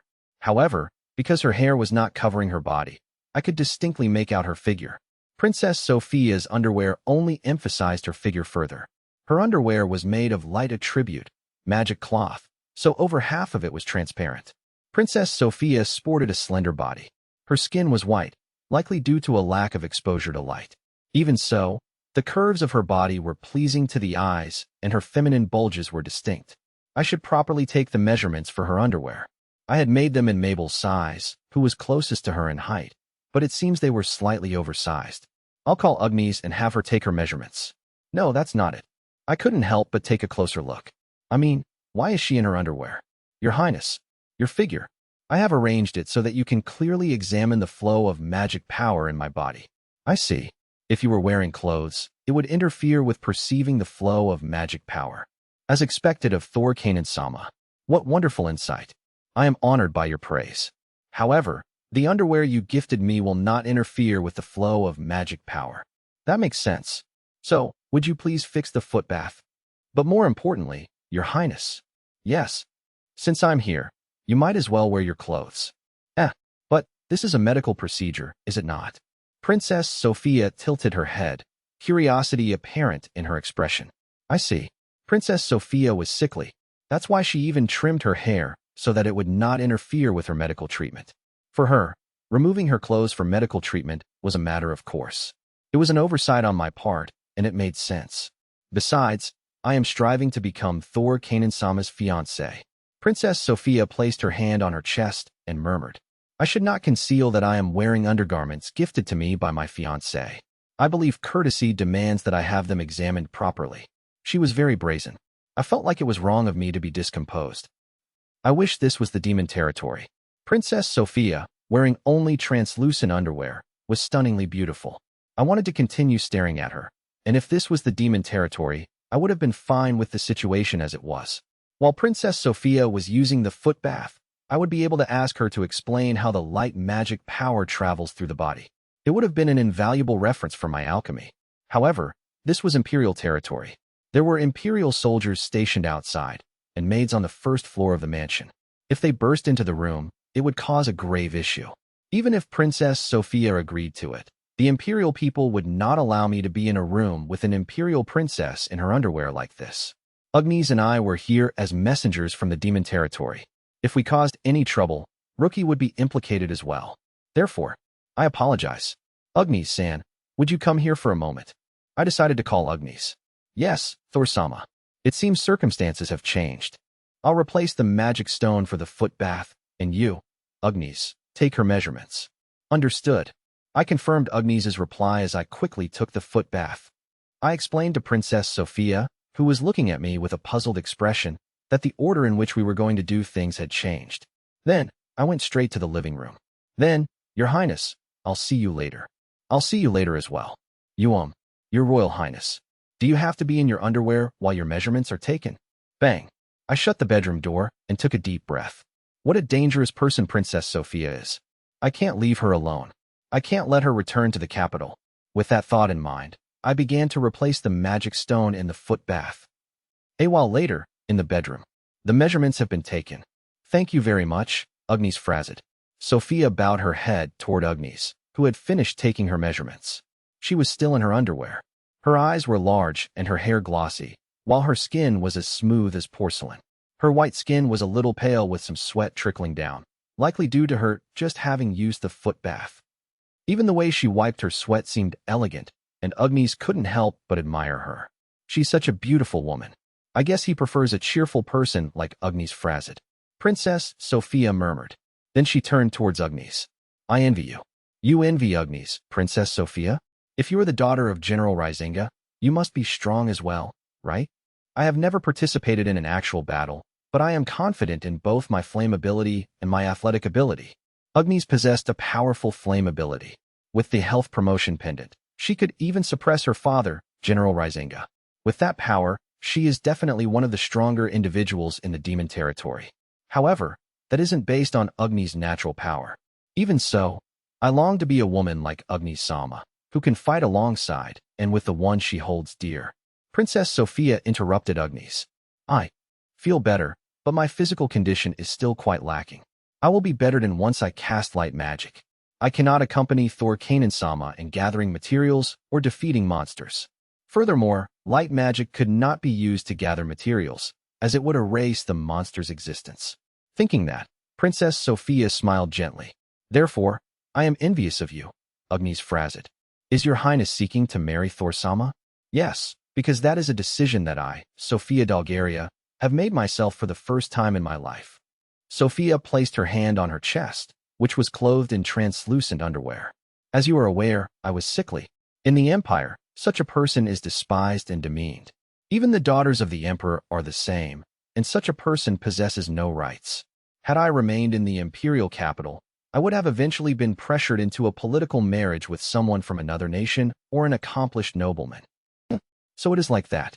For Ugnis, that seemed like a foreign world. Ugnis' father, General Rizinga, doted on Ugnis greatly. If an official of the demon territory sought a political marriage with Ugnis, the demon castle would literally burst into flames. Furthermore, the demon territory adopted a policy of the right person for the right job, which was set forth by Demon Lord Rookie. There were things that any person could do, no matter how sickly or weak he or she may be. The right job would be found for this person, which would allow them to demonstrate their abilities. That was the motto of the demon territory. Since the population was small in number, they were unable to waste any resources. Therefore, political marriages that ignored the will and ability of the person in question were not practiced. Is there such a surplus of people in the Empire? Ugnis thought that it was a waste to use a talented person like Princess Sophia as a political tool, ignoring her will. That was unacceptable in the demon territory. I understand your feelings, Your Highness. Thank you. Princess Sophia smiled while grasping Ugnis' hand. You don't have to worry about me. Thanks to Thor Kanan-sama, I am able to choose my own path. Therefore, I have decided to expend both my body and my life for this path. And that is by means of your engagement with Thor Kanan-sama? It's strange, isn't it? Now that I have recovered, I have more paths available to me, and yet I immediately decided how I would spend my life. Sophia closed her eyes and murmured, However, I want to help him, be there for him, and be with him from the bottom of my heart. This body that was healed by him is clearly stating that it wants to be there for him. If the Empire will not allow it, I am willing to abandon my country. Princess, Fufu. It's funny, is it not? No. Ugnis shook her head. Even imperial princesses feel as Ugnis does. Ugnis was also suffering due to her constitution until a while ago. However, Ugnis was blessed with a father who doted on her and her best friend, Mabel, who was still extremely supportive despite the two becoming slightly estranged. Thanks to them, she was able to meet Thor. Ugnis, who had been cured, was now able to travel anywhere. That was why she was here in the town of Nosa with Thor. Now that she was free, she could do anything. Now that she could do anything, she chose not to conceal her feelings from the one she loved. Ugnis felt that he would understand Princess Sophia's feelings, as she was similar to herself. Ugnis is also similar to Your Highness. Ugnis muttered. Ugnis is able to be here like this thanks to Thor-sama. You as well? I can't tell you the details without Her Majesty's permission, but Ugnis looked towards Thor. He made it possible for me to safely walk in the outside world. He is the one who makes everyone happy like that, so Ugnis is loyal to him. I see that Ugnis Frazid was also healed by Thor Kanan-sama. As something like that. And you adore Thor Kanan-sama as much as I do. Sophia stared straight at Ugnis. Ugnis' heart began to beat faster. Ugnis stared back while suppressing that sensation. Ugnis felt that she couldn't concede here. I'm not going to lose to anyone in regards to that. I understand. Then, Ugnis Frazid, I would like to be your friend. Princess Sophia held out her hand towards Ugnis. As someone who was healed by Thor Kanan, I feel kinship with you. Of course, I will not cause you any trouble. Sophia Dalgaria saw. Ugnis hesitated slightly before taking Princess Sophia's hand. It was strange. She felt as if she could get along with her despite her position. I understand. Ugnis Frazid will be your friend, Princess Sama. Thank you. Princess Sophia nodded. If it isn't a bother, please teach me various things. Of course, I won't probe into any secrets of the demon territory, so please don't worry. Then, what would you like to know? The means to make my beloved happy. Ugnis would like to know that herself. I am lacking in knowledge as a woman. Sophia folded her arms and her shoulders slumped. I have been living in a detached palace in the imperial capital for so long that I don't know how to properly socialize with men. There were no books in the library of the imperial palace detailing the means to please the man of your dreams. Therefore, would you please help me? I have heard rumors stating that I should do as my heart and body suggest. But I don't want to do anything that can be considered rude. She had misunderstood her. It seems that the reason Sophia was in her underwear earlier was not to seduce Thor. Perhaps this person has a strange perception of love. Agnes suddenly became concerned. If she left Princess Sophia alone, she might do something terrible to Thor. Agnes isn't one to be talking, as she was seen dancing around naked, but Agnes is still concerned. This wasn't good. She was dangerous in a manner hard to describe in words. Princess Sama, I think it would be better if we don't get too far ahead of ourselves. Agnes said. Princess Sama's condition is only just improving. It would be better if you didn't exert yourself. No, I am willing to do whatever is necessary to be accepted by Thor Kanan Sama as his fiancé. Please, I would appreciate any advice. Fufu. It's pleasant. It's as if I've been reborn. Princess Sophia's eyes lit up and she laughed. To Agnes, she looked like a child who had just stepped outside for the first time. I, Sophia Dalgaria, will expend my life for the sake of my beloved Thor Kanan Sama and all those I hold dear. Please treat me well, Agnes frazzed. Why yes, I will be in your care as well. Sophia then quickly donned her dress. She recorded her impressions of the foot bath on a piece of parchment that she had left by her bed. Agnes snuck a peek and found that it was very detailed, describing even the part of the body from which the flow of magic power would change. Moreover, it was also illustrated. It seemed that Princess Sophia possessed artistic talent as well. How can I help her? This person sought to become Thor's fiancé. In other words, she was Agni's rival, but she did not induce a displeasing feeling. Furthermore, she seemed somewhat similar to Thor. The way she did as she pleased and the way her ideas differed from others were similar to him. This meant that Princess Sophia may do something outrageous like Thor. Of course, I am sure that the Empire will tie her down politically, but I wonder about her romantic side. If she does, as her heart and body suggest. Agni's face flushed crimson. She covered the health promotion pendant. That lit up. Thor's body is in danger. I must not leave Thor alone with this person. And anyway, Agnes is Thor's bodyguard, so she must always remain by his side. As she gazed at Princess Sophia, who continued to record her impressions of the foot bath, with great vigor, Agnes steeled herself to do so. Thor's point of view. I am extremely sorry about the previous situation, Thor Kanan Sama. Princess Sophia returned to the living room, having finished using the foot bath without further issue. Agnes was with her, the two seeming a little closer. I wonder what happened while they were taking measurements. Regardless, it's great that they are becoming friendlier with one another. I apologize for showing you something unsightly. No, it wasn't unsightly at all. Is that so? I also received your impression of the foot bath. It seemed there was a good reason for using the foot bath in her underwear. The foot bath was a great means to improve the body circulation, and it seemed that the thinner the clothes, the more easily one could discern the flow of magic power. I should be present when she uses the foot bath in the demon territory. So, regarding the magic circle, the one that you found in the dormant monster's dwelling, right? I replicated the magic circle on this parchment here. Please examine it. I placed 2 pieces of parchment in front of Princess Sophia. On one parchment was the copy I transcribed in the cave, and the other bore a cleaner copy I replicated later on. Do you know anything regarding this, Princess Sophia? Yes. Princess Sophia stared at the 2 sheets of parchment. I have seen a similar pattern in the archives of the detached palace. She replied in a nervous tone. They are not exactly alike. However, there is a striking similarity. It was in a book regarding magic.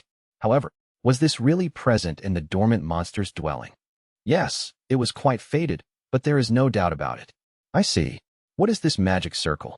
It was used in magic rituals that are no longer practiced, said Princess Sophia. That was all I needed to hear to know what this magic circle's purpose was.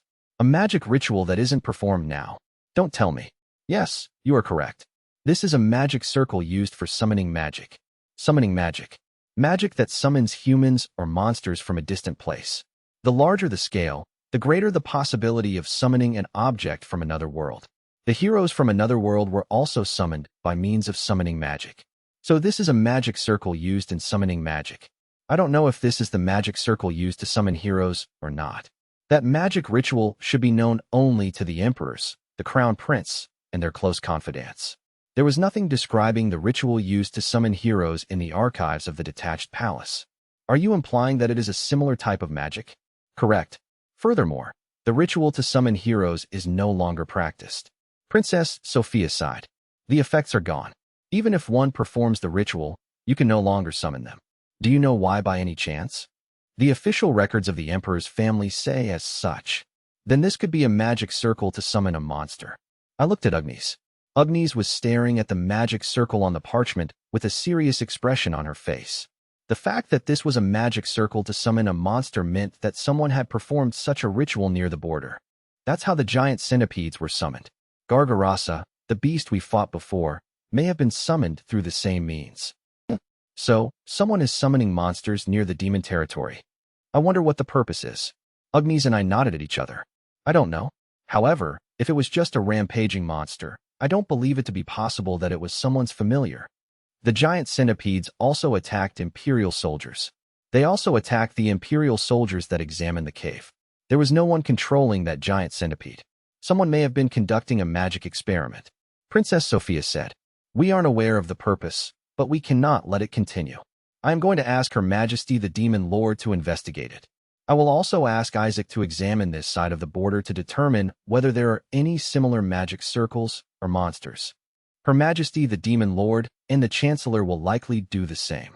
Please inform them that we would like to share information with them if possible.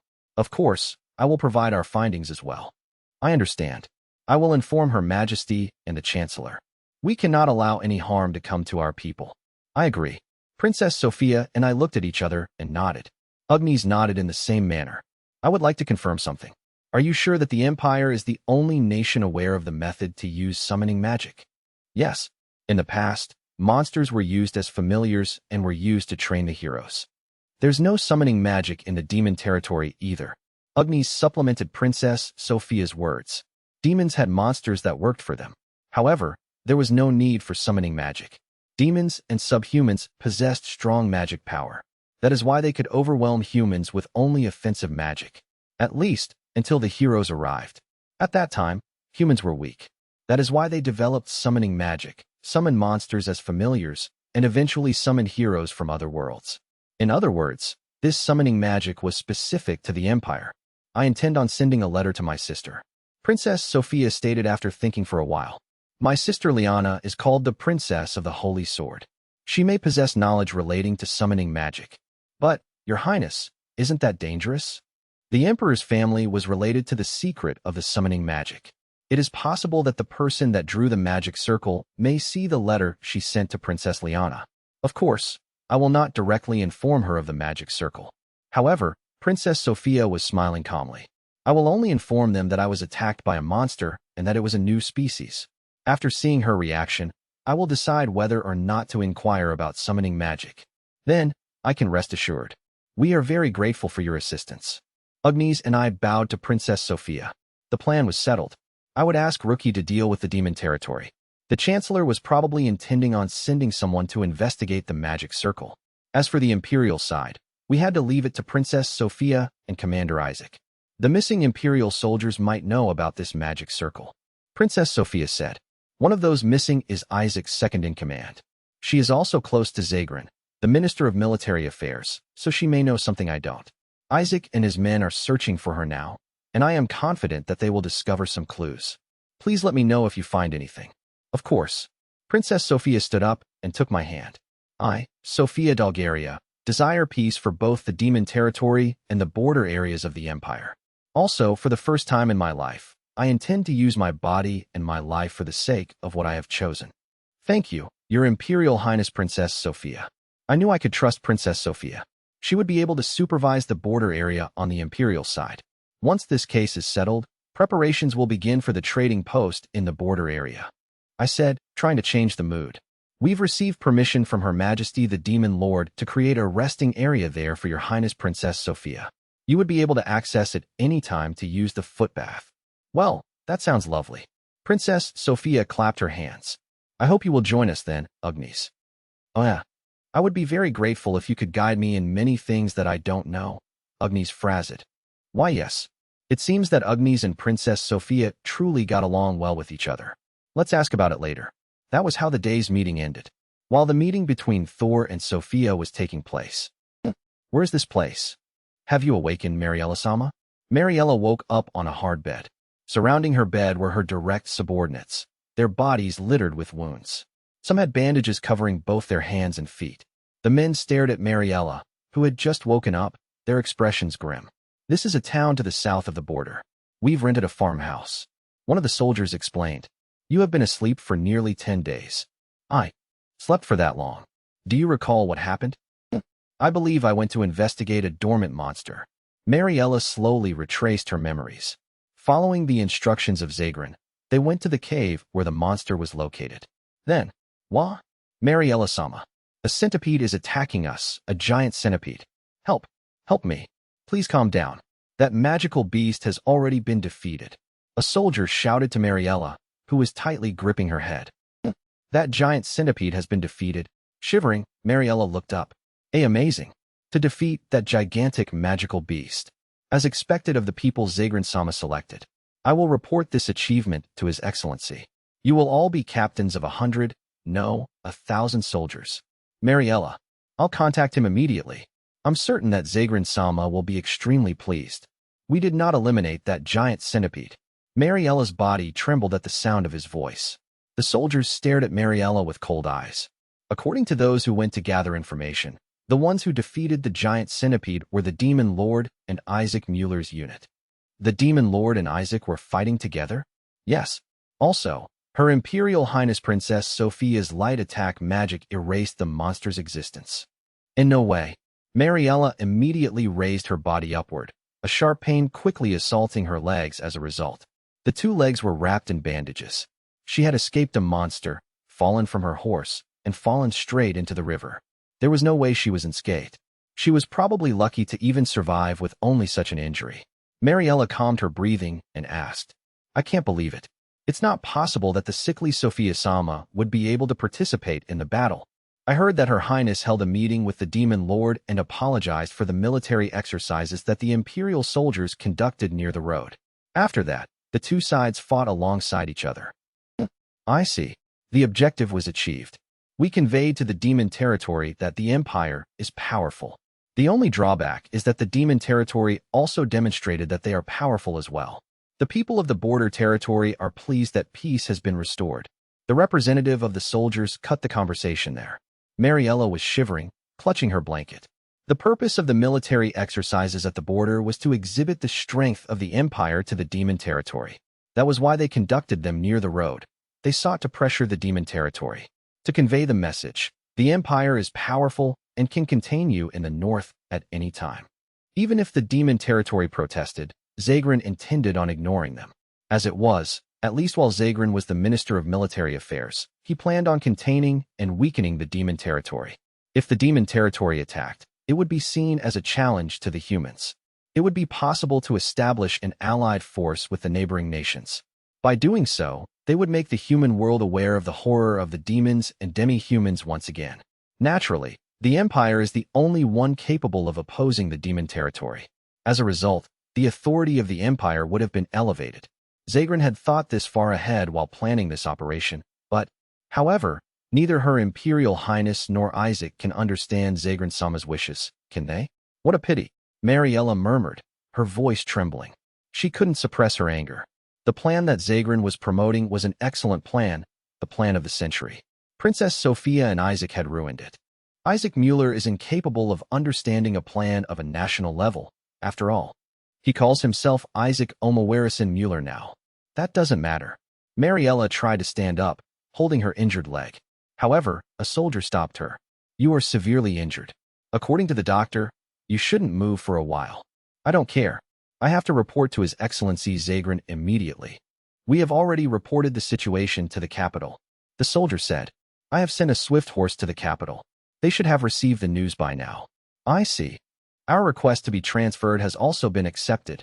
The soldiers nodded in agreement. Mariella was about to agree when she stiffened. Mariella's eyes widened in surprise when she realized the meaning of the soldier's words, and she asked, What did you say, just now? A request to be transferred. It is our consensus. Why? Mariella exclaimed.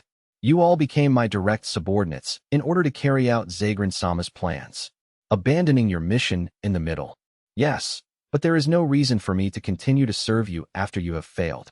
Failed? You mean I failed? His Excellency Zagrin ordered you to defeat the dormant monster. However, he didn't order you to act based on your own arbitrary decision. Wasn't the order given under the assumption that you would consult Isaac Mueller and ask for Her Highness Sophia's assistance? The soldier's representative replied quietly. His tone was one filled with pity for Mariella. His Excellency Zagran told us to seek the help of our allies. However, you were afraid that Isaac Mueller would learn of it, so you only asked your ally about the whereabouts of the monster. That's it. It was a result of the intentions of His Excellency Zagran. His Excellency desired that I produce results. This is the result. The soldiers were wounded, and some will no longer be able to bear arms. You know how those who can no longer fight are treated in an empire that values strength. You. Also, we cannot inform anyone that we were seriously wounded by a giant centipede. If we inform them, they will know that we provoked the monster. We cannot be proud of the wounds inflicted on us by the monster either. All of this is the result of your underestimation of the situation, Mariella. We assisted you so that you could take responsibility for your failure. That is all. Besides, the soldier said, in a quiet voice, the era of His Excellency Zagran will soon come to an end. There are rumors among my fellow soldiers that the next Minister of Military Affairs will be the favorite of the imperial family. That person might be able to aid us. Failure. I, myself, have failed. Mariella's mind didn't register the soldier's words. With a nod of her head, Mariella continued to mumble quietly. Watching her, the soldier sighed and said, as soon as we are given permission, we will return to the imperial capital. We will leave a female soldier behind to take care of you. You will stay here and remain silent until they come for you. I am a failure. Excuse us. With that, the soldiers left the barn. Mariella had no way of knowing what exchange they had with the capital. A few days later, the soldiers left the village, and after a few days after that, a carriage arrived at Mariella's doorstep. I am here by order of Zagran-sama. The soldier acting as the coachman said. The soldier, who was in charge of the guard, encouraged Mariella, who looked pale. I have a message for you. I am sorry for the trouble I have put you through, Mariella. I understand. To protect you, I have prepared a new assignment for you. You may rest there until your body is healed. Zagran-sama. Mariella's dim eyes lit up once more. As expected, he wouldn't abandon his subordinate. He knew that Mariella was simply following his instructions. On top of that, he was thinking of Mariella's future. Mariella rose from her bed with these thoughts in mind. She walked to the carriage, the sole remaining soldier supporting her. It's quite a magnificent carriage, isn't it? Yes. This carriage also carried the son of a duke. To give me such a thing, please hurry, Mariella-sama. Mariella entered the carriage. With a clunk, the carriage doors closed. Mariella breathed a sigh of relief and rested her body on the seat. I feel safe now. All she had to do was follow his instructions. With this thought, Mariella closed her eyes. After waking up, she would soon realize the peculiarities of the carriage. The door could not be opened from the inside. The windows were boarded up so that she could not gaze outside. The coachman would ignore her, and that the carriage would not stop at the imperial capital. It was instead headed straight for the southern front. After arriving at her destination, she would not be able to contact Zagran at all. I will clear my name for Zagran-sama's sake. Mariella, still unaware of this, mumbled in her peaceful sleep. 8 days later, in the capital, here is the report from Isaac Mueller, the commander of the Northern Army. A meeting between high-ranking officials had begun in the imperial court of the imperial capital.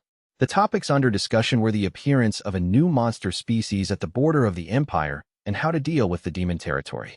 The high officials of the Bulgarian Empire, as well as the emperor and the crown prince, attended the meeting.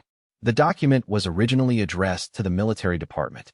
However, it was sent to the prime minister's office under Her Highness Sophia's name due to an unknown reason. The facilitator, a civil official, was tasked with reading the document aloud. We have also received a report from Mariella, Isaac Mueller's second-in-command, and her subordinates. That report was delivered to the military, and we have obtained a copy of it by order of the prime minister. Which of the two should I read out loud? After finishing his speech, the facilitator examined the dignitaries in attendance. The prime minister, the generals, and the ministers all looked toward the throne. Read the report belonging to the commander of the army. The emperor said from his throne, elevated one step over the others. He was a middle-aged man and possessed a muscular build, but his hair and beard were a striking snow white, like an old man's. Gesturing with his bulky arms, the emperor continued. The other report has been reviewed by the prime minister and the crown prince. You may read out the commander's report here. However, As this is a report written by a military officer, the writing style is slightly stiff. It is of no consequence. I understand. Then, with all due respect, I will read it aloud. The civil facilitator began reading out Isaac Mueller's report. I hereby report that a new species of monster has appeared in the territory of our mighty empire. The new species was a giant centipede. Its size exceeds 10 meters in the measurement system of the hero's world. The monster was ferocious, and had it been left unchecked, there is no doubt that it would have caused great damage to the town. In order to protect the people, our unit decided to defeat the monster. The battle progressed smoothly, but the monster possessed the ability to burrow in the ground and avoid our detection. Before we knew it, the monster appeared in front of Her Highness Sophia, the daughter of the Emperor. I was afraid that it was about to harm Her Highness. Just as she was about to be attacked, a voice rang out. Omawarison. At the sound of that voice, the monster stopped moving. This officer remembered the words that the heroes had left behind. I will call Omawarison. I will tell the Omawarison. It seems that these were the words used by the heroes to refer to the guardian spirit of the other world. The spirit from the hero's world restrained the movements of the monster. In the meantime, Her Highness Sophia unleashed light attribute attack magic, killing the monster. The materials obtained from the monster were sent to the imperial capital alongside this report. Further investigation revealed that the giant centipede had emerged from the dwelling of a dormant monster. Some imperial soldiers trespassed in the monster's territory and lured it to the town. A search is currently underway for those who provoked the beast. Their names are listed below. We hope for a fair investigation. This is the end of my report on the appearance and subjugation of the giant centipede. Commander of the Northern Army, Isaac Omawarison Mueller. The Prime Minister, the Chief General, and the other ministers looked at one another. New monster species had been a topic of discussion many times prior. I wasn't aware that another new species had appeared after the monster Gargarasa. This time we've obtained the remains. Examine them immediately. Anyway, it's great that we were able to defeat it. The dignitaries breathed a sigh of relief. They continued to express their opinions. I had heard that Her Highness Sophia was sickly and weak, but she managed to defeat a new species of monster? Shouldn't Her Highness be recalled to the capital and offered a new post? No. Since she is this powerful, we should keep her stationed at the borders of the demon territory. The demon territory must have been terrified by the light attribute magic. Reassigning Her Highness would be problematic. Tap. Hearing the unexpected sound, all the dignitaries fell silent at once. It was the sound of the Emperor tapping on the armrest of his throne. Everyone in the room knew that this was the signal for the Emperor to express his opinion. It is not a matter of great importance, as she is not part of the line of succession. If she is my daughter, it is only natural that she should display such power. She should return to her post and fulfill her responsibility. The Emperor stated. The young man standing next to him nodded. He was Crown Prince Diaz, the only prince permitted to attend this meeting between high-ranking officials. Imperial officials. Listen to Diaz regarding this matter. The dignitaries bowed their heads in unison in response to the Emperor's order. Then, this Diaz will speak to the Minister of Military Affairs, Zagrin. From beside the throne, Crown Prince Diaz raised his voice. In response, the white-haired Minister of Military Affairs, Zagrin, stepped forward. By the order of the great Emperor and His Royal Highness the Crown Prince, Zagrin is present. You are hereby dismissed from your post as Minister of Military Affairs and Educator of Liana Dalgaria. I regret to inform you that we cannot entrust you with any further responsibilities of importance. Crown Prince Diaz said, I have received a letter from your direct subordinate. It states, Mariella's mistake has drawn a new species of monster to the human village. Mariella is your subordinate. It was your order that directed her to the monster's dwelling, correct? Yes, Your Highness. Then it is settled. You have committed 3 mistakes.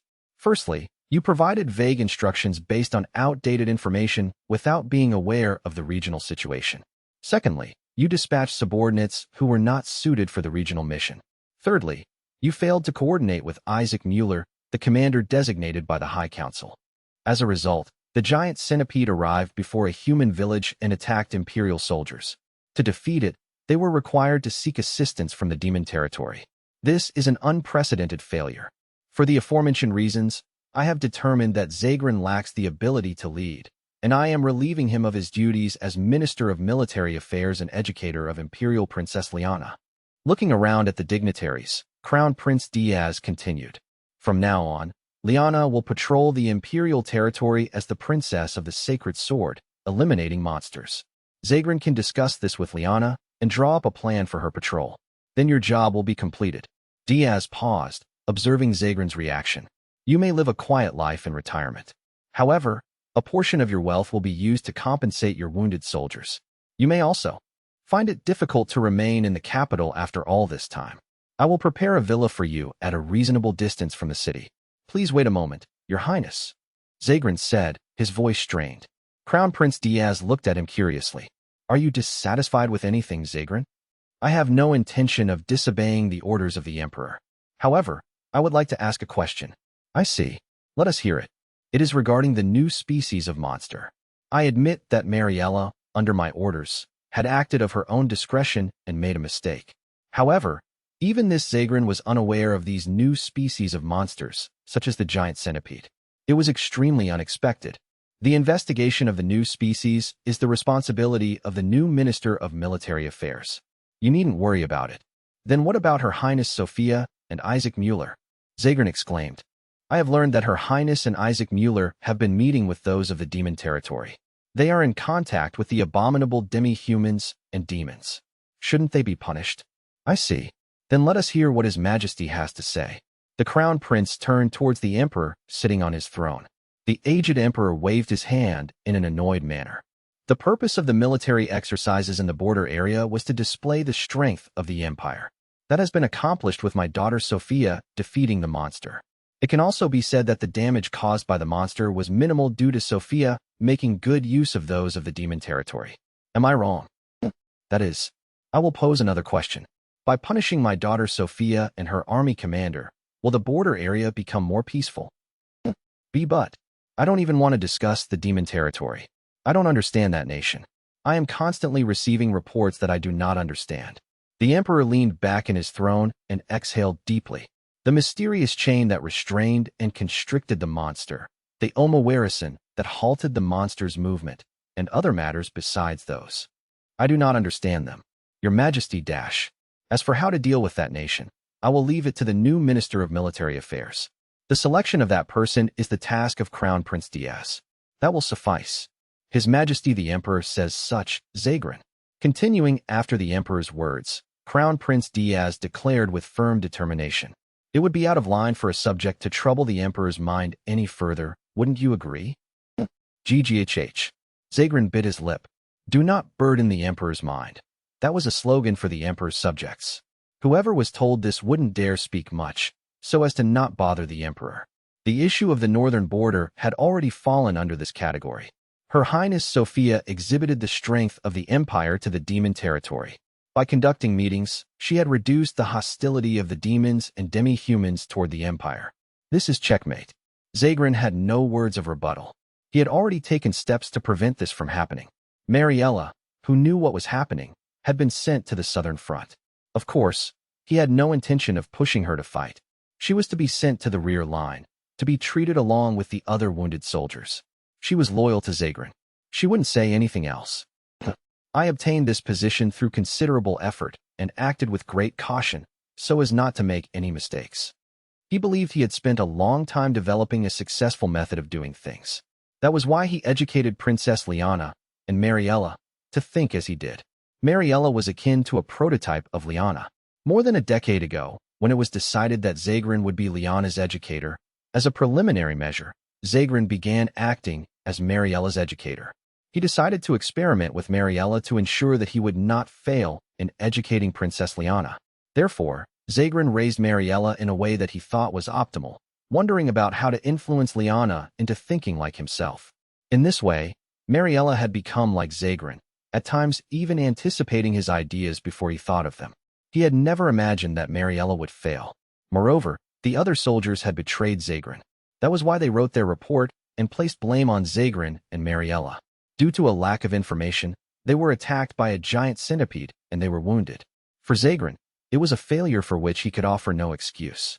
Please at least provide me a chance to clear my name. Zagran couldn't help but shout. Please permit me to investigate the monster.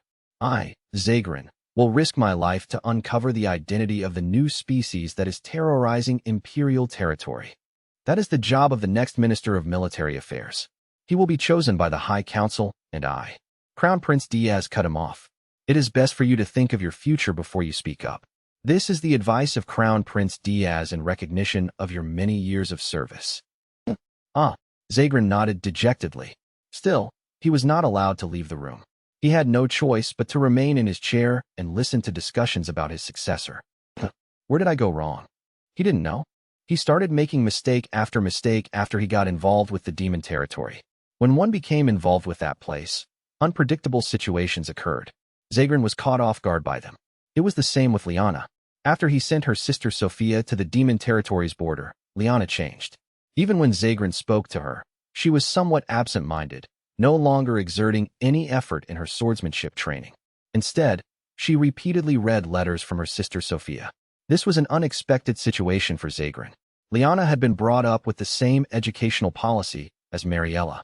The only difference was that Liana had an older sister, Sophia. Sophia was sickly and weak, a useless older sister who collapsed after casting magic once. Sophia Dalgaria, despite being a member of the royal family, was someone no one would have cared about if she died. It had never occurred to him that Sophia had become an important emotional pillar for Liana. Why does a strong sister require the presence of a weak sister? Why had Liana changed just because her insignificant sister had left? Zagran couldn't understand it at all. Where did I go wrong? Was it when I dispatched Princess Sophia? Was it when I ordered Mariella to investigate the dormant monster? Where did I go wrong? What was the cause of my failure? Was it due to the changes in the demon territory? Did that wandering alchemist, no, Thorregus, change the demon territory? To the point that they could eliminate the monster Gargarasa in the blink of an eye. Impossible. How can a single alchemist have the power to impact the demon territory? Then, why am I being driven into a corner? His thoughts fell into a loop. The Minister of Military Affairs, Zagran, just sat there with his head in his hands. When he regained his senses, the meeting had concluded. However, Zagran still had work to complete. He had to entrust his job to the next Minister of Military Affairs. After that, he had to speak with Princess Liana and establish a route for patrolling the imperial territory. Why did that short meeting feel so depressing? Zagran staggered his way to his office. In a certain place in the palace. Diaz, do not forget. There are no heroes in the Empire. Sitting on his throne, the Emperor said, there is no trump card with which the Empire can overwhelm other nations or the demon territory. I am aware, Father. The Empire has lost its trump card of summoning the heroes. That is why we attempted to raise successors to the heroes, as the Empire must be the strongest. Yes, Father. It was fortunate that Liana was recognized by the Holy Sword. However, even so, it is still not even comparable as a trump card to a hero. Yet, a new species of monster has appeared. The next Minister of Military Affairs will investigate it, murmured Crown Prince Diaz, leaning close to the old emperor. The investigation team will be assigned top-notch soldiers. Even so, it may be difficult to identify the new monster species and the cause of the outbreak. We require power. The Empire needs to be strong. We may require a change of mindset. Father, a change of mindset. A hero from another world once said, the skills you thought were weak may be strong. In accordance with that teaching, we should change the threat of the monster. Crown Prince Diaz's lips twisted into a grin while his father wasn't looking. If we can turn these new species of magical beasts into familiars, they can become the trump card Father wishes to possess. Diaz, the Empire is the strongest. As the successor to the heroes, we must remain the strongest. That policy will be carried on by the Emperor. Forever. Please rest assured, Your Majesty. In the dimly lit room, Crown Prince Diaz murmured indifferently. Thor's point of view. It's done. It's finally done, Thor-sama. Now we're ready to go. Mabel, Agnes, and I shared a high five. We were in General Rizinga's territory, a two-story mansion standing in front of us. On the wall of the mansion was a large wooden sign that read Alchemy. On the first floor, we designed a reception desk and a counter for visitors. The cleaning had been completed. The bathroom, bedroom, and living room, everything was complete. It was the perfect place to live and work in, both a workshop and a residence. This is my home and my alchemy workshop. The official workshop was supposed to be established in the Demon Castle, so this was called the Rizinga Territory Branch. The one in the Demon Castle was where items were made for Demon Lord Rookie and other dignitaries. This one was intended to be an open workshop to resolve the issues of the normal residents of the Demon Territory. I was deeply affected by the scene. In the Empire, it would have been a distant dream to have my own workshop. There, alchemists possessed a trivial status, only a handful able to own a workshop. However, the Demon Territory was different. I was able to establish 2 workshops here. It truly seemed like a dream. I should thank Rookie-sama and Chancellor Kelv. Her Majesty and the Prime Minister are also grateful to Thor-sama, aren't they? Yes, I've been blessed with wonderful superiors. I nodded at Mabel's words.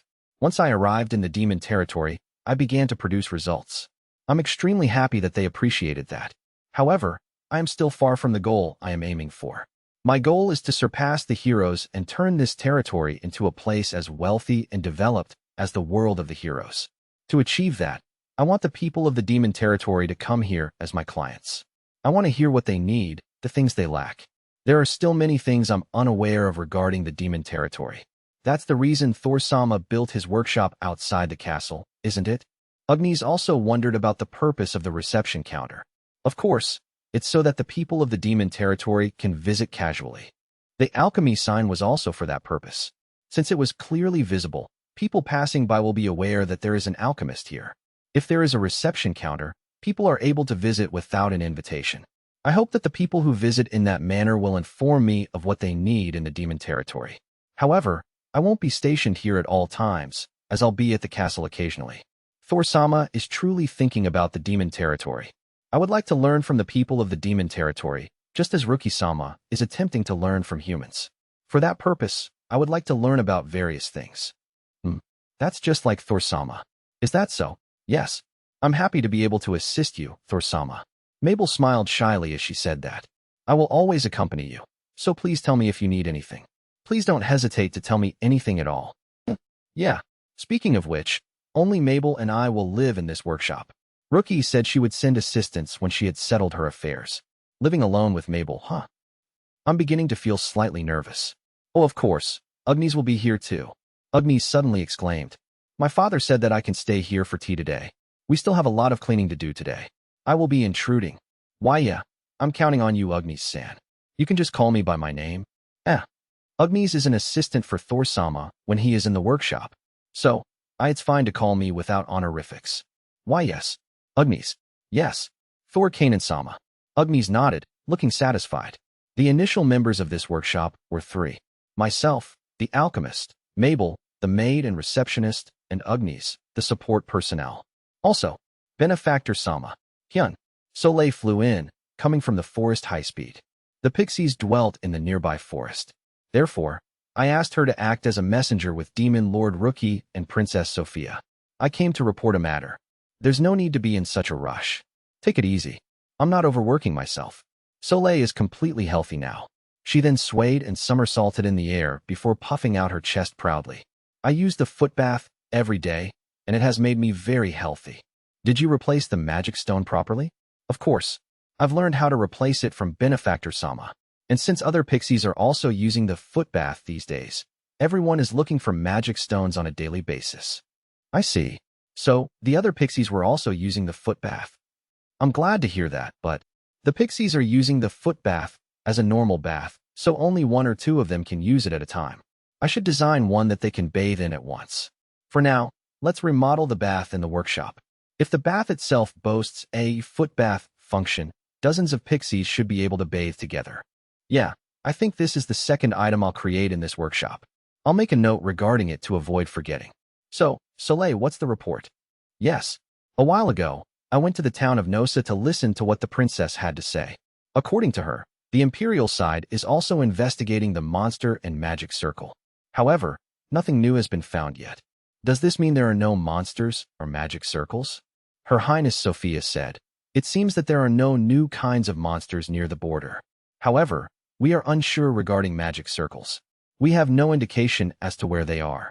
Soleil displayed a troubled expression. I see.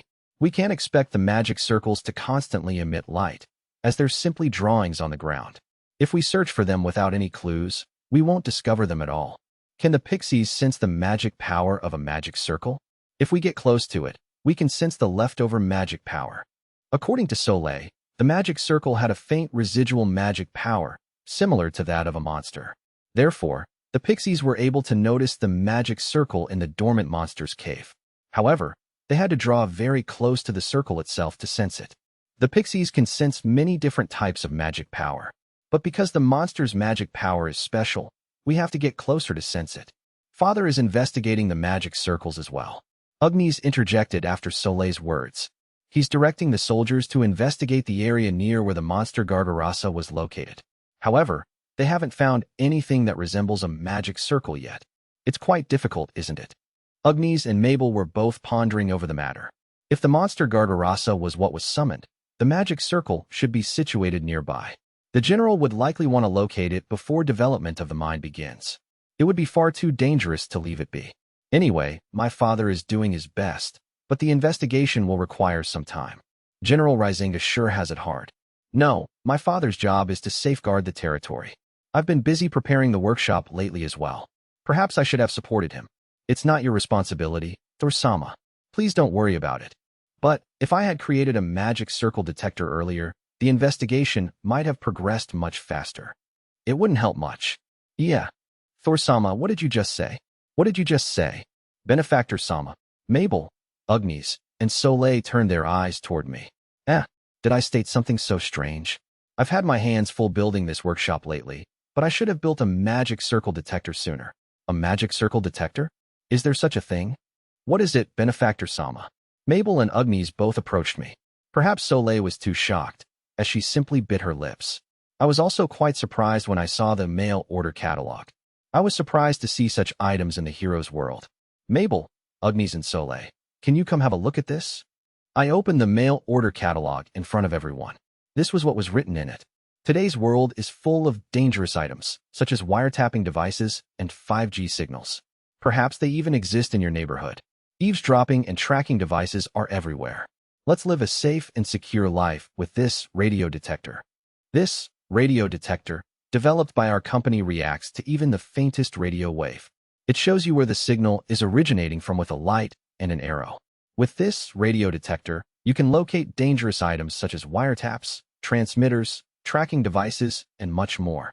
Cut off the flow of radio waves and sever any connection between you and strange places. Our state-of-the-art technology results in our radio wave detection being 20 times more accurate than conventional products. Regardless of how distant you are or how well they're concealed, nothing can escape this radio detector. I see. Mabel, Agnes, and Soleil nodded. So, Thor-sama, you think that this radio wave is something like magic power? Yes, I do. So that's why it says, sever any connection between you and strange places. Mabel mumbled, sounding convinced. Indeed, it is similar to summoning magic, which uses magic power to connect the magic circle to the person to be summoned or a place. I think the radio waves in the hero's world do the same. So the magic power that Soleil and the others felt must be similar to that. In other words, wiretaps and transmitters are items as formidable as summoning magic circles. The people of the hero's world even design magic items as countermeasures. That's how frightening these two items must have been. But, Thor-sama, the eavesdropping device is an item for eavesdropping, isn't it? Agnes nodded his head. Agnes can't believe that the heroes would eavesdrop. Maybe the eavesdropping device has some connection with transcendental powers. Transcendental powers? As Agnes said, the heroes summoned from other worlds used amazing swordsmanship and magic. In other words, I think they were secret techniques.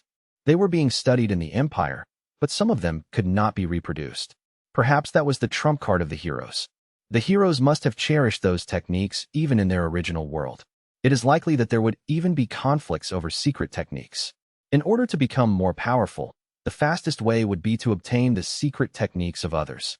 I believe that is why they used eavesdropping items. So that's how they were trying to steal secret techniques. I believe that's how it is. There were disputes between heroes even in this world. The heroes used all their cards to fight each other. I heard that there was a lot of resulting damage at that time. I don't even want to imagine what would happen if that were to occur in a world full of heroes. The heroes' world is literally filled with heroes. What do you think would happen to the towns and villages if all those heroes were to clash with one another? They might all just disappear. Agnes's face paled as mumbled. That's true. However, I believe that if they fight too fiercely, Omowarison will appear. That's the guardian spirit of the other world, right? Yes. I believe the heroes were attempting to steal secret techniques without being noticed by Omowarison. In other words, that's what the eavesdropping device was used for. It was to observe the location where others practiced and eavesdrop so that they could become more powerful heroes. After all, the other world is a scary place. If it were me, I wouldn't last 3 days. That's the kind of world that needed countless magic items. This mail order catalog is several hundred pages thick. I can't even imagine what kind of place this world is where that many magic items are needed. It seems like a world where transcendent people frequently fight one another. Soleil murmured. Yeah, that's a fitting description. Of course, I will not make this demon territory a scary place like the world of the heroes. I know, Benefactor Sama. Also, all of what is in this mail order catalog is to improve comfort. This mail order catalog may be something special in the heroes' world. Perhaps it was a book to encourage the heroes who fought each other to lead a relaxed life, saying, let's relax in the footbath, or let's sleep well with a body pillow. It is a book designed to help live a leisurely life in a bleak and brutal world. Maybe that's why there is no mention of swords or offensive magic in the book. Oh well, I won't know if I don't research it. I'll just make copies of the items in this mail order catalog and have everyone use them. Then, the demon territory will be at peace. If everyone leads a peaceful life, Princess Sophia could visit as well. At the same time, as long as the demon territory develops into a place where the hands of the Empire can't extend, Princess Sophia defecting wouldn't be an issue either. Oops, I suddenly went on a tangent. Now, to create this radio detector into a magic circle detector, I should take out the leg of the monster Gargarasa. I took out a piece of Gargarasa's corpse from the ultra-small simple warehouse. Then I began to explain to Mabel and the others how to create a magic circle detector. I received one of Gargarasa's legs after it was subjugated. This time, I intend on using it to make the magic circle detector. There is still some remnant magic power in Gargarasa's leg. If it was summoned, there may be similar magic power left in the magic circle. I explained to Mabel and the others. I want to verify whether we can locate the magic circle using its magic power as a reference, just as the radio wave detector. In the hero's world used radio waves as a means to search for eavesdropping devices and transmitters. So, the magic circle detector is basically an item that locates a specific magic power, isn't it? Yes. However, it seems I can't create one as small as the one in the mail order catalog. The one in the mail order catalog was approximately the size of a person's palm, but that is currently beyond me, as I have to take Gargarasa's leg into consideration when designing the item. However, the radio wave detectors of the hero's world can locate eavesdropping devices and transmitters without any materials, right? I wonder how on earth they achieve that. I guess my skill is still no match for those of the hero's world. It's frustrating, but that's reality. Then, Mabel, please help me prepare the materials. I need a lump of metal, a magic stone, and magic cloth of light, dark, wind, fire. All the attributes, please. Yes, Thor-sama. Ugnis will help too. Ugnis will be in charge of keeping a record. I would like you to take note of which materials I use to make the magic circle detector. Also, I'm going to conduct an experiment after I've made it. So could you please record the process and the results? It's to inform Her Majesty, right? Yes. I will create 2 detectors, one for General Rizenga to use, and one to report to Her Highness Rookie with. Yes, Thor-sama. The 2 immediately began preparing. Then, Soleil flew up to me. Soleil would like to help you too. No problem. I have a question I wanted to ask you. What is it? How does a pixie sense magic power? It's easy. When there is magic similar to their own nearby, they feel a tugging sensation. A tugging sensation? Soleil is a light pixie, so when there is light magic nearby, I can feel a slight tugging sensation. It is similar to the feeling you get when your favorite food is nearby. Like a feeling of resonance with one's attribute of magic power? Yeah, that's right. It's a feeling of resonance with the magic that is familiar to you. I see. As expected of a professional magic power detection expert. It's a useful reference. So, there is attraction between magic power of the same attribute. Therefore, light attracts light magic power, and fire attracts fire magic power. In the same way, the light attribute Soleil attracts light magic power. Yes, I sense the tugging through the wings on my back. Thank you, Soleil. You have been a great help. It's not a problem. What else can I do? Well, I was wondering if you could accompany me later during my experiments. Understood. The work would progress more smoothly with more people present. I'm pleased that Ugnis and Soleil are here. Thank you. Activate Creation Alchemy. I activated my skill. To start with, I imagined the shape of the radio wave detector in the mail order catalog. The radio wave detector is box-shaped, with a stick-like object on top. It seems to be something called an antenna or sensor. This is the piece that senses radio waves. It's akin to the wings of a pixie. It would be amazing if the magic circle detector could possess wings. Let's replace the antenna with wings. The material for the wings will be the magic cloth. Light, dark, earth, water, fire, and wind. Magic cloth will be layered to create a single wing. Since magic power has a tendency of reacting to objects of the same attribute, these wings should act as a sensor for each attribute of magic power in the surroundings. There is space inside the box where I can place Gargaros's leg. When it detects magic power that is similar to that of the leg, the wings should resonate with it. This would be easier to perceive if the orientation of the wing changes and points towards the origin of the magic power. As a precaution, let's incorporate magic stones of all attributes. By examining the magic power of the material and activating the magic stone of the corresponding attribute, the magic power can be amplified. The wings would then be able to accurately sense the magic power of the material. When we created the body pillow, it was confirmed that magic power contains personal information. The detector will amplify that information, identify it, and search for similar magic power. That is the concept of this magic item. Yeah, that's good. That should do it. If it fails, we will just make another attempt. I'm sure Mabel, Ugnis, and Soleil will accompany me. Creative Alchemy, start. The metal that Mabel prepared transformed into the shape of a box. The sheets of magic cloth overlapped one another to form wings. The wings were similar to the pixies. I attached them to both sides. The excess magic cloth was fashioned into two belts, which were attached to the back of the box. Since it is difficult to carry due to its size, the box is designed to be carried on the back like a backpack. Finally, the magic stones were blended into the box. Now the magic circle detector is... No, this is a magic item that can search for any kind of magic, including magic circles, a magic power detector. Yup, it should be done now. Thud. The box-shaped magic power detector fell onto the workbench.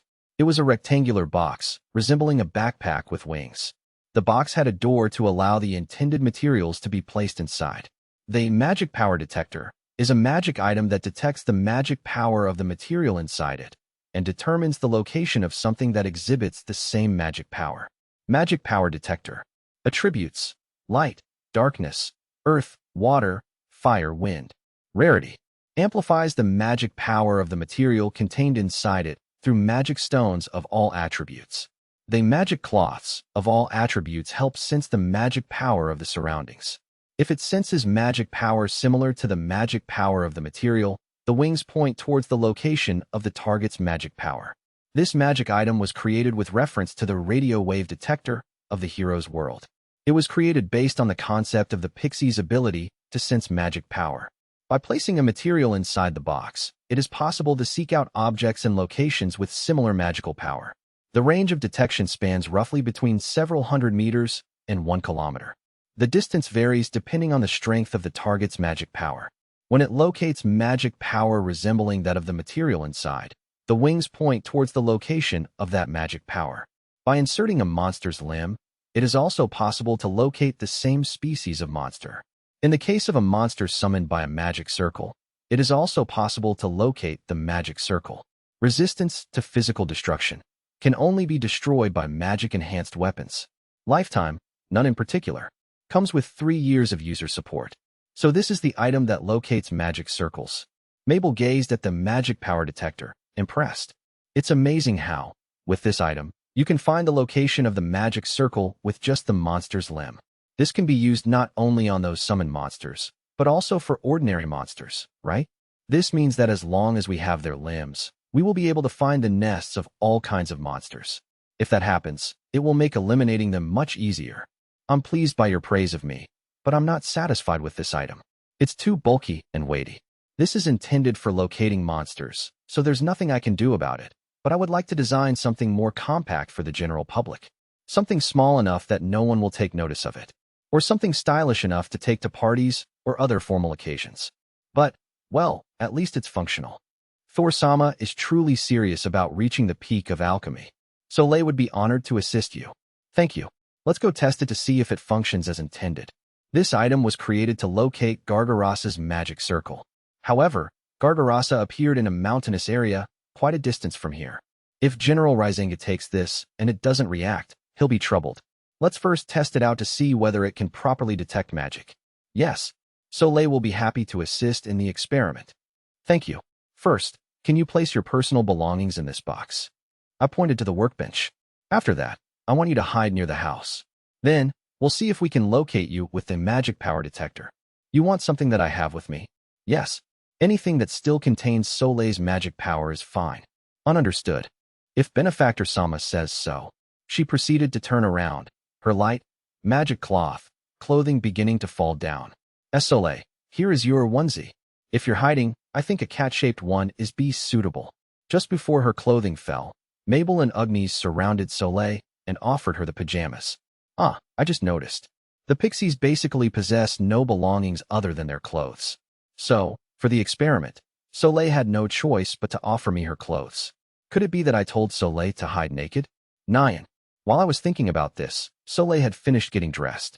She transformed into a pure white cat in her onesie and left the room. She ran to the forest near the house.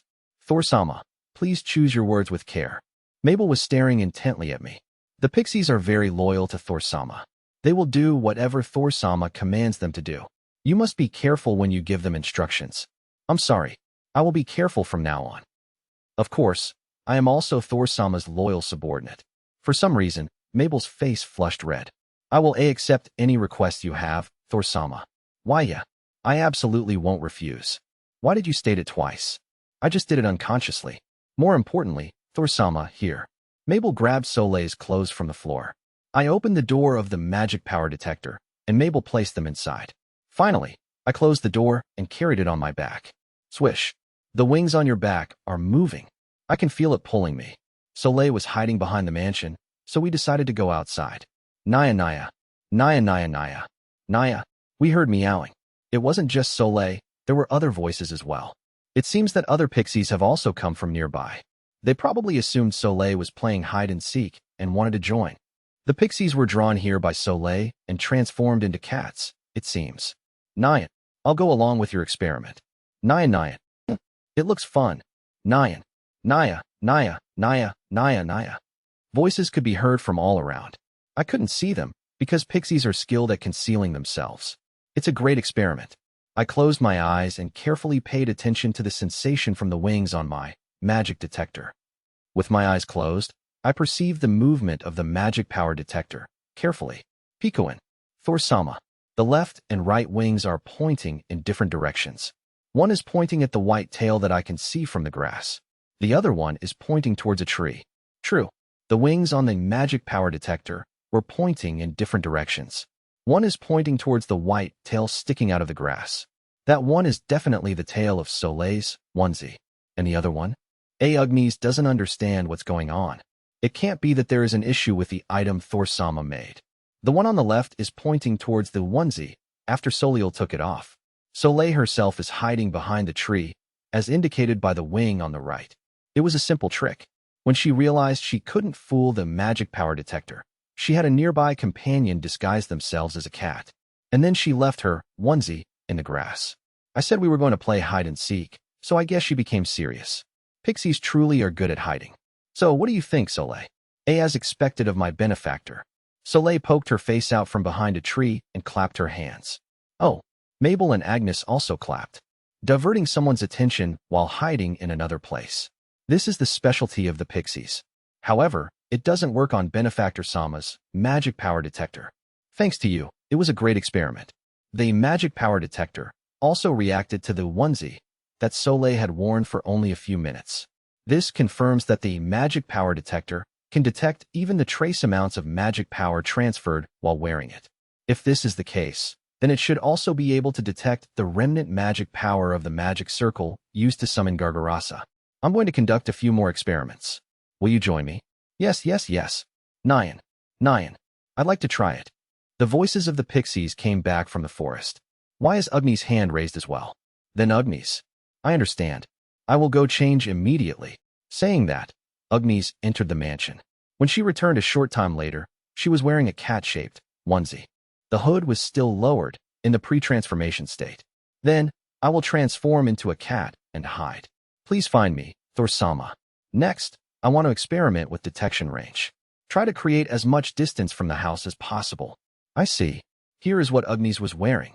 Agni's presented her clothes to me. All the clothes she had been wearing earlier. Every single piece. You know, Agni's. Yes, Thor-sama. You didn't have to take off your underwear, you know? Agni's eyes widened. So, she didn't notice. What Agni's was wearing was the cat-shaped onesie that I made for Mabel. It was made of water attribute, magic cloth, so it adhered perfectly to the body. Then I'm leaving, Naya. Agni's hurriedly transformed into a cat and ran deep into the forest. Thor-sama. What is it, Mabel? It's better to experiment as much as possible, right? Yes, that's right. I want to determine the maximum distance at which the target can be sensed, what happens when the target enters a building, and so on. Then we should take turns playing hide-and-seek. The first one was Soleil-san, and the next one was Agni-sama. So, I think it's fair to take turns. Why, yeah. Let's do it in turns. Okay. We continued our experiments with the magic power detector until late into the night. A few days later, in the demon castle, Thordano invented a magic power detector. Chancellor Kelv's voice resounded throughout the throne room. Demon Lord Rookie stared at the winged box on the floor. They seem to have been made to detect magic circles. One is at Rizinga's place. He made another one and sent it to us to request permission to use it. As expected of Thordano. That's very thoughtful of him. You look very calm, Kelv. I vented my surprise by shouting first. Chancellor Kelv nodded with a calm expression. I will be working with Thordano for a long time. If I am surprised by everything, my body won't be able to bear it. As your master, I am pleased to see your growth. Thank you. By the way, what is that beside the box? This was sent by Rizinga. It contains the silver ore found near the mine. So, he sent a sample of the ore before we proceed with full-scale mining. There's also a map included in it. We'll study it and decide where to begin digging. We want to execute this as efficiently as possible. It would be easier if we knew the exact location of the silver vein. Demon Lord Rookie nodded. She then picked up the letter that had been sent with the map. This is the report detailing the test they conducted on this magic power detector. So, Thordano has already tested it. The report describes in detail the capabilities of the magic power detector. It says that if we find even the clothes worn by a person, we can use the remnant magic power to locate the person themselves. It seems that it is also possible to discover which person was wearing the clothing. The magic power remaining in it will be weak if the person had been wearing them for only a short time, so it is necessary to draw close to discover them. The magic power also disappears quickly. I see. It seems to me that it would be difficult to use it in criminal investigations. I see that they have been very diligent in their experiments. It says here that they were experimenting until late at night. Mabel, Agnes, and the pixies played hide-and-seek until late into the night. I see. That's how they determined whether they could detect magic. Lucky, Your Majesty? It's nothing. No, I believe you said something. I said it's nothing, so it's nothing. Let's go and experiment with the magic power detector. Rookie rose from her throne and approached the magic power detector on the floor. He wants us to test it out. He even sent a magic stone to us. Then let's test it out, Kelv lifted the magic power detector, and the door on the box shifted, followed by a rattling sound. It seems that the door was not shut properly. The rattling sound means that Thor must have placed the magic stone in there. Then, let's continue the experiment. Understood. Chancellor Kelv mounted the magic power detector on his back. This magic item should activate when equipped. Pecan. Immediately, the wings on his back began to move. The four wings stretched and contracted and they pointed straight at the silver ore on the floor. Why is silver ore? Look inside the magic power detector. Rookie circled behind Kelv and opened the door. There, she found a silver pebble. What? It was not a magic stone, but a piece of ore. The door must not have been closed properly, allowing a piece of ore to fall in during transport. Let's remove it and repeat the experiment. I see. The magic power detector responded to the silver ore. Wait. Is Is it possible to locate silver, or with this? Certainly. The ore contains magic power, but it must be extremely faint. The silver ore was buried in the ground. Naturally, it contained trace amounts of the Earth's magic power. However, the magic power detector did not react to the stones and pillars in the room. This means that this magic item can distinguish between silver ore and ordinary rocks. Does this mean that the magic power detector can determine the location of a silver vein? I've heard that ores that contain silver have a subtle change in their magic power. However, the change should be so weak that even the pixies cannot detect it. This thing can detect it. Thor, what a device you have made once again. No, it will certainly facilitate the development of the mine, but it's not just at that level, Your Majesty. Gone.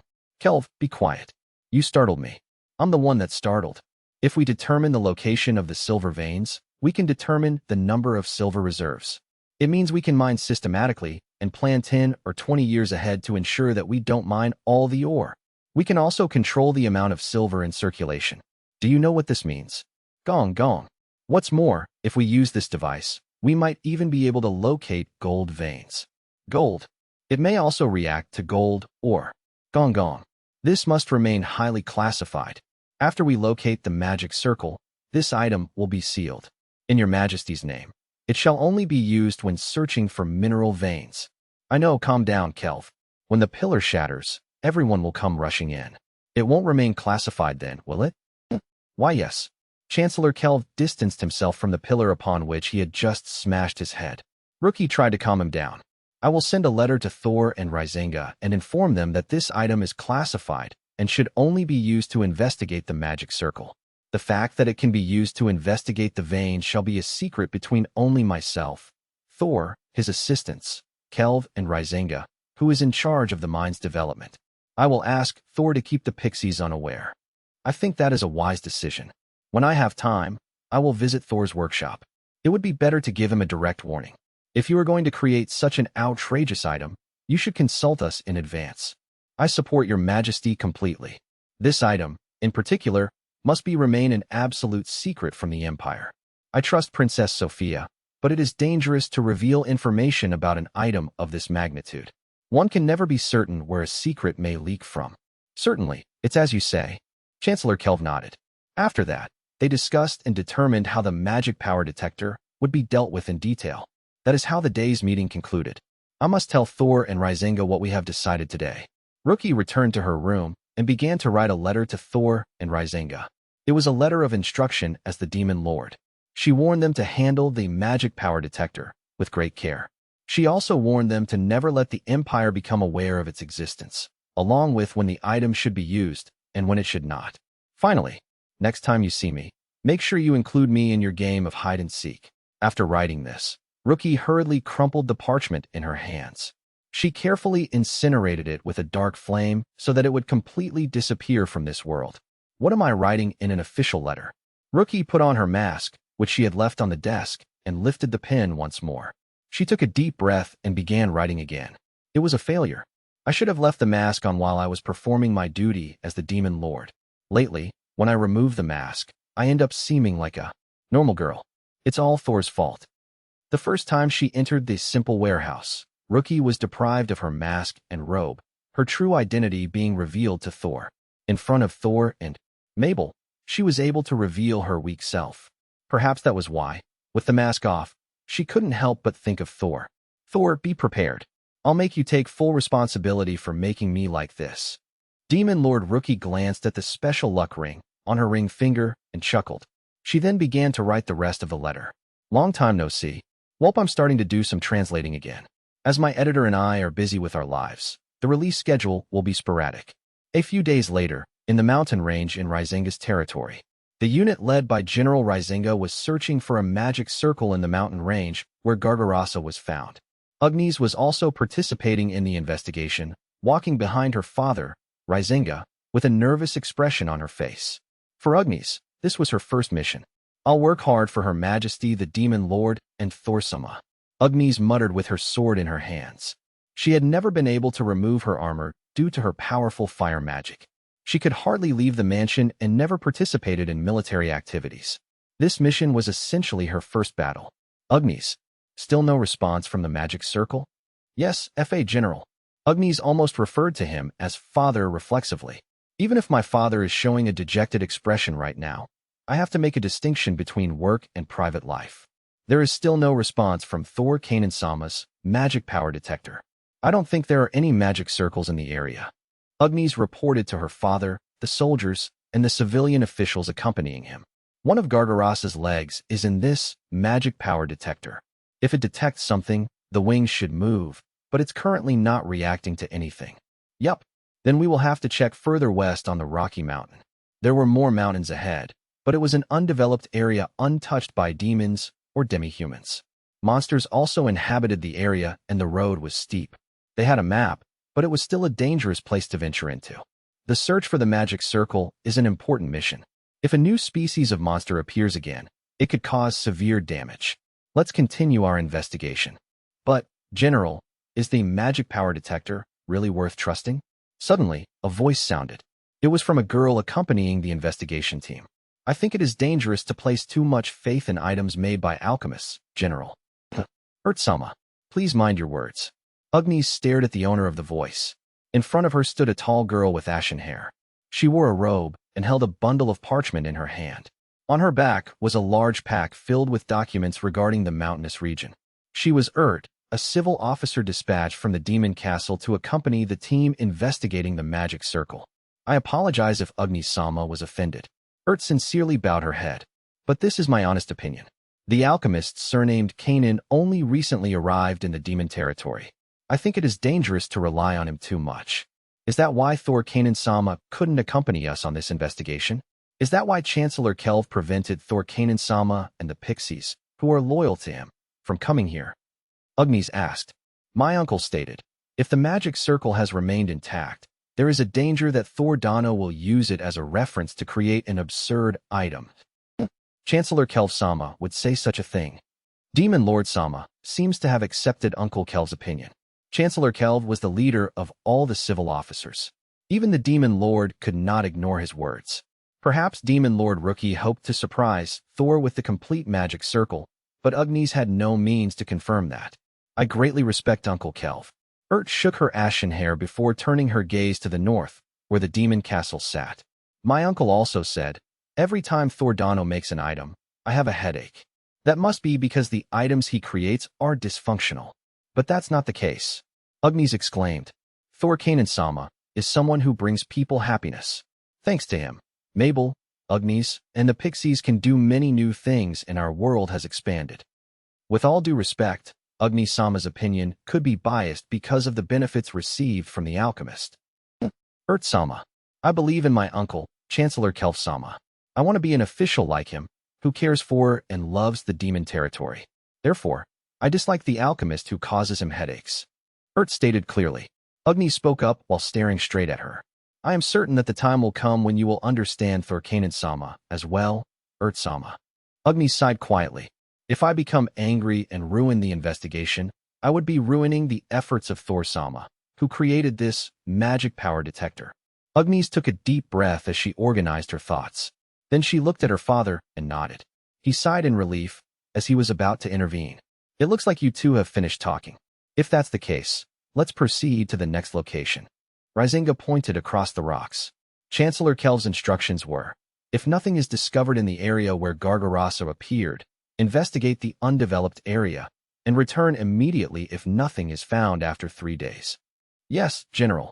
I also prepared information on the undeveloped area. Removed a piece of parchment from her baggage. The map of the area was stored in the Demon Castle's civil service building. Please use it freely. Thank you very much. Please have a look at this as well. Took out a few pieces of hide from her baggage. A few weeks ago, a mountain lizard was killed at the foot of a rocky mountain. It came down from the mountains around here and was discovered by the soldiers of the fort. This is the monster's skin. Please use this as a reference for the toughness of the monster. You are quite well prepared. Similar to Thor Dano. Oops. The moment he mentioned Thor's name, Ert's expression stiffened. Rizinga coughed as he saw that. Anyway, thank you for your consideration. It's my pleasure. I will give this to Agnes. It may prove useful for her. I leave it to your discretion, General. Bowed and stepped aside. She had prepared what was necessary, was courteous, and didn't interfere with Rizinga's decisions. She was faultless as a civil official. Let's continue then. If possible, I would like to finish up today. At General Rizinga's signal, the investigation team began to move forward. Everyone, please be careful here. After continuing for approximately 2 hours, called out to them. The general and his soldiers stopped in response. They were on a mountain road surrounded by cliffs, the slope difficult to walk on. The general and his men compared the surrounding scenery with the documents. According to the data, this area is the habitat of the mountain lizards. As you can see from the skin I just gave you, it is a monster characterized by its high defensive strength. Although its body is large, it moves swiftly and is dangerous, attacking people from the shadows. We must remain vigilant of our surroundings. If you're worried about the mountain lizards, there's one behind that rock. Agni said. Twitch, twitch. The wings of the magic power detector, on her back, pointed to a large rock a few dozen meters away. Hey, Agni-sama. What's that? And the soldiers shouted in astonishment. As soon as sama stopped us, I placed the monster hide in this magic power detector. Agni's pointed over her shoulder at the magic power detector. Therefore, if there are any mountain lizards nearby, this will detect them. Behind Agni's, a female soldier was holding Gargaras's leg. She must have replaced the contents of the magic power detector. Before they set out to investigate, Thor upgraded the magic power detector. He added the ability to adjust the precision with which the machine detected magic power. If the precision was increased, the machine would be able to differentiate between each individual's magic power, such as the difference between Soleil and Renee's magic powers. If the precision was lowered, it would not distinguish between individuals.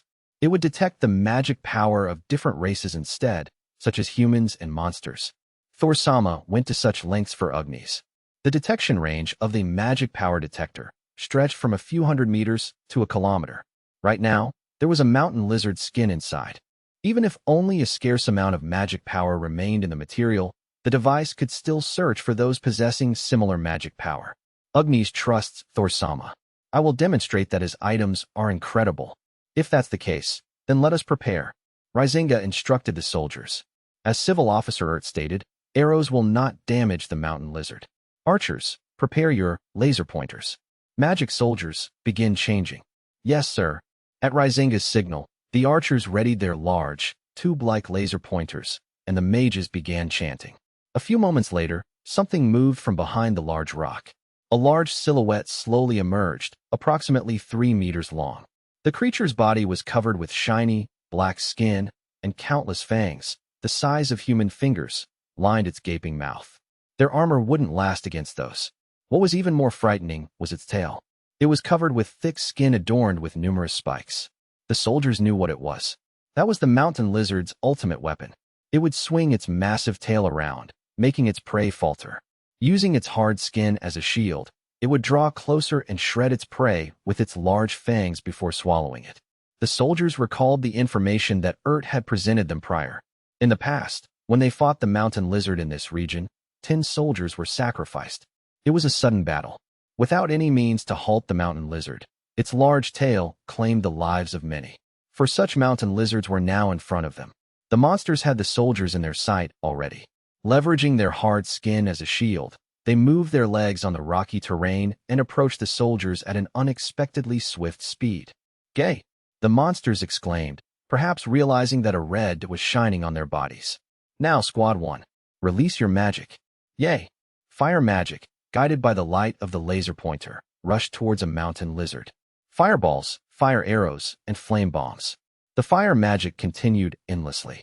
The ones who were casting the magic were part of the flame giant, Ifrit's, clan. For them, manipulating flames was as simple as breathing. The flames were concentrated on a single point by the light of the laser pointer. They burnt and punctured the mountain lizard's tough skin. Giaawea! The moment the monster screamed, the light of the laser pointer shifted to its mouth. Immediately after, fire magic shot into its mouth. The mountain lizard was burnt from inside and collapsed. Seeing its comrade's demise, the second one turned and fled. However, the range of the laser pointer prevented the monster from escaping. A fierce flame flew out from behind it, charring its body black. Goawea! The third and fourth monsters, in a state of panic, ran toward Rizinga's troop. The light from the laser pointer landed on their mouths and eyes, and the flames that followed along roasted them. Guga, ah. The battle lasted only a few minutes. The mountain lizards could not even approach the general's troops before they were completely wiped out. To be continued. Anyways, longer chap 4000 plus added with lazy translator and editor. You end up with a part 1 and part 2 chapter. Yeah, I think that it's not a cliffhanger. Maybe? Oh. Dono. We have defeated these mountain lizards. Do you think there are any more? Yeah. No. Hurriedly looked at the data in her hands. Mountain lizards are rare monsters. I don't think there are any others, as they usually don't form large packs. Yes. Then let's continue our investigation. Ugnis. Yes, General. Replace the contents of the magic power detector with Gargaros's leg and... Rizinga looked at Ugnis with a scowl. Do not replace the contents of the magic power detector without permission. The item is meant for locating the magic circle. Do not do anything without permission. I'm sorry, General. Even if you felt it was best, you should have consulted first. The one who is most familiar with the area is Yes. Ugnis bowed deeply to her father. I apologize for my carelessness, Sama. Yes. I will immediately replace the contents of the magic power detector with Gargaros's leg. Ugnis opened the door of the magic power detector. On her back, a female soldier was waiting behind her. She removed the mountain lizard's skin and replaced it with Gargaros's leg. Ugnis then infused magic power into the magic power detector. Twitch. The wings of the magic power detector shifted once more. All 4 wings pointed diagonally upwards. Ahead of her stood a steep cliff, near the top of which was a dark cave. A small curved path was carved into the side of the cliff. The magic power detector is pointing towards that cave. There may be a magic circle in there. It's possible. Spoke while holding the documents in her hands. There was an article regarding this region that I read before. It is difficult to climb from the demon territory's side, but it's a gentle and easy climb from the Empire's side. If someone from the Empire summoned the monster, it would not be surprising if there is a magic circle in that cave. I see. General Rizinga and the soldiers nodded. Seeing this, a look of satisfaction spread across Urt's face. It's lengthy, but there seems to be a path leading to the cave. Let us see if it's traversable. Then, soldiers, follow Urt's instructions and examine the path to the cave. Understood. What about you, General? I, along with some of my men, will climb the rock face by ladder. I see. A ladder. Ugnis, make preparations. Yes, General. Ugnis took out an improved chain lock, ladder type, from the ultra-small simple warehouse. Holding one end of the chain, she threw the other end up the cliff. When the chain reached a suitable height, activate Earth Lock. Kakien. As Ugnis infused it with her magic power, the auxiliary chains were deployed. The chains dug into the cliff and held the ladder in place. Ugnis lightly tugged the chain to ensure it was stable. Yeah, it's stable. The chain lock that Thor invented boasted an anti-theft system. When magic power is poured in, the auxiliary chains bore into the earth and root the chain in place. If the chain itself is made into a ladder and the auxiliary chains are deployed, it would become a chain ladder usable anywhere. It worked, General. With this ladder, we can safely scale the cliff. How many chain ladders do we have remaining? Thor-sama prepared 10 for us. It's approximately 15 meters to the cave. That's enough. We will climb up. Ugnis, throw the chains from below. Yes, General. You may climb the mountain path. This chain was created by Thor. Ugnis and I have faith in him, so we trust this chain ladder, but you must be anxious. Why yes. Please proceed with caution. If anything happened to you, the Chancellor would be greatly upset. Thank you for your concern. Well then, we're setting off. Rizinga and the others began to climb the chain ladder. Ugnis remained on the ground, a chain ladder ready in her hands. When Rizinga and the others reached the top of the ladder, Ugnis threw the chain ladder, her strength boosted by the health enhancement pendant. When it reached a reasonable height, Rizinga gently touched it and infused it with his magic power. The auxiliary chains were deployed and the ladder extended to greater heights. Esteemed uncle, since when did the demon territory feel so unfamiliar to me? Sama, you'll hurt yourself if you keep striking your forehead against the cliff. I'm all right. I just lost myself for a moment. Ugnis and were approached by a group of soldiers. They had come to report on the path to the cave. The path is narrow, but it seems to lead all the way to the cave. It is also only wide enough for one person to cross. The footholds are stable, and there seems to be no danger of it collapsing. I understand. I will go myself, declared without hesitation. My job is to search for the magic circle and discover clues that could potentially lead us to the perpetrator. I have to confirm the scene with my own eyes and report to Her Majesty the Demon Lord and Uncle Kelf-sama. All soldiers, please protect Sama. Minimize your baggage. Agnes and my men will handle the rest here. Agnes also issued her orders quickly. Narrow paths are not suitable for spears. Take a long sword or a dagger with you. As a precaution, take the regular chain lock with you. If you use it on the wall, it will serve as a handrail, and then the detailed instructions continued for a while. Agnes handed the soldiers the items from her ultra-small simple warehouse. The path seemed dangerous, but if someone drew a magic circle in the cave, it was possible that they had walked down the path. There may be some clues left behind, said and departed with the soldiers. Agnes and a few soldiers were left behind on the rocky ground below. Their job was to support Rizinga, and the others. If Thor-Kanan-sama were here, he might have immediately invented an item to jump to the cave. The thought suddenly crossed Agnes' mind. I wonder what Thor-sama is doing nowadays. Perhaps he is researching items for the bath. He said that he wanted to create something similar to a foot bath that everyone could soak in together. Agnes would love to take part in the experiment. It would be fun to take a bath with Mabel and the pixies, preferably also Thor-sama. If we could use that technology to create a public bathhouse, people would recognize Thor's greatness. Perhaps fewer people would be wary of him like Thor-Kanan-sama also set up a sign saying, "Alchemy available here," so that everyone would be aware. I'm sure that someday, everyone will like Thor-Kanan-sama. But I would be troubled if too many people fall in love with Thor. But it's always better to have more people who understand Thor. While thinking about such things, Agnes threw another chain lock upwards. So far, 3 ladders had been connected. One more, and they would reach the cave at the top of the cliff. It was easy for Agnes, who had the health enhancement pendant, to throw straight upwards. The difficult aspect was controlling its horizontal position. The angle had to be shifted slightly so that it wouldn't hit Rizinga and the others. That was the only thing that she had to be careful of. Agnes was determined. It's a difficult task, but it's fun. For Agnes, this was her first mission. Being useful to everyone. Using Thor's magic items. That was what made it so enjoyable. I think I understand why Thor is so fascinated with alchemy. General, I will throw the next ladder. Oh, please. At Rizinga's signal, Agnes threw the 4th ladder. This should reach the top. I wonder how is doing. When Agnes thought of that, Kisho-ea, a monster's cry echoed. Agnes instinctively glanced upwards. Beyond the cliff, she noticed a black bird flying over the narrow mountain path, its body spanning several meters. It was aiming for and the others on the mountain path. A dark condor in a place like this? There are certainly records of sightings, but this is supposed to be a monster that lives in the hills. A panicked shout escaped Erd's lips. This isn't good. There were soldiers escorting her, but the foothold wasn't stable. The soldiers also left their belongings behind as they made their way along the narrow mountain path. All they carried on hand were small items. I don't have a spear or a laser pointer, and Father has just reached the rocky area above. It will take time for him to get to He won't make it in time. So, Agnes shouted. Use the button I gave you. Agnes-sama. What button? Never mind, Sama. Soldiers, please. Just put your finger on it and pour in your magic power.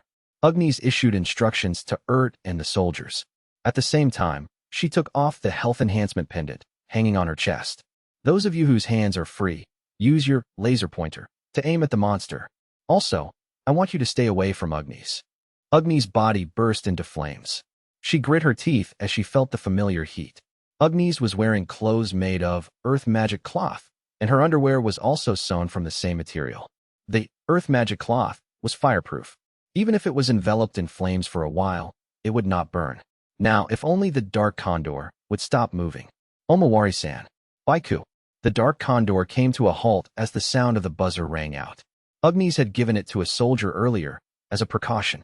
The buzzer was small, light, and easy to carry.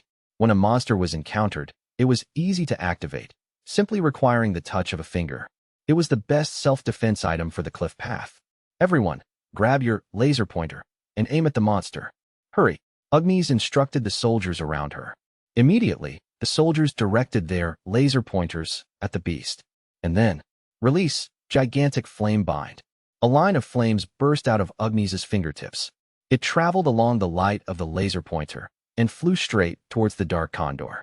The flames coiled around the bird beast, binding its body and dropping it to the ground.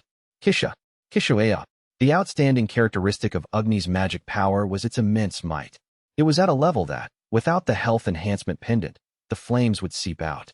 When it was released as offensive magic, it contained tremendous power. And now, the laser pointer's accuracy has been added to the equation. The dark condor burnt up unbelievably quickly. Thorkanen-sama's item makes people happy, so I can't let people get hurt when his items are being used. Agnes exclaimed, her chest heaving. Agnes will cover your back. I want Ert-sama and the others to join up with Father. Agnes has pulled them back to reality, and Ert and the others continued climbing. After confirming this, Agnes wore the health enhancement pendant once again. She also checked to make sure that the earth magic clothes weren't burning. I'm glad there's no problem. After a while, Ert and the others reached Rizinga. No one was injured or abandoned. Rizinga directed Agnes, who was watching from the ground, to climb up. Agnes quickly scaled the ladder. In front of the cave, her father and the soldiers under his command were gathered. Thanks to Thorkanen's chain, we made it up here with ease. I'm getting used to using the laser pointer to defeat the enemy from a distance. As long as Omawarison is on our side, monsters will be a piece of cake to defeat. The soldiers laughed and muttered among themselves. Rizinga glared at them and scolded them. Be on your guard. Anything could happen. His shout echoed through the rocky landscape. Thordano's magic items are indeed powerful, but he himself said that he wouldn't be able to compare to a hero. That means that there may be stronger enemies. Rizinga continued, looking at the soldiers. So we must be on our guard. There may be enemies capable of avoiding the laser pointer's light. Some may ignore Omawarison's warnings. Unexpected things can happen at any time. So, with that in mind, stay on your toes. Got that? Why yes, General. Good. The reason why Ert did not want to use Thordano's items was to keep all of you alert, as expected of Chancellor Kelv's niece. Ert, who just arrived at the entrance of the cave, had a surprised look. She sat down on the ground, breathing heavily. Ert didn't understand why the soldiers were looking at her in reverence. I'm glad that you're safe. Ert-sama. Agnes-sama. Seeing Agnes, Ert hurriedly kneeled on the ground. Then, bowing deeply, she said, Thank you very much for saving me. It was Thorkanen-sama's item that saved you. You can thank him instead. I understand. I will thank him when this mission is over. Yeah. So please stop rubbing your forehead on the rock. Oh. Yes. After a moment, Ert looked up. Thank you. But I'm still confused. The feathers point to the location of the monster. The light extends the range of the magic, and the voice of Omawarison halts the movement of monsters. When did the demon territory become such a surprising place? That's how the technology of the heroes' world works. Heroes. The demons and demi-humans have to learn from the humans. The most powerful human being is the hero. And the person who creates items based on the hero's items is Thorkanen-sama. That's why I believe that we have to learn from him. I still don't understand. It's fine, take your time. Agnes smiled and grasped Erta's hand. Thorkanen-sama is very important to Agnes, so she wants more and more people to understand him. So, please take your time to understand him. I wonder if it's even possible to understand him. Ert's fingers grazed her reddened forehead. Uncle Kelf-sama. I wonder if you two have had a headache like this. Muttering these words, Agnes and Ert started walking toward the cave. Agnes and Rizinga's group then entered the cave. They found traces suggesting someone had been here. Wood chips were scattered on the ground, along with stale bread. Perhaps someone ate a meal here. Be careful. General Rizinga warned everyone. The mages cast light magic to illuminate their path. With the general in the lead, Agnes and Rizinga's men proceeded to the depths of the cave. A few days later, Thor's perspective. After that, Agnes finished the investigation without incident. Wait, what about the magic circle? I said, causing Agnes to show an uncomfortable look. This was my workshop in Rizinga's territory. We were currently holding a tea party with Agnes, who had just returned from her mission. Mabel and Soleil were listening with great interest, and it was the same for me. I was curious, wanting to learn what occurred during the investigation and whether they discovered the magic circle using the magic power detector. We found the magic circle. Thorkanen-sama's magic power detector was perfect, Agnes said as she regained her composure. She then lowered her head to me. But I'm sorry. Agnes couldn't see the magic circle. Is that so? That was the decision of the civil official who was accompanying us. In fact, Agnes would have liked to see the magic circle properly and describe it to Thor Kinensama. Now that she mentioned it, the general also stated that a civil official from the demon castle would accompany them for the investigation. I guess that meant that the official didn't grant us permission. Why is that? If the magic circle used for summoning magic was left in its complete form, it would be very dangerous. That is why it needs to be strictly controlled and investigated under the command of Her Majesty the Demon Lord. I see. That makes sense. So, I think that Thor Kanen-sama will eventually be able to see it. I see. So that's how it is. Also, the civil official who accompanied me said that we should be wary, as Thor Kanen-sama might create unexpected summoning items incorporating the knowledge of the magic circle. Both Father and Agnes protested, but, I see. Wait a minute. I understood that magic items relating to summoning are dangerous, so they are to be strictly controlled. However, why are they so wary of me creating magic items? I don't intend on making an outlandish item. Thor-sama. What is it, Mabel? For reference, what would you do if you knew the exact shape of the magic circle and the formula of the summoning spell? Of course, it would be natural to build a summoning gate allowing someone to come and go, so that Rookie-sama can visit easily, right? I intended on developing the demon territory into a place more comfortable than the hero's world. The actual smartphone of the hero's world, the item used in magic rituals, also possessed the ability to speak to people far away. In that case, what was necessary was to apply the summoning magic of this world to create an item that provided the same ability, by having them arrive before you in person. If we designed a gate capable of summoning and returning the person, Rookie could visit anytime. When her duties as the demon lord tired her out, she would be able to rest in this workshop. That was why I invented items intended for relaxation. I explained this to Mabel, Agnes, and Soleil. It's a wonderful idea, Benefactor-sama. Thank you, Soleil. Why didn't you let us pixies go on the investigation? If we were there, we would have secretly copied the magic circle and given it to Benefactor-sama. No, you can't move secretly. It would cause trouble for Rookie and General Rizinga. Alchemist-sama is always so serious. I am an alchemist who is a direct subordinate of Rookie-sama. I have to be reasonable. Then I turned towards Mabel and Agnes. I'm going to write a letter to Rookie-sama later, asking her to show me the magic circle when she's done with her investigation. I'll describe the summoning gate. I'm confident Rookie-sama will understand. Mabel, Agnes, what's wrong with you two? I was just surprised. Mabel sported a shocked expression, her platinum hair swaying. I hadn't even imagined that you would think of using a magic circle to create a gate that summons others to your location. As Thor-sama's maid, I realized just how much I'm lacking. I can't even imagine a world where people can travel instantly on a daily basis. I really can't. Agnes, too, stared at him blankly. But if Thor Kanen-sama wishes, Agnes will ask her father. Tomorrow, I will bring you more information about the magic circle. I appreciate it, but please don't. I don't want the general to be forced into an unfavorable position. Besides, it would be meaningless with only the magic circle. Without knowledge of the spells used in the summoning ritual, the magic circle wouldn't activate. Agnes, in addition to the magic circle, you found something resembling a sorcerer's robe in the cave, right? Why yes. Agnes-sama, isn't that a secret? Don't worry, Mabel. We plan on releasing the information about the robe to the public. We also intend to consult Imperial Princess Sophia-sama. Agnes nodded. It seemed that a robe was found in the cave. It was a luxurious item decorated with gold thread, and it was not woven in the demon territory. It seemed to belong to the Empire or some other nation. Furthermore, there were traces of blood on the robe, but no sign of its owner. I wonder if someone from the human lands secretly practiced summoning magic in that place. My father seems to think so too. The one in possession of technology allowing summoning magic is the Empire. Princess Sophia might recall something if we show her the robe. Yes, but that'll likely be after we begin operations at the trading post. The person who summoned the monsters might not be from the Empire. We also have to consider that information regarding the magic may have been leaked. I'm truly curious about the thought process of that person. That person snuck into the demon territory and summoned strange monsters. I wonder where the person who used the magic disappeared to. Maybe he was defeated by Gargarasa. By the summoned monster? Gargarasa and that giant centipede were both completely new species, with nothing resembling them in this world.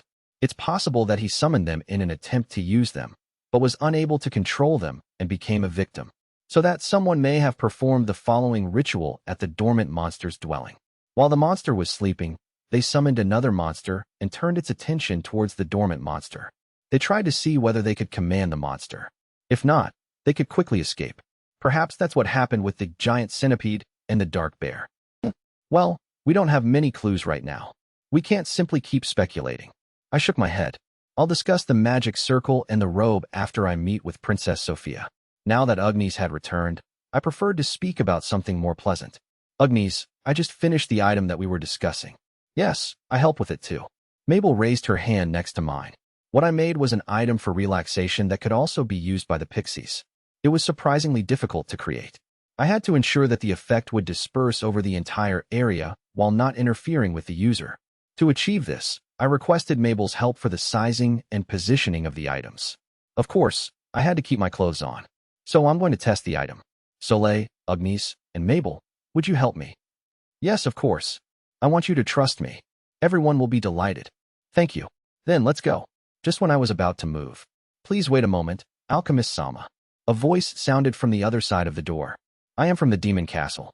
If you are planning on experimenting with magic items, would you allow me to be present? It was a woman's voice. I couldn't see her. Of course, that was the case since she was behind the door. But first, let me apologize for eavesdropping. She was polite.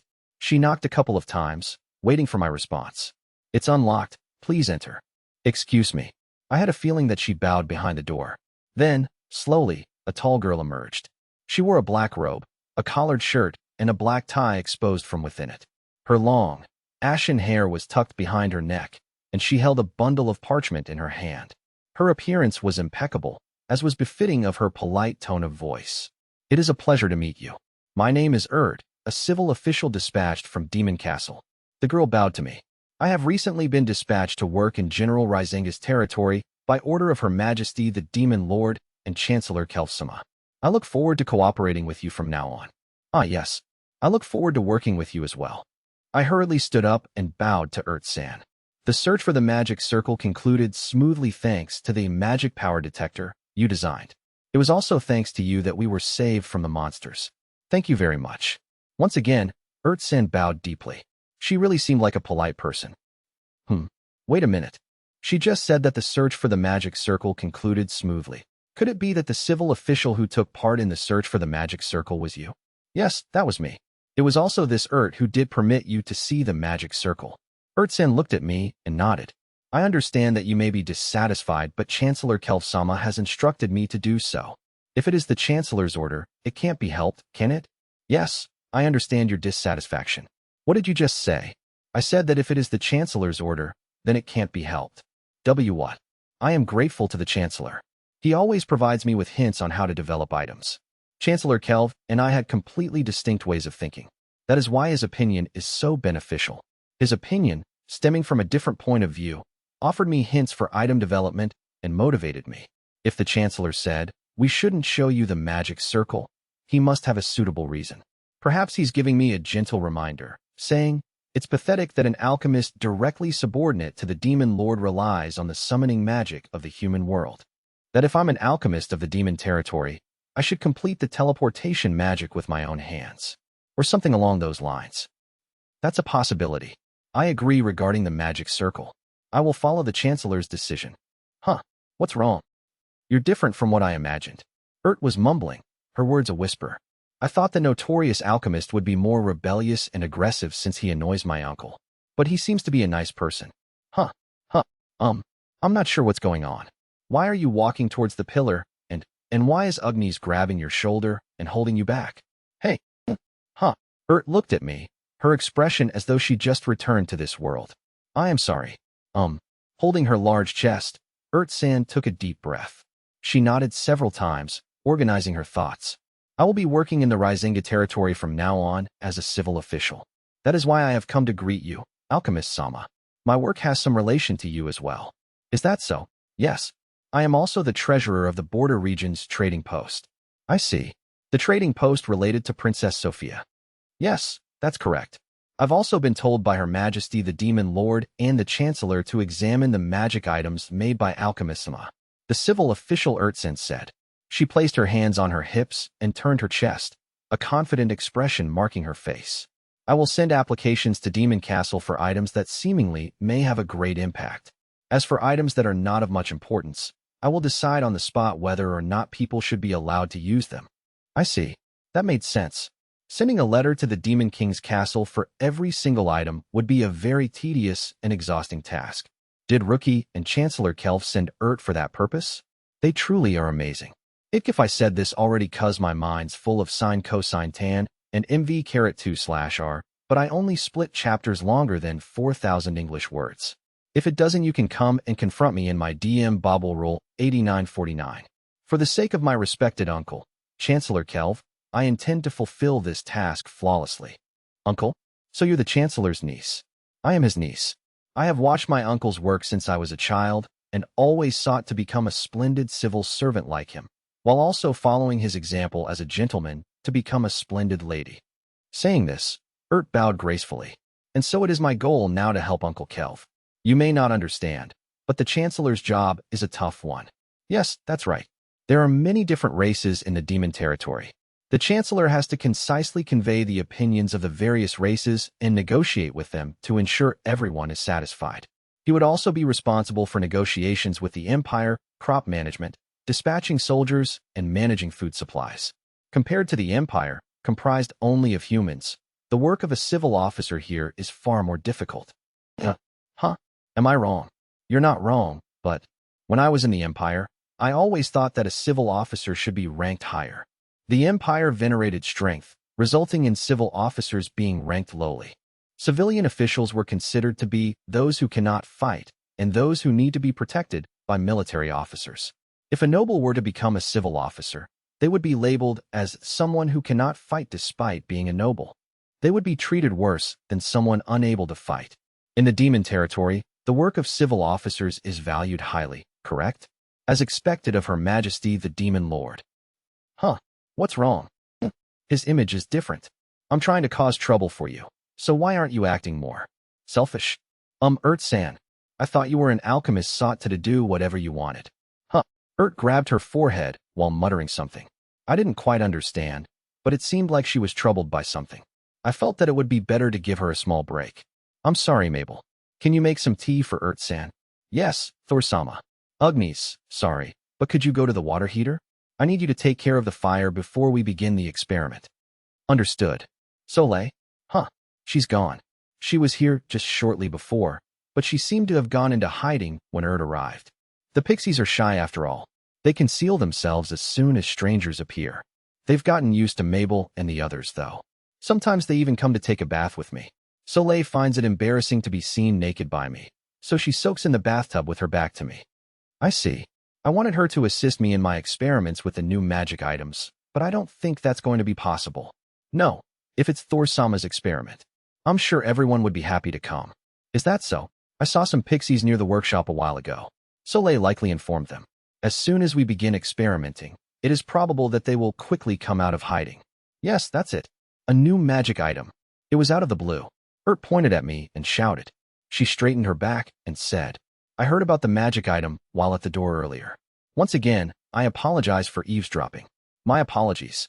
She lifted the hem of her skirt and bowed deeply. She truly was a polite person.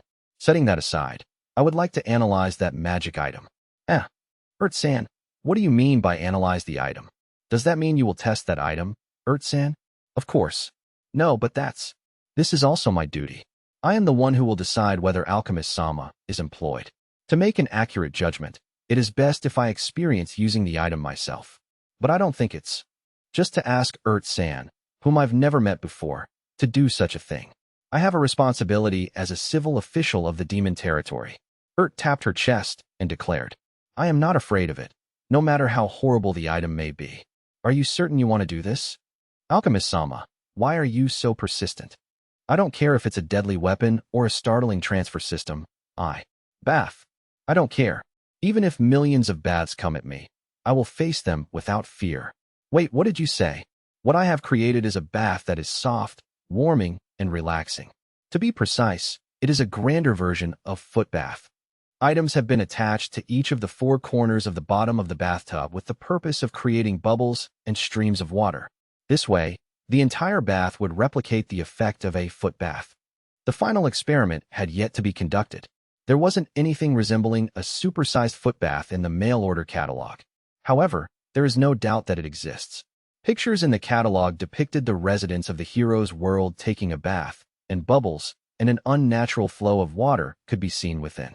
Mabel suspected that the bubbles, water current, and the mysterious light were used to conceal the figure of the person in the bath, but I found that doubtful.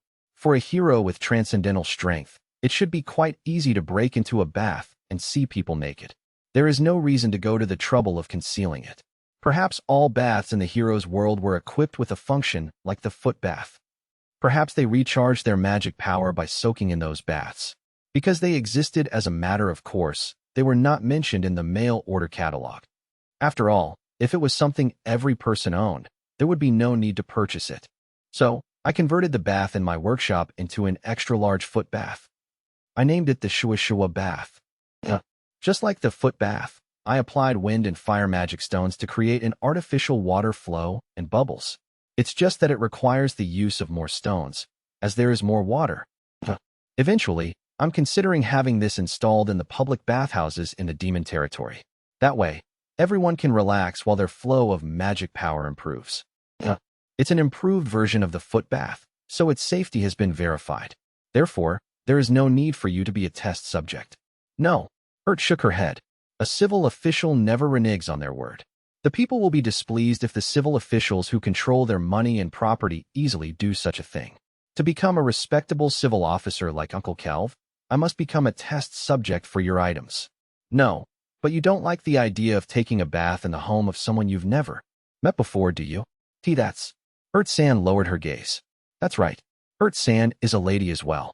I don't believe such a person would undress and take a bath in the house of someone she has never met before, right? No. Yes. I'll do it. Work comes first. I will use this Shua Shua bath. But there are two stages to the experiment. The first requires that you enter by yourself, and the second with the others. You're coming in? No. It's the females who will be coming in. Then there is no problem. If I say that there's no problem, then there's no problem. Excuse me. Why are you glaring at me? Why do you have tears in your eyes, Ert-san? I am a civil servant. As a respectable civil servant. I understand. I understand now. It's good that she was serious, but she seemed to be a stubborn person. There was nothing I could do. I asked Mabel to fetch a towel, made with magic cloth with excellent absorbency. Then I went to the bathroom and started preparing the Shua Shua bath. After a few minutes, Shua Shua, Shua Shua, the sound of bubbling hot water emanated from the bathtub. The Shua Shua system, installed in the four corners of the bathtub, seemed to have successfully activated. How do you feel, Ert-san? I called out to Ert from the changing room. Fwa. Ert-san. Oh, why yes. How is the water flow and the quantity of bubbles? Not too strong. No problem. The bubbles are coming from all directions and seem to be melting. My body. I see.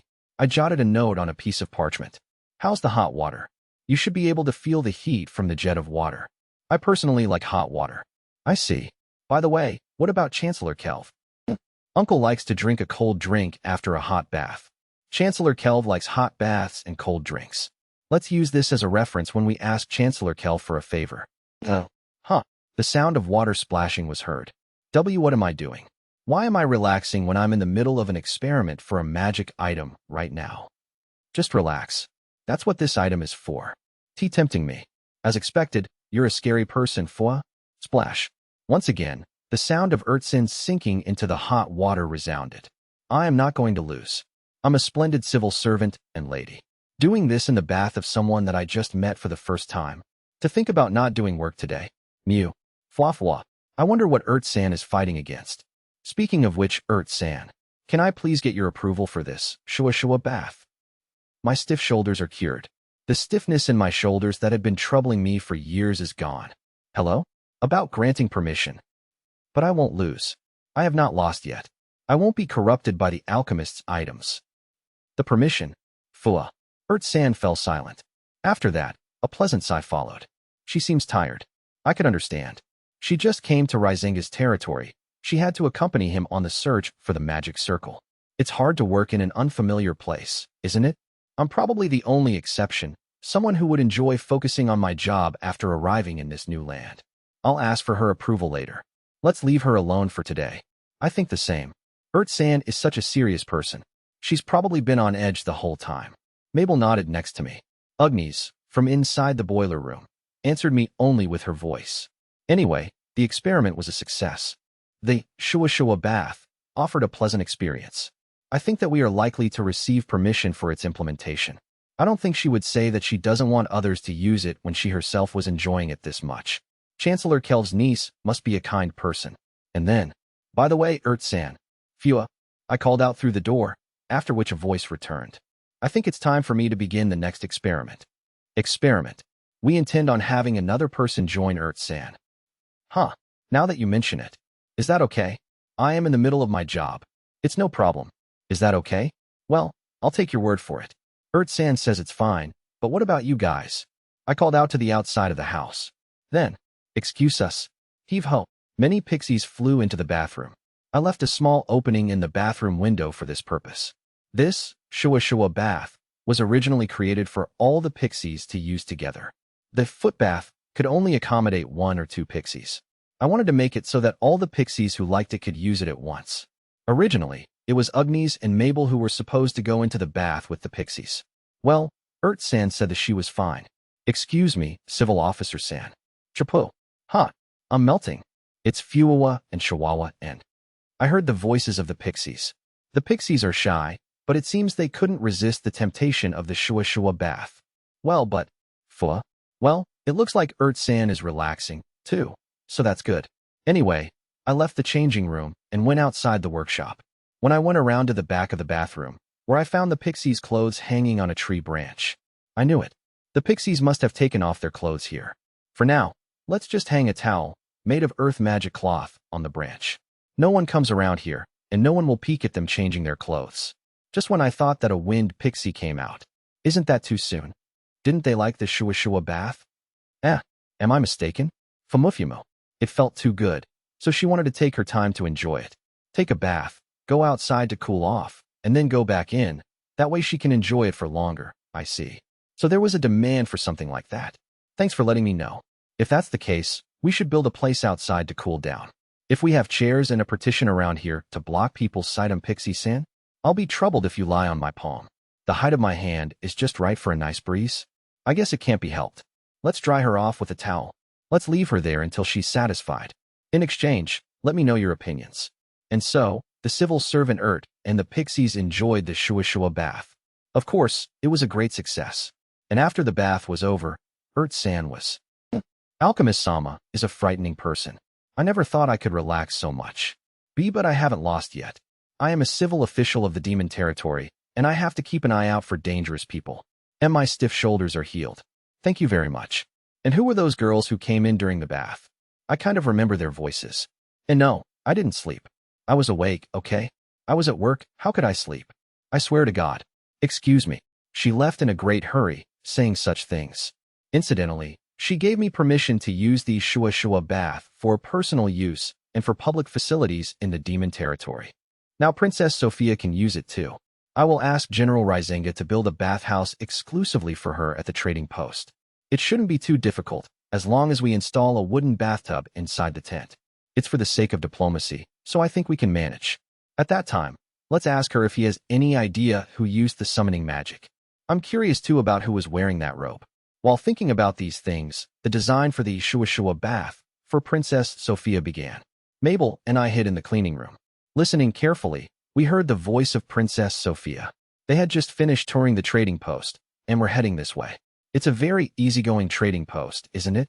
The tents were especially wonderful. The people of the town of Nosa can use this place with peace of mind. Thank you for your kind words. This will be the resting facility made for you.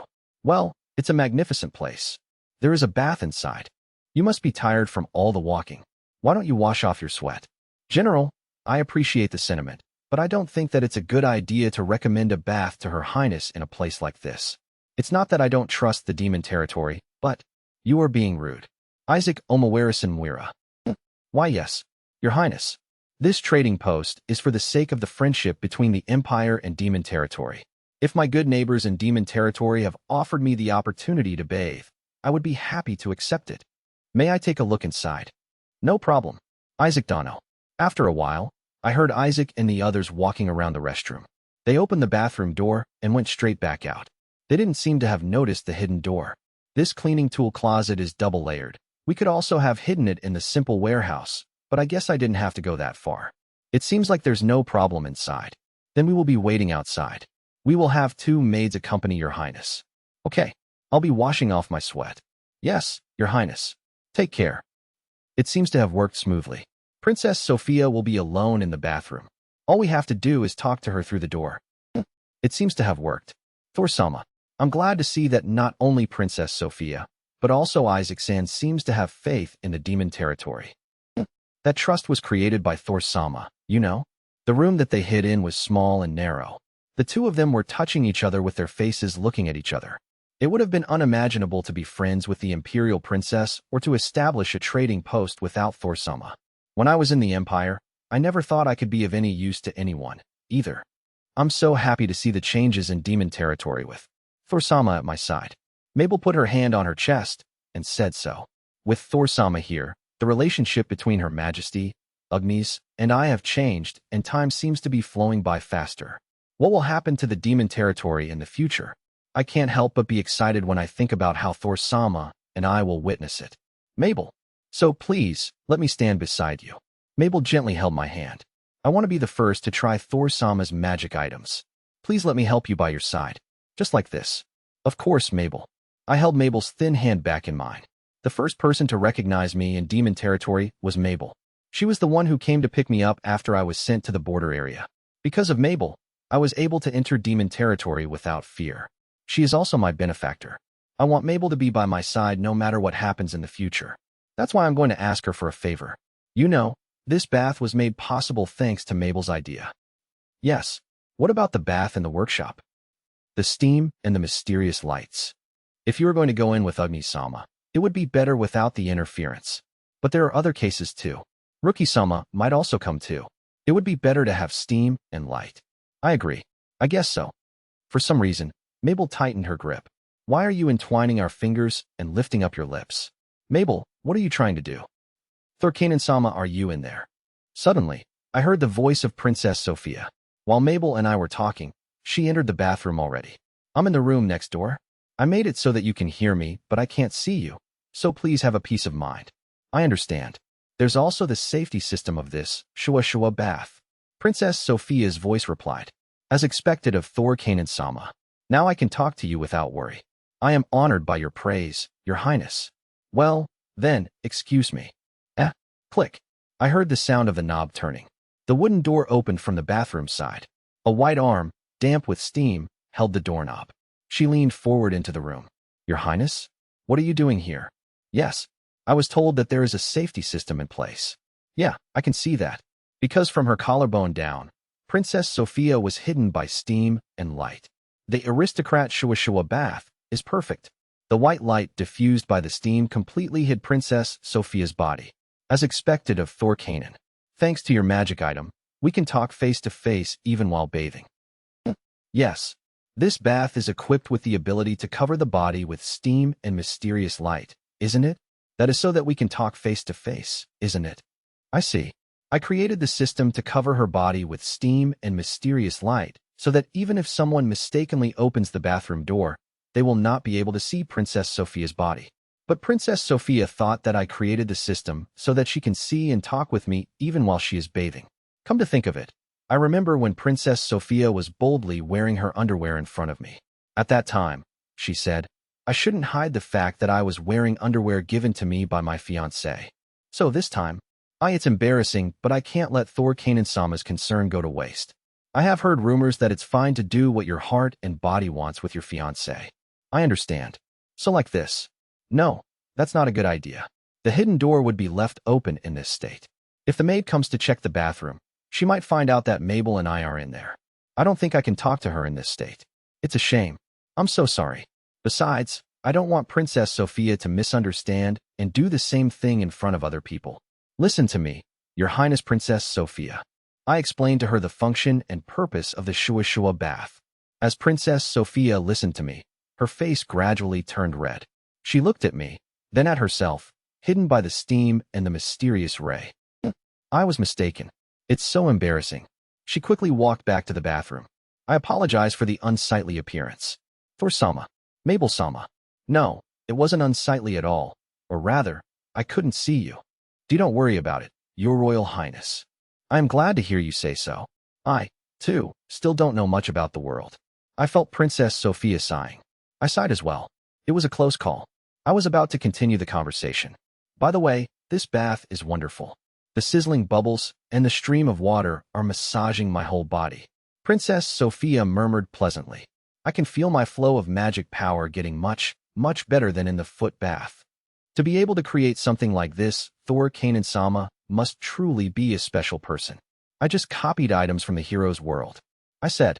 Then about the magic circle. We found a new clue in the demon territory. I know. The magic circle found on the rocky hill and the bloody robe. I have sent a copy of the magic circle to Her Highness. Have you seen it? Yes.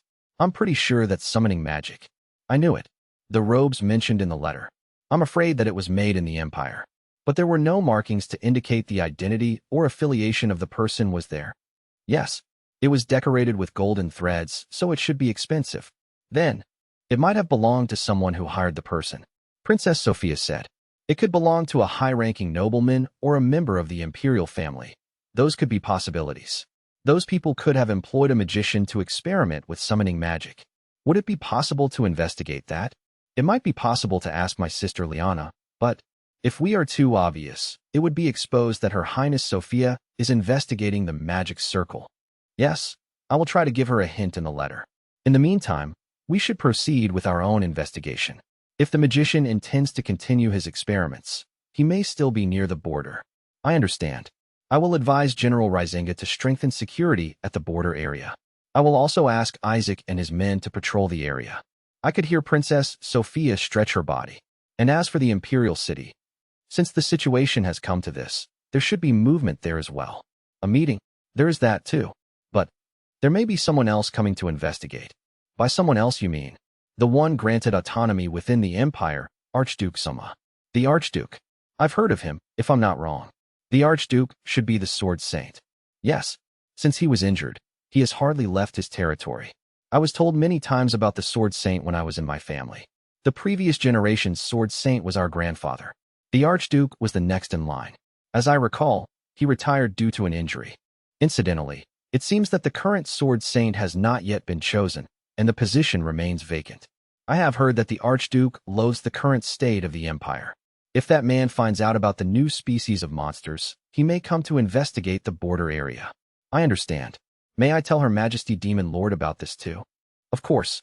I wish for peace and tranquility in the border area as much as you do. After that, we continued to chat. Princess Sophia became Soleil's best friend. Isaac, the unit leader, is open to exchanges with the demon territory. The people of the town of Noso were happy that the demon territory and the Empire had worked together to protect the security of the town. Everyone in the town is looking forward to the opening of the trading post. As we were talking about these things, my body is feeling very warm. I think it's time for me to get out. I heard the sound of Princess Sophia standing up, then followed the sound of the door to the dressing room being opened. It seemed that Princess Sophia had gotten out of the bath. I guess this is the end for today. Anyway, I found out some information about the magic circle and the robe. We also learned that a magician hired by someone in the Empire was experimenting with magic near the border. Princess Sophia had advised Isaac San to increase security near the border. I will pass on the information to Rookie and Chancellor Kelv and have them send out soldiers to the border of the demon territory as well. After Princess Sophia and the others return, let's drain the hot water and maintain the shushua bath. Yes, I'll help you too. When Mabel and I nodded at each other. Click. I heard the hidden door open again, and Princess Sophia appeared. I have come to thank you, Thor-Kanan-sama. Your Highness Sophia? What brings you here again? Don't worry, I have a towel wrapped around my body now. Princess Sophia held her chest with an embarrassed expression. It seems that a towel is wrapped around her body, but the steam and the mysterious light made it impossible to see the towel. I see. This aristocrat shushua bath was designed to hide the bather's body with steam and light. So, because of this, it is impossible to see whether the bather is clothed or not. That was something I missed. I wanted to thank you for the wonderful bath you made for me. Princess Sophia bowed deeply. Thanks to you, my body is feeling much better.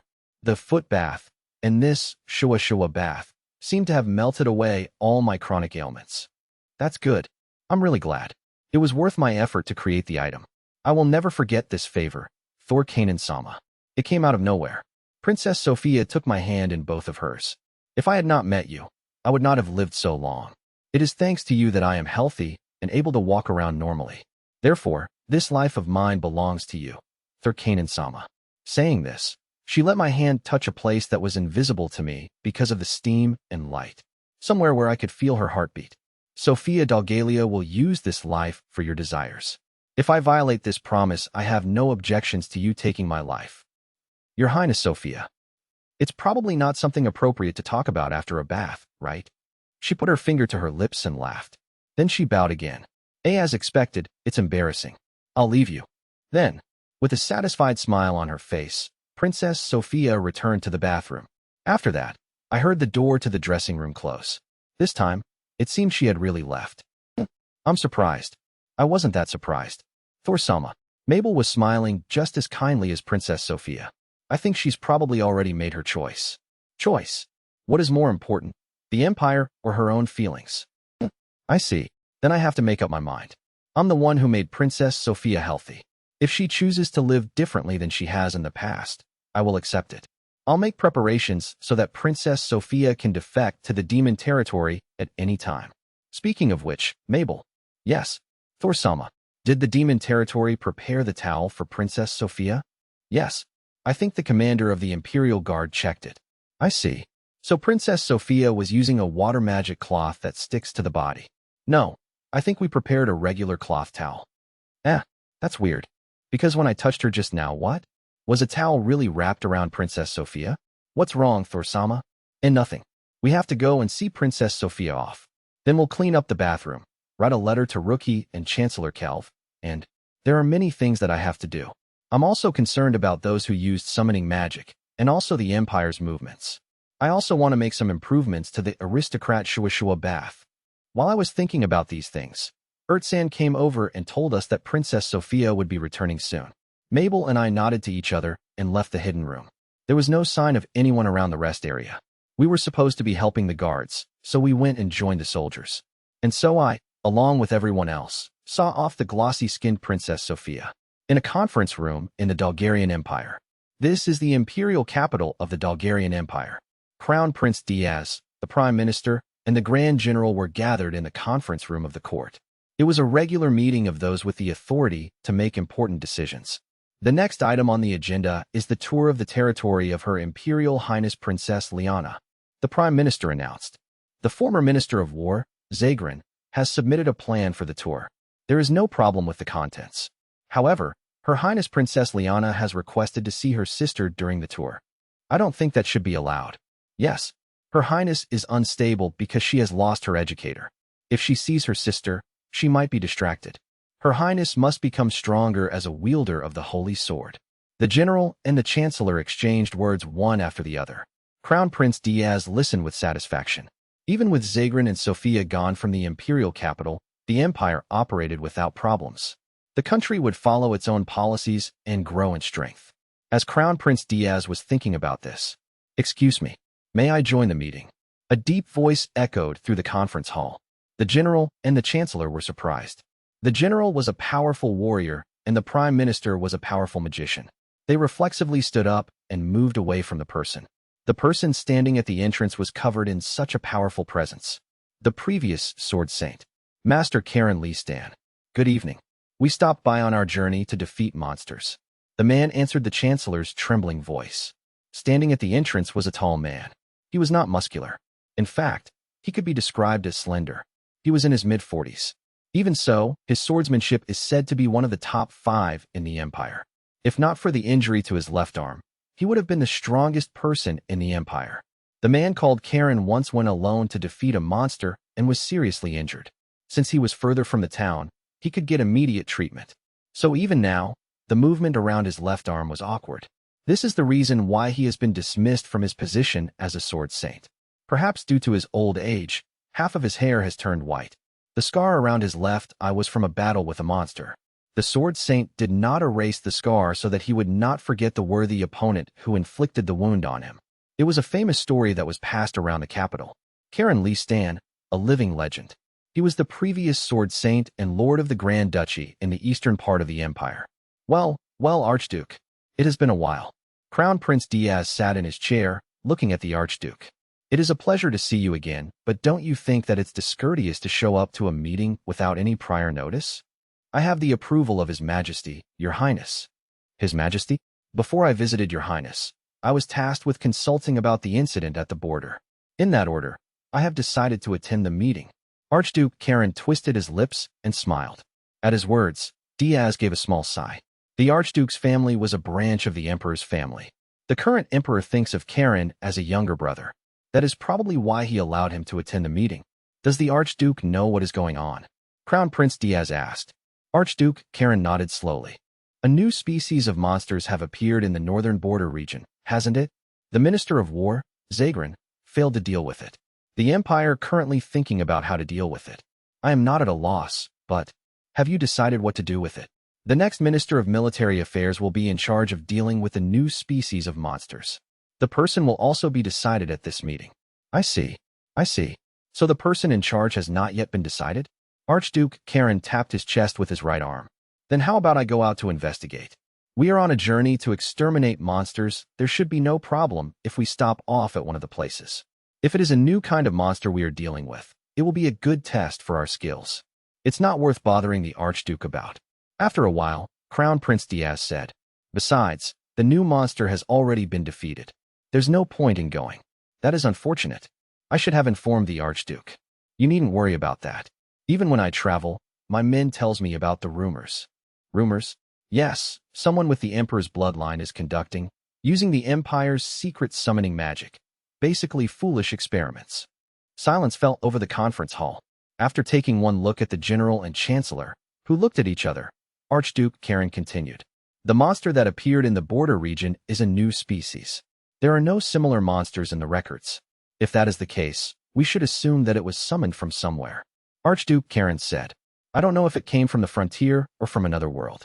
But if the monster isn't from this land, could it be that the summoning magic of the Empire was used? I have considered that possibility, but it is not possible. Crown Prince Diaz rose from his chair. In the center of the conference room, he faced Archduke Karen. We have conducted an investigation of the mages. No one who knows anything about summoning magic has performed the summoning ritual at the border. They have all been accounted for. What if the culprits created a unit for the sole purpose of summoning the monsters? To summon monsters? I have heard such stories in the Grand Duchy. Archduke Karen informed Crown Prince Diaz in a polite tone. The Grand Duchy has wandering mages that come time to time. One said that, I heard that someone is looking for people to join them in their experiments. He says that you must be like a hero. Are you saying, Archduke, that my siblings or I have created a secret unit for magic? Or someone who knows the summoning magic? I am having some issues processing this unforeseen information. Crown Prince Diaz bowed to Archduke Karen. So someone has made a move without this Diaz's knowledge? As expected of you, Archduke. Thank you for pointing that out. Your Highness is the one who understands this quickly. Archduke Karen looked at Crown Prince Diaz. Seeing that his expression did not change, a thin smile appeared on his face. I am sorry that I overheard some strange rumors. To affect your Highness with this tedious business. Tedious? What they are doing is trying to recreate the past successes. You said something interesting. Is that so? The one who summoned the new species of monster was trying to develop a new kind of magic, weren't they? That's where I disagree with your Highness. I think they just tried to summon a hero and failed. They were trying to summon the strength and use them as their own power. Archduke Karen looks around the conference room, scratching his gray hair with his fingers. Then he shrugged his shoulders in a bored manner. Good grief. I wonder what the Empire learned from the heroes. What do you mean, Archduke? The heroes who were summoned in the past tried with all their might to discover the mysteries of this world. How should they hone their skills? Where should they train? Are there any unknown dungeons? Even if their skills were useless, would they have any use for them? They were racking their brains about this world while their eyes sparkled. I know the legend of the heroes. But the empire that was created ceased to venture into the mysteries of the unknown. Even on the southern front, we are only mimicking previous tactics. Oh, well, the passage of time is frightening. That is what it means for a nation to mature, Archduke. What would the heroes of other worlds think if they saw the empire as it is now? I understand your frustration, Archduke. Crown Prince Diaz turned away from Archduke Karen and murmured, I would love to have a long talk with you. So, about the investigation of the monsters. Of course, Your Highness. If it is possible, I would like Her Highness Liana to accompany me on this investigation. Archduke Karen announced. Her Highness Liana, the Princess of the Holy Sword, has talent. If there is anyone in the Emperor's family who is gifted with the sword, I would like to train them to become the next Sword Saint. You said the same thing 10 years ago, Archduke. I don't want the Sword Saint to end with my generation. What about the son of the previous Sword Saint, Duke Barga Regis? No, Count. That one is not good. He is only interested in himself. I gave up on him after only 1 year. As expected of the Archduke, you have great foresight. But Her Highness Liana has talent. I honestly don't understand why you left her in Zagran's hands. I think it is time for you to be more careful with your words. The Crown Prince Diaz narrowed his eyes and said so. He touched the dagger at his waist, the proof of being the Emperor's representative, and looked at Archduke Karen. He was treated like a younger brother by His Majesty. Archduke is still a subject of the Emperor. Please do not forget that. I understand, Your Highness. I am His Majesty's loyal subject. Then I command you in the name of the Emperor. Diaz looked at the Archduke. Grand Duke Karen Lee Stan, I want you to go with Princess Liana to investigate the border region. If any new monsters appear, you are to defeat them and bring back their corpse. What? If any of them use suspicious summoning magic, you may punish them at your discretion, Archduke. Then you will know that they are not my men. Are you sure about this, Your Highness? Archduke Karen turns his probing eyes. He was convinced that it was Crown Prince Diaz's men who had summoned a new species of magical beast. He seemed to be disappointed that Diaz had allowed him to investigate so easily. I am sorry, but I do not understand your thinking, Your Highness. I am always thinking of the future of the Empire. If we find the person who summoned the monsters, we will capture him alive and bring him back. We will make him tell us who is behind it. Is that clear? I'll leave it to you. All right. Then we will accomplish our mission. This Diaz Dalgalia has been entrusted with the task of dealing with the monster on the border. Please think of this investigation as an order from His Majesty the King. Hearing these words, Archduke Karen kneels on the floor. Crown Prince Diaz took the dagger in his hand, the sign of the Emperor's representative. He pulled out the scabbard, which is engraved with the imperial coat of arms, and then put it back. In the name of the Emperor, I command you, Archduke Karen. In the name of the great Emperor, I accept your orders. On his knees, Archduke Karen hung his head. Then he stood up and bowed. He walked out of the chamber without looking at the Prime Minister or the Grand Marshal. Call a messenger. Crown Prince Diaz told the Prime Minister. The Prime Minister opened the door to the conference room and ordered the Chamberlain to wait outside. A few minutes later, a messenger came directly to Diaz. Send a message to Princess Liana. Crown Prince Diaz said. Send her here at once. This is urgent. You must arrive before the Archduke does. Yes, my lord. Tell Liana that this is involved with her twin sister, Sophia. She will prioritize us that way. In a calm tone of voice, Diaz told him. Instead, it was the Prime Minister and the Marshal who was panicking. They did not know if Archduke Karen's words were true or not. If it is true, they did not know what the Crown Prince was thinking. If the Archduke captured the mage, everything will be revealed. But why is the Crown Prince so calm? Your Highness Crown Prince. What did the Archduke said? The Grand General and Chancellor murmured. But Crown Prince Diaz smiled calmly and said, The Archduke is going to solve our problem. We should thank him. He said this as if nothing had happened. If this new kind of monster is really summoned, we can't leave it alone, can we? I have no doubt that the previous Sword Saint, Karen Lee Stan, will catch the culprit. But Your Highness, what will we do after he catches the murderer? After we find out everything we can about the case, we will decide what to do with him. For now, we should leave it to the Archduke. What happens later will come later. Crown Prince Diaz then ended the conversation. The Grand Marshal and Chancellor returned to their seats and began discussing the southern front. The small countries in the south were surprisingly formidable. The long-term war would be costly for the country. That a trump card like the previous Sword Saint was needed. After the border region problem is resolved, the Grand Duchy should be asked for support. As Diaz listened to this conversation. You are trying to uncover the mysteries of the world, Archduke? You are still talking such childish nonsense. He was murmuring to the sword saint who had been here until a moment ago. We cannot do the same thing as the heroes. Their world was far ahead of ours. If we reached out for the technology of the heroes, we would only grasp the sky in vain. Suppose there was one who could control the technology of the heroes' world. Perhaps that person would lose their way to try to obtain the world. Fortunately, such a person does not exist. A powerful trump card of the Empire. Crown Prince Diaz was thinking about this at the endless meetings. Thor's point of view. Archduke Li Stan, the sword saint after my grandfather. I mumbled to myself as I soaked in the bath in the workshop. The Shuwa bath sure is comfortable. It feels good to take your time and soak in the warm bath. The bath washes away the fatigue of my body and makes my mind clear. By the way, the safety system is currently off. It's because the pixies sometimes comes into the bath. With 10 pixies flying around, a mysterious light would flash around in my sight, making it hard to relax. Mabel and Agni's feelings. Plus, because the pixies move around, there would be a lot of steam and light which would result in the magic power of the bath deteriorating rapidly. So that's why I made it so that it would be turned off at will. Of course, the baths at the trading post are on 24/7. Since then, Princess Sophia has visited the bath multiple times. Thanks to this, people of the town of Nosa are competing to apply to open shop at the trading post. It's as if Princess Sophia was guaranteeing the trading post's safety. The trading post is doing well, but what will happen when the former sword saint comes over here? Princess Sophia said that the Archduke might come to investigate the monsters. The Archduke's name is Karen Li Stan.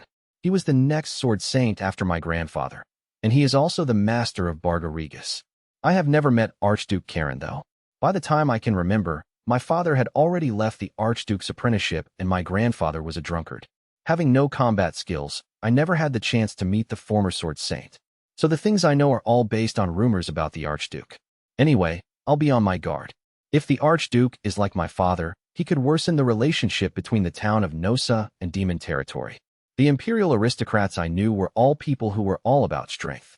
I'd like to meet him and see what kind of person he is, but rather than that, I think it would be better to catch those who used summoning magic as soon as possible.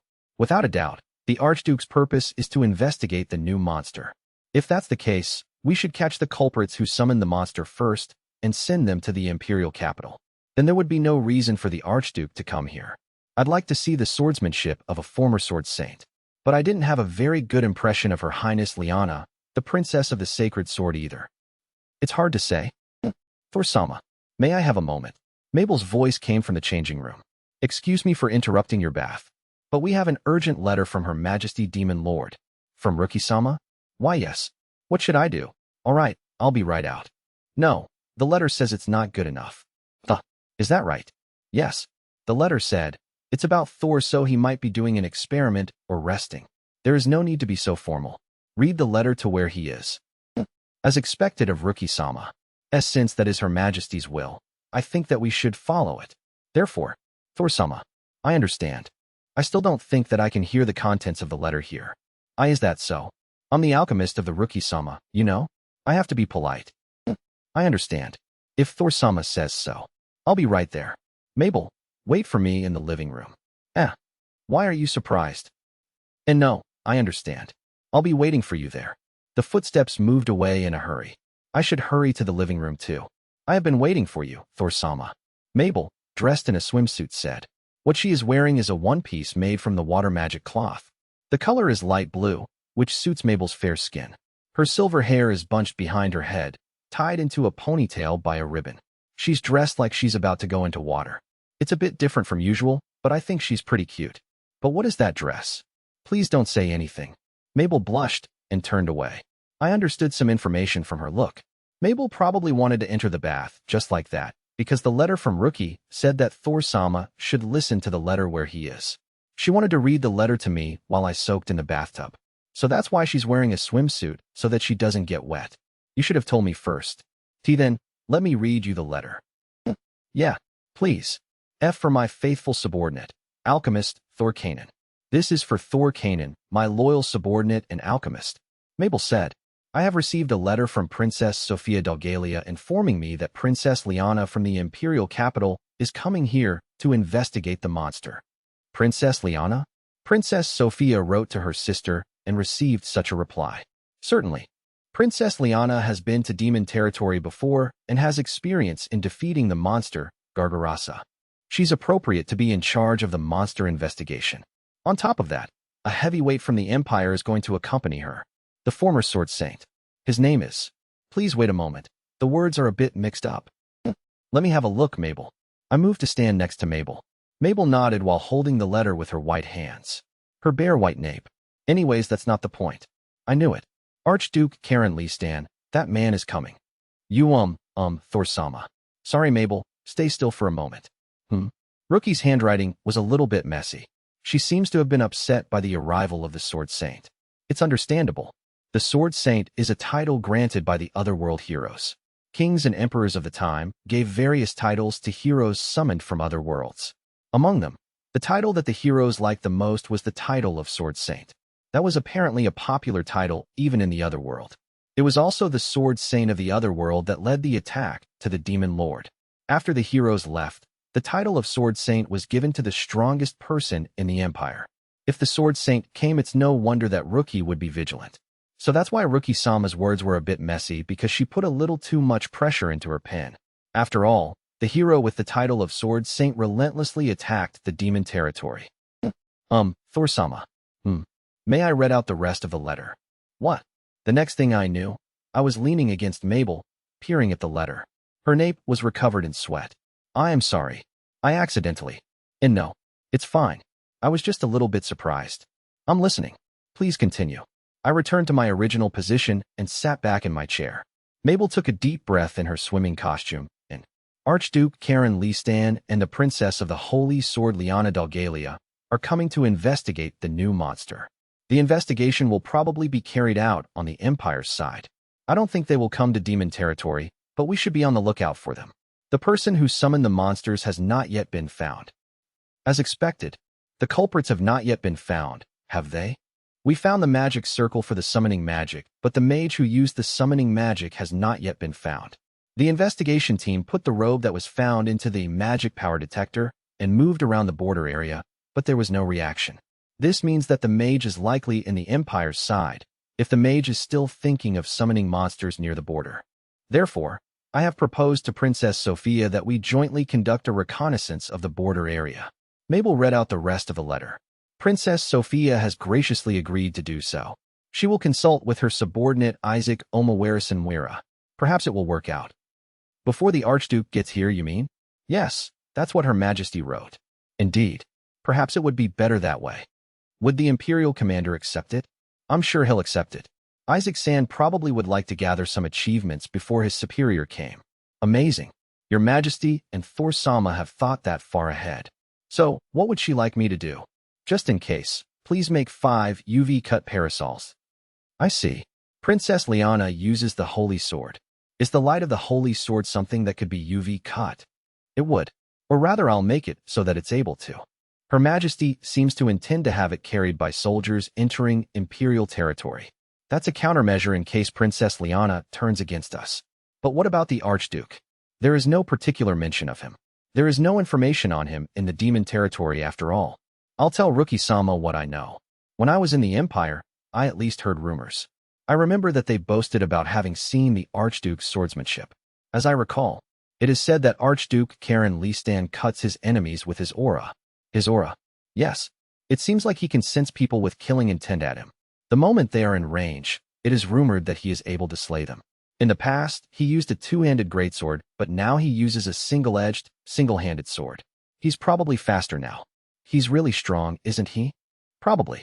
He's much stronger than my father.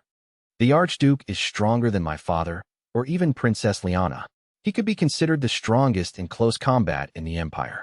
I hope that there won't be a fight, but I have to think about countermeasures in case something happens. What can we do to protect Rookie? Come to think of it, we've been putting off making her magic sword. Let's take this opportunity to make a prototype. Something that can be used in close combat, or even in medium-range combat. Even if it's never used, I want to have it on hand so that Rookie can rest easy. There is a bit more to the letter. Mabel takes a deep breath and continues. Thor, in addition to making the UV-cut parasol, You should meet with Princess Sophia. She may be upset by the arrival of her sister and the Archduke. Be supportive. And Thor, don't worry about the Archduke. I have heard that the previous sword saint was your grandfather. The Archduke may know of you. Since you have cut ties with your family, you are an alchemist of the demon territory and an important subordinate of mine. I will find out what sort of person the Archduke is, so there is no need to worry. Mabel smiled gently while reading the letter. Her Majesty truly values Thor-sama. Yeah, I'm grateful. She thought about my family's circumstances and even considered them.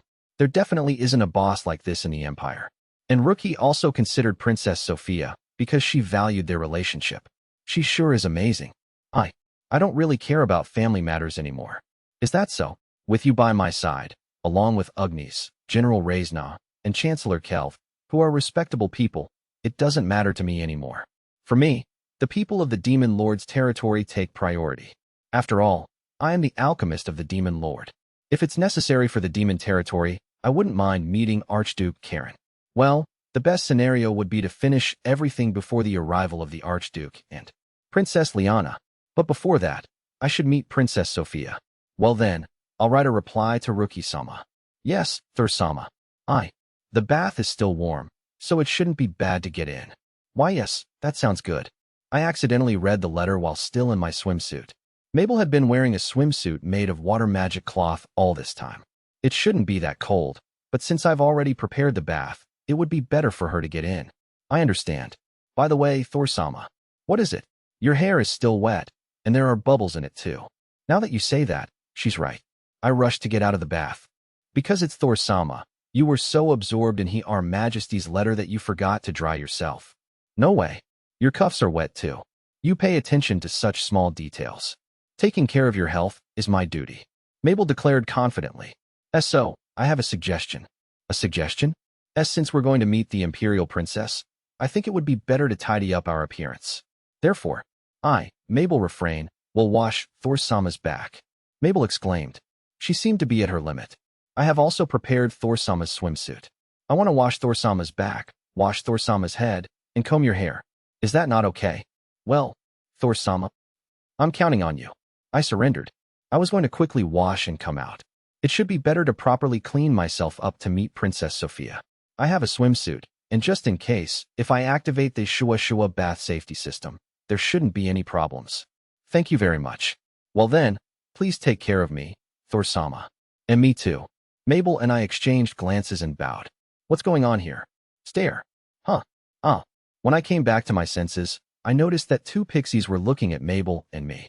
Speaking of which, I asked them to manage the fire.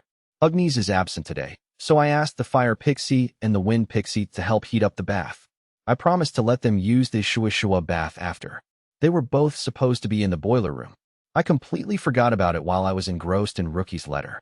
Is Mabel-sama going to take a bath with the alchemist? Is it going to be passionate? The swimsuits are cute. I want them too. Mabel and I lowered our heads as they looked at us with innocent eyes. No, I wasn't thinking anything weird. I just intended to have my body washed. What is this? It's so embarrassing. We want to wash Alchemist-sama too. We'll do our best. As a token of our gratitude, we'll provide Shua. The fairy spirits tugged at my clothes. Mabel and I looked at each other and laughed together. If you say it like that. Let's do it together. Yay. So, that's how we ended up all in the bath. Mabel washed my back, and the pixies washed my hair. It feels refreshing compared to washing myself. It was really nerve-wracking though. Afterward, when I returned to my room, I began writing a reply to Rookie. I will immediately make and send the UV-cut parasol. Information about Archduke Karen. The fact that my father was the Archduke's disciple. That I was immediately kicked out. I will arrange a meeting with Princess Sophia. I wrote various things in the letter. I guess it's better not to write about the magic sword. The Archduke told me not to worry about him. Besides, it's not certain yet that I can create something complete. As an alchemist, I need to create a prototype, confirm its operation, and then report it. Moreover, the items I'm going to make from now on are not for dealing with the Archduke or Princess Liana, but rather for countering the caster of the summoning magic. The individual who summoned the monsters is probably lurking in the borderlands. They might summon dangerous monsters again. Although my magic items worked against the Gargarasa and the giant centipede, but that doesn't mean they will work next time. It would be wise to prepare countermeasures before the investigation team is sent. It would be great to have a convenient, easy-to-use weapon. Ideally, something that can only be created in the Demon King's territory. If it uses unique materials that are only available here, the Empire shouldn't be able to reproduce it. Anyways, for now, I will prioritize Rookie Eye's instructions. Tomorrow, I will create the UV-cut parasol. After that, I will contact Princess Sophia and make an appointment with her. I'll think about the new magic item after that. Well, I'm going to take a break with this series for now.